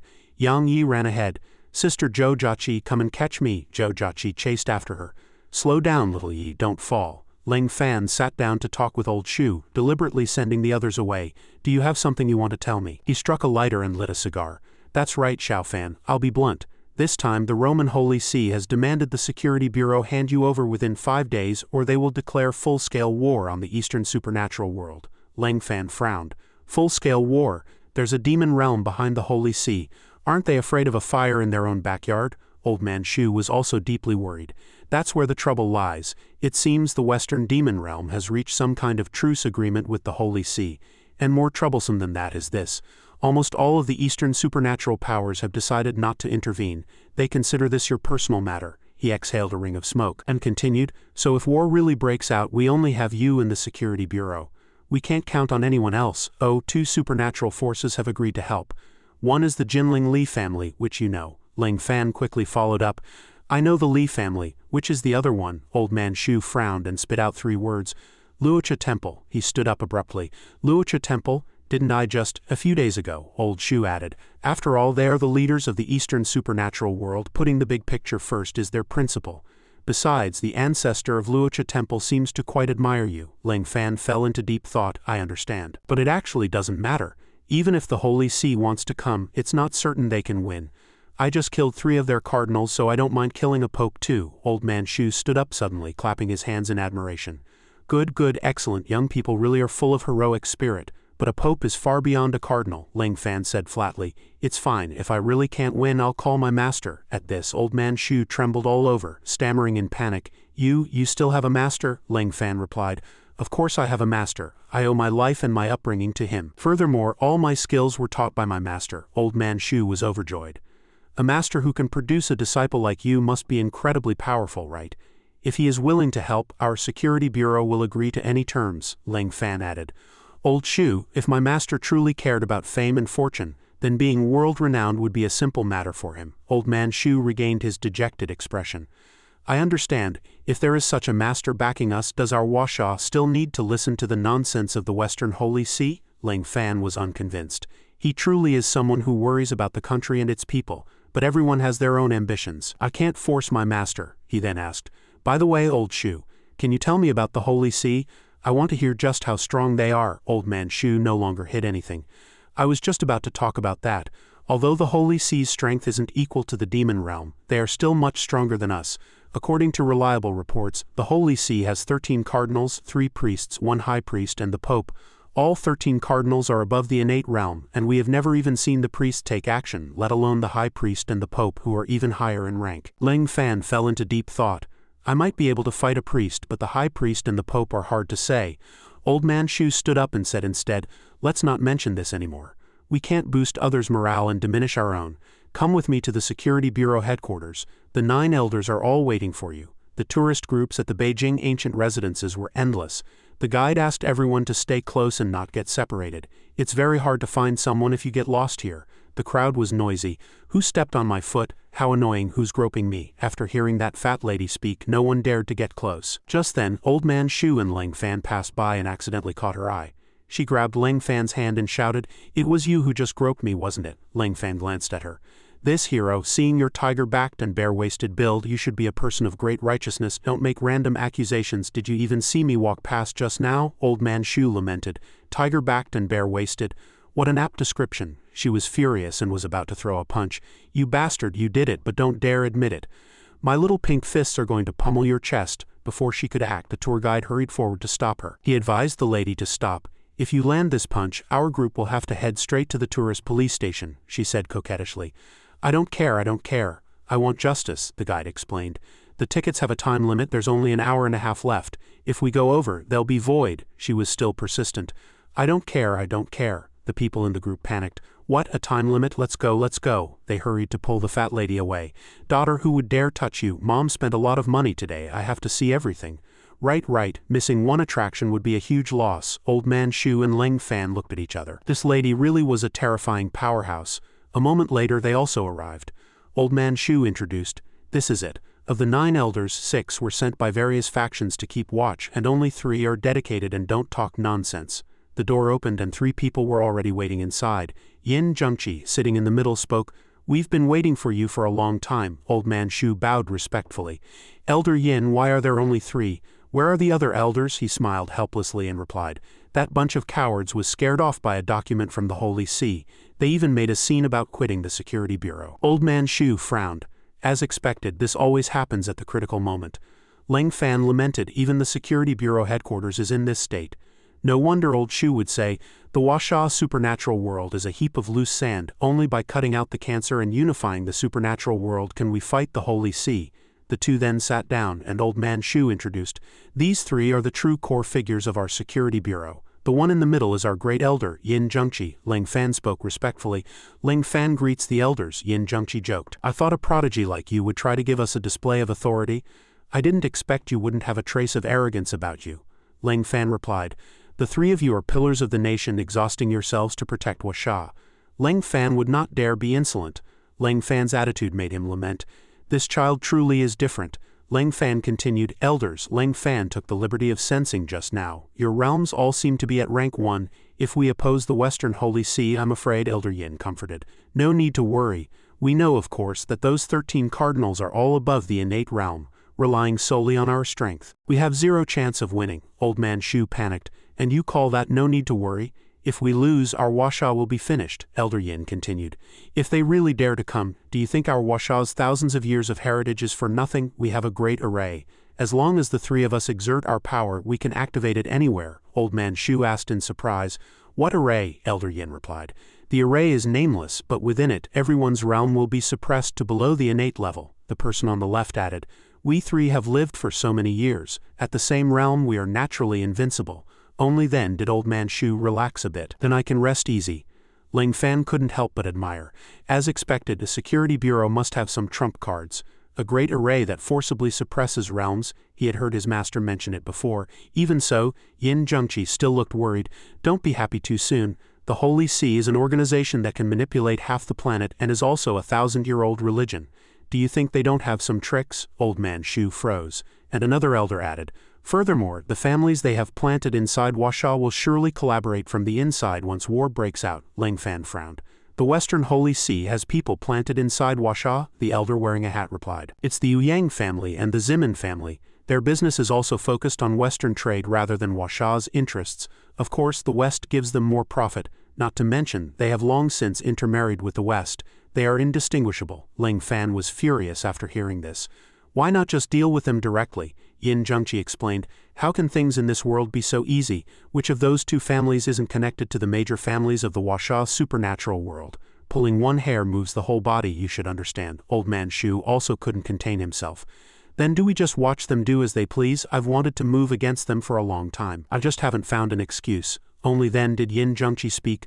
"We can't move for real directly, but can't we land a few blows?" Old Man Shu was confused. "What do you mean?" Yin Zhengqi explained. "Among the descendants of those 2 families there are many playboys who have done more than their share of wicked things. Recently, Ouyang Hua, the eldest young master of the Ouyang family, has been seizing a piece of land in the suburbs and has injured many landowners in the process." Ling Fan stood up. "I understand. Let's use him as the excuse." After coming out, Old Man Shu asked him, "Xiao Fan, are you going to do it now?" Ling Fan replied, "There's no time like the present." After listening, Old Man Shu turned to Yin Zhengqi to seek his opinion. What did he think of this kid? Yin Zhengqi also held him in high regard. Although it was their first meeting, the impression was good, much better than imagined. But he still needed to be observed for a while. Old Man Shu mused, "I know, but as you know, those above haven't given us much time." Yin Zhengqi said in a deep voice, if those above have a better way, I can leave the Bureau of National Security. This position of elder is one I don't need to keep. Old man Shu panicked slightly and hurried to reassure him. Elder Yin, you overstate the matter. The peace and stability of the Huaxia supernatural world depend entirely on you. No one says you have done wrong. Elder Yin shared, I am not worried about the boy Ling Fan, his heart is very pure. What I worry about is the master behind him. His words left old man Shu confused. Yin explained, don't you find it strange? The Huaxia supernatural world has been peaceful for decades, and then suddenly a figure like Ling Fan appears, and so young at that. Can you guarantee his master only taught one disciple? Old man Shu's face changed. You mean, if Ling Fan's master has ill intentions, then I'm afraid the winds of change are coming for Huaxia. Yin, however, felt this was not something they should worry excessively about for now. The situation in Huaxia is ever-changing. All we can do is maintain stability. If that day truly comes, I will naturally shed my last drop of blood for Huaxia. Old man Shu cupped his hands and bowed respectfully. Elder Yin is a scholar beyond peer. The scene shifts to a magnificent mountain range. Ling Fan looked at his phone. This was the outskirts of the capital, and he couldn't just run there to avoid drawing too much attention. He stared at the vehicle tracking on the app and couldn't help but complain. But this bus is moving way too slowly. He let out a massive yawn. Absurdly slow. I'm getting sleepy. The girl beside him was clutching a bag of things, thinking happily, almost home. If my brother knows I brought things back for him, he'll definitely be very happy. Suddenly, a loud shout interrupted everyone's thoughts. Robbery, nobody move. Everyone was startled, falling into a state of panic. A man with a mustache threatened them with a knife. Cooperate and I guarantee your safety. A fat man added, anyone who doesn't cooperate, I'll blow their head off with a single shot. The bus was in chaos, with everyone complaining about how the station security had done their jobs and where this gang had come from. Mustache roared, everyone shut the hell up, whoever dares say another word, I'll cut out their tongue. Hearing this, no one dared to make a sound. He turned to the fat man and ordered, go, and search them for all their valuables. The fat man, holding his weapon, replied, yes, big brother. He swung a large bag and brandished his weapon threateningly. Phones, necklaces, rings. Put everything valuable in here. If I find something on you later, you won't live to see tomorrow. A brown-haired man obediently took off his watch. Big brother, I understand, I understand. Seeing this, Ling Fan couldn't sit still. There are actually people like this in Huaxia. Everything is a mess, I have to handle this. The girl beside him, Kong Hanwen, tugged at his sleeve and whispered a reminder, what are you doing? Sit down quickly. Her face was full of terror. If you stand up now, you'll be targeted. I've seen plenty of this. As long as we give them some money, they'll get off the bus. It's trouble if you get targeted. Ling Fan asked her several times. She continued, fortunately they don't make things hard for poor people. Since their goal is money anyway, my losses won't be great. Mustache heard her, darting quickly in front of Kong Hanwen and saying, well said, we're exactly robbing the rich to help the poor. He leaned his face close to hers. Since you say you're a poor person, you won't mind using your body to entertain us brothers, right? She screamed in terror. Bye, big brother, I'm sick, it's contagious and will kill people. I only went into the city to see a doctor. The two robbers paused, asking in a confused tone for confirmation. That kind of sickness? Kong Hanwen nodded desperately. Yes, yes, yes. So he grabbed her, pinning her shoulders down as he prepared to commit an indecent act. I've got it too. Come, come, come, let us brothers enjoy ourselves first. Kong Hanwen closed her eyes and screamed in terror. No, please, no. Suddenly, a massive slap landed squarely on the pervert's face. 5 finger marks were clearly imprinted on his face, yet the guy still roared arrogantly. Who hit me? Ling Fan bravely raised his hand and admitted, it was me. The pervert flew into a rage, pulling out a knife and threatening, are you looking for death? But Ling Fan showed no fear. He gave him another resounding slap. The pervert's face was swollen high, and Ling Fan gave a stern order, within 10 seconds if you don't take your people off the bus, I will break your limbs. Seeing this, the gang surrounded him, pulling out guns and threatening, do you want to die, daring to provoke my big brother? The surrounding people were in a panic, someone shouting, something happened, are they going to kill him? Ling Fan's eyes widened as he approached step by step, exerting pressure on the opponents. Are you sure you want to point a gun at me? The pervert showed no fear, preparing to fire. What are you still pretending for, you big shot? I'll blow your head off. Kong Hanwen spread her arms and blocked Ling Fan to protect him. Big brothers, please let us go, don't make things hard for him. Ling Fan felt a surge of goodwill toward Kong Hanwen. This girl was truly kind-hearted. She had only been targeted just now because she tried to warn him. And even though she was scared to death, she still dared to stand in front of him. The pervert wore a lecherous expression. You still want to protect him? Fine, I'll give you a chance, want it? With tears in her eyes, she pleaded. Bye, big brother, tell me, as long as it's something I can do. He proposed an extremely humiliating condition for Kong Hanwen. Fine, then strip off all your clothes and dance in the bus and I'll let you two go. How about it? Like a bolt from the blue, her face turned red as she stammered in hesitation. This matter. Not only did the surrounding passengers not help, they even salivated with lecherous thoughts. This girl has a good figure, it would be nice to get an eyeful. Hurry and strip, hurry and strip. The pervert held a knife to Kong Hanwon's neck and threatened, stripping or not. She reached behind her back and began to unzip her dress. To save her life, Kong Hanwon had to endure the humiliation and agree to their terms. I'll strip. She thought that if she didn't agree, they might kill someone, and she would die in the end anyway. Better to endure humiliation and beg for life than that. At least she could survive. Fortunately, Lang Fan stopped her from behind. No need to strip, I've changed my mind. The three perverted robbers had completely enraged him. Their retribution had arrived. The gang wasn't about to give up, launching an aggressive attack. Still playing the hero at a time like this, have 2 bullets before he could pull the trigger. Lang Fan crushed the pistol with his bare hands, and even the knife in the man's hand was shattered. Whether it was a gun or a knife, they were now just a pile of scrap metal before him. Seeing this scene, the gang simply couldn't believe their eyes. Monster, it's a ghost. With a casual wave of Lang Fan's hand, spiritual energy erupted into flames. No, I am simply your retribution. The bald man was thrown directly out of the bus, his entire body flying out along the side of the vehicle before slumping down outside the front. Lang Fan picked up the remaining man and interrogated him. What is your name? At this time, the guy was still blustering. You dare not let me go. Young Master Ouyang will definitely kill you. Lang Fan immediately noticed this name. Young Master Ouyang. Inside the bus, people were in a state of chaos. Suddenly, an accomplice jumped out and shouted, "Release my big brother immediately, or I'll kill him right now." He held a knife firmly against the driver's neck as a hostage. At worst, we'll all perish together. The poor driver pleaded. Mercy, please have mercy. The people in the bus screamed in terror, forcing Lang Fan to let go. Stop it quickly, you've already beaten him half to death, he can't do any more evil. Let him go now or we'll all die. We don't want to lose our lives with you. Lang Fan swept a cold gaze over them and asked back, do you really believe he will let you go? He just finished robbing you. Everyone was speechless, it was true. But the accomplice roared a warning, there's a sharp curve over a cliff ahead. If you still don't make him release my big brother, let's go argue the matter before the King of Hell. The bus was traveling on a dangerous stretch of road requiring masterful driving skills. It was true, the cliff was just ahead and they were finished. Those passengers desperately tried to pull Lang Fan away from the robber. Why is this guy so stubborn? Let go quickly, you bastard. Lang Fan started to speak but stopped, simply unable to understand the logic of this group. He was clearly the one protecting them. The pervert, his face covered in bruises, wore a sinister, triumphant smile. See that? This is life. Although they'll be robbed, they'd rather be robbed by me than die. He spat out incredibly provocative words. In fact, when I told that woman to strip just now, there were plenty of people in the bus looking forward to it. Believe it? The bus was approaching the high mountain curve, and everyone's lives were in grave danger. What are you doing? We're about to fall. Save my big brother quickly. A young man who feared death grabbed Lang Fan's clothes and roared through gritted teeth. Let him go. If you don't, I'll kill you. I have a bright future ahead. I don't want to die with someone like you. Lang Fan gave him a cold glare. The young man screamed, "You!" In a fit of rage, he swung a slap at Lang Fan, but suddenly Kong Hanwon stood out again to block it, and the slap landed squarely on her face. A bruise immediately appeared on that beautiful face. Kong Hanwon shouted, "Shouldn't you all work together to save the driver, banding together to bully the weak? Is this what you should be doing?" The young man pointed at her face, turning the blame on her. "These two are in league, they want to kill everyone. Quick, everyone together." The group gathered, rolling up their sleeves to get rid of Lang Fan and Kong Hanwon. "Pin this kid down and that chick, grab her."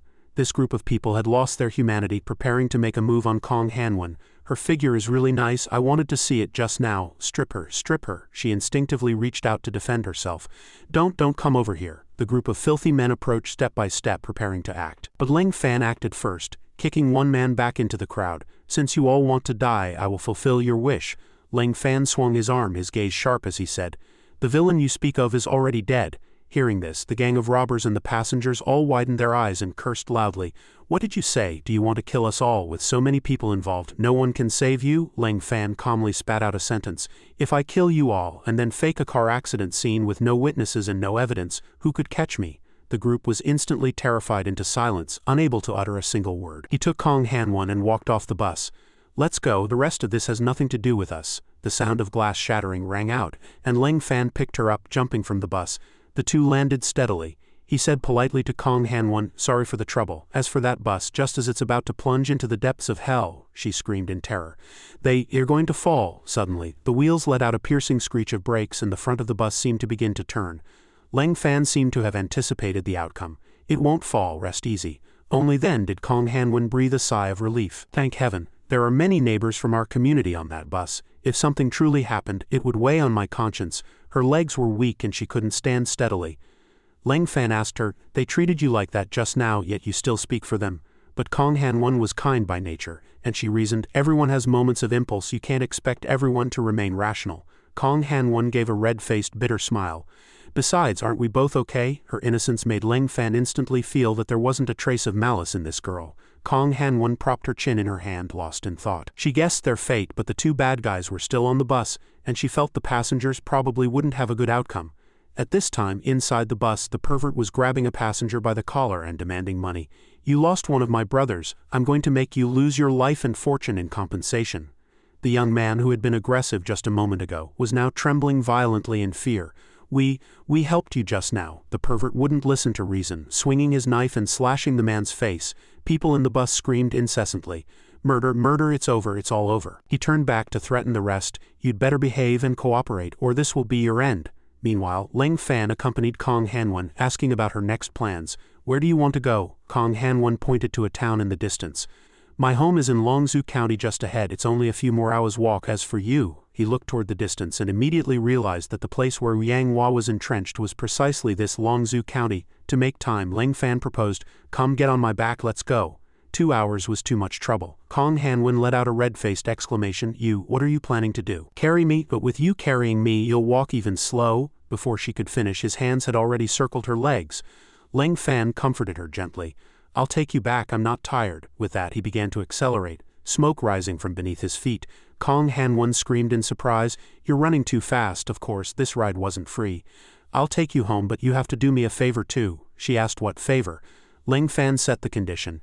Tell me what that Yang Hua of the Yang family in Longzhou County is actually doing. On the other side, residents were gathered at a doorway shouting slogans in protest. No one enters our community today. Without an explanation, don't dream of forcibly seizing our houses. The foreman, looking sinister with his chin tilted up, said, Young Master Yang has already given you the compensation. He picked his nose and mocked, Don't be ungrateful. Old Hu was nearly mad with rage, feeling the extreme injustice. Is that compensation? It's not even half the market price. This is clearly forced buying and selling. So the developer called over some local thugs. What, you have an issue with young Master Yang's decision? Old Hu's face turned blue with rage as he pointed at the opponent and cursed. You don't think you're something special just because you're in the underworld. Sooner or later, you'll all be arrested. The thug slowly approached, his tone growing increasingly ferocious. Arrested? If you insist on taking the lead in making trouble, then I don't mind. Completely disregarding the man's advanced age, he swung a punch that sent the elderly man to the ground. Kong Hanwen and Leng Fan were hiding behind a tree, observing. She explained, See that? This is the good work they do. Not only are they forcibly seizing our houses, they also send people to beat us every few days. Leng Fan grew suspicious. Does Yang Hua really have the guts to bully the weak in broad daylight? She answered softly, No, it's more than just that. A piercing scream rang out, exploding in Leng Fan's ear like a clap of thunder. What happened now? Kong Hanwen covered her mouth, unable to believe the sight before her. The thug was stomping heavily on the little boy, cursing, A little squirt like you dares to stand up for that old geezer? You're asking for death, she said with a tremor in her voice. That's my brother. Despite the brutal beating, the boy fought back bravely. You bunch of villains, you hurt Old Hu. A messenger of justice will settle the score with you sooner or later. More thugs gathered, some wielding clubs, while others mocked from behind. Kid, we're just waiting for this messenger of justice to show up. Don't make me die laughing. In this world there is no such thing as justice. The thug raised his club to strike. Now I'll send you to see the king of hell. The little boy squeezed his eyes shut, thinking his life was over. Unable to stand by any longer, Leng Fan rushed out and intercepted the thug. Attacking an unarmed child, are you even human? The lead thug roared. Daring to play the hero, get him. A crowd swarmed in a frenzied attack, but Leng Fan flicked through them like a gust of wind, too slow. With a casual wave of his hand, the group was sent flying dozens of meters away. He wasn't finished yet. A thug attempted a sneak attack from behind. Mind your own business, will you? Today I'm going to smash your head in. But Leng Fan dodged with ease. To him, dealing with these low-level thugs was like swatting flies. Come here, you've earned this slap. The resounding blow left the man's face swollen and red as he coughed up blood. Leng Fan's gaze turned sharp and murderous as he looked at the last remaining man. And you? Terrified out of his wits, the thug scrambled to distance himself. I'm not with them. I was just passing by and stepped here by accident. Leng Fan let no one escape, kicking him squarely in the face. The man was sent soaring into the air. Blood sprayed several meters. Lang Fan didn't forget to issue a reminder, remember who it was that beat you today. His gaze was incredibly piercing. The messenger of justice. Hanwen's brother saw Lang Fan standing tall and shouted in joyful surprise. The messenger of justice has come to save us, so justice really does exist in this world. The gang fled in panic, but not before shouting a parting threat. I'll be back, you just wait, you brat, Lang Fan replied flatly. I'll be waiting anytime by now. Hanwen's brother was moved to tears, clutched Lang Fan's leg tightly. Messenger of justice, you really came, we've waited so long for you. Old Hu and everyone else are hurt. Lang Fan ruffled the boy's hair and said with a smile, I'm not a messenger of justice. My name is Lang Fan, from now on I'll help you drive them away. Hearing this, the boy asked, Brother Lang Fan, if you aren't the messenger of justice, why are you helping us? Kong Hanwen ran over, breathless, and said to her brother, He came to help us. As long as he is here, no one will dare tear down our houses. The siblings embraced each other happily. The little boy gave a cute smile. Sister, you're finally back. She pulled out the gift she had bought. I bought this for you, eat up. Thank you, sister. Watching this scene, Lang Fan thought of his own sister, and a trace of loneliness flashed in his eyes. Old Hu, bruised and swollen, walked over. Young man, driving them off is useless. They belong to the eldest young master Ouyang. We can't afford to offend them, Lang Fan explained to him. Old Hu, this is a society of law now. There is no one you can't afford to provoke. Don't be afraid. Old Hu's eyes still held deep concern. Young Master Ouyang is from an ability family. Young man, although you are a good fighter, it is useless against those with supernatural abilities. Lang Fan's gaze grew serious. He thought to himself, so that's it. Bullying the common people just because they have a bit of power. They really are lackeys of the West. He turned to Old Hu and said, Old man, bear with me for a moment. Before Old Hu could react, Lang Fan had already placed his hand in front of him. Old Hu trembled. What are you doing? The others were dumbfounded as they saw Lang Fan manifest his power. This is an ability. This young brother is an ability user. Old Hu, the wounds on your face are completely healed. We're saved, Lang Fan said softly. Rest easy. I came here specifically to handle this matter. Leave it to me. Hanwen walked over and invited him. It's getting late. Why don't you stay at my house tonight? Lang Fan asked somewhat awkwardly. I won't be a bother, will I? She replied with a smile. Not as long as you don't mind the conditions. As dusk fell, Lang Fan sat in Hanwen's house. Looking at the dilapidated building, he wondered why there were no adults around. Are they working away from home? Just then, Hanwen brought dinner over. Time for dinner. Please don't mind the simple food. He realized it was just boiled potatoes. Hanwen's brother devoured them ravenously, shouting how delicious they were. Seeing that Lang Fan hadn't moved his chopsticks, Hanwen asked tentatively, Do you not like it? Lang Fan's eyes showed a hint of pity. Do you usually eat this? She hurried to explain. My parents passed away early, and I support my brother with the hard-earned money I make working in the county. Lately, odd jobs are getting harder to find. Many places won't hire women, thinking we lack strength and are too much trouble. If the house is demolished and we only get that bit of compensation, we won't be able to afford a new place. When that time comes, I'm afraid we'll end up on the streets. Seeing Lang Fan pick up the first potato and start eating, Hanwen was stunned. Lang Fan tasted it carefully and praised her. It's delicious, she blushed. Thank you. Lang Fan looked up and frowned. Don't mention it.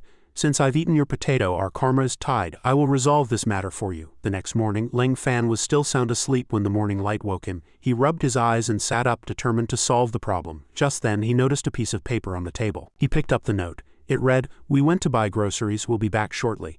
He wondered if they had gone out specifically to buy breakfast because he was there. A slight smile played on the corners of Lang Fan's mouth. It seemed that whether one was kind had nothing to do with wealth. Just as he was thinking this, there was a knock at the door. You're back, Lang Fan said as he opened the door. You really didn't need to go out specifically to buy, but standing outside the door was a loathsome face, one of Ouyang Hua's henchmen. The man asked hypocritically, Did you sleep well last night? Lang Fan frowned. What are you doing here? Looking for another beating? Seeing Lang Fan's misunderstanding, the man hurriedly explained, No, Master Ouyang sent me to invite you. The master admires you greatly and wishes to be friends. Lang Fan impatiently began to close the door to drive him away. I have no interest in being friends with them. Get lost. The man didn't give up, blocking the door and squeezing inside. Wait a second. He looked at Lang Fan with an embarrassed expression. If I fail to invite you, I'm afraid I'll become a corpse. Besides, he produced a photo of Hanwen and her brother. Surely you don't want to see them get hurt. The master just sent this to me. Seeing this, Lang Fan lunged forward and grabbed the man by the collar. You have a lot of nerve. The man's legs shook violently. Calm down, Lang Fan showed no mercy, preparing to teach him a lesson. The man cried out in terror. Big brother, I'm just the messenger. Lang Fan ignored him completely, landing a punch on his face. Enabling a villain deserves a beating too. He struck the man until he wailed in pain. Ling Fan looked at his wretched state and ordered, "Take me to see your eldest young master." The man stammered, "Yes, yes, yes, we'll go right now." He turned his head away, thinking darkly, "Once you see the master, I'll see how I can kill you and make your life a living hell." After walking for a while, the two arrived at the young master's territory, a dance club. The man pushed open the door with a sycophantic smile. "Master, I've brought him." This young master Ouyang was none other than Ouyang Hua. He was currently embracing a beauty, and he frowned. "What took you so long? Sit." Ling Fan looked at him. His face was full of disdain. "You are Ouyang Hua." Hearing himself addressed by name, Ouyang Hua frowned. "You have a lot of nerve daring to address this young master by his given name." The guide also blustered. "Brat, show some respect to the master." Ling Fan ignored him, delivering a resounding slap with the back of his hand. After the strike, Ling Fan said seriously, "Good, as long as you admit it. Regardless, I'm here specifically to cause trouble for you." Seeing Ling Fan being so arrogant, he roared, "You want to find trouble for me, Ouyang Hua? With just you alone?" The beauty beside him also chimed in. "Do you think one of the 4 young masters of the capital is someone you can provoke? You really have a lot of nerve. Don't you know Master Hua is one of the 4 young masters of the capital?" Ling Fan ignored the words, manifesting his ability directly. "Since you're an ability user too, step out. Don't hide behind a woman." Ouyang Hua didn't seem to realize the danger yet. Leisurely snapping his fingers, "Bring them out." The ones brought out were Han-Won and her brother. They were being held at gunpoint by bodyguards, their eyes filled with terror. Seeing this, Ling Fan's face darkened, and he said sternly, "Release them. If anything happens to them, I want the entire Ouyang family to accompany them in death." He maintained his playboy attitude, sneering with contempt. "Laughable. If you were an ability user, you would know the Ouyang family's status in the Bureau of National Security. My grandfather is an elder of the Bureau. Crushing an ant like you would only take a single sentence." Ling Fan frowned. "Is that so?" Ouyang Hua lit a cigarette. "Fortunately, this young master appreciates talent. Since you have some skill, why don't you join me? I guarantee you a life of luxury and countless women. As long as you help me secure the development project in Longzhou County, I'll return these 2 to you. From now on, this whole area will be under your control." By now, Ling Fan was fuming with rage, his expression growing increasingly grim. "And if I say no?" Embracing a girl, Ouyang Hua mocked, "I know you want to stand up for them. If you say no, then you and they will all die here today." Ling Fan frowned. "Fine, then let's see who dies." Ouyang Hua pointed at Ling Fan and ordered his men to act. A row of bodyguards immediately raised their guns and aimed. However, those bullets couldn't even touch Ling Fan. He had already begun to manifest his ability. It was an afterimage. Before anyone knew it, Ling Fan had teleported in front of Ouyang Hua, catching him off guard. Before he could react, he was struck in the face with a heavy punch. Ouyang Hua was now completely powerless to fight back. Ling Fan's speed was simply too fast, he thought to himself. "This speed is so fast I can't even see the movements." Ling Fan gripped Ouyang Hua by the neck and growled, "Release the siblings or I'll snap your neck." The bodyguards were thrown into chaos. "What do we do? The master is in his hands. What if we release them and he doesn't release the master?" Ouyang Hua still refused to concede. He roared at the top of his lungs, "Don't release anyone, open fire, kill this bastard." A bodyguard looked at Ling Fan with disdain and gritted his teeth. "No matter how fast you aren't faster than a bullet." He then began to fire wildly at Ling Fan. "Die, you brat." Hearing the insult, Ling Fan's face darkened. Not faster than a bullet, the bullets whistled toward him, but he casually caught them with 2 fingers. He frowned and said, "Unfortunately, I am indeed faster than a bullet." The bodyguards' mouths hung open in shock, and some even broke into a cold sweat.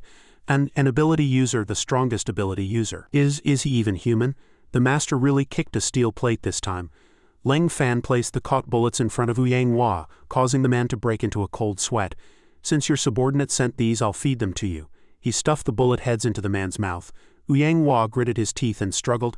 "No, get away!" Suddenly, a group of police officers rushed in, raising their guns and shouting, "Nobody move, line up for inspection." The leading officer looked at the scene and asked in confusion, "Who exactly is bullying whom?" Chen Tianming hurriedly defended himself. "We aren't carrying guns. Those were toy guns just now." 2 others beside him chimed in as well. "Officer, he's hitting our big brother." "That's right, hurry and arrest him." A policeman pointed his gun at Ling Fan. "What are you doing? Stop right now." Ling Fan turned a deaf ear, stuffing the bullets into Ouyang Hua's mouth.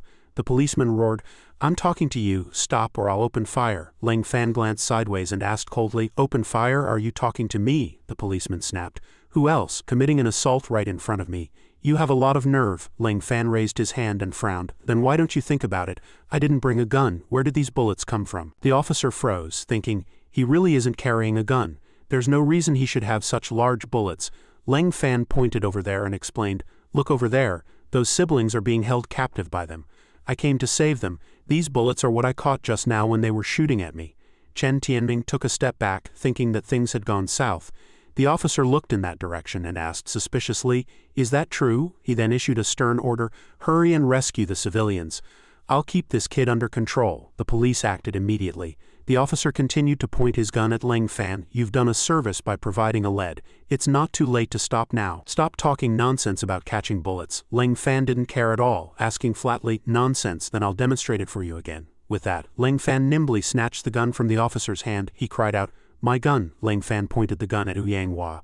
"Guess if I can catch it this time?" Ouyang Hua recoiled in terror, his voice trembling. "Don't come over, this will kill me. It's a real gun, hero, spare my life." Seeing this, the policeman hurriedly tried to stop him. "Stop, don't make another mistake," Leng Fan said coldly. "When you sent people to try and shoot me dead just now, you didn't have this cowardly look." Without hesitation, he pulled the trigger. The bullet flew toward Ouyang Hua. The officer cried out, "It's over." A hand caught the bullet like a flash of lightning. Holding the bullet between his index and middle fingers, Leng Fan said coldly, "Isn't it simple?" The officer breathed a sigh of relief. He caught it. Suddenly, he realized something was wrong and said sternly, "Give me back the gun immediately. I believe you're an ability user who can catch bullets, but that's not the point. You were clearly hurting him just now." Ouyang Hua hurriedly pleaded, "Yes, exactly, officer, save me. This man wants to kill me. He's a criminal." The officer shouted urgently, "The law will decide what is right and wrong. Give me back the gun. Justice will surely deliver a fair verdict." Ignoring him, Leng Fan kept the gun pointed at Ouyang Hua. He pulled the trigger, shooting Ouyang Hua, and then said, "I don't want justice to be delayed. I am carrying out justice right now." Ouyang Hua clutched his bleeding lower body, wailing in agony. Leng Fan looked at him coldly and said, "This is your retribution." The officer roared in shock. "Take them all away. This man is a high-risk individual. He must be arrested immediately." Several police officers pointed their guns at Leng Fan, barking, "Drop the gun or we'll open fire, move it." Despite being surrounded, Leng Fan remained calm as he spoke. "Remember this. The one who beat Ouyang Hua is named Leng Fan. If you want revenge, come find me. But if anyone dares to involve innocent people, I will personally destroy their manhood." Immediately after, 3 consecutive gunshots rang out. Chen Tianming's gang looked down at the torn fabric at their crotches, terrified out of their wits. Leng Fan tossed the handgun aside and said, "Come on then, my business here is done." The officer behind him warned, "Behave yourself, don't move." He crossed his arms and said arrogantly, "Once you're in the station, I have plenty of ways to make you suffer." Leng Fan walked forward in handcuffs. Kong Hanwon and her brother stood where they were, silently watching his receding back. Leng Fan looked at them and comforted, "It's okay now, go home. From now on, no one will dare tear down your house." The two were deeply moved, looking at him with words caught in their throats. Seeing Leng Fan grow distant, Kong Hanwon said, "We have to find a way to save him." Her brother also called out softly, "Brother Leng Fan." Leng Fan turned back as he walked to reassure them. "Don't think about foolish things like saving me. Go back and live your lives well. Maybe we'll see each other again tomorrow." Hearing this, the officer gave Leng Fan a shove and said crossly, "Don't even dream of getting out for 10 or 8 years. Kong Hanwon and her brother whispered, "Brother Leng Fan, why did you do so much for us?" On the hospital bed, Ouyang Hua cried out to the doctor for help. "Doctor, you have to save my manhood, doctor, help me." Just then a booming voice interrupted him. "Who beat you like this?" As soon as Ouyang Hua saw the newcomer, he wailed, "Brother A Yang." The man followed up with a question. "It's Leng Fan," he said. His name is Leng Fan. It turned out to be an ability user. As he was being carried into Ouyang Hua's ward, he shouted loudly, "Brother A Yang, avenge me." A Yang punched the wall in a rage, spitting out Leng Fan's name through gritted teeth. Inside the police station, a loud interrogation voice rang out, "Are you going to talk or not? If you don't talk, I'll." Leng Fan sat opposite the officer and spoke calmly, "I want to see your director. You aren't qualified to speak with me yet." The man roared in anger, "You snatched my gun and committed a violent assault, and I'm not qualified to interrogate you." Leng Fan countered calmly, "First, why did you only arrest me and not Ouyang Hua? Second, since I was on Ouyang Hua's turf just now, on what grounds did you immediately conclude I was the perpetrator? Third, it's hard for me to judge whether you had an agreement with Ouyang Hua. Otherwise, how could you have arrived so coincidentally?" The officer was gnashing his teeth in rage when a voice came from behind. "Step down." A man walked out and said, "I'll talk to him." He straightened his back and gave a solemn military salute. "Yes, but Chief, please be careful. He injured many people and his crimes are heinous. In case he hurts you." Old Man Shu's eyes swept over sharply, his gaze carrying a hint of a hidden warning. "I know what I'm doing. It's not your place to teach me."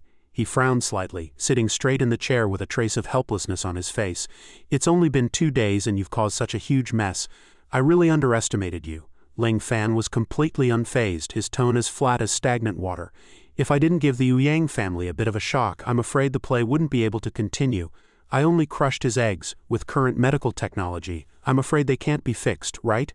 As soon as the words left his mouth, Old Man Shu's brow furrowed tightly, his expression full of exasperation. You really plan to end the Yang family's bloodline? The Yang family isn't as weak as you think. Yang Hua has many peers in his generation. Leng Fan's gaze darkened slightly as he denied coldly. I only want Yang Hua to have no descendants, he spoke indifferently. Even though Yang Hua was taught a lesson, the Yang family might not necessarily be provoked. Leng Fan's gaze was like a torch, his eyes full of scrutiny as he asked for the reason directly. Old Man Shu explained in a low, cold voice, because Yang Hua won't report this to his family at all.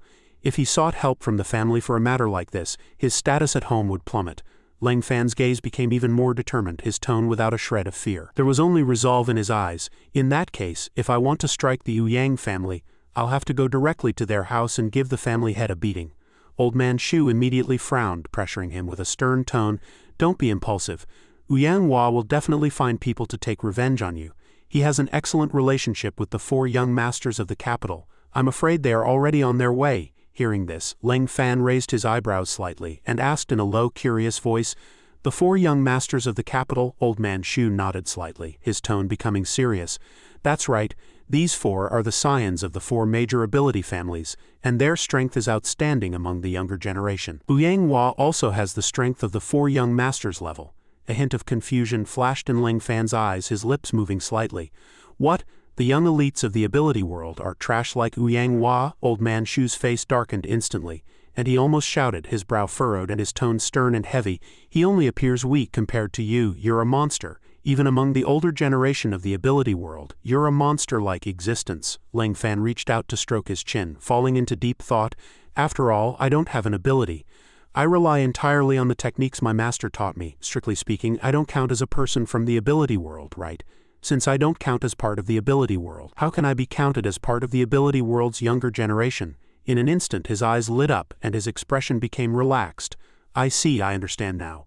Old Man Shu watched him for a long time, his gaze gradually growing heavy, and finally he gave a light sigh. When they come looking for trouble, they'll certainly cause a major scene. To avoid trouble for the Bureau, we've decided to give you this. As he spoke, he solemnly handed over a bright, fresh red booklet.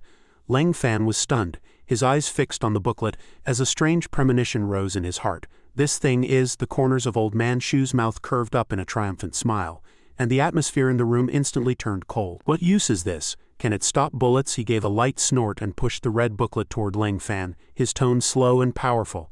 Take it. This is a hidden privilege of the Bureau of National Security. We must not only protect the people from the harm of the ability world but also monitor whether local officials have betrayed the people. Leng Fan raised his eyebrows slightly. Then things will be much easier to handle. Leng Fan glanced sideways at the person beside him. A single look was enough to startle the other man, making him tense up. Come here, he said in a heavy tone. Are you going to talk or not? If you don't, I'll have to. The man panicked. I'll talk, he confessed with a solemn face. His tone was nervous. Actually, we and Yang Hua. Before he could finish, Leng Fan had already turned coldly and strode away, leaving Old Man Shu somewhat surprised. You don't plan to hear the rest, Leng Fan replied coldly. Yang Hua covers the sky with one hand here. Could a small captain like him resist? Besides, our target isn't him. Old Man Shu stepped forward to walk beside him. You're quite reasonable, so what do you plan to do next? Leng Fan slightly raised the red booklet, revealing a wild, arrogant smile. Since the 4 young masters of the capital want to cause trouble, let's punch a hole in the sky. Night fell, and inside the quiet little house, a trembling voice full of worry rang out. Sister, will Brother Leng Fan be okay? The little boy pursed his lips, his gaze heavy and his voice choking. Brother Leng Fan was arrested by the police because of us. Kong Hanwen lowered her eyes, an indescribable flash of pain and helplessness in her gaze. Tomorrow I'll go find someone. No matter what it takes, I must. She heard a strange sound and stopped abruptly. The little boy also looked up blankly, following his sister's gaze. His pupils suddenly contracted and Kong Hanwen blurted out in shock, This is impossible. Leng Fan was hovering in the air, lightly tapping on the window with a faint smile on his lips. Why do you two look so unhappy? Kong Hanwen looked panicked, her tone rushed. Quick, get down. Why did you climb up here? It's too dangerous. The little boy was also stunned. Yeah, Brother Leng Fan, come down quickly, he replied calmly. No need, I just came to say hello. Today I'll settle the relocation and settlement for you. Don't worry, if you have nowhere to go in the future, they will pay the relocation and settlement fees in full. Lang Fan smiled slightly and suddenly gave a thumbs-up gesture. Then goodbye. With that, he turned decisively, his entire figure vanishing into the night. An urgent shout came from behind. Brother Lang Fan. For a moment, Lang Fan fell into deep thought, a hard-to-detect trace of confusion flashing in his eyes. Is standing on a windowsill really that dangerous? His toes lightly touched the roadside branches.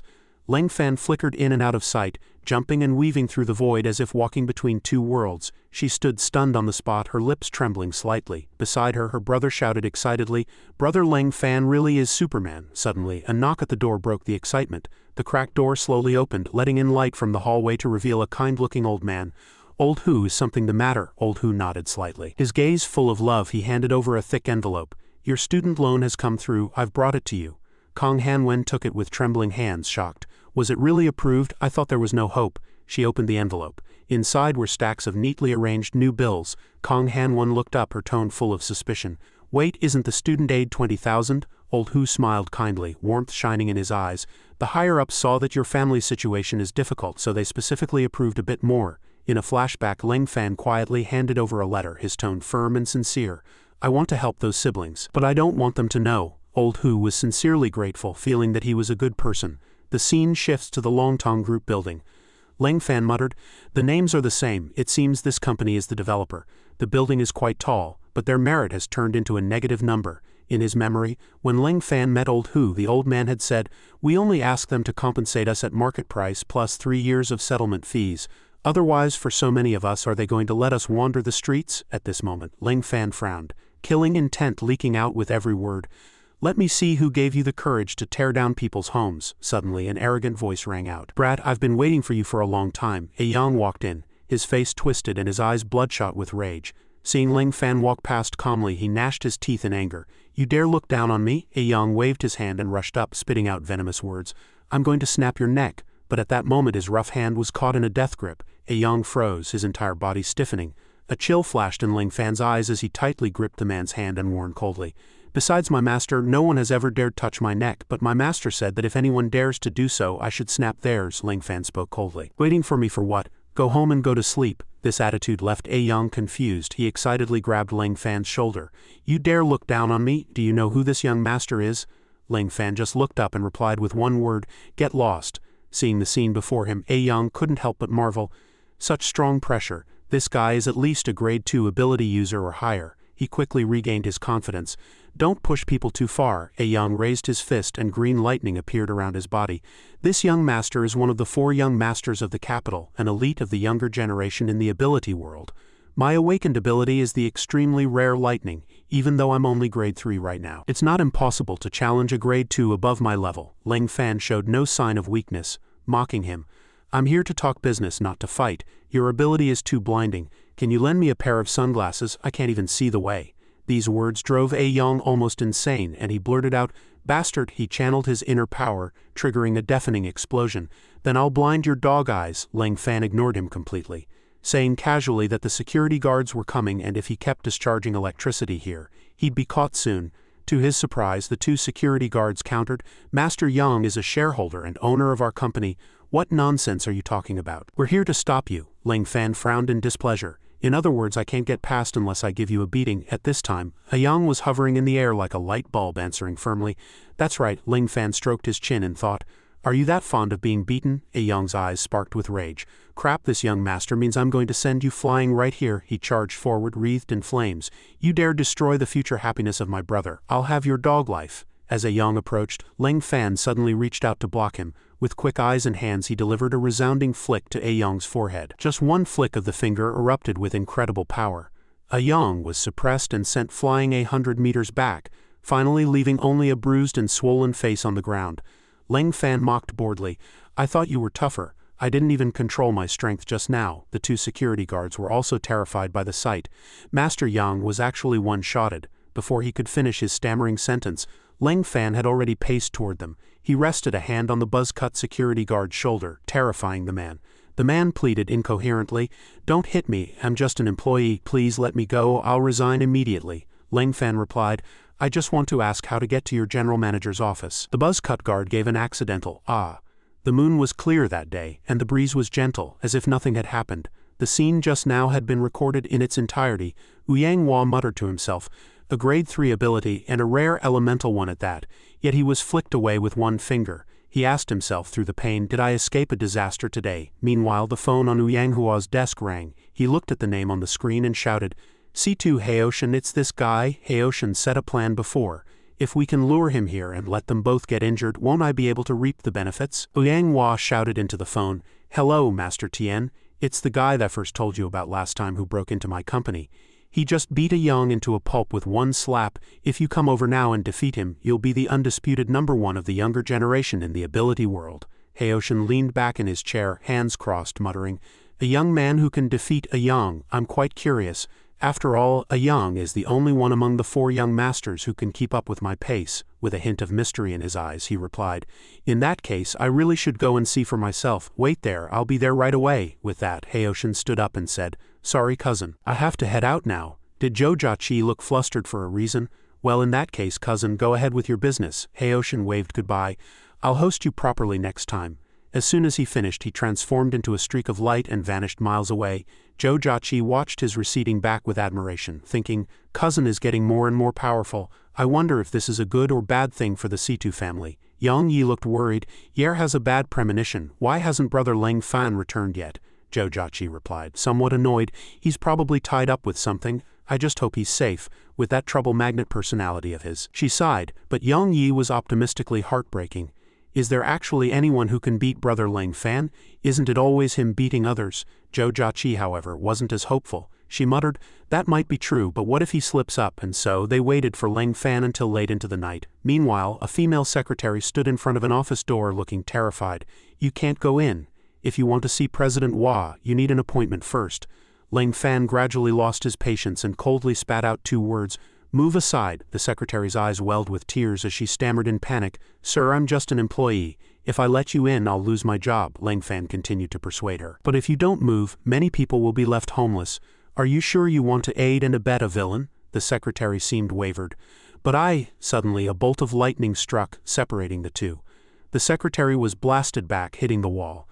Leng Fan instantly realized the situation was bad and rushed to her side. He held her in his arms and said coldly to the newcomer, the Bureau of National Security will have words with you for harming an ordinary citizen.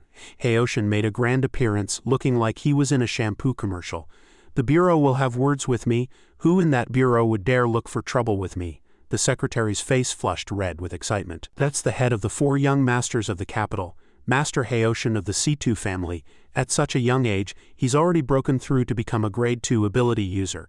He's a genius among geniuses and a future successor being groomed by the Bureau of National Security.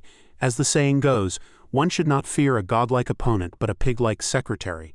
Heoshan commented with an air of boredom, this secretary is indeed a Hua's confidant. We've just met, and she's already spilled all my secrets to the enemy. Full of regret, the secretary quickly covered her mouth. I didn't mean to. Leng Fan kindly cleared the way for her. Go. This has nothing to do with you anymore. The secretary was moved to tears of gratitude. Leng Fan turned to question Heoshan. Are you going to stop me too? I'm here to see Ouyang Hua. What does that have to do with you? Heoshan replied bluntly. It didn't originally, but you defeated a young and I'm curious. At that moment, a familiar aura emanated from his hand. Heoshan smiled. As young as you are, can you be stronger than a genius like me? However, with just one punch, Leng Fan made Heoshan cry out in pain. Leng Fan asked, why so much talk? After taking the hit, Heoshan collapsed to the ground, his face covered in bruises. He thought, what a heavy punch. If I stay down like this, the reputation of the 4 young masters will be completely lost. He let out a roar and struggled to his feet. Leng Fan felt both surprised and somewhat helpless. You can actually still stand up? You're certainly stronger than most people I've met before. Heoshan reached out to wipe the blood from the corner of his mouth and smiled arrogantly. You've got some skill, but that's all. He stood straight, one hand in his pocket while the other began to condense the surrounding wind in preparation for an attack. Before my gale, you have no... Before Heoshan could finish, Leng Fan's fist smashed into the center of his face. I have things to do. Stop the nonsense and just make your move. Heoshan was sent flying backward, spraying blood. Unexpectedly, Leng Fan reached out and grabbed his ankle midair. He swung Heoshan to the side like a little chick. Leng Fan kicked the door open and walked in, one hand in his pocket and the other holding Heoshan's ankle. dangling him in front of his chest. Yang Hua retreated in terror, his voice trembling as he shouted, "Don't come any closer, I'm warning you. If you dare take one more step." Lang Fan stared at him and asked back, "What do you plan to do if I take another step?" Yang Hua's face was deathly pale, snot and tears streaming down his face. "I'll jump from here, I'll make sure those residents never get a cent of compensation." Lang Fan's lip curled into a smirk as he mocked. "No problem, jump if you want, I can catch you before you hit the ground, though you might end up a permanent paraplegic. The kind of vegetable my master talks about. The kind who can only watch other people play on their phones and computers while staring wide-eyed and powerless." Yang Hua visualized the scene Lang Fan described, his entire body wrapped in bandages, a fate worse than death. Lang Fan approached him and continued, "You know my requirements well. Before the double compensation arrives, you aren't to touch a single brick or tile of that neighborhood. I'm not an unreasonable person, right?" Yang Hua cowered back, forcing a pale smile as he asked, "And what if I don't comply?" As soon as the words left his mouth, Lang Fan backhanded him across the face, the pain making him scream shrilly. Lang Fan hardened his expression and raised his voice. "We have to be reasonable. You tell me, why won't you comply?" One side of Yang Hua's face swelled instantly. He stammered in terror. I can buy it at market price." Lang Fan delivered another slap to his other cheek. He asked leisurely, "Let's continue to be reasonable. Just now, how many times the compensation did I say you should pay?" Yang Hua was pale with fright, tears streaming down as he answered in a trembling voice, "Double, not a penny less." Lang Fan leaned in and stared at Yang Hua. "Go arrange it tomorrow. I will personally go to the site to check. Pleasure doing business with you, Master Yang." With that he turned and left. Yang Hua stood there staggering, his face swollen on both sides like a pig's head. Inwardly he cursed Lang Fan as a demon and a jinx. Just as he was thinking this, Lang Fan suddenly looked back, making him tremble all over. "Don't curse me in your head, after all I am a Taoist. I know a bit about physiognomy and fortune-telling." Upon hearing this, Yang Hua immediately stood straight and bowed. "I wouldn't dare. Safe travels, sir." As Lang Fan left, he thought to himself that since things had reached this point, Yang Hua would have no choice but to beg the Yang family to step in. As long as he went for reinforcements, my goal would be achieved. The scene shifted to a room where Heoshin and Yang Hua were sitting and discussing. Yang Hua spoke up, "Brother Tien, sorry. I didn't expect that guy to be so incredibly strong either." Heoshin glanced at him and replied, "He truly is a monster. Where on earth did you provoke such a character?" Consequently, both of them had completely lost face because of Lang Fan. Hearing him ask this, Yang Hua's eyes dodged as he said irritably, "How should I know? It was supposed to be a simple demolition of an old neighborhood. Then this bastard suddenly jumped out. I'm so pissed." Heoshin's gaze moved toward Yang Hua's lower body and asked, "I heard he also shot you in the crotch. Can it be cured?" He turned pale and shielded his vitals, answering with a tremor, "It's ruined. It's completely turned to powder. I've lost it forever." He frowned and gnashed his teeth in rage. "I will definitely have my revenge. I'll make him pay in blood." Heoshin closed his eyes helplessly. "Easier said than done. Can you beat him? When he comes knocking on the door, all we can do is take the beating."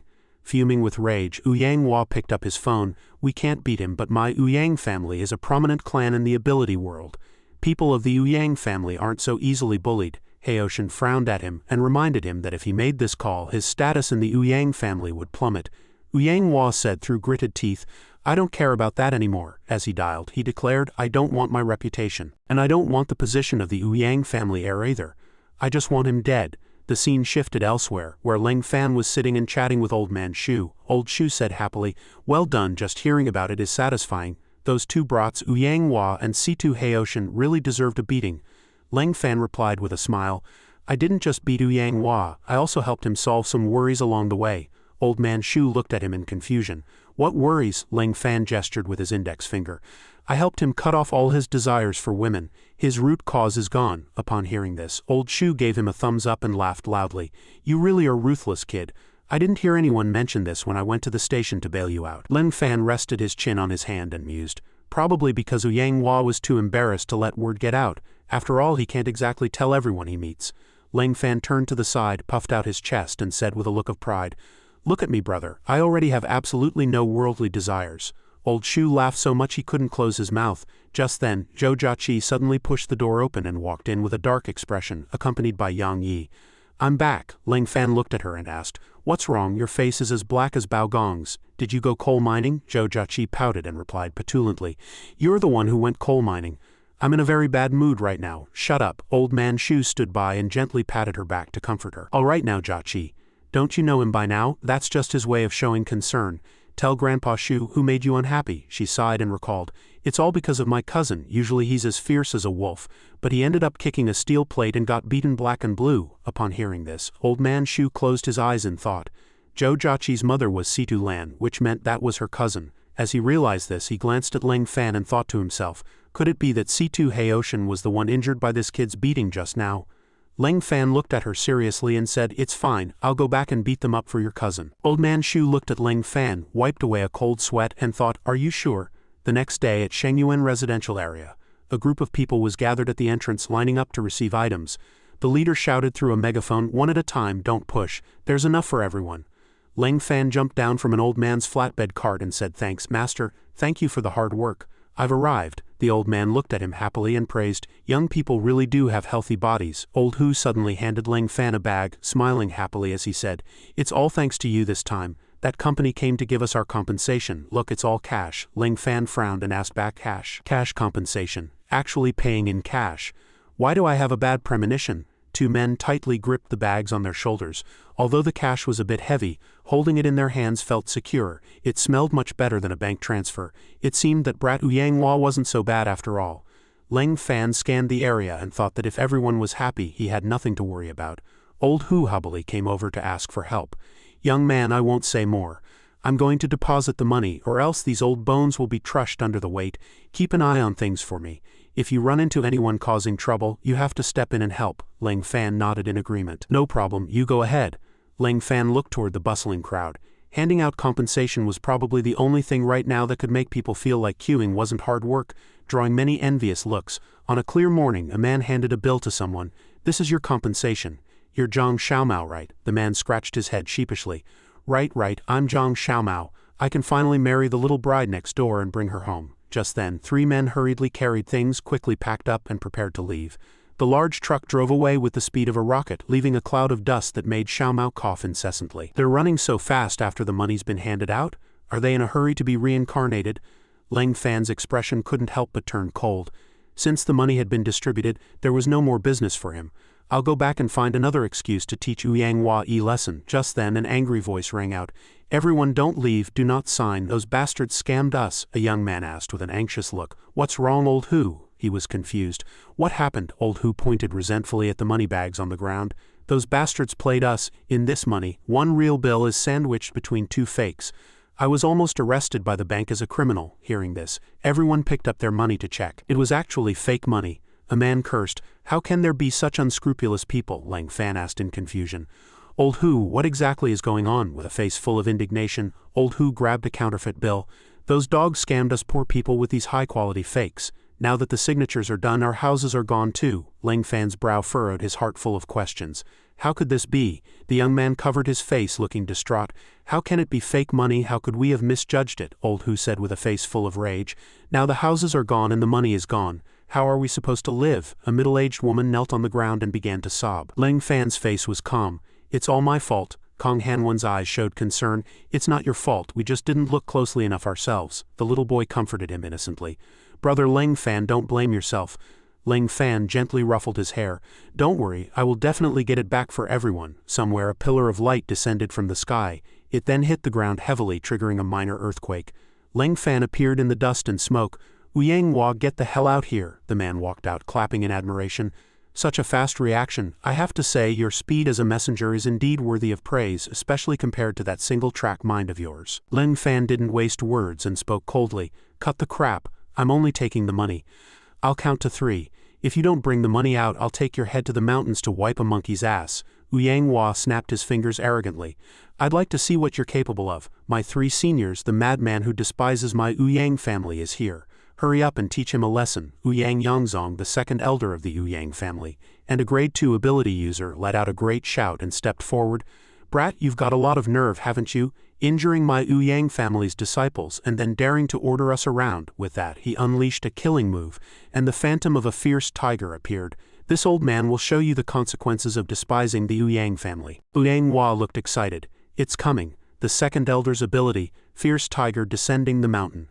Ling Fan charged forward and delivered a heavy punch to Ouyang Yangzong's stomach. leaving the man completely stunned.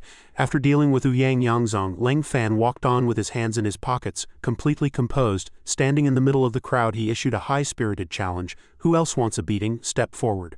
Ouyang Hua was terrified. How is this possible? The second elder is a grade 2 ability user, a top-tier figure in all of Huasha. The old man stood up and questioned, "Who exactly are you?" Leng Fan introduced himself calmly.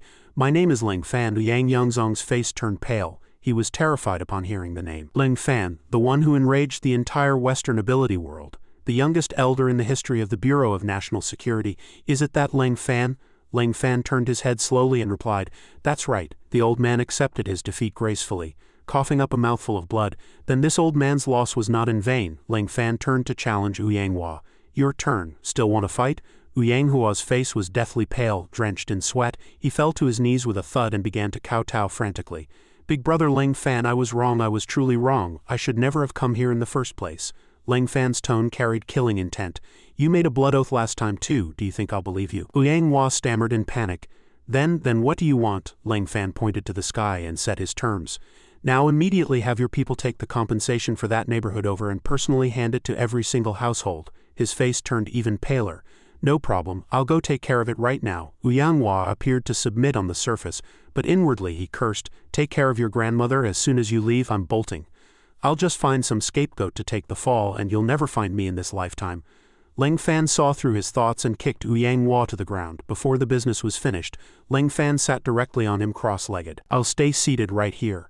I'll only stand up once the business is finished." Ouyang Hua suppressed his rage. "I see, how did this damn bastard get so smart this time?" The two men following Ouyang Yangzong were startled by Leng Fan's pronouncement.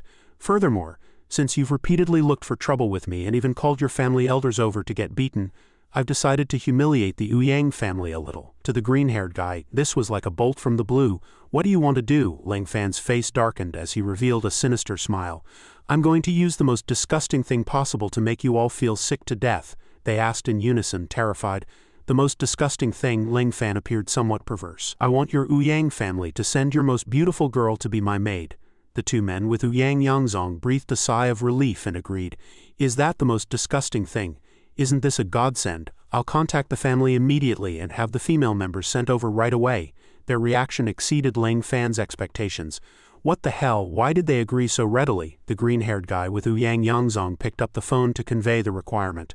"The most beautiful girl in our family is indeed Ouyang Weiwei. We just found her a suitor." "What? Asking for a car and a house? Your vision is too narrow. This gentleman here is a young genius. With money, power, and top-tier supernatural strength in China, he's already become an elder of the National Security Bureau at a young age. His future is limitless. Yes, have her come over quickly. Don't miss the opportunity. Tell her to dress beautifully and sexily and hurry up and get pregnant with this young man's child." Leng Fan completely froze, his eyes wide with shock. "Hurry up and get pregnant with my child? Ah, this world really is as crazy as Master said." The two bald guys began to whisper. "This kid has a limitless future. We must keep him. As long as we make him part of the Ouyang family, the family's great cause will surely succeed." "Well done. As expected of a good brother. I've been considering this for years." Leng Fan and the others looked over, unable to help but comment, "Truly disgusting. At their age and still acting like this, why are these two always making eyes at each other?" Meanwhile, at the Ouyang residence, Weiwei stood with her arms crossed, solemn and arrogant. "I don't want to have children for a stranger," Weiwei's father spoke up. "Weiwei, this is for the family's future. Go quickly," she shouted back. "If you want to have them, go have them yourself. I'm not going. It's so annoying. Why am I the most beautiful, sexiest, and most elegant person in the Ouyang family?" Next to the three women, the one with acne got angry. "That ugly freak's words are really annoying." The fat woman joined in the jeering. She really wanted to give her a beating. The thin woman sighed with some sympathy. Though it was the truth, she was still a jerk. Hearing them, Weiwei glared back. She said indignantly, "Did I say something wrong?" Without another word, Weiwei's father shoved his daughter into the car. "Weiwei, just sacrifice yourself for the family." Weiwei was firm. "Why use these treasures to threaten me? How annoying. I won't give in." Her father gave a thumbs up and coaxed, "Go for it. If the seduction is successful, your allowance will increase by 100,000. Weiwei pursed her lips, looking thoughtful. 100,000, she thought proudly with her hands on her hips. "It's just seducing a man. I'm extremely good at it." Suddenly her phone rang. "Betraying my love, you carry the guilt of a conscience." Weiwei wondered, who is it who would call me at a time like this, but she still answered. A voice came from the other end. "Weiwei, what are you doing? Want to go shopping?" Weiwei declined with regret.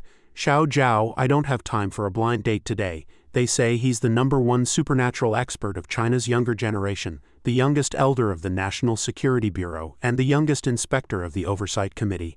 The other end wondered, is he really that excellent? She smiled bitterly. How is he excellent? He barely matches me. I'm only going to see him because I was forced into it. I'll talk to you later. But the other side moved even faster.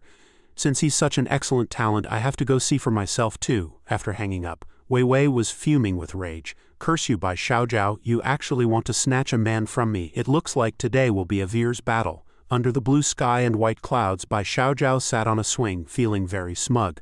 The #1 supernatural expert of China's younger generation. Only I, Bai Xiao Zhao, am worthy of being his woman. She glanced behind her and ordered the butler to head to the Longtong group. Planting a bug on Wei Wei's car was definitely the right move. He bowed respectfully and took the order. Bai Xiao Zhao licked her lips excitedly.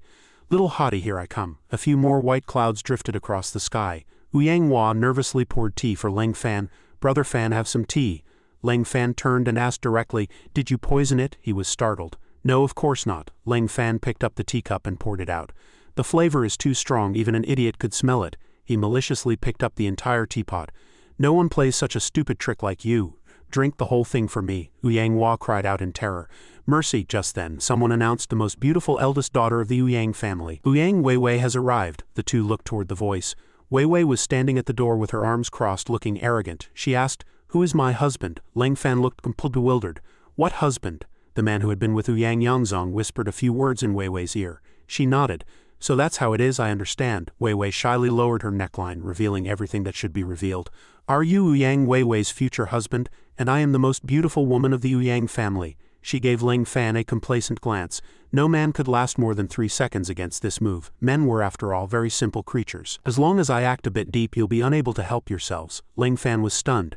Yang Wei Wei's husband. He casually slapped Yang Hua into the wall. Wei Wei smiled smugly, thinking, as expected, he's already fallen deeply for my charms.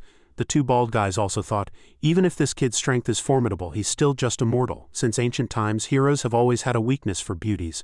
Leng Fan said bluntly, what I need is not a wife but a servant. Are you here to be my slave? They were struck by these words as if hit by a thunderbolt. Slave? Wei Wei was also stunned. Mr. Leng, are you not even a little moved by a beautiful girl like me? The word slave is too unpleasant. Leng Fan sat down and put his legs on the table.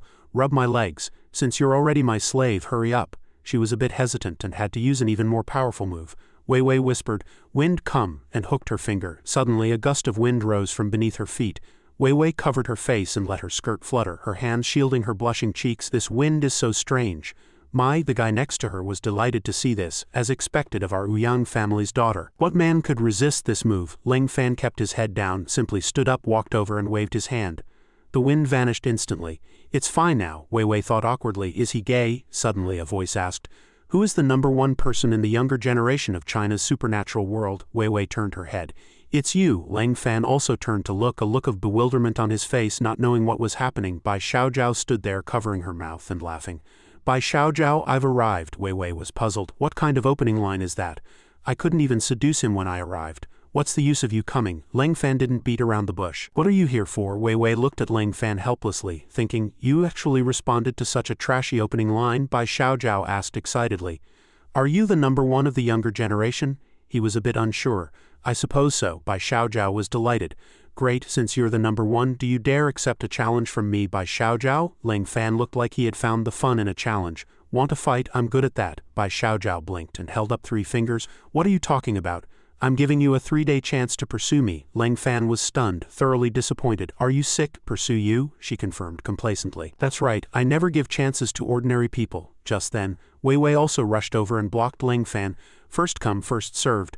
Mr. Leng is already Yang Wei Wei's man. Her face turned red, but she wasn't shy at all, because he has already seen my entire body. Bai Xiao Zhao gnashed her teeth in rage. What? The two men with Yang Yangzong hid in the back and chuckled. As expected of the Yang family descendants, thick-skinned enough to have the air of a family head, I knew since Wei Wei was a child that she'd be successful. Yang Wei Wei proudly grabbed Leng Fan's arm. Mr. Leng is already Yang Wei Wei's man. Bai Xiao Zhao, why don't you hurry back and cry under your covers? She pressed her soul tightly against his arm. A man could absolutely not resist such a full soul. Leng Fan impatiently shook off Yang Wei Wei's arm. What are you squeezing for? Go get me a basin of water to wash my feet. Seeing this, Bai Xiao Zhao couldn't help but mock her. Is this what you meant by getting him? Go get him his foot-washing water, Wei Wei talked back indignantly. Damn it, I'm here to be your wife, not your slave, Ling Fan spoke, and the atmosphere instantly turned cold. What I want is a slave, I never said I wanted a wife. They looked at each other in terror. Do young people nowadays prefer slaves? Don't they like beautiful wives? To this, Ling Fan pointed at them angrily and said seriously, marrying a wife means I have to give the Yang family a dowry, right? I'd still have to sweep and wash dishes at home, right?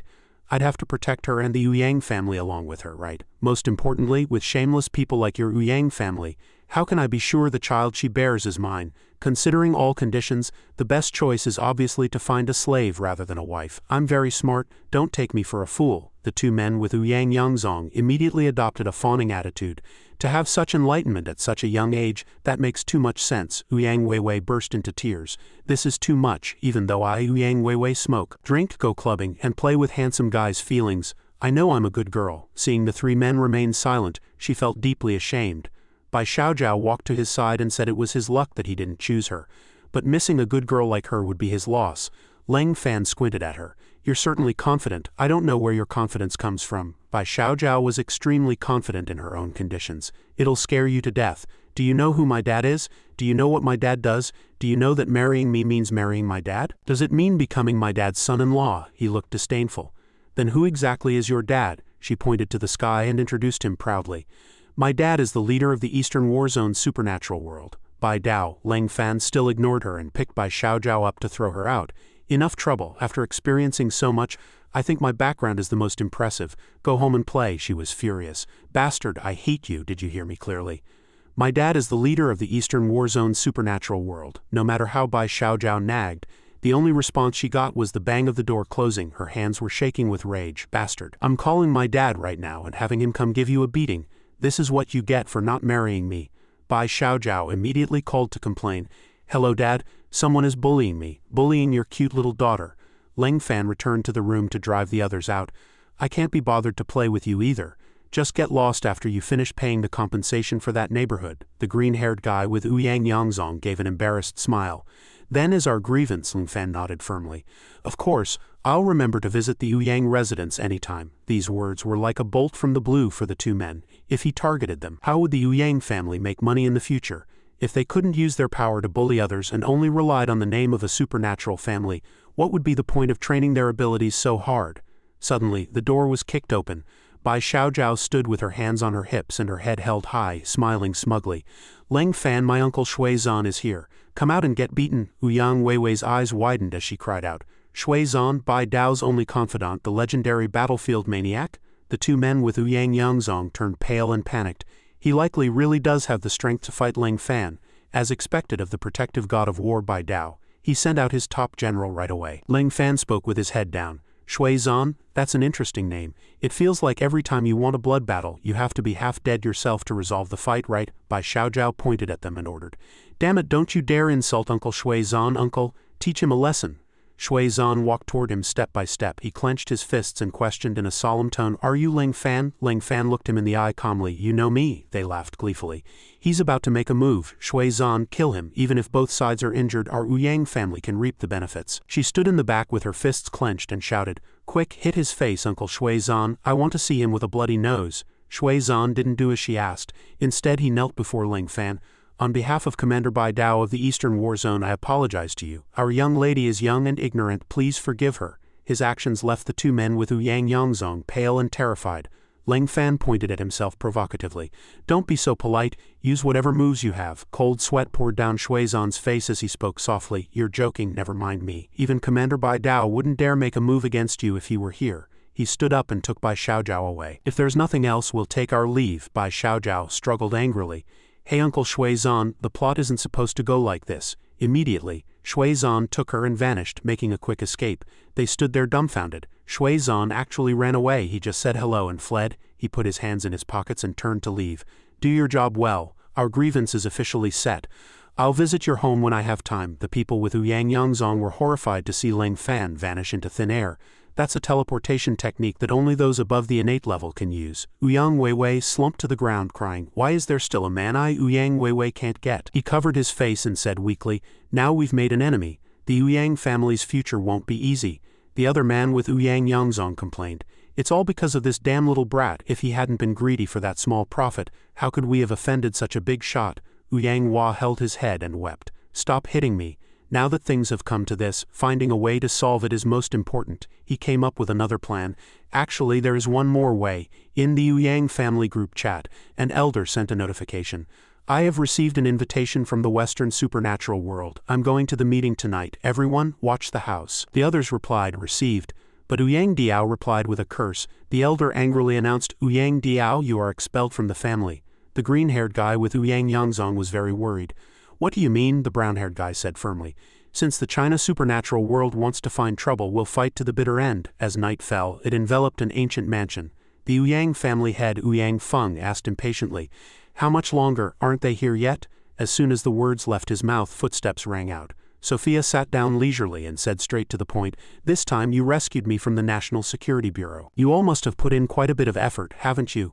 Well, I won't beat around the bush.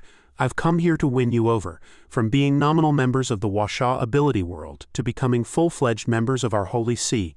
A cloaked man reminded everyone that agreeing would mean betraying Washa. A man with slicked back hair spoke, a hint of hesitation flashing in his eyes. Our industries are tied to foreign countries, but directly betraying Washa might not be safe. A red-haired man turned to question how the Washa clans born and raised there would establish themselves elsewhere once they left. Yang Feng watched the arguing crowd and thought to himself, the family has already been targeted by that genius Leng Fan, even I am no match for him, and the Yang family has committed many misdeeds. Life in Washa has become extremely difficult. Suddenly, Sophia broke the silence. I'm afraid you all have done quite a few bad things in Washa, haven't you? The man with the high slicked back hair looked away. We're all ability users. Does bullying ordinary people even count as a misdeed? The cloaked man offered his opinion. It's just snatching a few men and women and stirring up some social conflict. It benefits human progress, doesn't it? The red-haired man laughed. Our talents are different. It's just heaven providing us with a living. Hey, I looked at the three of them and asked, then have you ever considered that those ability users who call themselves warriors of justice might come seeking revenge in the name of carrying out heaven's will? The red-haired man was instantly terrified upon hearing this. Are there still such fools in this world? Does carrying out heaven's will not require food? The man with slicked back hair gaped. At most, we'll just share some of our profits with him then. Sophia crossed her legs and looked at Yang Feng. Master Yang should have met that person by now, right? The old man cupped his hands respectfully. The saintess is correct. The Yang family has indeed encountered that trouble. The boy's name is Leng Fan. I believe you've all heard of him. The cloaked man was somewhat surprised. Leng Fan, that newcomer who just joined the National Security Bureau. I heard it was because of him that the Holy See was offended. The red-haired man looked at the man with slicked back hair. The high priest and the cardinal came specifically for him, he whispered. I heard that a few days ago he beat the Zhao family's innate ancestor until he lost control of his bowels. A bald man clenched his fists in rage. Bullshit, our ancestor would never be beaten like that by him, the man sitting beside him mocked. Since you're in such a hurry to deny it, then it's definitely 100 true. The two glared at each other, sparks flying. I'll kill you, he provoked. Bring it on. Who's afraid of whom? Yang Feng coughed a few times to intervene. That's right, it's him. The boy is exceptionally gifted. His strength likely surpassed the innate realm long ago. Everyone, stop arguing. His gaze turned serious. The Yang family was targeted simply over the relocation of an old neighborhood. Think about it, compared to what you all have done, is that minor? The two men scuffling stopped abruptly. The bald man was stunned. The entire family was targeted just over a small matter like relocation. The other man also stopped. This matter, Yang Feng's eyes grew sharp. I don't think this matter is that simple. Then his expression instantly became grave. I'm afraid this is an order from the National Security Bureau. The higher-ups are about to bring the hammer down on those of us with overseas connections. The man with slicked back hair was instantly terrified. What should we do then? Won't that mean we can't make a single cent anymore? The bald man coughed. Actually, it doesn't seem wrong to crack down on people like us. A bearded man looked at him in surprise. Whose side are you on exactly? Yang Feng put his hands behind his back and looked at Sophia. That will depend on the saintess's instructions. Right now, only the Holy See can protect us. Sophia suggested from her chair. Then let's go back to the beginning. Are you willing to give up your reputations in the Washa ability world and join the Holy See? The bearded man was stunned. It seemed this was the only path left. Hey, I smiled and thought to myself, as expected, once their own interests are threatened, everyone starts to waver. The Yang family has done well this time. Yang Feng cupped his hands respectfully. Please enlighten us, saintess. What exactly should we do, hey? I looked at Ouyang Feng and offered them a strategy. Establish a branch of the Holy See in Huasha. Unite and become the Holy See's new power within Huasha. That way, no one will dare move against you. Sophia stood up abruptly, her face full of confidence. Once His Holiness the Pope arrives in person, won't Huasha become your territory? The group couldn't help but be overjoyed. Long live the Pope, long live fortune, long live the Holy See. Only Ouyang Feng fell into deep thought. Long live? Can it really last forever? Elsewhere, a hurried voice rang out. Wake up, something huge has happened. Ling Fan woke up from the noise. Who is it? Before his eyes was Zhou Jiaqi sitting on top of him with puffed out cheeks. You lazy pig, Elder Shu has been waiting for you for a long time. He looked panicked.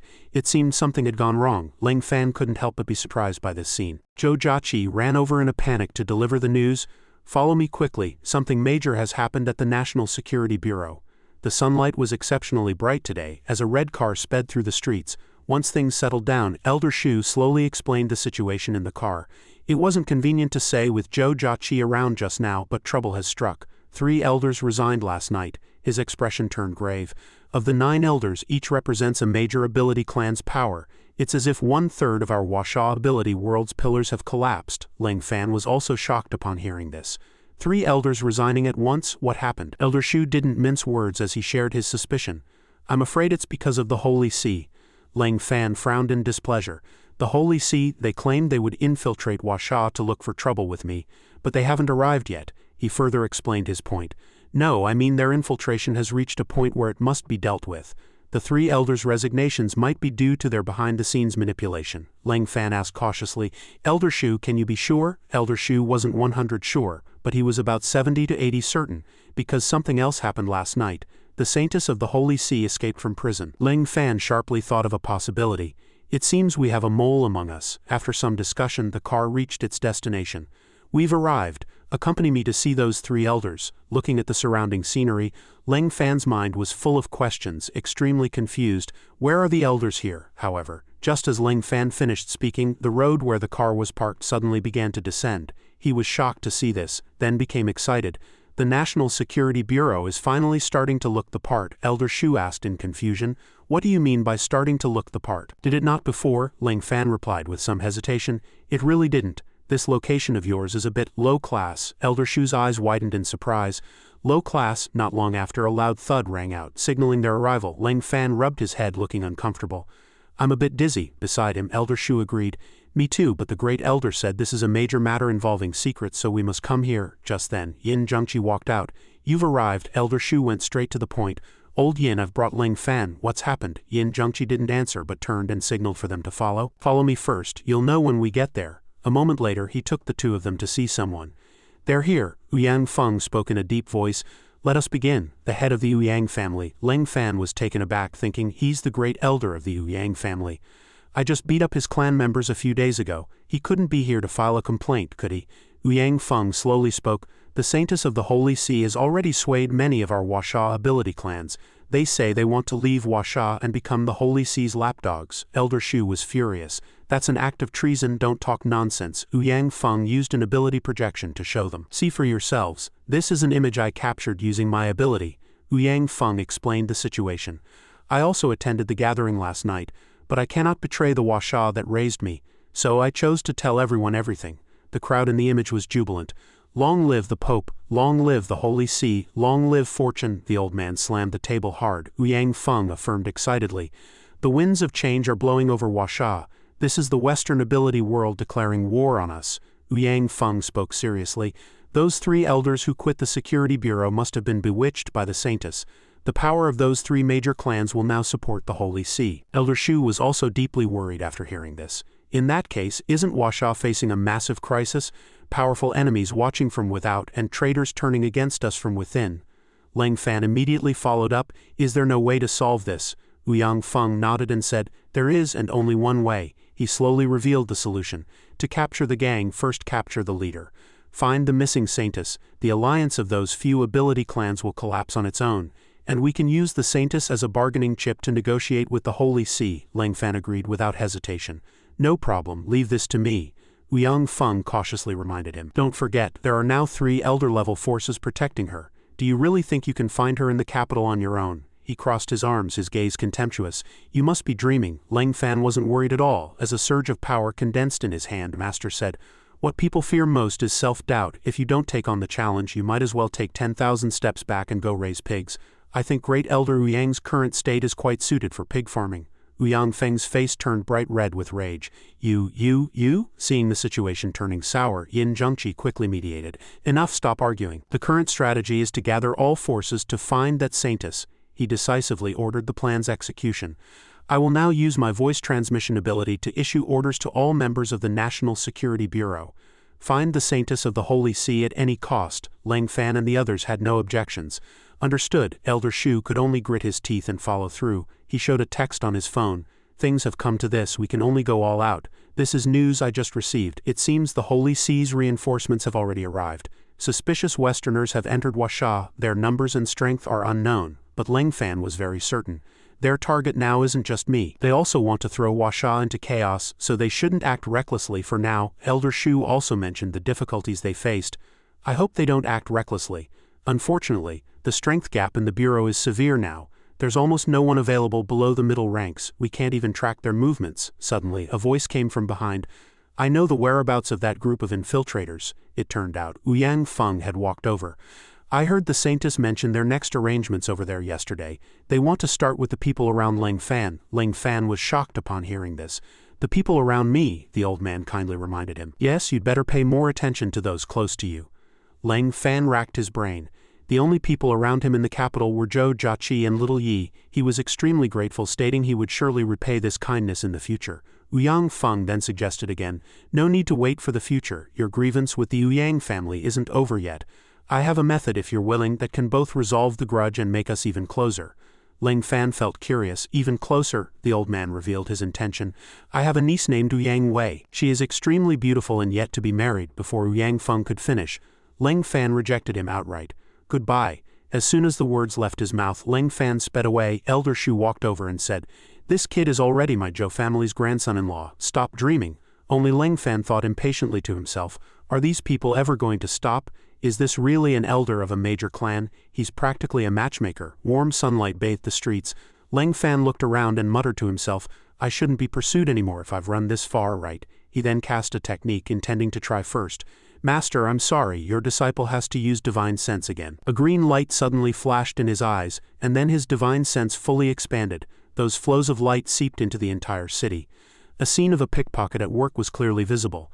A fat man was watching some trash on TV, a beauty was bathing in misty vapor, and a sailor moon. No, it was a crossdresser striking a pose. The bizarre sight almost made Lang Fan cough up blood. He then fell into deep thought. This city really has all kinds of weirdos. Why is there no sign of the saintess?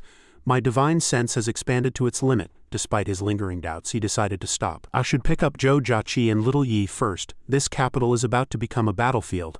I can't let them stay in such a dangerous place. Time passed, and an exclamation rang out from a large mansion. What, they've already left? Elder Shu handed Lang Fan a piece of paper and said, Zhou Jiaqi and Little Yi have likely already taken a flight back to Wrong City. She left you a note and didn't tell me anything else. Lang Fan picked it up to read.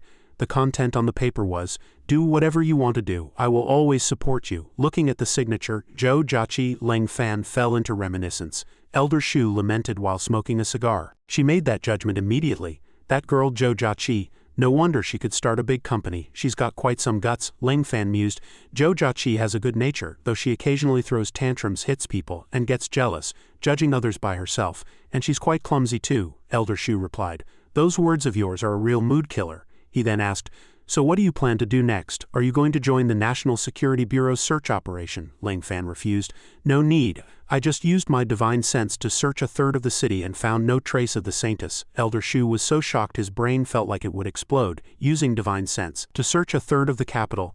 Do you have any idea how large a third of the capital is? Lang Fan replied nonchalantly. I don't know how big it is. Anyway, if I wanted to search from the outskirts to the core, I'd probably have to wake up at 4 in the morning, Elder Shu said. That sounds too real. I'm actually at a loss for words, Lang Fan continued.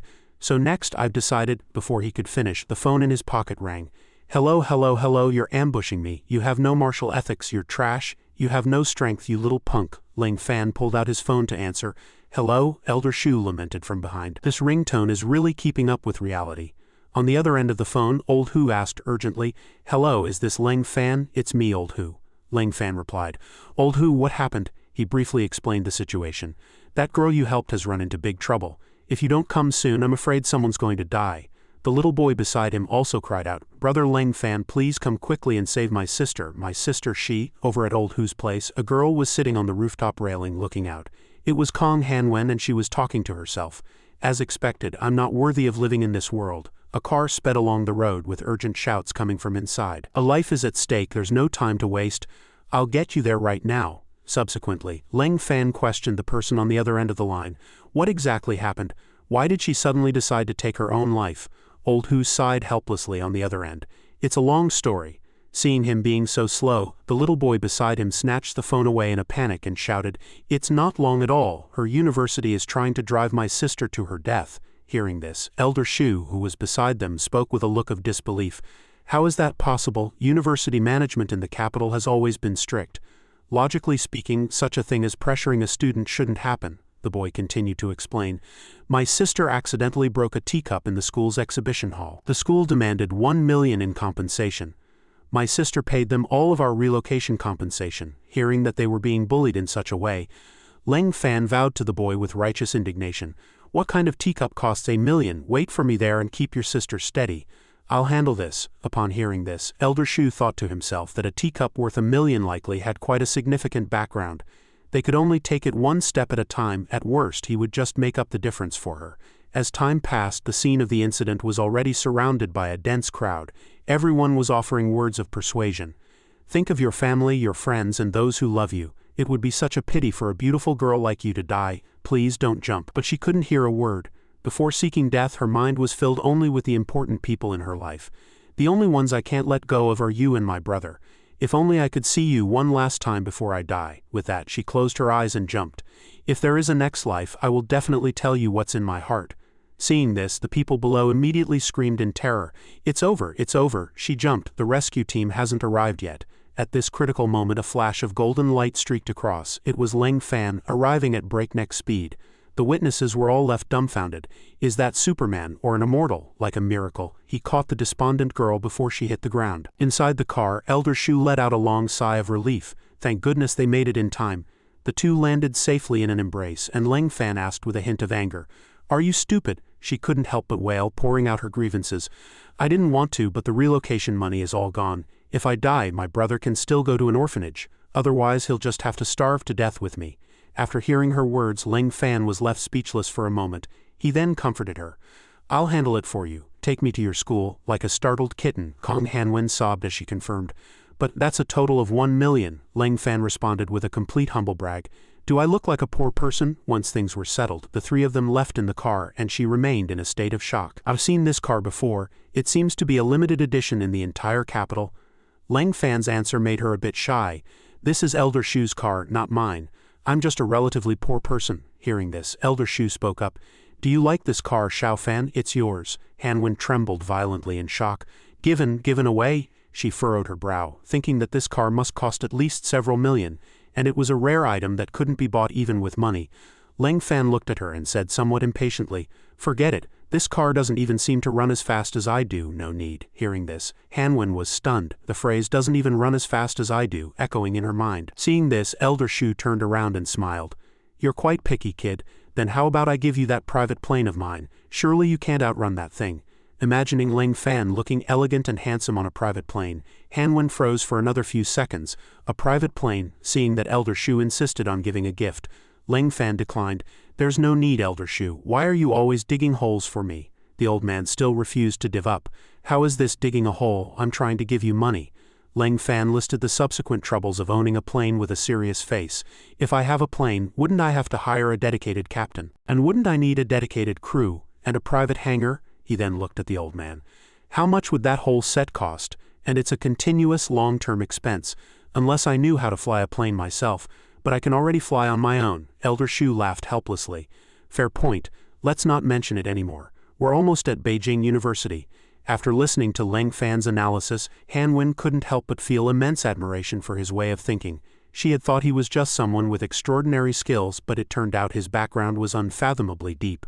Looking at Ling Fan, she thought to herself that it was a good thing she hadn't confessed to him just now. I really don't deserve him. They arrived at Beijing University. Elder Shu went to park, letting the two go in first. It didn't seem to be class time yet, and groups of university students on the playground were chatting animatedly. I'm telling you, I drew another SSR yesterday. I heard that guy with glasses from the literature department confess to you. I just found a great post. It's definitely going to go viral. Looking at the people on campus, Ling Fan felt a bit of sadness. He had never been to school. For a moment he actually envied these students, but then he thought of his master. Although he hadn't gone to school, the skills he learned from his master weren't bad at all. Just then, Ling Fan noticed that Han Wen had been hiding behind him all this time. He asked in confusion, "What are you hiding back there for? This is my first time here. Do you expect me to lead the way?" Han Wen looked up at him and said somewhat uneasily, "I'm sorry, I'm just too nervous." They didn't notice that Wei Wei and Xiaojiao were currently hiding behind them, whispering, "Wei Wei, look at him. He's changed girlfriends again. It's so frustrating." "Exactly. I'm about to explode with rage." Xiaojiao looked at the backs of the two and suggested smugly, "Let's go over and see what kind of girl she is to make him give up on stunning beauties like us." Wei Wei replied, "You're right, let's go see." By now, Han Wen and Ling Fan had entered the office building. The teacher in charge was in this office. Ling Fan said as he knocked, "We're already here. Why even knock? Wouldn't it be easier to just tear the door down?" Han Wen was scared into a cold sweat by his words. Don't be so impulsive, the teacher will be angry." The door suddenly opened and a teacher stepped out, furrowing her brow impatiently. "Who are you looking for?" Seeing her, Han Wen quickly bowed and greeted politely. "Hello, teacher. I'm Kong Han Wen. Yesterday, the teacher recognized her the moment she saw her. "I remember now. You're the student who broke the teacup used by the first principal. Didn't you already pay the compensation?" Han Wen stammered a bit. I, Ling Fan interjected, his brow furrowed. "We're here to get that million back." As he mentioned the business at hand, his face became serious. "I don't think that so-called principal's teacup of yours is worth $1 million at all." Upon hearing this, the teacher's face instantly darkened. "I see you're here to back her up, but what does that have to do with me?" Ling Fan retorted. "It has nothing to do with you." She frowned. "I wasn't the one who fined her. Go find the person who did yourself." With that, she slammed the door shut, leaving the matter completely unresolved. Han Wen was quite uneasy now, looking at Ling Fan hesitantly. The one who issued the fine was indeed not the teacher from just now. That person was named. Before she could finish, a voice interjected. "It was Guan Yun. You actually have the nerve to bring someone to back you up. How bold. Do you believe I can just expel you right now?" Guan Yun was the assistant in the logistics department. Han Wen knew who it was the moment she heard the voice, her face showing a hint of terror as she turned around. "Teacher Guan I." Simultaneously, Ling Fan also followed her gaze. Guan Yun glared at them. "You were the one who made the mistake first. Just a fine without expulsion was already a great mercy. I didn't expect you to be so ungrateful." Hearing this, Han Wen broke into a cold sweat, her eyes pleading. "No, it's not like that. Teacher, please don't expel me." Ling Fan was not afraid at all. He stood in front of the girl, glaring at Guan Yun. "You're the one who fined her $1 million, Guan Yun replied. "That's right. She broke a cup used by the first principal. That's a school treasure." "Only a fine was already a show of mercy," Ling Fan said with a cold face. "I've never been to school, so I don't know how expensive your so-called school treasures are.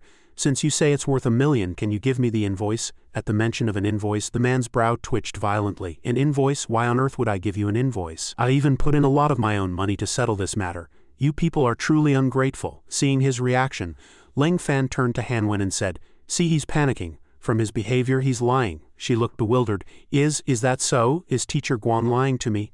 Guan Yun still refused to admit defeat. He pointed at the two and roared, "What is there to be panicking about, Kong Han Wen? If you continue to associate with such outsiders, I'll expel you right now." Ling Fan had been annoyed with this teacher for a long time. Hearing this, he flickered and appeared in front of the man, catching him off guard. Ling Fan directly landed a punch on Guan Yun's face. He caught him completely by surprise. Then Ling Fan pinned his arms behind his back, making him unable to move, able only to furrow his brow in pain. Seeing this scene, Han Wen's face turned pale with fear. "Big brother Ling, what are you trying to do?" Ling Fan looked disgusted, cracking his knuckles. "This scumbag won't give an invoice, won't refund the money, and even dares to threaten to expel you. I'll give him a beating for you first." By now, the man was breaking into a cold sweat from fear, but he was still defiant. "Do you know what you're doing? You are publicly assaulting a lecturer of a top-tier Huaxia institution. You're committing a crime." Ling Fan raised an eyebrow. "If it's a crime, then it's a crime. It's not the first time." Suddenly, the female teacher from before heard the commotion. She rushed into the room and shouted loudly, "What's all this noise? Everyone shut up." Seeing the blood on the corner of Guan Yun's mouth, she froze. Seeing her, Guan Yun looked at her sideways and pleaded for help. "Help me call the police, this kid is going to kill me, he's a murderer," she stammered, repeating, Murderer? Then he continued to shout, "Yes, call the police quickly, hurry up," before he could finish. Lang Fan raised his hand and gave him a resounding slap. The door was slammed shut. She seemed to be preparing to call the police. Hanwen was now full of worry. "It's over, Big Brother Lang. The situation has escalated." Meanwhile, outside the door, that teacher was indeed making a call to the police. Her brow was furrowed and her tone was urgent. "Hello, is this the police station? Someone is committing an assault here, come quickly." Kong Hanwen tried to stop him. "Big Brother Lang, stop now," but it was already too late. Lang Fan gave Guan Yun another backhanded slap. "No need, I want this to blow up." She was still desperately grabbing his arm to dissuade him. "Stop it, Big Brother Lang. Even if you beat him to death, it won't solve the problem," Lang Fan reassured her. "Don't worry, I know what I'm doing. And I also know that just beating someone like him is useless," but it felt good. Lang Fan looked at Guan Yun's battered face. Only then did Kong Hanwen realize that everything Lang Fan was doing was for her sake. He was venting his anger on her behalf. Bai Xiaojiao and Ouyang Weiwei were whispering in a corner. "That guy didn't even look twice at the two of us, yet he's helping an ordinary little girl." Ouyang Weiwei crossed her arms and said in confusion, "Could it be that he doesn't like girls with curves?" Bai Xiaojiao puffed out her cheeks and retorted, "I think he probably feels he doesn't deserve me." Weiwei glanced at her sideways. "Do you think yours are bigger than mine?" Bai Xiaojiao raised her brow provocatively. "Let's compare then, who's afraid of whom. If you've got the guts, let's take them off and compare the real thing," Weiwei shot back. "Take them off then. Let's see the real deal, and don't try to fool me with padding." Bai Xiaojiao was not to be outdone. "Who's afraid of whom?" Suddenly, a sharp shout interrupted their argument. "Everyone stop!" The two subconsciously looked toward the source of the voice. The newcomer was a white-haired elder, followed by a team of security guards. The two were instantly pale with fright. "Bai Xiaojiao is completely innocent. We didn't do anything," Weiwei chimed in. "Right, exactly." But the elder ignored them completely. He strode forward and announced majestically, "Everyone stop, I am the vice principal of Beijing University. You can tell me whatever is going on." Lang Fan looked at him and finally calmed down. A vice principal, finally someone in charge. Kong Hanwen was startled. The vice principal. Lang Fan kicked aside Guan Yun, who was on the ground. "This person is abusing his power and extorting students. Vice principal, what do you think should be done about this?" The vice principal looked at Guan Yun's pathetic state and asked with a frown, "Extorting students? Abusing power? Guan Yun, what exactly is going on?" Guan Yun was still making excuses. "Vice principal, I didn't extort anyone. He's framing me and he's intentionally committing an assault. If you had arrived a step later, I would have been beaten to death by him." Lang Fan pointed at his nose and confronted him on the spot. "Just because a teacup was broken, he dared to demand $1 million from a female student. Do you think that's reasonable?" the vice principal asked again. "Is that true?" Guan Yun desperately defended himself. "That was a teacup used by the first principal, which is why." Lang Fan glanced at him sideways. "Since you've already collected the fine, why didn't you give an invoice?" he continued to explain. "I just hadn't had time to report it to the finance department yet. I was just about to go there when I was stopped and given a violent beating by him. Vice principal, I can explain all of this, but his attempt to kill a lecturer of Beijing University is an ironclad fact. This is clearly a slap in the face to Beijing University." The vice principal was silent for a moment and concluded, "If he really has a problem, we will naturally investigate. But since you have publicly committed an assault on campus, I advise you to surrender immediately." The security guards began to aim their guns. Several red laser dots appeared on Lang Fan's body. It seemed this matter wouldn't be resolved peacefully today. The vice principal threatened, "I'll count to 3. If you still don't surrender, I'll have to say sorry." Hearing this, Kong Hanwen hurriedly urged Lang Fan, "Big Brother Lang, run. I don't want that money anymore. I can't let anything happen to you because of me." Meanwhile, Guan Yun was thinking darkly, "This group of hot-blooded youths definitely won't retreat, especially with beauties watching from behind. Hurry up and get into a fight with the security guards. It would be best if you died right here." He thought despicably that by then the $1 million would be entirely in his pocket, and no one would be able to take it. Lang Fan remained expressionless. "Don't worry.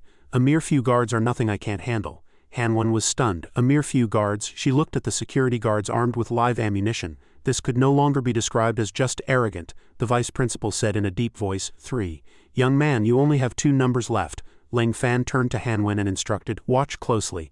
I'm out of time. Stay back. I'll finish this quickly." The vice principal continued counting. 2. Suddenly, Lang Fan vanished. The man was startled, unable to believe his eyes. Subsequently, Lang Fan appeared in front of him, uttering the final word, 1. Then he swung his hand and slammed a punch into the man's face. This punch knocked the vice principal to the ground. The security guards began to open fire. They absolutely couldn't let him continue his assault. Open fire, they're rubber bullets, non-lethal. Hurry and control this kid. The bullets whistled toward Ling Fan, but they all fell away as if hitting an invisible wall. Only then did the security guards discover in terror that he was gone. Was he an ability user too? That kid can even dodge bullets. Ling Fan instantly moved to where Guan Yun was standing. I'm here. Seeing this, the security guards scrambled to open fire at him. This played right into his hands. Ling Fan flickered and vanished again. Very good, goodbye. He left Guan Yun alone in his spot, dazed. Naturally, he became a human shield. Although not lethal, it made him wail in pain. Ling Fan sneered. This is what you deserve. Just then, someone tapped his shoulder. Hey, young man, look back. Who? The elder introduced himself. My surname is Qin. I am the teacher of Ouyang Weiwei and Bai Xiaojiao. You can call me Teacher Qin or Old Qin. Weiwei poked her head out from behind him. It was we who asked Teacher Qin to help you, Bai Xiaojiao added. Teacher Qin is incredibly upright. He won't side with the school blindly. You can trust him. Ling Fan replied bluntly, right now I don't trust anyone at Beijing University. Old Qin adjusted his glasses. Then you're mistaken. There are good and bad people everywhere. If this escalates, even as an ability user, you won't make it out of this school. This institution has stood for a century. It's not as simple as you think. Ling Fan was puzzled. Are you saying I'm not up to the task? As far as I know, the Washa ability world is but a flickering candle, and this university is no different. Teacher Qin asked in return, do you truly believe the Washa ability world is merely a flickering candle? Ling Fan still didn't understand his meaning. Old Qin began to rattle off a series of questions. Think about who you are. Where does your power come from? Are you truly an ability user, or something else entirely? Ling Fan was stunned. You know about cultivation, Teacher Qin replied. No, I don't, but I know that beneath the Washa sky, there hides a group of terrifying individuals. I don't even know if they can still be considered human. Perhaps in their eyes, we are no different from ants. Weiwei furrowed her brow. Teacher, what are you talking about? Bai Xiaojiao agreed. Exactly, we humans are the masters of all things. How could we be ants? Ling Fan turned to them and said, he's right. This left the two girls completely bewildered. He recounted, I once met several of my master's friends. They looked very young, but master said they had lived for thousands of years. The two girls were instantly intrigued. Living for thousands of years and still looking young, what kind of skincare do they use? Is it some kind of super repair anti-aging cream? Teacher Qin reminded them. Be serious. Ling Fan continued, time means nothing to them, and thus worldly emotions mean nothing. To this day I still remember the way they looked at me. Ling Fan recalled that gaze. It truly felt like they were looking at a withered blade of grass or a mere ant. Teacher Qin patted Ling Fan on the shoulder. Can we stop thinking about that? We have a major problem to solve right now. Ling Fan thought to himself that if not for that pat, he might have fallen into a heart demon. This teacher is not simple. Teacher Qin said it was time to go. Ling Fan was still pondering. He hadn't sensed even a trace of spiritual energy from the man. Is he just an upright, ordinary person? The guard spotted them. He has someone with him. Don't be in a hurry to fire this time. That Guan Yun was already knocked unconscious by the rubber bullets earlier. Teacher Qin calmed them down. Don't worry, everyone. We're here to resolve the issue. The vice principal had already stood up. Teacher Qin, you belong to Beijing University. Why are you speaking for an outsider? Teacher Qin explained mildly. Vice principal, matters cannot be resolved by listening only to one side.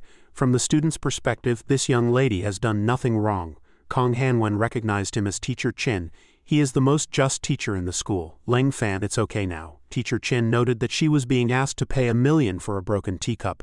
If the principal knew, surely he wouldn't agree. The vice principal gritted his teeth and glared at him. Qin, are you certain you want to help an outsider? Teacher Qin stood his ground. I side with reason, not people. I help whoever is in the right. The vice principal pointed angrily at his face. Aim at that man named Qin. The guards were confused. But he's a teacher at Beijing University. Are we supposed to fire on our own? He roared at the top of his lungs. What are you thinking? As of now, Qin is no longer a teacher at Beijing University. This is effective immediately. Teacher Qin reminded him. Vice principal, you don't have that authority. Firing a tenured teacher requires reporting to the principal and receiving approval. The vice principal let out a cold laugh. The principal isn't at school. I am the principal here. From today on, you are no longer a teacher at Beijing University. Furthermore, I will issue a nationwide notice so that no university in Washa will hire a traitorous teacher like you. Suddenly, a voice interrupted him. Who says I'm not at school? Let me see who dares fire my teacher. The vice principal turned back in a panic. The principal of Beijing University, Chu Weidi, finally appeared. I want to see who dares fire my teacher today." The crowd buzzed. It was the principal, and he had come in person. The vice principal lost his nerve. "Old Chu, what are you doing here? This is just a small matter. A student brought an outsider to cause trouble." The principal furrowed his brow and questioned him. "You call this handling it? Then why did I just hear someone talking about firing people and hitting people? Has Beijing University become a martial arts arena?" He was speechless. The principal pushed him aside. "Get out of the way. I am officially taking over now." "What exactly happened?" Lang Fan explained. "Your school's teacher is defrauding students. Can you just stand by and listen to that?" The principal looked at his questioner. "Why is this kid here? Did that old fellow let him down the mountain to gain experience?" Kong Hanwen raised her hand. "It's not like that. Principal, please listen to my explanation." She began to explain to the principal, recounting everything that had happened. She concluded, "That's how it was. That's why Lang Fan and teacher Chin helped me." After listening, the principal was stunned. He turned and roared at the two men. "You two really know how to work. As of today, Guan Yun is officially expelled from Beijing University. As for the vice principal," he delivered the sentence, "you are to reflect on your actions in isolation for a month. You are not allowed to set foot on campus." Then the principal rubbed Kong Hanwen's head to comfort her. "You are the victim. I will help you get your money back. No one's cup is worth $1 million. Go back to your studies." The young girl looked up and asked him, "Does the principal mean I'm not being expelled?" "I made such a huge mistake that it even disturbed the principal," he assured her. "No one dares expel you. Go back to class." She was moved. "Thank you, principal." Kong Hanwen turned to look at Ling Fan and teacher Chin. "And to you too, thank you for your help." "Thank you." Teacher Chin simply said it was his duty as a teacher. "Instead, you should properly thank your friend here." Kong Hanwen took his hand. "Yes, then I'll treat you to dinner tonight. What do you want to eat?" "Anything goes." Ling Fan looked at her. "Really?" Kong Hanwen's face flushed. "What do you want to eat?" she thought to herself. "He couldn't be lusting after my beauty, could he? If he really wants to eat me, I suppose I wouldn't be against it." Ling Fan's eyes lit up. "Can you treat me to beef noodles? I want 3 big bowls." Kong Hanwen was a bit surprised. "Something so ordinary," but a voice cut in. "You won't have the chance to eat. You have to come with me." Ling Fan turned to look. The principal said to him, "Ling Fan, don't look so bewildered. You have to come with me." He didn't understand why, and the principal answered, "Unless you don't want to know about Dao Kun." Ling Fan was stunned, muttering to himself, "How could he know Master's Taoist title? I've only told outsiders that Master is called Kun Khan. Only those Master trusts know the title Dao Kun." The principal turned around. "If you don't want to know, that's fine too." Ling Fan chased after him. "I'll go with you." Kong Hanwen called out to Ling Fan from behind, and he turned back to make a promise. "Treat me next time I have the chance. Live well and don't give up on life so easily again." Then he ran to ask the principal exactly what he knew. The principal looked at him. "Is Dao Kun's disciple this disrespectful to his elders? This is no place to talk. Let's go somewhere else." The vice principal behind them was fuming, glaring at Ling Fan with malice. "Brat, you just wait. Daring to humiliate me like this and having the principal personally punish me in front of everyone. I won't let you off." He picked up the phone, dialed a number and shouted urgently, "Hello, Chen Tianming, I want someone taken out." "I want him dead," the other end replied. "Brother, who made you so angry? Let your little brother handle it for you." He answered, "This target is an ability user. You'd better spend a bit more on resources. I heard the Saintess of the Western Holy See is colluding with the 3 major clans. You don't mind joining forces with them, do you?" The other end immediately agreed. "No problem, leave it to me." Chen Tianming turned to look at the girl beside him. "The Holy See's Saintess, just the name alone makes me restless. Let me go favor her a bit." The principal's car was traveling very fast. Ling Fan asked him, "Principal, do you really know my master?" He replied, "Not just know him, we've been old friends for many years. If he hadn't gone into seclusion back then, perhaps we'd still be drinking together now." Ling Fan was a bit confused. "Did my master go into seclusion?" Ling Fan thought he had always believed master was just practicing in the mountains and didn't want to come down. The principal recounted, "Yes, because he was burdened with a massive amount of trouble and had to leave." Ling Fan pressed further. "Trouble? With master's strength compared to the current Washa ability world, who could cause him trouble?" The principal frowned. "Do you really think you or your master are invincible? On this ancient land there are far more hidden experts than you imagine. If you truly touched the foundation of Washa, those old fellows hiding in the shadows would naturally appear." Ling Fan still didn't understand. "But why do they not take action even when the Western Holy See suppresses our Washa?" the principal reiterated. "Suppression, that is but a whetstone, forcing the younger generation of Washa to grow stronger. Without a powerful external enemy, how would a strong sense of resistance emerge? Once you lose a strong foe, you yourself will gradually grow weak. It is the enemy that makes you stronger." Ling Fan finally understood. "So that's how it is." This made the principal feel surprised. This kid actually had an epiphany, he praised. That old man of yours picked up a good disciple. He gained enlightenment after just a few words. In the future, you might be able to resolve his grievances even more than he or I could, however. The principal was still somewhat unwilling.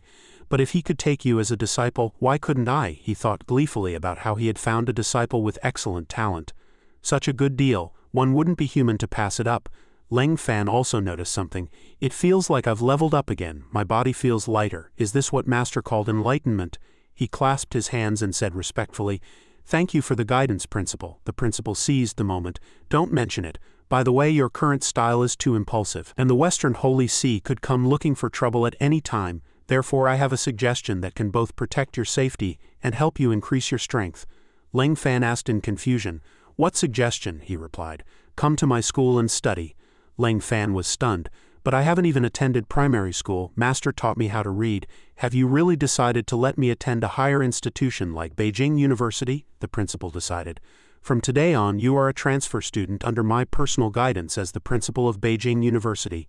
You won't be assigned to a department, but you also won't receive a degree." Leng Fan asked. "No degree, just auditing? What use do I have for a secular university? I heard most people are just after the certificate. Whether they learn anything doesn't matter. I haven't had much schooling, so don't trick me." The principal frowned. "Brat, are you the same as those worldly mortals? Shouldn't a real man enjoy the thirst for knowledge? That's just a secular certificate. Can it truly bind you?" Leng Fan looked at him and thought it was too brilliant. This was the highest realm Master had spoken of. But the more Leng Fan looked, the more he felt the principal's smile was crafty. No, there was a sense that this smile was a trap. He began to shout, "I want to get off. It's a trap. You definitely want to sell me out." The principal laughed loudly. "It's too late to run now." The scene shifts to a high-altitude hotel at midnight. Leng Fan stood out on the balcony holding a bottle of soda. He remarked, "This stuff from the mortal world is actually pretty good. No wonder everyone calls you Fat Nerd Happy Water. I really do feel a little bit happier after drinking it. I must bring a few bottles to Master later." He looked up at the night sky and thought of Master, wondering how the old man was doing. He'd been down the mountain for so long. Master must really miss him. "Master, your disciple has encountered many things, and I've heard some rumors about you too. When I return to the mountain, I'll tell you all about it." At this point, he suddenly realized something. He recalled everyone he had met. Wait, I clearly came down the mountain to settle karma, so why has the karma only increased? Furthermore, the biggest trouble currently was the Holy See, and they still hadn't made a move. Exactly what were they? What? Suddenly, something flashed past him. Leng Fan grew alert. Who? A beautiful girl appeared before him. It was Sophia. She spoke. "Long time no see, Mr. Leng Fan." Leng Fan recognized her instantly. "It's an illusion. How did you know I was here?" She leaned down. "Don't forget. The 3 major clans of Washa are all my people. Finding your whereabouts is too simple." Leng Fan handed her a bottle of soda. Dressed so revealingly, "Aren't you afraid of catching a cold?" She took it and blushed. "What are you trying to do? You really have no sense of romance." Leng Fan turned his face away. "I have romance, but I don't want to romance you. We are enemies now." Sophia said to Leng Fan, "I came today because I want to give you a chance to turn our enmity into friendship." He sat on the sofa and opened a can of soda. "Is that so? A chance to betray my country, you call that a chance?" She approached him, leaning against Leng Fan and whispering seductively, "Don't put it so harshly. If you are willing, I can give you half of Washa to rule." "How about it?" Leng Fan pretended to say. "That actually makes me a little tempted." Sophia's eyes lit up. "I can give you that promise as long as..." Before she could finish, Leng Fan backhanded her with a massive slap. Leng Fan looked at her with disgust. "But my hands are itchier. I won't feel right until I give you a beating." Sophia's face darkened. "Fine, let's see if you can pass this trial. Come out." 3 women appeared before Leng Fan. Sophia introduced them as the highest-ranking envoys of the Holy See, who would show him what heaven feels like. Sophia held out her palm and ordered, "Go, drain him dry and make him one of our Holy See's people." The envoys began to surround Leng Fan, but he continued to joke calmly. "Can't you people use some positive energy? Are people of the Holy See all this dark?" They closed their eyes, creating a purple light. Leng Fan looked confident. So they weren't playing a monster game after all. Then let's have a good fight and beat their faces until they're more swollen than their chests. The light produced by the envoys grew stronger. Sophia looked triumphant. "Their techniques are not what you imagine. No man can escape their attack." The purple light suddenly turned into bubbles. Surrounding Leng Fan, he began to wonder what these were. Why did he not sense a single trace of hostility from them? Leng Fan looked at a bubble floating before him. It actually felt like the old monkey I defeated in the mountains. Suddenly, that bubble burst. Only then did Leng Fan react. "Crap, is it poison smoke?" Sure enough, it was just like the old monkey's technique. When you can't win, you act coquettish and pass gas. He quickly reached out to cover his nose. This stuff will definitely poison someone into a coma. Inhaling it means certain death. In the midst of the fog, the voice of a female envoy drifted through. This poisonous smoke isn't something you can avoid simply by covering your nose. Sophia pursed her lips and gave a gentle blow, causing the envoys to vanish instantly. As the mist cleared, 4 breathtaking beauties were revealed. Leng Fan wondered to himself, it's clearly a toxic gas meant to obscure my vision, yet they aren't attacking. Why? He watched as a figure gradually emerged from the mist, approaching him. When he finally saw who it was, Leng Fan was struck with shock. "Zhou Jiaqi, why are you here, and why are you dressed like that?" Sophia observed the situation from the side. Their techniques were specifically designed to target men. Moreover, no man is without his philandering side. In this illusion created by the toxic gas, the 4 girls one's heart yearned for most would throw themselves into one's arms. No one could resist. Leng Fan sensed someone else appearing. There was another. Sophia watched with great interest. Who will the second sweetheart be? I'm actually a bit expectant to see if it'll be me, Leng Fan cried out in surprise again. "Zhou Jiaqi, why is there another one?" Sophia was stunned when the second figure appeared. "I'm not happy. This is impossible. How could there be such a devoted person? I don't believe it." Seeing 3 identical people appear, Sophia began to panic. Seeing that all 4 were the same person, she broke into a cold sweat. Meanwhile, Leng Fan began to grow suspicious. Why are there so many Zhou Jiaqis today? He immediately realized that these were all illusions. Without hesitation, Leng Fan waved his hand and sent them flying. The female envoys collapsed in heaps on the ground, and Leng Fan asked triumphantly, "Got any other moves? If not, I'm going to smash your illusions to pieces. And while I'm at it, I'll hand these 4 over to the National Security Bureau." Leng Fan grabbed Sophia by her clothes. "Such a realistic illusion must be some special technique you've cast. If I smash it, you'll feel the pain too, won't you?" Sophia looked worried. She hadn't expected him to know even this. If the illusions were destroyed, she would be bedridden for at least 3 days. Leng Fan saw through Sophia's concerns. "However, I can choose not to break the illusion, and I can even let you take those 4 away." Sophia looked up at Leng Fan. What do you want to know?" Leng Fan asked in confusion. "What on earth is your holy see up to? Why haven't you made a move against me until now?" Sophia feigned ignorance. "You don't actually think we've caused such a massive disturbance just to seek revenge on you, do you?" Leng Fan truly didn't understand. What did those words mean? As Sophia's voice fell, an image of the Pope emerged. "It doesn't hurt to tell you. We are coming for Huasha. The countless treasures beneath this fertile land are what the Holy See truly desires." She widened her eyes. "And you are merely an excuse to launch an invasion of Huasha," Leng Fan immediately threatened.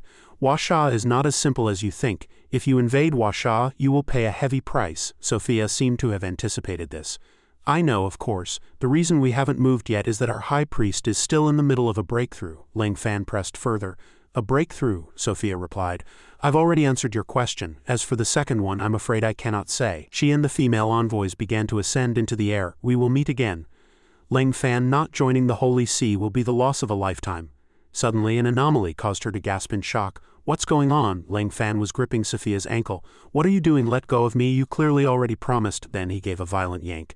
"Come back down here." Sophia looked back at Leng Fan, terrified. You're going back on your word. You're shameless." Leng Fan's face was full of determination. "In Huasha we have a saying." As he spoke, he stepped squarely on Sophia's face. Then Leng Fan stomped heavily on the floor. To be shameless is to be invincible. While the female envoys lay paralyzed on the ground, Leng Fan pulled out his phone and dialed a number. "Hello, National Security Bureau. I've caught a spy from the Holy See. Come over and handle this." He spoke into the phone. "That high priest is in the middle of a breakthrough. Although I've gained some insights, I haven't felt a qualitative leap in my strength yet. I need to think this over." Suddenly, someone shouted from outside the door. "Brother Leng, are you home?" It was Kong Hanwon. "Why are you here?" She looked somewhat shy. "I feel like I still need to treat you to a meal, otherwise my conscience will bother me." Leng Fan's interest was instantly piqued. He was free right now anyway. "Then let's go have a meal and enjoy ourselves." At the restaurant, Leng Fan ate incredibly fast. A stack of bowls already piled up beside him. Hanwen laughed awkwardly. "Eat a bit slower. No one is going to snatch it from you." Suddenly, 2 girls at the table behind them began to gossip. "Isn't that Leng Fan? I can't believe he's eating with that ugly freak."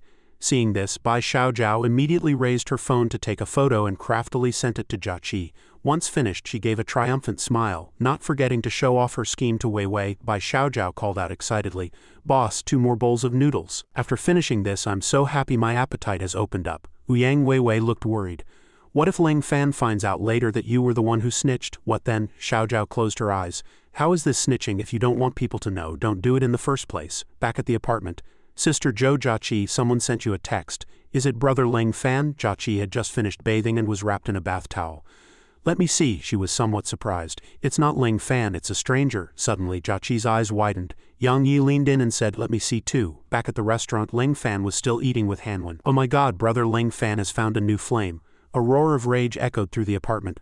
Ling Fan, after finishing their meal, Ling Fan and Hanwen returned together. I'm home. Hanwen looked at Ling Fan with a red face, but he remained completely stoic. She seemed a bit restless. Will he invite me inside? It feels a bit awkward to confess out here, but if we were in the room. Ling Fan interrupted her thoughts. Aren't you going home? Hanwen asked in bewilderment. Aren't you going to invite me in to sit for a while? Ling Fan said bluntly. Forget it, it's too late. Besides, I need to sleep. What else could you even do? Hanwen was a bit disappointed. Is that so? Ling Fan turned and left, waving his hand behind his back. Well, goodbye then. Hanwen stood behind him, her fists clenched, and finally mustered the courage. Ling Fan, I like you. Ling Fan's next words caused Hanwen to turn to stone on the spot.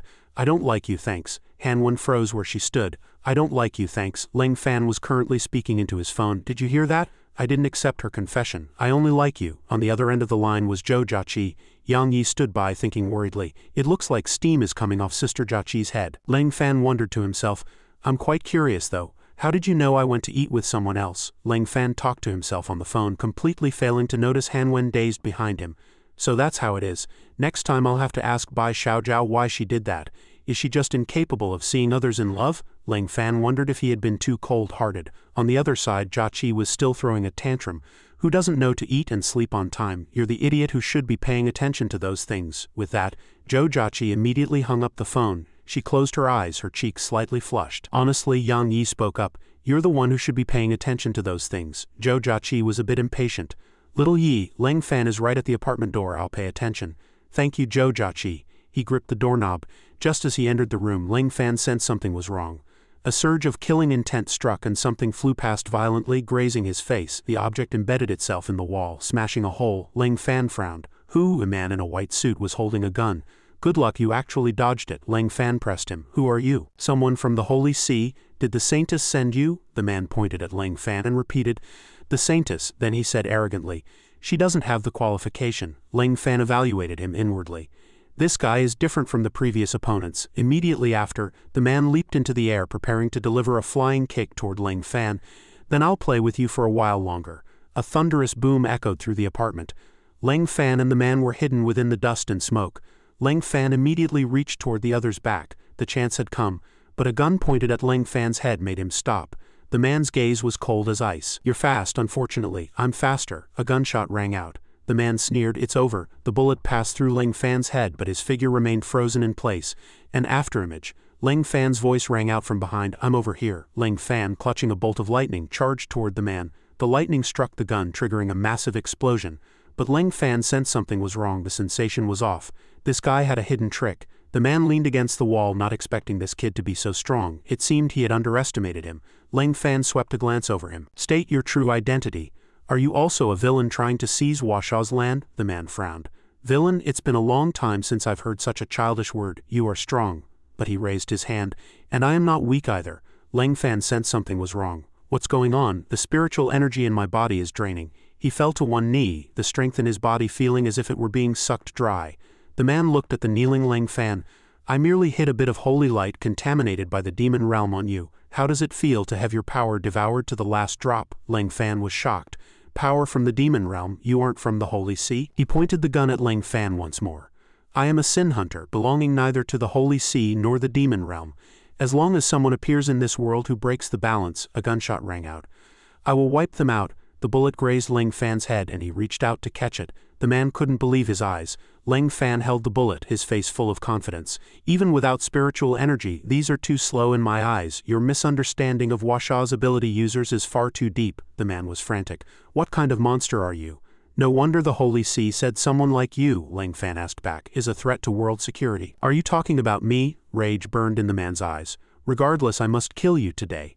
I cannot let you out to wreak havoc on the world. He let out a roar, his arms catching fire and his clothes bursting apart as his upper body began to burn as well. Ling Fan clapped mockingly. Impressive, you can even transform, he said.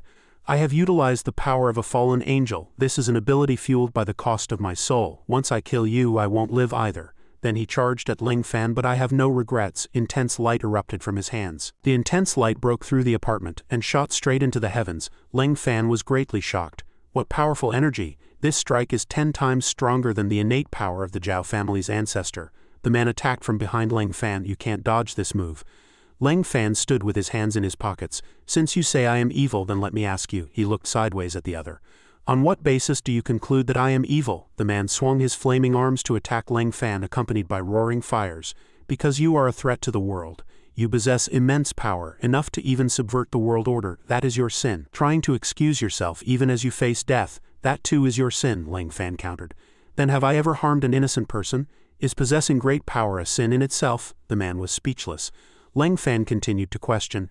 If that were truly the case, then you should eliminate all ability users in the world, destroy the Holy See, and even destroy yourself. He became lost in thought. Destroy myself, Ling Fan laughed softly. Do you not possess great power? Do you not have the ability to endanger the world? He reverted to his human form. Ling Fan said gently, think it through, you aren't a bad person. I don't want to plant the seeds of an ambiguous karma. The burns on the man's body were automatically healing. Ling Fan turned and left with his hands in his pockets. It's been beaten into a total mess. It looks like I'll just have to find somewhere to crash for tonight. Suddenly, a ball of light appeared beside the man. Sin Hunter, you were convinced by him just like that. His power is different from yours. Once it loses control, the world will lose control along with it. The man wavered slightly. But just now he even healed my injuries, and he's right. Power isn't necessarily evil. The light ball continued. Great power isn't necessarily evil. But great power that cannot be controlled is evil, because no one can restrain him. If you give up now, you'll lose your chance forever. Scenes of destruction were presented in the illusion. Do you want these prophecies to become reality? Cities destroyed, children displaced, civilians massacred? The light ball kept lobbying. Do you want to see this? Ling Fan looked at the mess in the room. Beaten like this, how am I supposed to sleep? Suddenly, a silken thread grazed his face, and Ling Fan was surprised to see a sky full of interwoven karmic threads. Ling Fan noticed a karmic thread had turned blood red. He looked back. It's you. The flaming man from before appeared again. This time I'm going to kill you, Ling Fan pondered. It seems my master's words are truths in every sentence. I should review them properly when I have some free time. The man pounced ferociously. Unfortunately, you won't have the chance. I don't care what your master said. For the sake of the world, disappear. Ling Fan spread his hands as violent energy emerged. Master said that you can't win over this world just by preaching. Otherwise, what are fists for? Ling Fan held a bolt of thunder. Back then, I didn't know what preaching meant, but I understand now. It's truly useless. The man roared as he charged. Die. Ling Fan swung the lightning. Master, I finally understand your painstaking efforts. A brilliant light erupted from the apartment building and shot into the sky. No wonder Master would say that. Images of Ling Fan and his master emerged. You are too persistent. In fact, there is no meaning in it. If one day you enter the mundane world and meet your kin, Ling Fan stood with one hand in his pocket. With the other hand, he gripped the lightning tight. It's over. The man was split apart from the crown of his head. The first time I didn't act because you were a decent man. The man's remains gradually dissipated, but with me there are no second chances. Ling Fan paused to observe, his gaze drawn by something. Is the karmic thread broken? It seemed this uncle wasn't exactly a saint in life either. There wasn't even a single person left behind to seek revenge. Suddenly, something crawled out from his body before it had fully dissipated. A flying red skull cursed, useless. Even after I boosted you to the high priest level, you still got killed. You have completely shamed the Western supernatural world. Upon hearing Ling Fan's question, the head was visibly startled. Is it you who has been manipulating everything behind the scenes? The head then let out a sharp roar. How is that possible? You couldn't possibly see me. Ling Fan's eyes seemed to ignite with flames. All monstrous magic is laid bare before the divine sense of Washa's immortal arts. Seeing this, the head fled rapidly. So what? One day I will kill you with my own hands.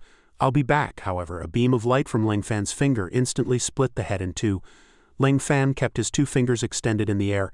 Since you want to leave, leave a price behind. With this avatar destroyed, your true form will also be wounded. Stay quiet for a while. I still have to go to university after all. Ling Fan leaned lazily against the sofa, thinking about the daily influx of trouble. Is this what it feels like to be entangled in karma? Suddenly, his phone rang with a text from Bai Xiaojiao.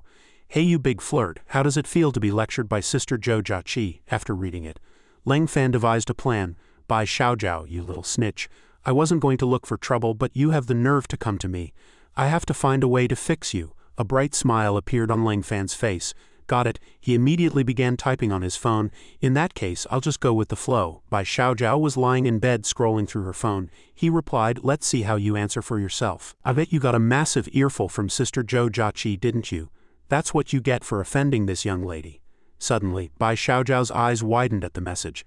Because of your messing around, Zhou Jiaqi wants to break up with me. I'm devastated right now. Can you come out and have a drink with me tomorrow? I don't have a single friend in this city. Bai Xiaojiao blushed, thinking, this guy is actually pretty good. He's handsome, has strong abilities, and even though he's a bit of a blockhead, he's basically not the type to cheat. She replied, fine, but I'm not doing this because I feel sorry for you. I just want to see your pathetic state. Leng Fan was secretly delighted. Perfect, she took the bait. Just wait until I show her what's coming tomorrow. The next day when Bai Xiaojiao appeared, the surrounding male students all turned to look. That girl is so cute. Seeing this, one boy's girlfriend gave him a resentful pinch.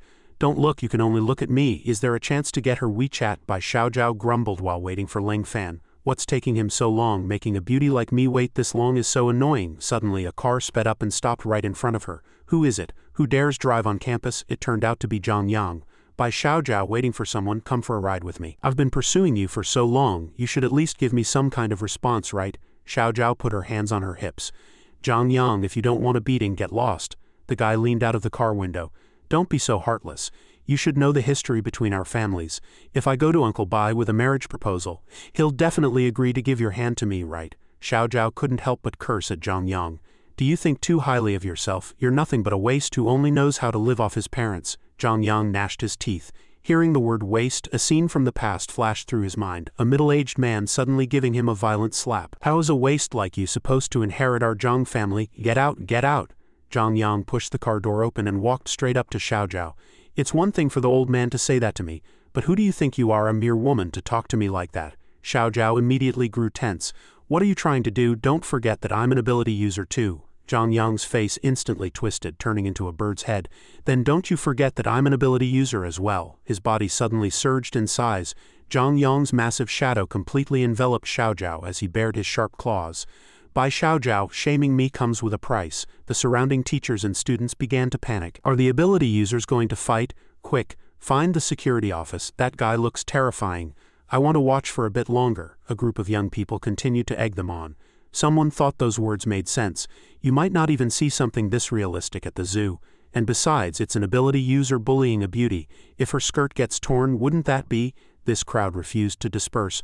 How could a spectacle like this happen without me? Everyone move aside. I'm about to let one rip. Don't push. I was here first. Liar. I was clearly here first. Xiaojiao was a bit flustered.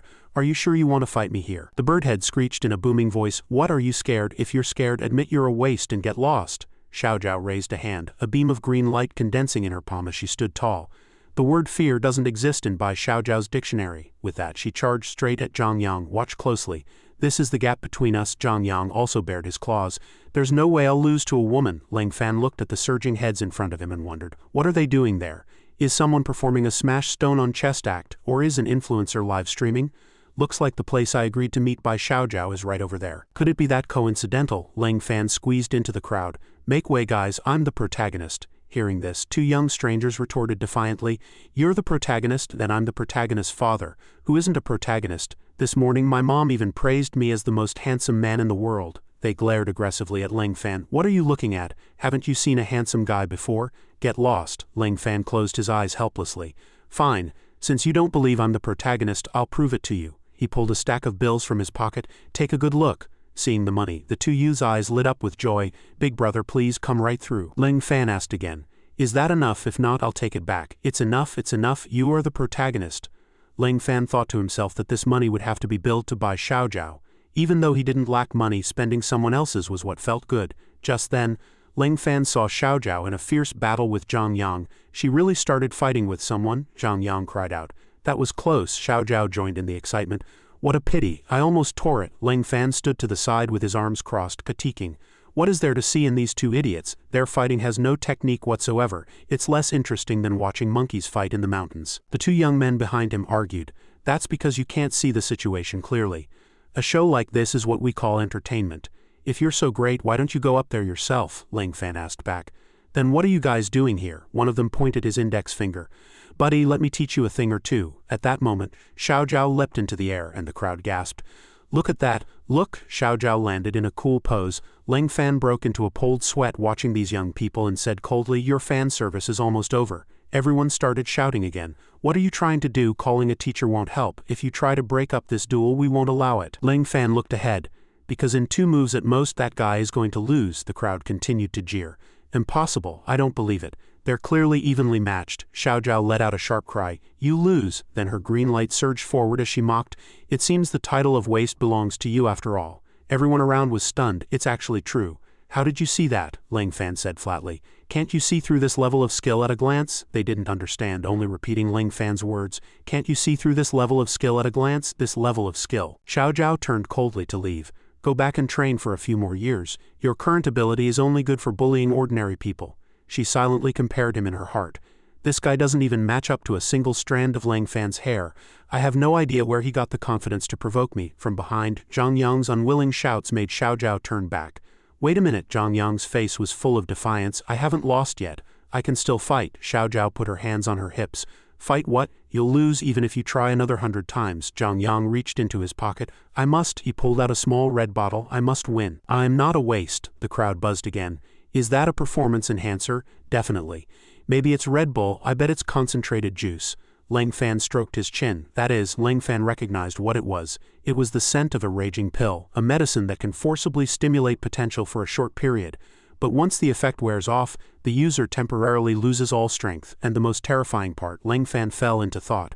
After taking it, one loses all reason during the effect, descending into a state of total madness, becoming a lunatic. Zhang Yang murmured to himself, Dad, I'm not a waste, I'm not. His father's slap and angry rebuke flashed in his mind again. You can't even reach a grade 5 ability. You're 24 years old. How can you inherit the Zhang family with this bit of strength? Bai Xiao Zhao of the Bai family is nearly at grade 4.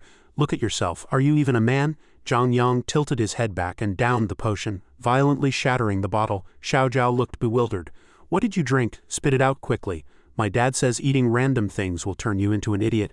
Zhang Yang's entire body suddenly burst into flames, and sharp claws actually grew out of his eyes and mouth. He let out a roar. I am not a waste. Xiao Zhao was shocked by Zhang Yang's new form. What the heck, his presence is several times stronger than before, the crowd erupted. It's Superman. Has he entered berserk mode? Ling Fan stepped forward and said to Xiao Zhao, Get back, he's lost his mind now. There's no point in fighting a madman. But Xiao Zhao wouldn't listen, retreating before Zhang Yang. You've got to be kidding. I can handle a guy like this in a minute. Zhang Yang's fist shot straight toward Xiao Zhao's face and she turned pale with shock. How is he so fast? Before she could finish her sentence she was hit in the face. She had lost major face in front of Ling Fan. Thinking about how she would face Ling Fan in the future, Xiao Zhao began to panic. If this punch landed solidly, her face would likely be smashed. No, just as she was worrying about her beauty, a man suddenly blocked Zhang Yang's path. He let out a great shout. Attacking a girl and exposing your abilities in front of ordinary people, you have committed a grave taboo. With that, he slammed a heavy punch into Zhang Yang, knocking him back. In my Beijing University, no one touches my students. He was the director of the logistics department at Beijing University. Zhang Wei. The crowd cheered. It's Teacher Zhang. Director Zhang is so cool. Although Teacher Zhang was saying abilities shouldn't be exposed, he was using his own, looking incredibly cool. Zhang Wei realized something and turned to roar at the students. All of you get lost. Anyone who keeps watching will have their credits docked. Don't even dream of graduating. The students instantly scattered like startled birds. Zhang Wei walked up and asked Ling Fan and Xiao Zhao, why haven't you left yet? Xiao Zhao stammered, but Ling Fan spoke first. You must be Teacher Zhang, right? I don't think you can beat that guy. Just as Zhang Wei was about to speak, a fist struck his face at the speed of light. Zhang Wei shouted angrily, Don't talk nonsense. He hurriedly retreated, dodging Zhang Yang's strike. Zhang Yang followed up with an uppercut from his other hand, straight into Zhang Wei's chest, slamming him heavily to the ground and sending dust flying everywhere. Zhang Yang turned his furious face and charged toward Xiao Zhao and Ling Fan. Xiao Zhao froze. How could this be? It's all over. He's too fast. But Ling Fan continued to mock calmly. Lacking skill but still loving to show off, Zhang Yang roared and swung another punch at Ling Fan. Ling Fan countered immediately. Remember to improve your foundation before taking medicine next time. Forcing yourself to take medicine like this will snap all your meridians once you wake up. Ling Fan took the opportunity to strike, knocking Zhang Yang unconscious. Zhang Yang fell backward. Ling Fan looked confident as if seeking praise. Zhang Yang lay paralyzed on the ground. The matter was resolved. Ling Fan turned back to look at Xiao Zhao. You can go now because I've already forgotten why you came. Ling Fan turned to leave, wondering if it was too early to go eat a bowl of river snail rice noodles or do something else. Wait, Xiao Zhao chased after him and asked, Did you just say that all of Zhang Yong's meridians will snap when he wakes up? Ling Fan replied flatly. That's right, with such a violent drug effect how could there not be a price? The world has always been fair. Xiao Zhao suddenly grew worried. Do you have a way to save him? He's actually my cousin. Even though I usually love to tease him, it's just a joke. Ling Fan pointed to the back of his own head. Do you see a divine light behind my head? You know, the kind of halo made of concentric circles. Xiao Zhao looked bewildered. There's nothing behind your head, Ling Fan continued. Then that's right, I'm just a mortal, not a god. You'd better get him to a hospital quickly, maybe you can still save his life. If you're too late, you'll just be attending his wake. Actually, Ling Fan was thinking that there was a way, but this girl had slandered him in front of Zhou Jiaqi before and he was the type to hold a grudge. Ling Fan thought as he walked, there should be some street stalls nearby, right? The shadows of the trees shifted and Ling Fan sensed something unusual. He turned back. Stop jumping around, I know it's you, teacher Zhang Wei. Zhang Wei joked. I just wanted to set the mood. He jumped down from the branches. You really are that Ling Fan who has been causing such a stir lately. Ling Fan interrupted him directly. Cut the fluff. What is it? Zhang Wei spoke up. He turned out to be a straightforward person. I indeed have a favor to ask. Ling Fan frowned. Don't call me brother, I'm much younger than you. Master says I'm still just a child. Zhang Wei coughed a few times. Then brother Ling Fan, actually, our Zhang family is in big trouble. He looked straight at Ling Fan and asked for help. I want to ask you to help us pull out a sword. Ling Fan was surprised. Pull out a sword? Why don't you just go pull it yourself? Zhang Wei explained. That is a cursed sword. As long as it is stuck in our Zhang family's ancestral land, we can never break through to the innate realm. Our Zhang family has suffered under this curse for generations. He grabbed Ling Fan's hand and said only a powerhouse at the innate level or above could pull that sword out, but we can't find an innate expert right now. So I can only ask you. Brother Ling Fan looked conflicted. This is our first time meeting. Although I might have to attend school here in the future, there's no need to rush into doing free labor right now, is there? Zhang Wei continued to lobby. Buddy, if you're willing to pull the sword, you can walk sideways in Beijing University from now on, or crawl if you want. I guarantee you'll graduate smoothly. Ling Fan seemed uninterested in this condition. I don't even have a diploma. What does graduating smoothly have to do with me? Besides, does a degree from this school mean anything to me? As the logistics director of a top-tier Huaxia university, Zhang Wei completely questioned his life choices at this moment. It turned out the career he had spent half his life on was completely useless. Zhang Wei closed his eyes and lowered his head slightly. I understand. I will bring something better to exchange. Ling Fan was a bit surprised. Something better? Zhang Wei threw out another condition. To tell you the truth, I also have an older sister born in 79, still unmarried. After hearing this, Ling Fan turned and ran. I'm out of here. Zhang Wei chased after him, shouting, wait a minute. Born in 79 isn't that old. Brother Ling Fan, no wait, brother-in-law, don't run. Ling Fan hid behind a wall while Zhang Wei searched for him everywhere. Cold sweat broke out on Ling Fan's forehead. That was a close one. It feels like he's not looking for help but rather trying to sell off his sister. No wait, his sister-in-law. Suddenly, Ling Fan's phone rang. A voice came from the other end. Hello Ling Fan, it's old man Shu. Come over to my place for dinner. My son is back. I want you two to meet. While listening, Ling Fan mused that he had heard old man Shu mention his son before. He was the official in charge of a certain region in Jiangnan province. Strangely, he shouldn't have been back in the capital at this time. A warm voice called out from inside the house. Ling Fan, you're finally here, quick, let's eat. Shu Jiaguo extended his hand in greeting. Hello, I'm Shu Jiaguo. Thank you for healing my father's leg. I've wanted to thank you in person for a long time and today I finally have the chance. Ling Fan shook his hand. No need for formalities. I've heard of you too, Uncle Shu. You're young and accomplished. Despite his outward warmth, Shu Jiaguo was thinking to himself, this kid, didn't father say he was very naive? Why do I feel like he isn't simple at all? Ling Fan glanced at old man Shu. Old man Shu, you definitely have something on your mind. It can't be as simple as just a meal, right? Old man Shu raised his wine glass. You've grown sharper lately, kid. We've found the location of the Holy Sea's saintess. As the three sat down, old man Shu continued. However, the place where she's hiding is a bit problematic. Ling Fan spoke while chewing. It's fine. As long as she's still in Huaxia, I can track her down for you. Old man Shu went on. She is currently hiding with the Situ family. Ling Fan froze, and old man Shu pressed a hand to his mouth. Didn't you say you'd catch her for me? Why have you gone quiet now? Ling Fan swallowed hard and asked in confusion. The Situ family is harboring the saintess. Does that prove they've defected too? He was worried. After all, the Situ family was Zhou Jiaqi's maternal family. Old man Shu swirled the wine in his glass. Uncertain. At least we can't be sure yet. To be honest, we don't know their stance. Logically, they would never help an outsider. Ling Fan stood up. I'll go there myself and see what they're up to. I'll just ask clearly. Old man Shu asked again. And if they really have betrayed Huaxia, what do you plan to do? Ling Fan didn't hesitate. I'll do what must be done. Upon hearing this, Old Man Shu clapped his hands excitedly. Good, do what must be done. Since you have such a clear sense of duty, kid, I'll give you another piece of information. Shu Jiaguo suddenly interrupted. I've heard the Situ family possesses a celestial treasure. If that thing truly exists, you might run into some trouble. Old Man Shu glared at Shu Jiaguo. This brat actually dared to interrupt him. Leng Fan asked puzzled, which deity's treasure is this celestial treasure? Shu Jiaguo explained. The 33 Heavens Golden Sarira, the 7 treasure exquisite pagoda of the pagoda-bearing Heavenly King. Old Man Shu suddenly burst into laughter, leaving Shu Jiaguo completely bewildered, asking his father what he was laughing at. Old Man Shu waved him off. If the Situ family really had such a celestial treasure, why would they bother cooperating with the Holy See? Besides, if they had it, wouldn't they have become a top-tier family long ago? What are you blathering about? However, Leng Fan seemed to lean toward Shu Jiaguo's words. No, perhaps what Uncle Shu says is true. He recalled his master's instructions. When you go down the mountain later, you must be extremely careful. That celestial realm has left many secret treasures in the mortal world. Master's expression had been grave. If any of them are unleashed to their full power, they are not something you can withstand. Leng Fan recalled his master's words about the treasures of the celestial realm. Master, what exactly are those? Master asked Leng Fan. Have you read any mythological stories? Leng Fan scratched the back of his head. Are you talking about that copy of Jin Ping Mei I found in your room last night? Master turned to glare at Leng Fan, his eyes looking as if they would spit fire. Leng Fan hurried to kneel and kowtow. Master, your disciple was wrong, Master instructed. Those are worlds where gods who can move heaven and earth and receive the worship of mortals reside. The so-called secret treasures are merely crude imitations of their true divine artifacts. Master's gaze narrowed. But even as imitations, they possess formidable power that mortals cannot oppose. At the dinner table, Leng Fan fell into deep thought in front of Old Man Shu and his son. During his youth his master had taught him these things. Leng Fan suddenly stood up and walked toward the door with his back to them. Old Man Shu, please let me go alone this time.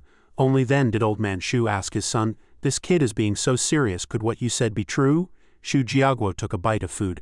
Actually, I only heard some rumors, I'm not certain. Under the shower the water roared. Leng Fan leaned against the wall thinking, if Zhou Jiaqi's maternal family has truly committed treason, what should I do? Can I really bring myself to strike? Those are all Zhou Jiaqi's relatives. After showering, Leng Fan dried his hair with a towel. He picked up his phone and looked at it. Sister Li Yan, why is she calling me at this time? Leng Fan answered. Hello, a voice came from the other end. Is this Leng Fan? Leng Fan sat on the bed. It's me. Tell me what's on your mind, Li Yan proposed. I'd like to ask you to refine a pill for me, is that okay? Leng Fan repeated the word, a pill, then it clicked. You want to refine a pill for Zhang Yang, don't you? Li Yan was surprised, his injuries were very severe. How did you know? Are you in the capital too? Leng Fan lay back on the bed. Yes, I'm here too, Li Yan said urgently. Then, Leng Fan cushioned his head with his hands while speaking into the phone. It's no use, you need to use spiritual energy to nourish his meridians first. Only when the damaged meridians become resilient can the pill help him recover. Until then, just focus on nourishing his meridians. Li Yan was overjoyed. Does that mean you've agreed? Leng Fan pondered. This biological sister, this strange, unfamiliar feeling always felt odd. He sat up. I don't want to talk anymore. I'm hanging up. By the way, tell our dad for me. A sentence from Li Yan left Leng Fan stunned. What did you say? Tell who for you? Leng Fan quickly glossed over it and hung up. Nothing, that's all. The dial tone signaled the end of the call. On the other side, Li Yan was still dazed. Did he just say dad or uncle or pops? Leng Fan let out a sigh of relief. He had almost slipped up. He closed his eyes to steady himself. Stop thinking about this. There's big trouble tomorrow. Leng Fan walked out of his house, pulled down his black baseball cap and set off for the C2 residence. A black car was parked at his door and a man was already waiting for him. I've been waiting for you a long time. I'll accompany you to the C2 house today, Leng Fan asked the man. Elder Yin, what are you coming with me for? Do you want a piece of the action or something? Elder Yin crossed his arms. Is there even a piece of action to be had? I'm here to lead the way for you. Besides, given my status, it's more appropriate for me to persuade the C2 family to turn back. Elder Yin waved his hand and explained. Old Man Shu talked to me for 3 hours yesterday before I reluctantly agreed to be the tool for this. Leng Fan looked back and saw Old Man Shu peeking through the window. Leng Fan thought to himself, Old Man Shu really is a good person. Elder Yin waved his hand behind his back as if saying goodbye to Old Man Shu. Let's go, stop staring. The car started. While driving, Elder Yin warned Leng Fan, I know you're very strong, but the families that can stand tall in the capital are not weak.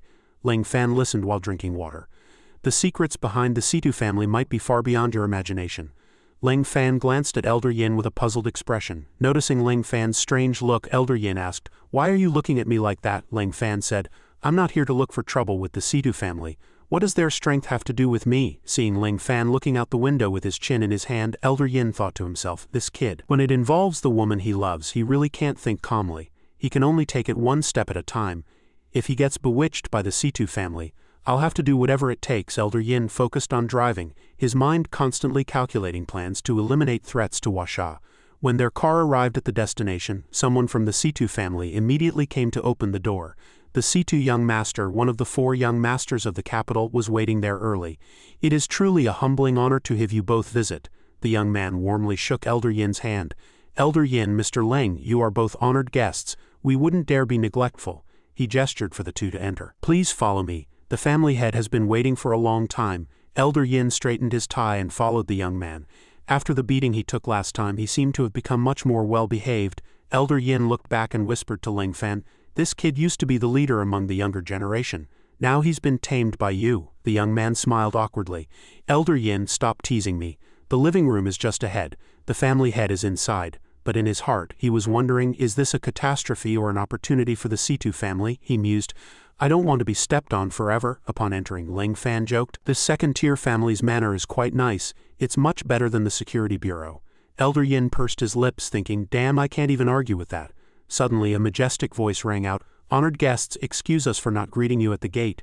Situ Kangchen, the head of the Situ family, appeared with 2 attendants. I am Situ Kangchen, head of the Situ family.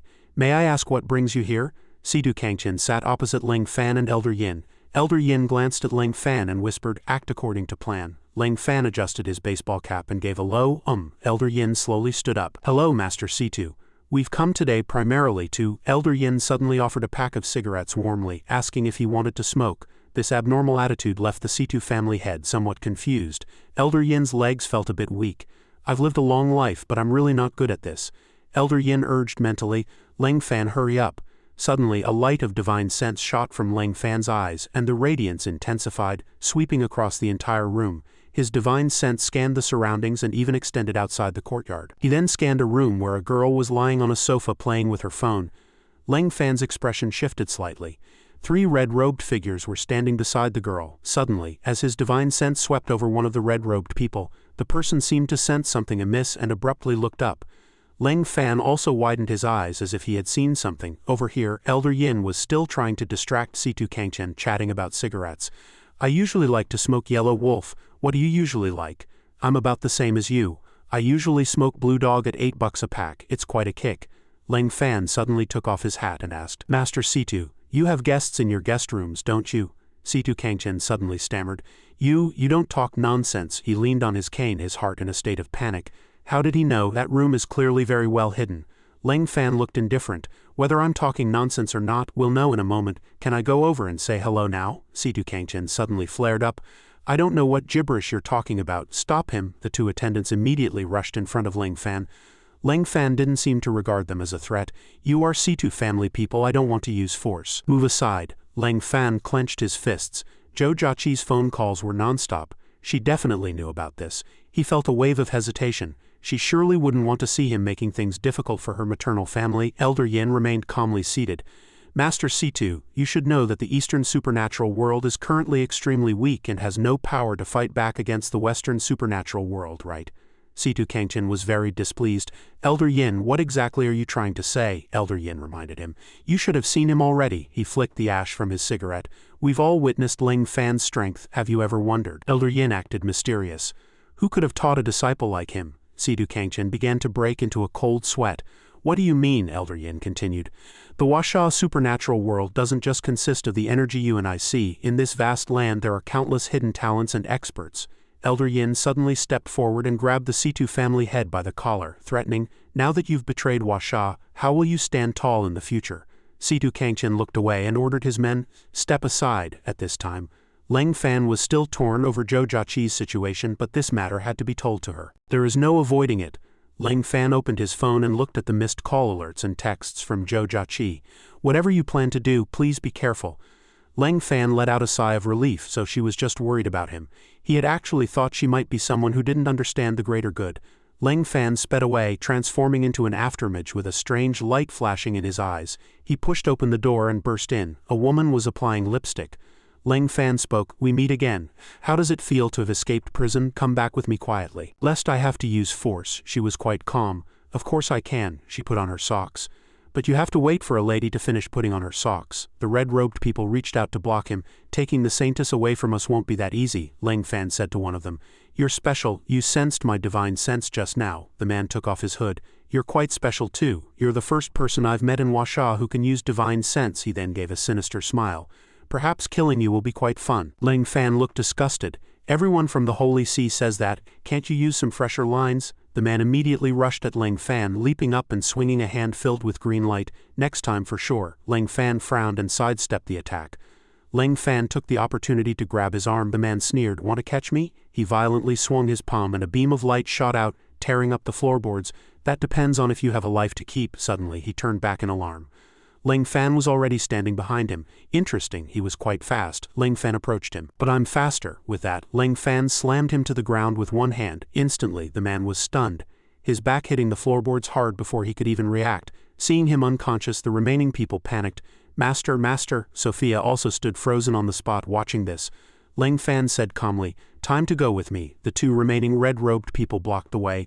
"We will never let you touch the saintess. For her, we are prepared to sacrifice our lives at any moment," Ling Fan replied. "Then if I don't touch her, will you stop trying to fight me to the death?" However, Ling Fan was preoccupied with a different concern. This woman was dressed so revealingly that if he had to resort to physical contact to capture her, it wouldn't end well. If Zhou Jiaqi found out, it was better to use a spell. The two red-robed men were bewildered. "Is there something wrong with this kid's head?" Ling Fan began to chant an incantation under his breath. Instantly, a massive black shadow loomed behind him. The shadow gradually spread to the feet of the red-robed men. "What is this?" one of them shouted, waving his hand to stop the shadow's advance. "Stop him!" He slammed his palm down, causing the ground to crack instantly. Ling Fan remained where he was, continuing his chant, while the shadow crept toward Sophia. Then the shadow suddenly sprouted countless tentacles and lunged. The shadow swept upward, binding the two red-robed men tightly. "What on earth is this? Damn it, I can't break free." The shadow continued to spread. Watching the shadow close in on her, Sophia began to panic. "What is this? Stay back!" In an instant, the shadow coiled around Sophia's limbs, hoisting her into midair. "What is the meaning of this?" Ling Fan flicked his finger, manipulating the shadow to carry her away. The shadow lifted her toward the window. As Ling Fan made a slight adjustment with his fingers to maintain the spell, the shadow that had been binding Sophia suddenly froze. She glanced sideways, trying to see who had interfered. A hand reached out. The red-robed man Ling Fan had just knocked unconscious was now propping himself up. "Our fight isn't over yet," Sophia shouted urgently. "Quick, break his spell. Get me down." No sooner had the words left her mouth than the shadow clamped shut over her lips, silencing her. Ling Fan didn't bother turning around immediately. Instead, he spoke with an air of complete confidence. "It seems I'll just have to beat you a few more times." The man reached for his own red robe and let out a roar, tearing the garment to shreds. "I'll fight you to the bitter end. No one touches the saintess until we settle this." He pushed off the ground, jumping straight out the window. "Follow me if you have the guts." Ling Fan cast a sidelong glance at the tightly bound Sophia. "I'll be back in a moment, don't even think about escaping." Ling Fan vaulted out of the window, leaving Sophia tied up behind him. Sensing a shift in the situation, she thought to herself, he actually fell for such a clumsy provocation. Is that all a man is? Sophia began to exert her internal power.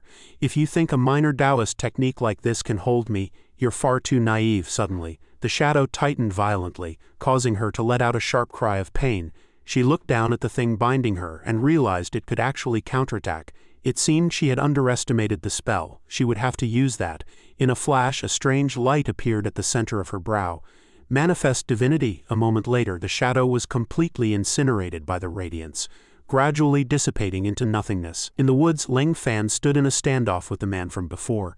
"Not bad, actually being able to keep up with my speed." Ling Fan replied confidently. "I should be the one saying that." The man followed up with a flying kick.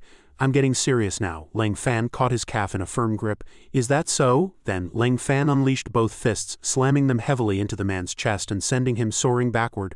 The man let out a cry as blood sprayed from his mouth. He flew through the air, his back crashing violently against a large tree, yet he still found the strength to stand.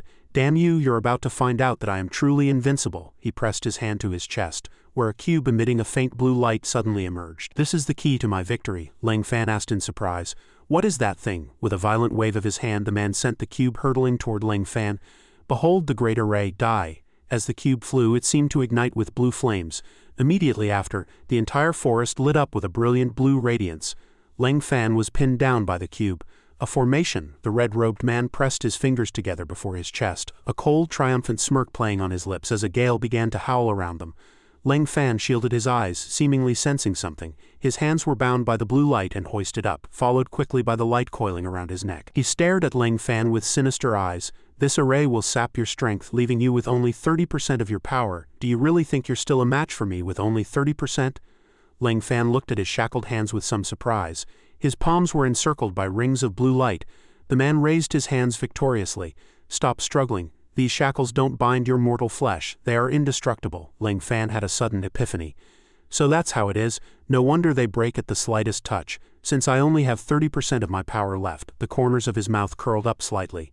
Suddenly, an incredibly intense golden light appeared, connecting his two hands. Isn't this the perfect chance to try out that move? Ling Fan asked in return. The question is, can you actually withstand it? The man clenched his fists, blustering, I'm not some empty-headed show-off. He let out a roar, and his hands gradually turned pitch black. Within this domain, I too can unleash my full strength. With that, he lunged at Ling Fan. Hand over your life. Suddenly, his figure vanished into thin air, leaving only plumes of black smoke swirling around Ling Fan. Ling Fan watched the black smoke darting about, jumping around like that. Are you trying to dizzy me? The man's voice echoed continuously. Constant acceleration allows my speed to break past its limits. Your power has been sapped. There's no way you can keep up with me. This is my tactic. Ling Fan gave a light chuckle. That makes sense, provided you're actually fast enough. Before Ling Fan could even finish his sentence, the man appeared behind him. He gloated inwardly. Got you. He immediately swung his arm, attacking the back of Ling Fan's neck. A leaf brushed past Ling Fan's cheek as the man realized with a shock that he had missed. Suddenly, a cold blade was already pressed against his throat. He discovered in horror that the person holding the sword was none other than Ling Fan. In a flash, Ling Fan shifted his position with the sword appearing a short distance away. Ling Fan held the longsword, his movements incredibly swift as he evaded. What a pity! The man reached up to touch his neck. He began to question his very existence. How did you do that? It should be absolutely impossible for you to keep up with my speed. Ling Fan raised his sword once more. It's quite simple. He then leaped into the air, swinging the blade toward his opponent. I just had to get a little serious. The man was struck with terror as Ling Fan brought the sword down.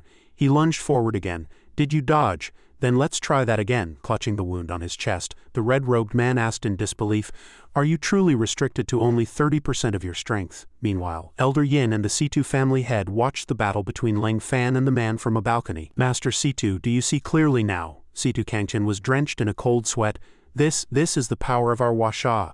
I had no idea we possessed such formidable strength. Elder Yin crossed his arms. So, do you still intend to betray Washa? The C2 family head's eyes darted around as he explained with deep concern, It was never my wish, it's just that our family's secret treasure fell into her hands and she has mastered its use. He bowed his head slightly.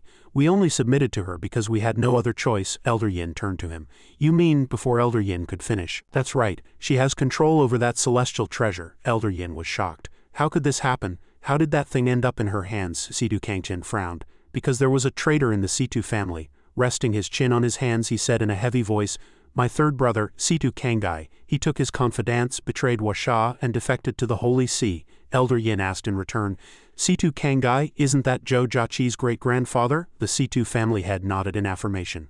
Ling Fan leapt into the air, preparing to end it. He swung his sword at the man, whose pupils contracted violently as an incredibly explosive surge of power erupted. One corner of the forest shook violently, and a tree began to burn fiercely.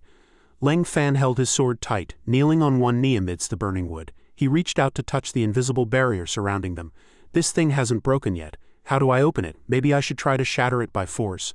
Suddenly, the red-robed man reappeared, launching a sneak attack from behind. Ling Fan sidestepped the attack, grabbed the man's arm and asked in confusion, You're still not dead? Ling Fan exerted a sudden burst of strength, ripping the man's arm clean off his body. Ling Fan's eyes widened as the man remained standing firmly even with only one arm left. Ling Fan stared at him, then suddenly dropped to one knee. He sensed something was wrong. Visible veins began to bulge on one of Ling Fan's legs. Immediately after, he coughed up a large amount of blood. He started to panic. What's happening? The man laughed triumphantly. In this space, I am invincible. The arm he had just lost gradually dissipated into mist. A new arm began to grow from the stump. Because here I am immortal. He threw another punch at Ling Fan. You have no chance of winning. Ling Fan's eyes snapped open. No, that can't be right. He tumbled backward from the impact of the punch. Ling Fan pressed him. Have you assimilated with this array? The man's lip curled into a smirk. "You're smart." He spread his arms wide. "I have synchronized my life force with this formation. As long as the array stands I will not die," he continued. "The price, however, is that once the array is dissolved, my life will come to an end." He didn't hesitate for a second. "But if I can eliminate you for the Saintess, it will all be worth it." The man clenched his fists and let out a low growl. "You lowly Washa people." With that, he launched a new round of fierce attacks. "You are unworthy of standing against our holy sea," Ling Fan observed him calmly. "This guy has gotten faster." Without a moment's delay, Ling Fan ducked and lunged at him. Then he delivered a heavy kick squarely to the man's neck. The man's vertebrae shattered under the massive blow, kicking up a cloud of dust. As the dust gradually cleared, the red-robed man appeared in a grotesque twisted posture. He knelt on the ground, his upper body wrenched completely backward, but he immediately stood straight again. "I told you, your attacks are meaningless." He waved his hand, hurling 2 pitch-black energy orbs at Ling Fan. "Taste this." Ling Fan swung his sword, slicing the 2 orbs to pieces. He gripped the hilt of his sword with a death grip. An incredibly intense light erupted from Ling Fan's entire body. "I didn't expect you to be so troublesome. It seems I underestimated you." The man remained full of confidence. "This is the power of religious faith. How could you Easterners ever understand?" Ling Fan swung his sword, cutting the man's body in half at the waist. "Too much talk. If we're fighting, fight. What's with the preaching?" To his surprise, the remaining upper half of the man's body began to smile. His hands grabbed Ling Fan's waist. The severed torso coiled tightly around Ling Fan. Suddenly he let out a great shout. "Lost sheep, go to hell." Ling Fan was shocked as a terrifying surge of power erupted. When the dust settled, the ground was littered with human remains. Ling Fan stood within a brilliant circle of light. He glanced sideways behind him. "Do you see clearly now? Everything you do is in vain." The remains on the ground knit themselves back together in an instant. "Within the great array, no one can defeat me." Ling Fan remained remarkably calm. "My master said that one shouldn't set goals recklessly. It seems you don't understand the meaning of those words at all." The man remained arrogant. "Stubborn even at death's door. As you people say, you won't weep until you see the coffin." He swung his hand to attack Ling Fan again. "Try and shatter this shield if you think you're up to it." Countless black bubbles hurtled toward Ling Fan. He stared at the approaching bubbles and retreated. "This broken cage of yours is actually quite interesting, but its durability." Ling Fan stopped his retreat with a light tap of his toe on the ground, then lunged forward again, bringing his sword down heavily on the man. "It's far worse than the iron coffin I had to squat in for punishment on the mountain. It doesn't even come close." The man was sent flying once more, crashing heavily into a tree. He bowed his head, seemingly sensing something was wrong. He turned to look at the point of impact. How is this possible? This array is supposed to be able to withstand the attacks of the Pope himself." Ling Fan continued to manifest his power. "Even the indestructible has a limit. As long as the power exceeds what it can bear, it can be broken by force." A golden chain coiled around the man. Ling Fan said, "Master often said I have no real talent. It's just a coincidence that the power in my body is relatively overwhelming." Ling Fan looked at the tightly bound man and asked, "Are you planning to self-destruct?" Ling Fan mocked. "That would save me quite a bit of effort. Go ahead and try if you have the guts." Ling Fan continued, "Uncle, have you lost your mind? Who in their right mind would think about self-destructing for no reason?" The man was fuming with rage. "Say one more word and see what happens." Ling Fan spoke first. "The move I'm about to use is extremely powerful. Before I came down the mountain, Master specifically warned me not to use it recklessly." Ling Fan began to cast his spell. "This cage of yours is the perfect thing to test it on." The man began to panic. "What kind of monster is this kid? Even the center of the array is starting to collapse." Suddenly, the other red-robed people appeared, desperately trying to support the formation. "We're here." They landed firmly, attempting to block Ling Fan's power. "This guy is too terrifying. He cannot be allowed to live. He must not be allowed to ruin the Pope's plans." A cluster of brilliant golden fire rose into the air. "So the reinforcements have arrived." Ling Fan prepared to raise his sword. "It doesn't matter. Those old monkeys back then also liked to rely on numbers." The man's eyes widened. "This is..." Ling Fan held the immensely powerful sword before him, then swung it down with a heavy stroke. A terrifying surge of power erupted, hurtling toward the man and the other 2 red-robed envoys. The man let out a piercing scream. "Run, get the Saintess out of here." Ling Fan's unleashed power continued to sweep through everything, turning the area into a wasteland of ruins and swirling dust. Ling Fan himself was a bit surprised. "I didn't expect the destructive power to be this great." In front of Ling Fan, that force had carved out a literal abyss. The C2 family head watched, dumbstruck. "They're dead, all dead." He couldn't believe that a cardinal of the supernatural world, an existence powerful enough to destroy Washa, couldn't even withstand a single strike from this young man. Elder Yin smiled. "A bit surprising, isn't it?" He patted Situ Kangchen on the shoulder. Before I met Mr. Leng, I never imagined Huasha possessed someone this powerful. Elder Yin then warned him with a serious expression. Master Situ, you must have faith in your country. Don't take the wrong path again. Situ Kangchen hurried to agree. I won't. Come, let's go to the backyard and catch that so-called saintess. In the dim courtyard, Situ Kangchen shouted, Saintess, stop this futile resistance. Hand over the celestial treasure and we will let you leave Huasha safely. He was full of confidence. Your accomplices have been defeated. Surrender quietly. The saintess held a pagoda in her hand. I went to great lengths to obtain this pagoda. Why should I give it to you? If you want it, come and take it. Situ Kangchen was furious. You little brat, such arrogant words. He extended his hands as a surge of power emerged. Hand over the pagoda. Suddenly, a man appeared, blocking Situ Kangchen's attack as the windows were shattered by the shockwave. Situ Kangchen glared at the newcomer through gritted teeth. Zimin, you old scoundrel, I didn't expect you to show up too. The newcomer was none other than the head of the Zimin family, Zimin Shenhong. The Holy Sun has descended in person, how could I not come to help? Situ Kangchen gnashed his teeth in rage. Zimin Shenhong, you are aiding a villain, you will come to no good end. Zimin Shenhong sneered. A traitor, and what does that make you? Suddenly someone spoke up. Stop wasting words with them. Situ Kangai appeared. Hurry up and finish these two off, we have real work to do. Situ Kangchen roared at him. Third brother, why are you doing this? Why have you come to this point? You are betraying your country and your family. Situ Kangai spoke sharply. Betrayal? It's been over 40 years, old Yin. Do you still not understand my original intent? Elder Yin sighed. I understand your ideals, but your methods back then were too radical, he continued. If you had been allowed to continue, you would have shaken the very foundations of Huasha. Situ Kanghai's brow furrowed tightly. In his eyes, the fact that those corrupt individuals were still allowed to draw breath was the greatest blight upon Huasha. He counter-accused Elder Yin, claiming those families were like parasites devouring the nation's interests. Without rooting them out, Huasha would never know true prosperity. Elder Yin continued to argue desperately with Situ Kangai. It's not that we don't understand your words, but everything must be done gradually. If you act recklessly, the consequences will be catastrophic. Situ Kangai closed his eyes and waved a hand dismissively, unwilling to listen further. Even half a sentence more was too much. Saintess, do what you must. She rose into the air as summoned, holding the pagoda aloft. Let me test the power of this pagoda.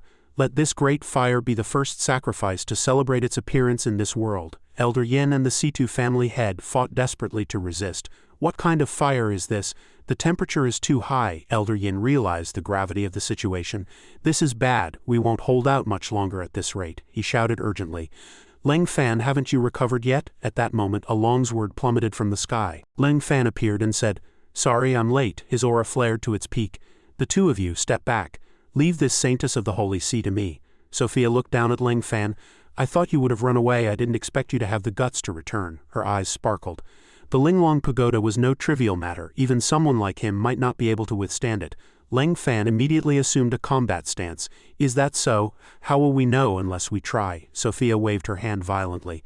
Then allow me to send you on your way. Leng Fan swung his sword to parry. It's useless. A cold smirk played across her lips. Oh really? A massive surge of flame instantly engulfed Leng Fan. Elder Yin cried out in shock.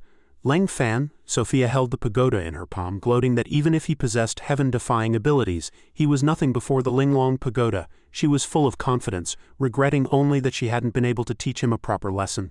Elder Yin roared in rage. Bastards, I'll make you pay for this. A powerful surge of energy erupted from Elder Yin. None of you scum are leaving the C2 residence today, Zimin Shenhong said worriedly. This is bad, he's planning to self-destruct. Sophia cut in. I'll handle him. Suddenly, Leng Fan reappeared, sword in hand. Elder Yin, please calm down. I'm not dead yet. This lukewarm fire isn't enough to break my defenses. Elder Yin was overjoyed. Good lad, you nearly scared me to death. If something had really happened to you, I wouldn't have the face to go back and report. Sparks of lightning flickered in Leng Fan's eyes. You reap what you sow. If I were unfortunate enough to fall in battle, I'd have no one to blame but myself, Sophia interrupted. Enough nonsense. Witness the secret art the Pope personally bestowed upon me.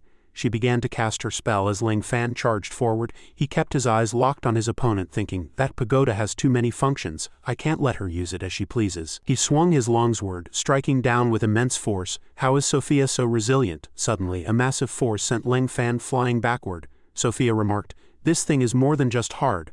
Leng Fan crashed heavily into a wall. He found himself unable to move, which made no sense. How can a Westerner control such a legendary Eastern treasure so effortlessly? Sophia continued her hand seals to cast the spell. Ling Fan was horrified. The immortal binding ropes, he cried out inwardly.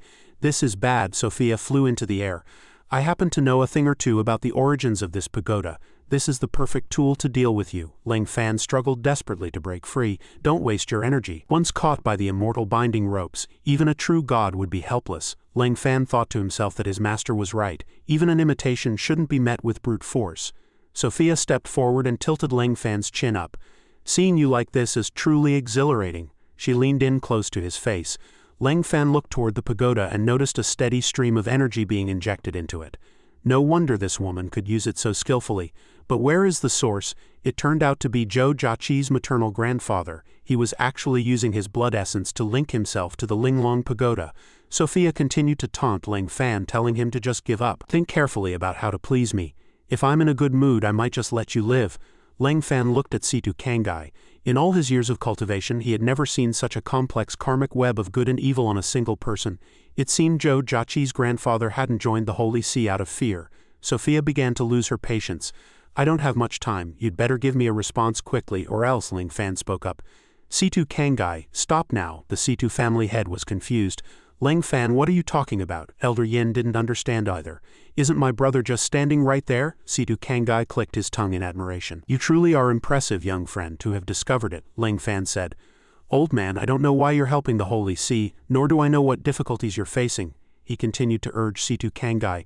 But if you keep letting that pagoda drain your energy, you'll lose your life. Elder Yin and the Situ family head turned pale with shock. What? Ling Fan, bound against the wall, said. Old man, stop this. The Western supernatural world will never keep its word. Situ Kangai replied with an icy face. Things have already come to this, there is no turning back. Young friend, I am sorry. Sophia raised her hand, preparing to deliver the killing blow. Ling Fan, tightly bound, desperately thought of a way to escape. The immortal binding ropes were tightening. He couldn't let the energy transfer continue. He had to find a way to break through Situ Kanghai's protective golden light. As he was deep in thought, Sophia leaned down, her face full of provocation. Still won't give up? Then I'll have to increase the pressure. Suddenly, a brilliant light shot from Ling Fan's eyes. The force sent the saintess staggering back. Ling Fan sent a telepathic message. Master Situ, go and distract Sophia. Buy me some time. He closed his eyes and continued the transmission. Elder Yin, I will try to shake Situ Kanghai's resolve. Find an opening to subdue him. Elder Yin agreed. Understood. I'll hold her off even if it costs these old bones of mine. Sophia was now furious at having her path blocked. Old man, get out of the way, the Situ family head replied. I'm afraid I cannot comply. Ling Fan observed and calculated silently. Every person has a weakness in their heart. He looked toward Situ Kangai, wondering what the old man would do. When it came to weaknesses, family was always the first to come to mind. He thought to himself that no matter how decisive Zhou Jiaqi was, she would surely care about her own flesh and blood. Seeing him remain silent, Elder Yin began to worry. Hasn't Ling Fan found a way yet? The Situ family head can't hold out much longer. After a moment's thought, Ling Fan suddenly asked, haven't you ever considered Zhou Jiaqi's safety? At the mention of the familiar name, Situ Kangai snapped his head toward the source of the voice.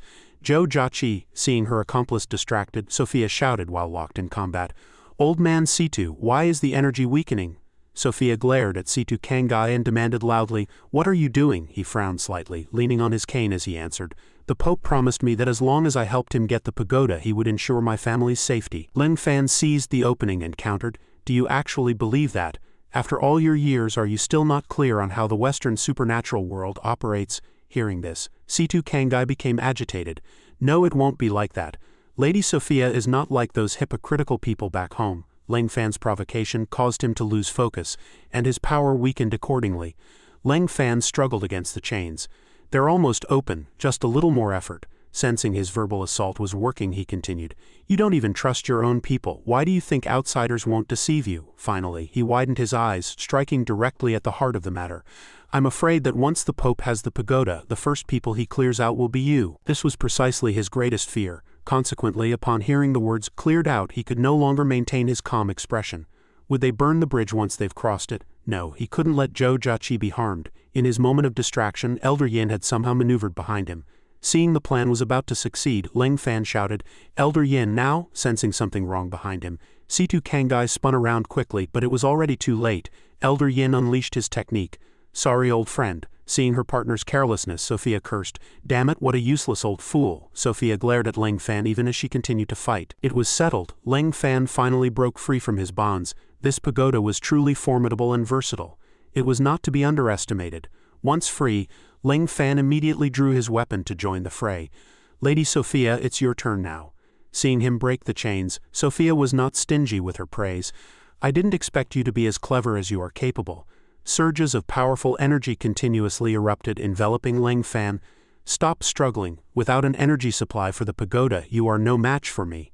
Sophia didn't back down an inch. After a cold snort, she summoned the magical treasure once again. "I may not be able to beat you, but," sensing Sophia's intent, Ling Fan immediately went on high alert.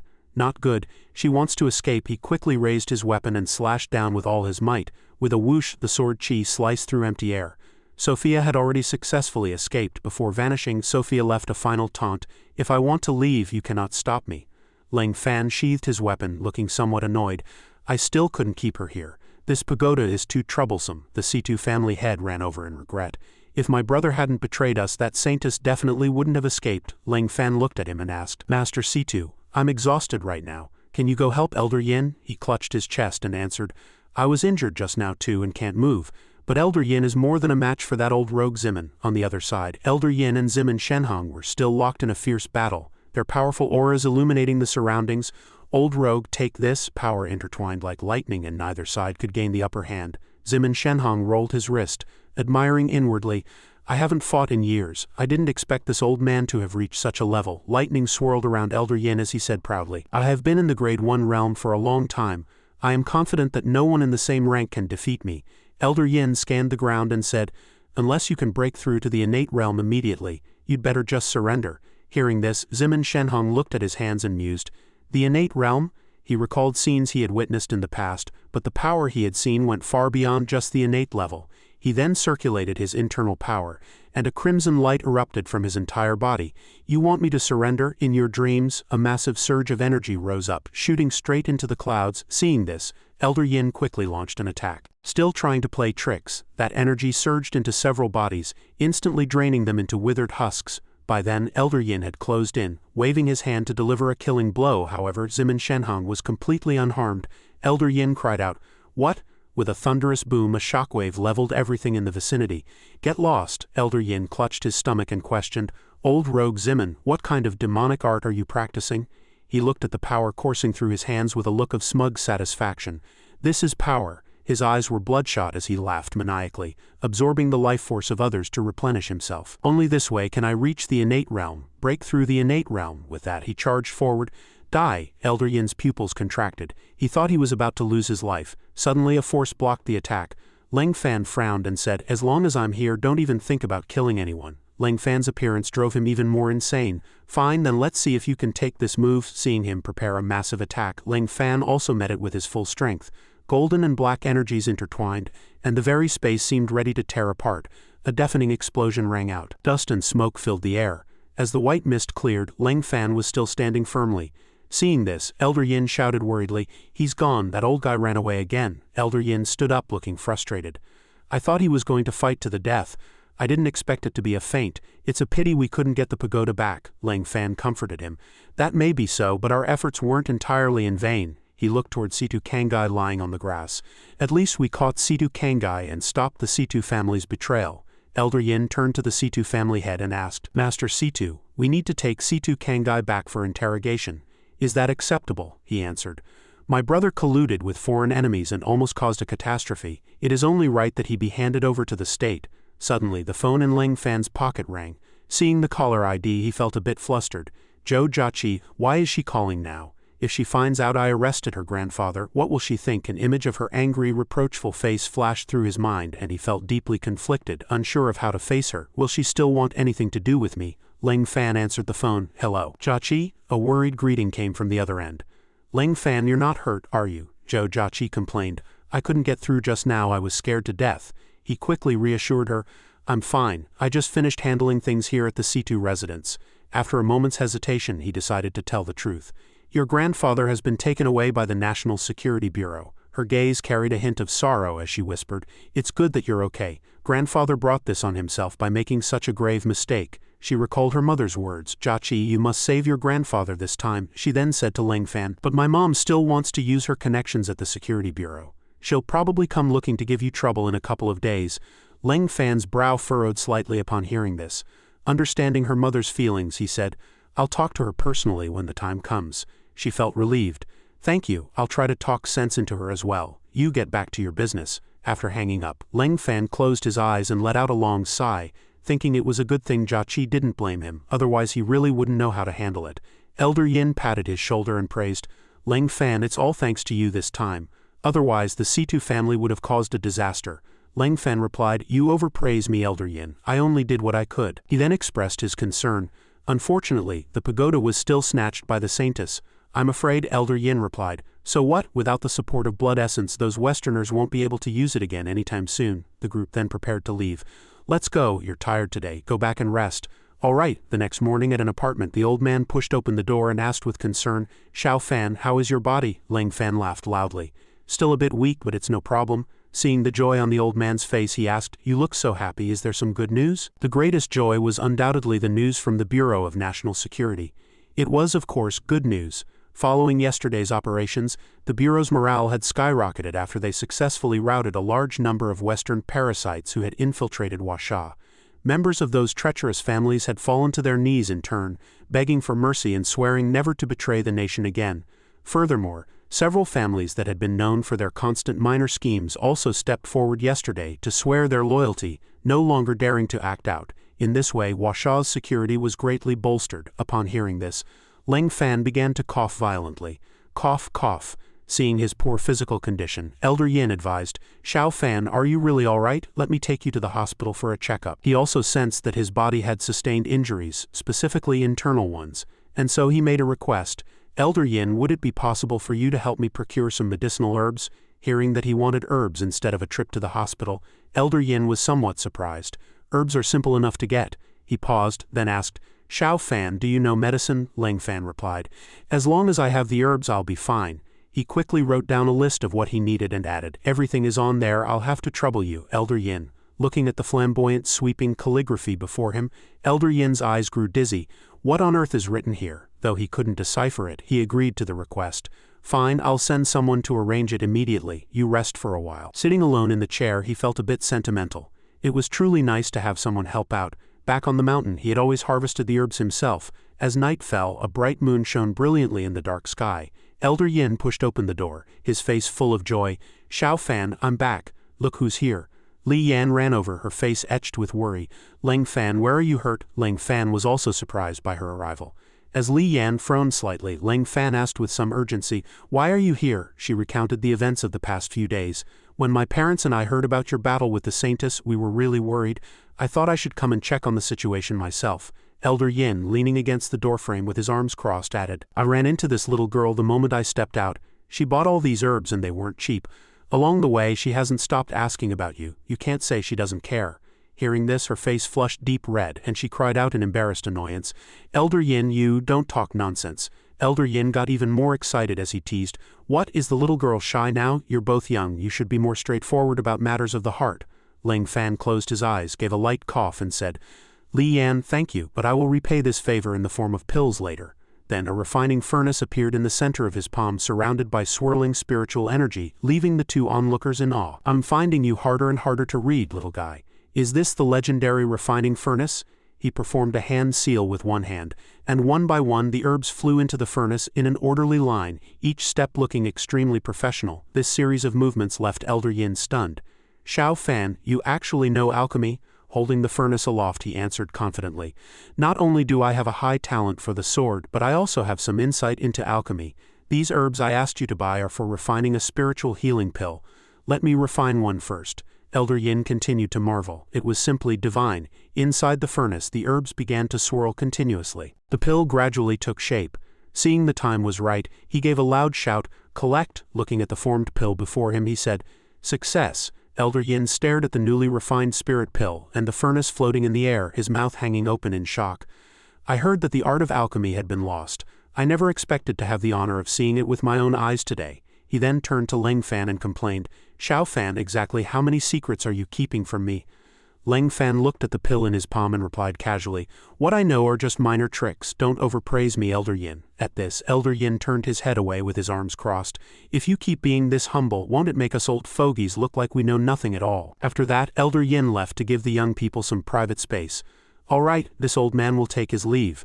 We'll talk about everything once you've recovered." Li Yan looked at him and asked, "Taking this kind of pill requires someone to guard you and help, right? I'll stay with you." Leng Fan hesitated. This might not be appropriate. She immediately retorted, "There's nothing inappropriate about it. You've been a huge help to our family. This is the least I can do." Seeing her sincerity, Leng Fan agreed, "Fine, there might be some emotional fluctuations later, so I'll be counting on you." Placing the pill in his mouth, he sat in a meditative pose and closed his eyes to cultivate. However, this karmic bond seemed to be coiling tighter and tighter. He hoped it would end quickly. Seeing him so silent, she was somewhat speechless. "Being in a room alone with me is something many men dream of, yet you're so calm. Come to think of it, I feel very close to him and care deeply, yet it isn't romantic love, how strange." Suddenly, Leng Fan's brow furrowed tightly as cold sweat poured down his face. "Don't, father, mother, everyone don't leave." Then he comforted himself in a low murmur. Don't be afraid, it'll get better." He lay down, his voice still calling out, "Why did you leave me behind?" Seeing this, she called out to him in worry, trying to wake him. Leng Fan, what's wrong?" As he turned his head to the side, a scar was revealed on his neck. When Li Yan saw it, she froze instantly. This is impossible." She covered her mouth with her hands, asking herself why he would have such a scar. Memories of the past flooded back, images of her and her younger brother playing happily. She had been running and playing, shouting, "Little brother, come and catch me." Her brother had chased her, calling out, "Sister, wait for me." Suddenly, a protruding root had tripped him, and his neck was sliced by a branch, drawing blood. She had rushed over to help him up. "Don't cry, little brother, let's go home." Li Yan clutched her mouth, staring in terror at the position of his scar, recalling the wound her brother had sustained all those years ago. "Why is the scar on the back of his neck identical to my brother's?" She reached out to touch the scar. "Who exactly are you?" As Li Yan touched the scar, she thought to herself, "Regardless of whether you are him or not, I will take care of you like my own brother from now on." The sunlight streamed in, waking him up. After steadying himself, he suddenly remembered, was it morning already? He recalled that today was the day he was to meet Zhou Jiaqi and her mother. A voice rang out, "Leng Fan, you're awake?" Li Yan was looking at him with deep concern. "You tossed and turned all night and only fell asleep at dawn. Do you feel unwell anywhere?" Surprised that she had stayed there the whole time, he spoke. "I'm fine now. Why haven't you left yet?" She lowered her head and answered awkwardly, "I was just worried, afraid something might happen to you." He sat up coldly, preparing to leave. "Thank you, I have some business to attend to, please suit yourself." Seeing this, she cried out, "Leng Fan," she wanted to confirm if he was truly her brother. "When you were little, did you really live on the mountain the whole time?" Feeling that wasn't clear enough, she pressed further. "I mean, do you still remember what your parents looked like?" Leng Fan reached out and pulled his hood down to hide his face, answering without looking back, "Since my earliest memories, it was my master who raised me. How could I remember any parents?" With that, he left. The door clicked shut, and the room fell into silence. He thought about Li Yan's words regarding the gap between them, thinking he had originally believed this descent from the mountain would allow him to sever all worldly karma, but the relationships were only becoming more complex. Thinking of this, he walked forward with his hands in his pockets, deciding not to overthink it. He had to see Zhou Jiaqi first. The scene shifted to a grand building, which was Leng Fan's destination. While waiting for Zhou Jiaqi, he appeared restless and extremely nervous. "What if her mother is angry and won't let me near Zhou Jiaqi anymore?" A voice called out to him from the distance, "Leng Fan, over here." Suddenly, she rushed over and hugged him tightly. "Have you been all right lately? Were you hurt?" Leng Fan smiled and asked, "Zhou Jiaqi, I'm fine. Nothing went wrong with your mother, did it?" Behind her, C2 Blue C2 Lan spoke as she approached. "Xiao Fan, sorry to keep you waiting. Jiaqi and I were delayed a bit on the road." Faced with his prospective mother-in-law, he felt a bit awkward and replied quickly, "Auntie, please don't say that. I just arrived as well." Zhou Jiaqi stepped forward and led her mother inside. "Mom, don't just stand at the door. Let's talk inside." Noticing her mother's concern, she added reassuringly, "What are you worried about? Xiao Fan will come in with us." Seeing that things were going smoothly, he let out a breath of relief. "The auntie seems quite easy to talk to. I'm just afraid I'll be tongue-tied later." After they were seated, C2 Blue served some food to Leng Fan. "Here, Xiao Fan, eat more. The food at this place is quite good," he replied with a smile. "Auntie, you're too kind, but I'm already quite full." Seeing her mother's actions, Zhou Jiaqi also spoke up to stop her. "Mom, don't scare Xiao Fan, let him catch his breath." Upon hearing this, the mother laughed awkwardly. "I'm just afraid of being a poor host. After all, now that he's with the Bureau of National Security, Xiao Fan's status is extraordinary." At this point, everyone knew what was coming next. The trouble had arrived at last.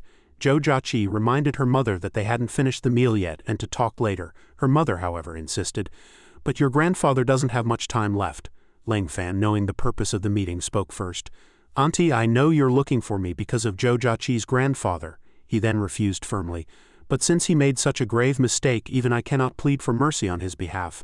Situ Blue's eyes widened and she spoke with a face full of worry. But that's Jiaqi's grandfather. Xiao Fan, there must be some misunderstanding in all this. Please help us." Surrounded by these voices, Ling Fan covered his ears.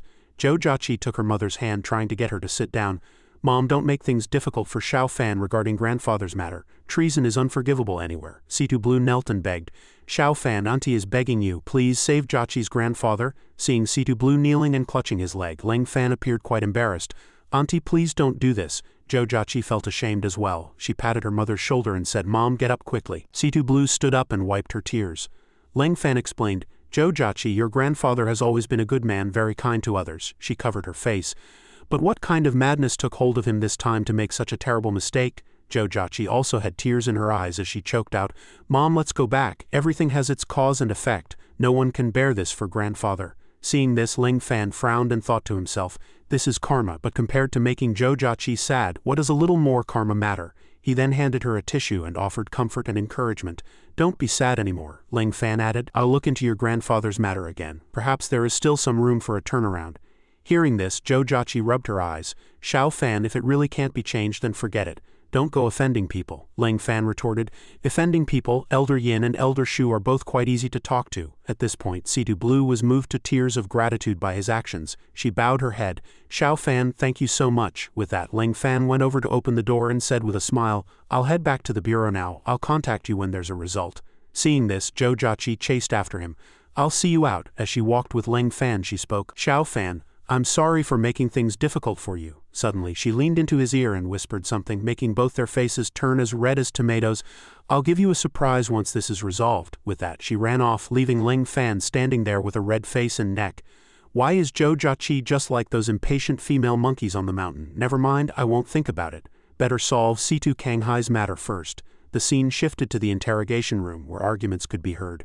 "Situ Kanghai, if you don't cooperate, we won't be polite anymore." Yin Zhengqi was currently very angry, slamming the table as he roared, "Speak, what other plots do those people from the Holy See have?" Kanghai didn't care at all, answering with a blank expression, "I'm just a muddled old man.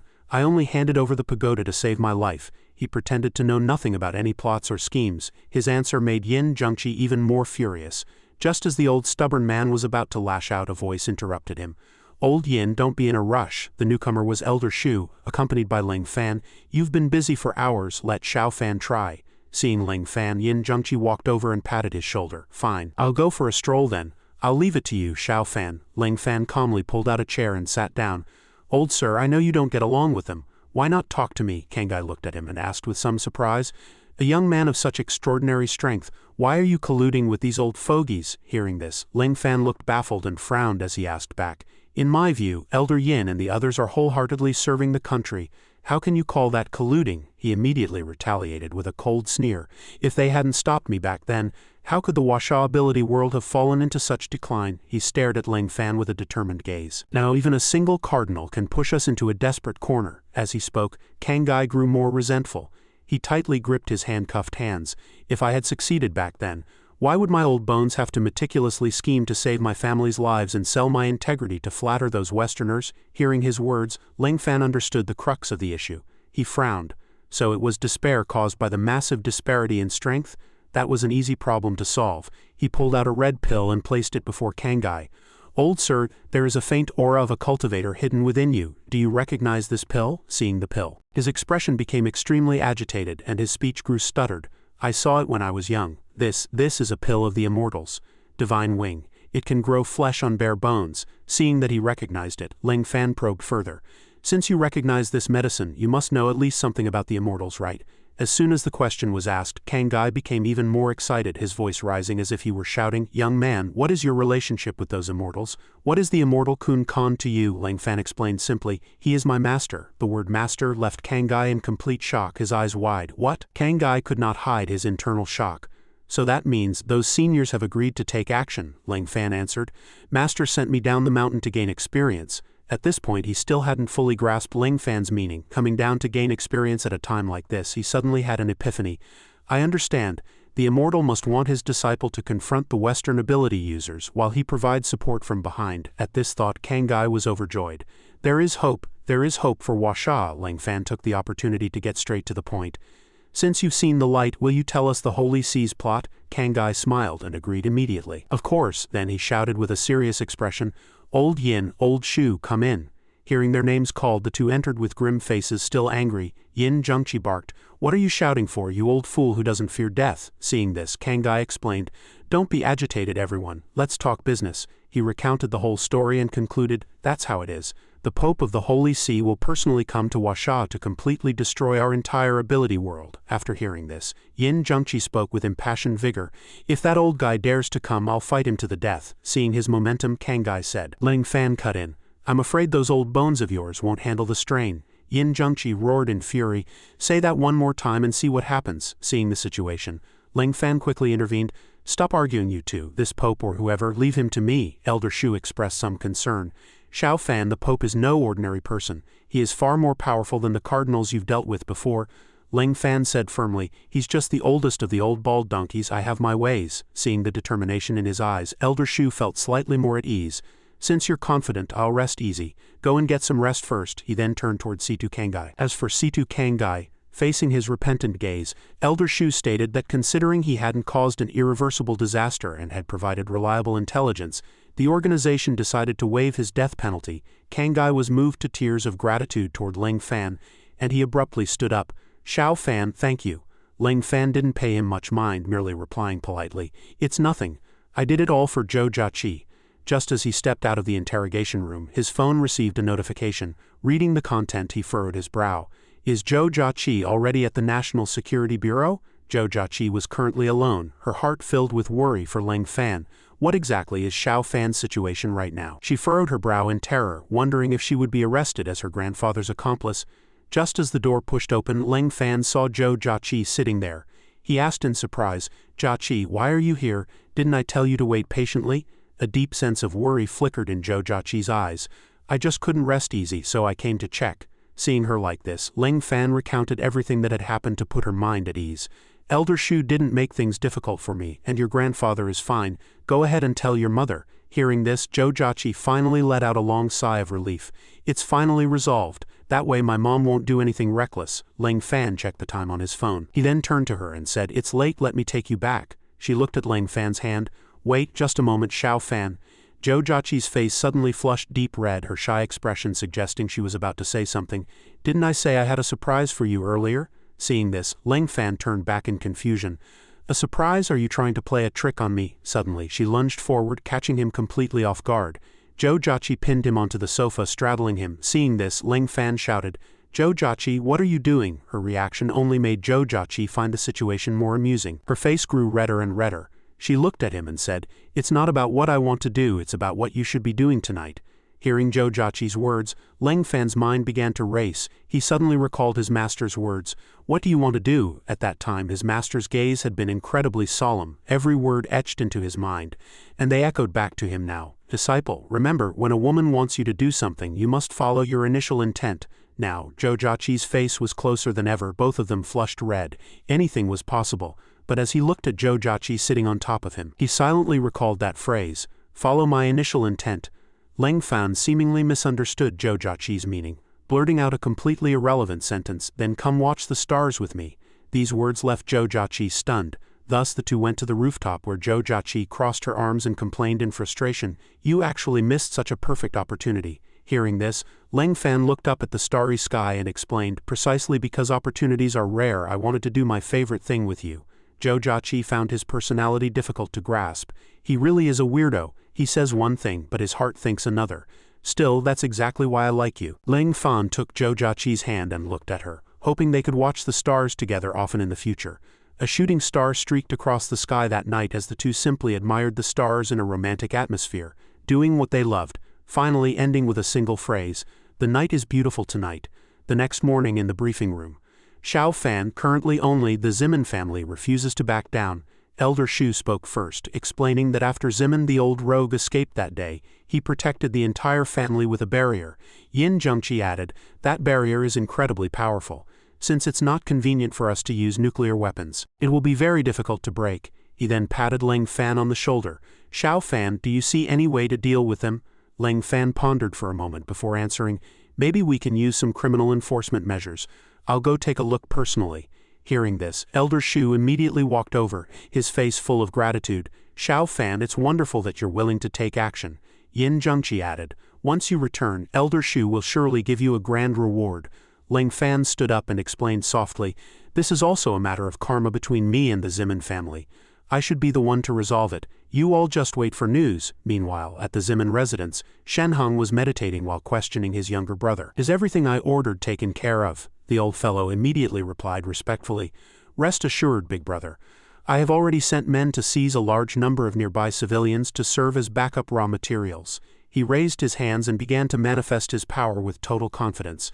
As long as they continued to drain their blood, this bloodlight grand array would be invincible. Seeing his confidence, Shenhong stood up and praised, good. As long as this array stands, the National Security Bureau won't be getting in. Having said that, he looked at him solemnly. What about the rest? How are the preparations? Hearing this, the old fellow broke into a cold sweat, his eyes full of wariness. About that, big brother, the third brother's granddaughter refuses to cooperate. You see, hearing this, he angrily struck the man with his palm. Refuses? Shenhong's eyes were bloodshot as he demanded sharply, she's a mere junior, she dares to defy my orders? The old fellow, terrified of Shenhong, wiped his cold sweat and explained, the third brother is protecting her, so it wasn't convenient for me to force the issue. Suddenly, Shenhong threw a skull token to the man. He told him with displeasure to take it to the third brother. If he still refused to cooperate, Shenhong emphasized, I will personally come to pluck his tendons and flay his skin. The old fellow trembled under Shenhong's majesty, took the token, and could only obey. Yes, big brother. Shenhong turned and left, flipping through the book in his hand as he thought to himself, that brat Leng Fan will surely come looking for trouble. I must raise my cultivation before he arrives. The book in his hand was The Secret Methods of Dual Cultivation. The Path of the Immortals is my final chance. He walked into a room where a girl in tattered clothes was weeping. Shenhong entered and slammed the door shut, threatening the girl. Little girl, today you must dual cultivate with the family head. His brother suddenly rushed in from outside, shouting, you are a descendant of the family, you must contribute to the clan. The girl gripped the handkerchief in her hand tightly. The poor girl asked, second grandfather, is there really no other way? Hearing this, the old fellow grew even angrier, shouting, do you really think you can refuse what big brother has ordered? The girl snapped as well, reaching out to push Shenhong's brother away. No, I will never do such a disgusting thing. Seeing this, the old fellow immediately used his power to suppress the girl. Since things have come to this, just accept your fate. Her face flushed red from the pressure of the power, she said with difficulty. Second grandfather, just kill me, I will never agree. The old fellow's eyes grew sinister as he grinned and said, you look just like the third brother. He then slowly withdrew his ability. They were all such stubborn people. She slumped to the ground, completely helpless before the old fellow's power. You won't escape anyway. I'll give you one last bit of time. Seeing his grandniece in such a pathetic state, the old man remained heartless, throwing a skull token before her. Perhaps you don't know what this token signifies. I advise you to be sensible. She looked helplessly at the token before her. Must I really obey them? She gradually sank into darkness, without a sliver of hope, only despairing thoughts. Who can save me? At that moment, Leng Fan stood before a certain formation thinking, the Bloodlight Grand Array. This old rogue is truly a practitioner of demonic arts devoid of all conscience. Looking at the civilians tied to the pillars, Leng Fan felt a surge of pity. Their lives were linked to the array. Breaking it by force would kill them. He then flew down and activated his ability. He had to find another way. At this time, Fei Shui stood before Shenhong as he greeted her bare-chested. Fei Shui, you've finally come to your senses. Her eyes were hollow, her heart as cold as ash. She only wanted to die, but she still managed to squeeze out a few words. Eldest grandfather, Fei Shui will obediently cooperate with your cultivation. Shenhong laughed triumphantly at the sight. Good, rest assured I won't mistreat you once it's done. She began to shed her clothes with her own hands. Since you want to humiliate me, as her clothes slipped away piece by piece, I won't make it easy for you either. Unexpectedly, Fei Shui had a sharp dagger hidden behind her. She intentionally kept the blade behind her back, waiting for him to lower his guard so she could kill him with this nether bone. Leng Fan witnessed all of this from the air. He looked at Fei Shui and thought, this girl is hiding a knife. It seems she harbors a deep hatred for that old rogue. He then fell into thought, perhaps I can try to win her over. Suddenly, Leng Fan's voice rang in Fei Shui's ear. "Hey girl showing your backside, can you hear me?" She instinctively turned her head in shock. "I am not your enemy. If you're willing to cooperate, just nod." Hearing this, Fei Shui gave a slight nod. Receiving the signal, Leng Fan commanded, "See that stone statue? That is the core of the Bloodlight Grand Array." Fei Shui looked at the stone, a look of bewilderment on her face. He continued, "Smash its head and I can help you." Fei Shui still had some doubts about Leng Fan's words. She hesitated. Is this person telling the truth? Should I trust him? Fei Shui walked toward Shenhong with the dagger hidden behind her. Seeing her approach, he gave a sinister smile. That's it. Fei Shui began to manifest her ability. She furrowed her brow. She couldn't care about anything else anymore. With that thought, sparks of electricity flew from her palm as her power enveloped the head of the stone statue behind Shenhong, causing him to shout in shock. "Stop!" The object was blown to pieces by her power. Fei Shui looked at Shenhong and said triumphantly, "It seems you're very afraid of this thing being destroyed, eldest grandfather." His face grew increasingly grim. He spoke through gritted teeth. "You fool! I must teach you a lesson on behalf of your third grandfather." He took a stride and roared majestically. "You can spend the rest of your life kneeling as my slave." Shenhong had completely lost his reason. He began to release his power to attack Fei Shui, causing her to scream in terror. "No!" Leng Fan immediately flew to the scene. He manifested his power to counter Shenhong, standing in front of Fei Shui. After blocking the strike, he looked at him with a frown. "Old man, we meet again." Seeing Leng Fan appear, Shenhong was struck with shock, his entire body trembling. "When did you get here? How did I not sense you?" Leng Fan's face darkened as he began to close in. "If I couldn't even hide from a senile old fool like you, wouldn't that be far too embarrassing?" He then unleashed a blade of spiritual sword chi at Shenhong, saying, "Just surrender quietly." He resisted immediately, manifesting a shield to block the sword chi, but he appeared to be struggling immensely. "No, impossible. How has he become even stronger?" The shield couldn't withstand Leng Fan's sword chi and began to crack. The shield shattered into fragments and the sword chi pierced through Shenhong's body, blood spraying everywhere. Only then did Shenhong truly experience his power. Clutching his wound, he begged for mercy while trembling. "Brother Leng Fan, can you let me go?" He paused, then added, "I'll agree to anything you want." Leng Fan looked at him and answered flatly, "I don't need anything else, I just want to end my karma with you quickly." Hearing this, Shenhong immediately fell to his knees. "I know I was wrong. I beg you to spare my worthless life. I promise never to collude with foreign enemies again. Please spare me." Seeing this, Fei Shui still did not lower her guard. Though her clothes were currently in disarray, she still shouted a warning to Leng Fan. "Don't be careless, he must be playing a trick." As soon as she spoke, a sinister smile indeed appeared on Shenhong's face. The delay was long enough. The old rogue began to manifest his ability, lifting those bound civilians into the air, causing them to scream in terror. The look on his face became even more triumphant. Those people were hoisted into midair, crying and pleading for help. "Who can help me delete the study materials on my computer? No, I don't want to die. Help!" Seeing this, Shenhong's expression became even more crazed. He laughed loudly. "You still want to catch me? Think about how to save them first." He then swung the civilians through the air, flinging them up and down. Fei Shui also panicked at the sight. "Oh no, there are too many people to save them all in time." Leng Fan began to manifest his ability. He looked at him and said contemptuously, "Using ordinary people as bargaining chips, truly despicable." He manifested his spiritual power, weaving a great net from spiritual ropes to catch those who had been flung out, bringing them safely to the ground. Looking at the rescued civilians, he merely said softly, "A small matter like this won't stop me." Seeing Leng Fan's capability, Zim and Fei Shui couldn't help but marvel. "This technique is incredible. Who exactly is he?" Inadvertently, Leng Fan turned and asked her, "I see you have some skill too. I'll leave these people to you." Fei Shui was somewhat surprised, but she immediately replied, "Fine, no problem." Leng Fan looked toward the open gates. "Old fox, let's see where else you can run." At that moment, the wounded Shenhong was desperately calling to his brother for help. "Second brother, quick, where is the thing I want?" The old fellow had already anticipated this step and made the arrangements. He glanced at the box containing the hearts. "Big brother, I've already brought all the clan members over. As long as you absorb their essence, you will surely achieve a breakthrough." Shenhong was overjoyed and immediately threw open the lid. "Damn you, Leng Fan, you actually forced me to push the entire Zimin clan toward death." "I will make you pay the price," his brother added. "As long as Big Brother can survive this calamity, rebuilding the Zimin family will be just around the corner." Shenhong became even more crazed. He manifested his ability to suck those hearts up. "That's right. The Zimin family only survived until today because of us." Suddenly, Shenhong's power struck his brother, catching him off guard and making him vomit blood on the spot. Seeing Shenhong's current monstrous face, he broke into a cold sweat. He could only stammer out a few words. "Bye, Big Brother." "Why?" Shenheng was heartless. Even for his own biological brother he would sacrifice everything for himself. This medicine still required the lifeblood of a powerhouse as a catalyst. He personally ripped out his brother's heart, then stared at it, saying greedily, "One person is enough for the Zimin family, me." And so, the journey of Ling Fan, the God-Tier Cultivator wreaking havoc in the modern city, has officially come to an end. From a naive young man descending the mountain, Ling Fan has given us epic face-slapping moments, hilarious dense straight man rejections, and of course, overwhelming power that completely crushed all evil forces. A truly badass and incredibly entertaining story, right guys? Today's video brings us to chapter 191, which is also the final, full-end chapter of the original source material.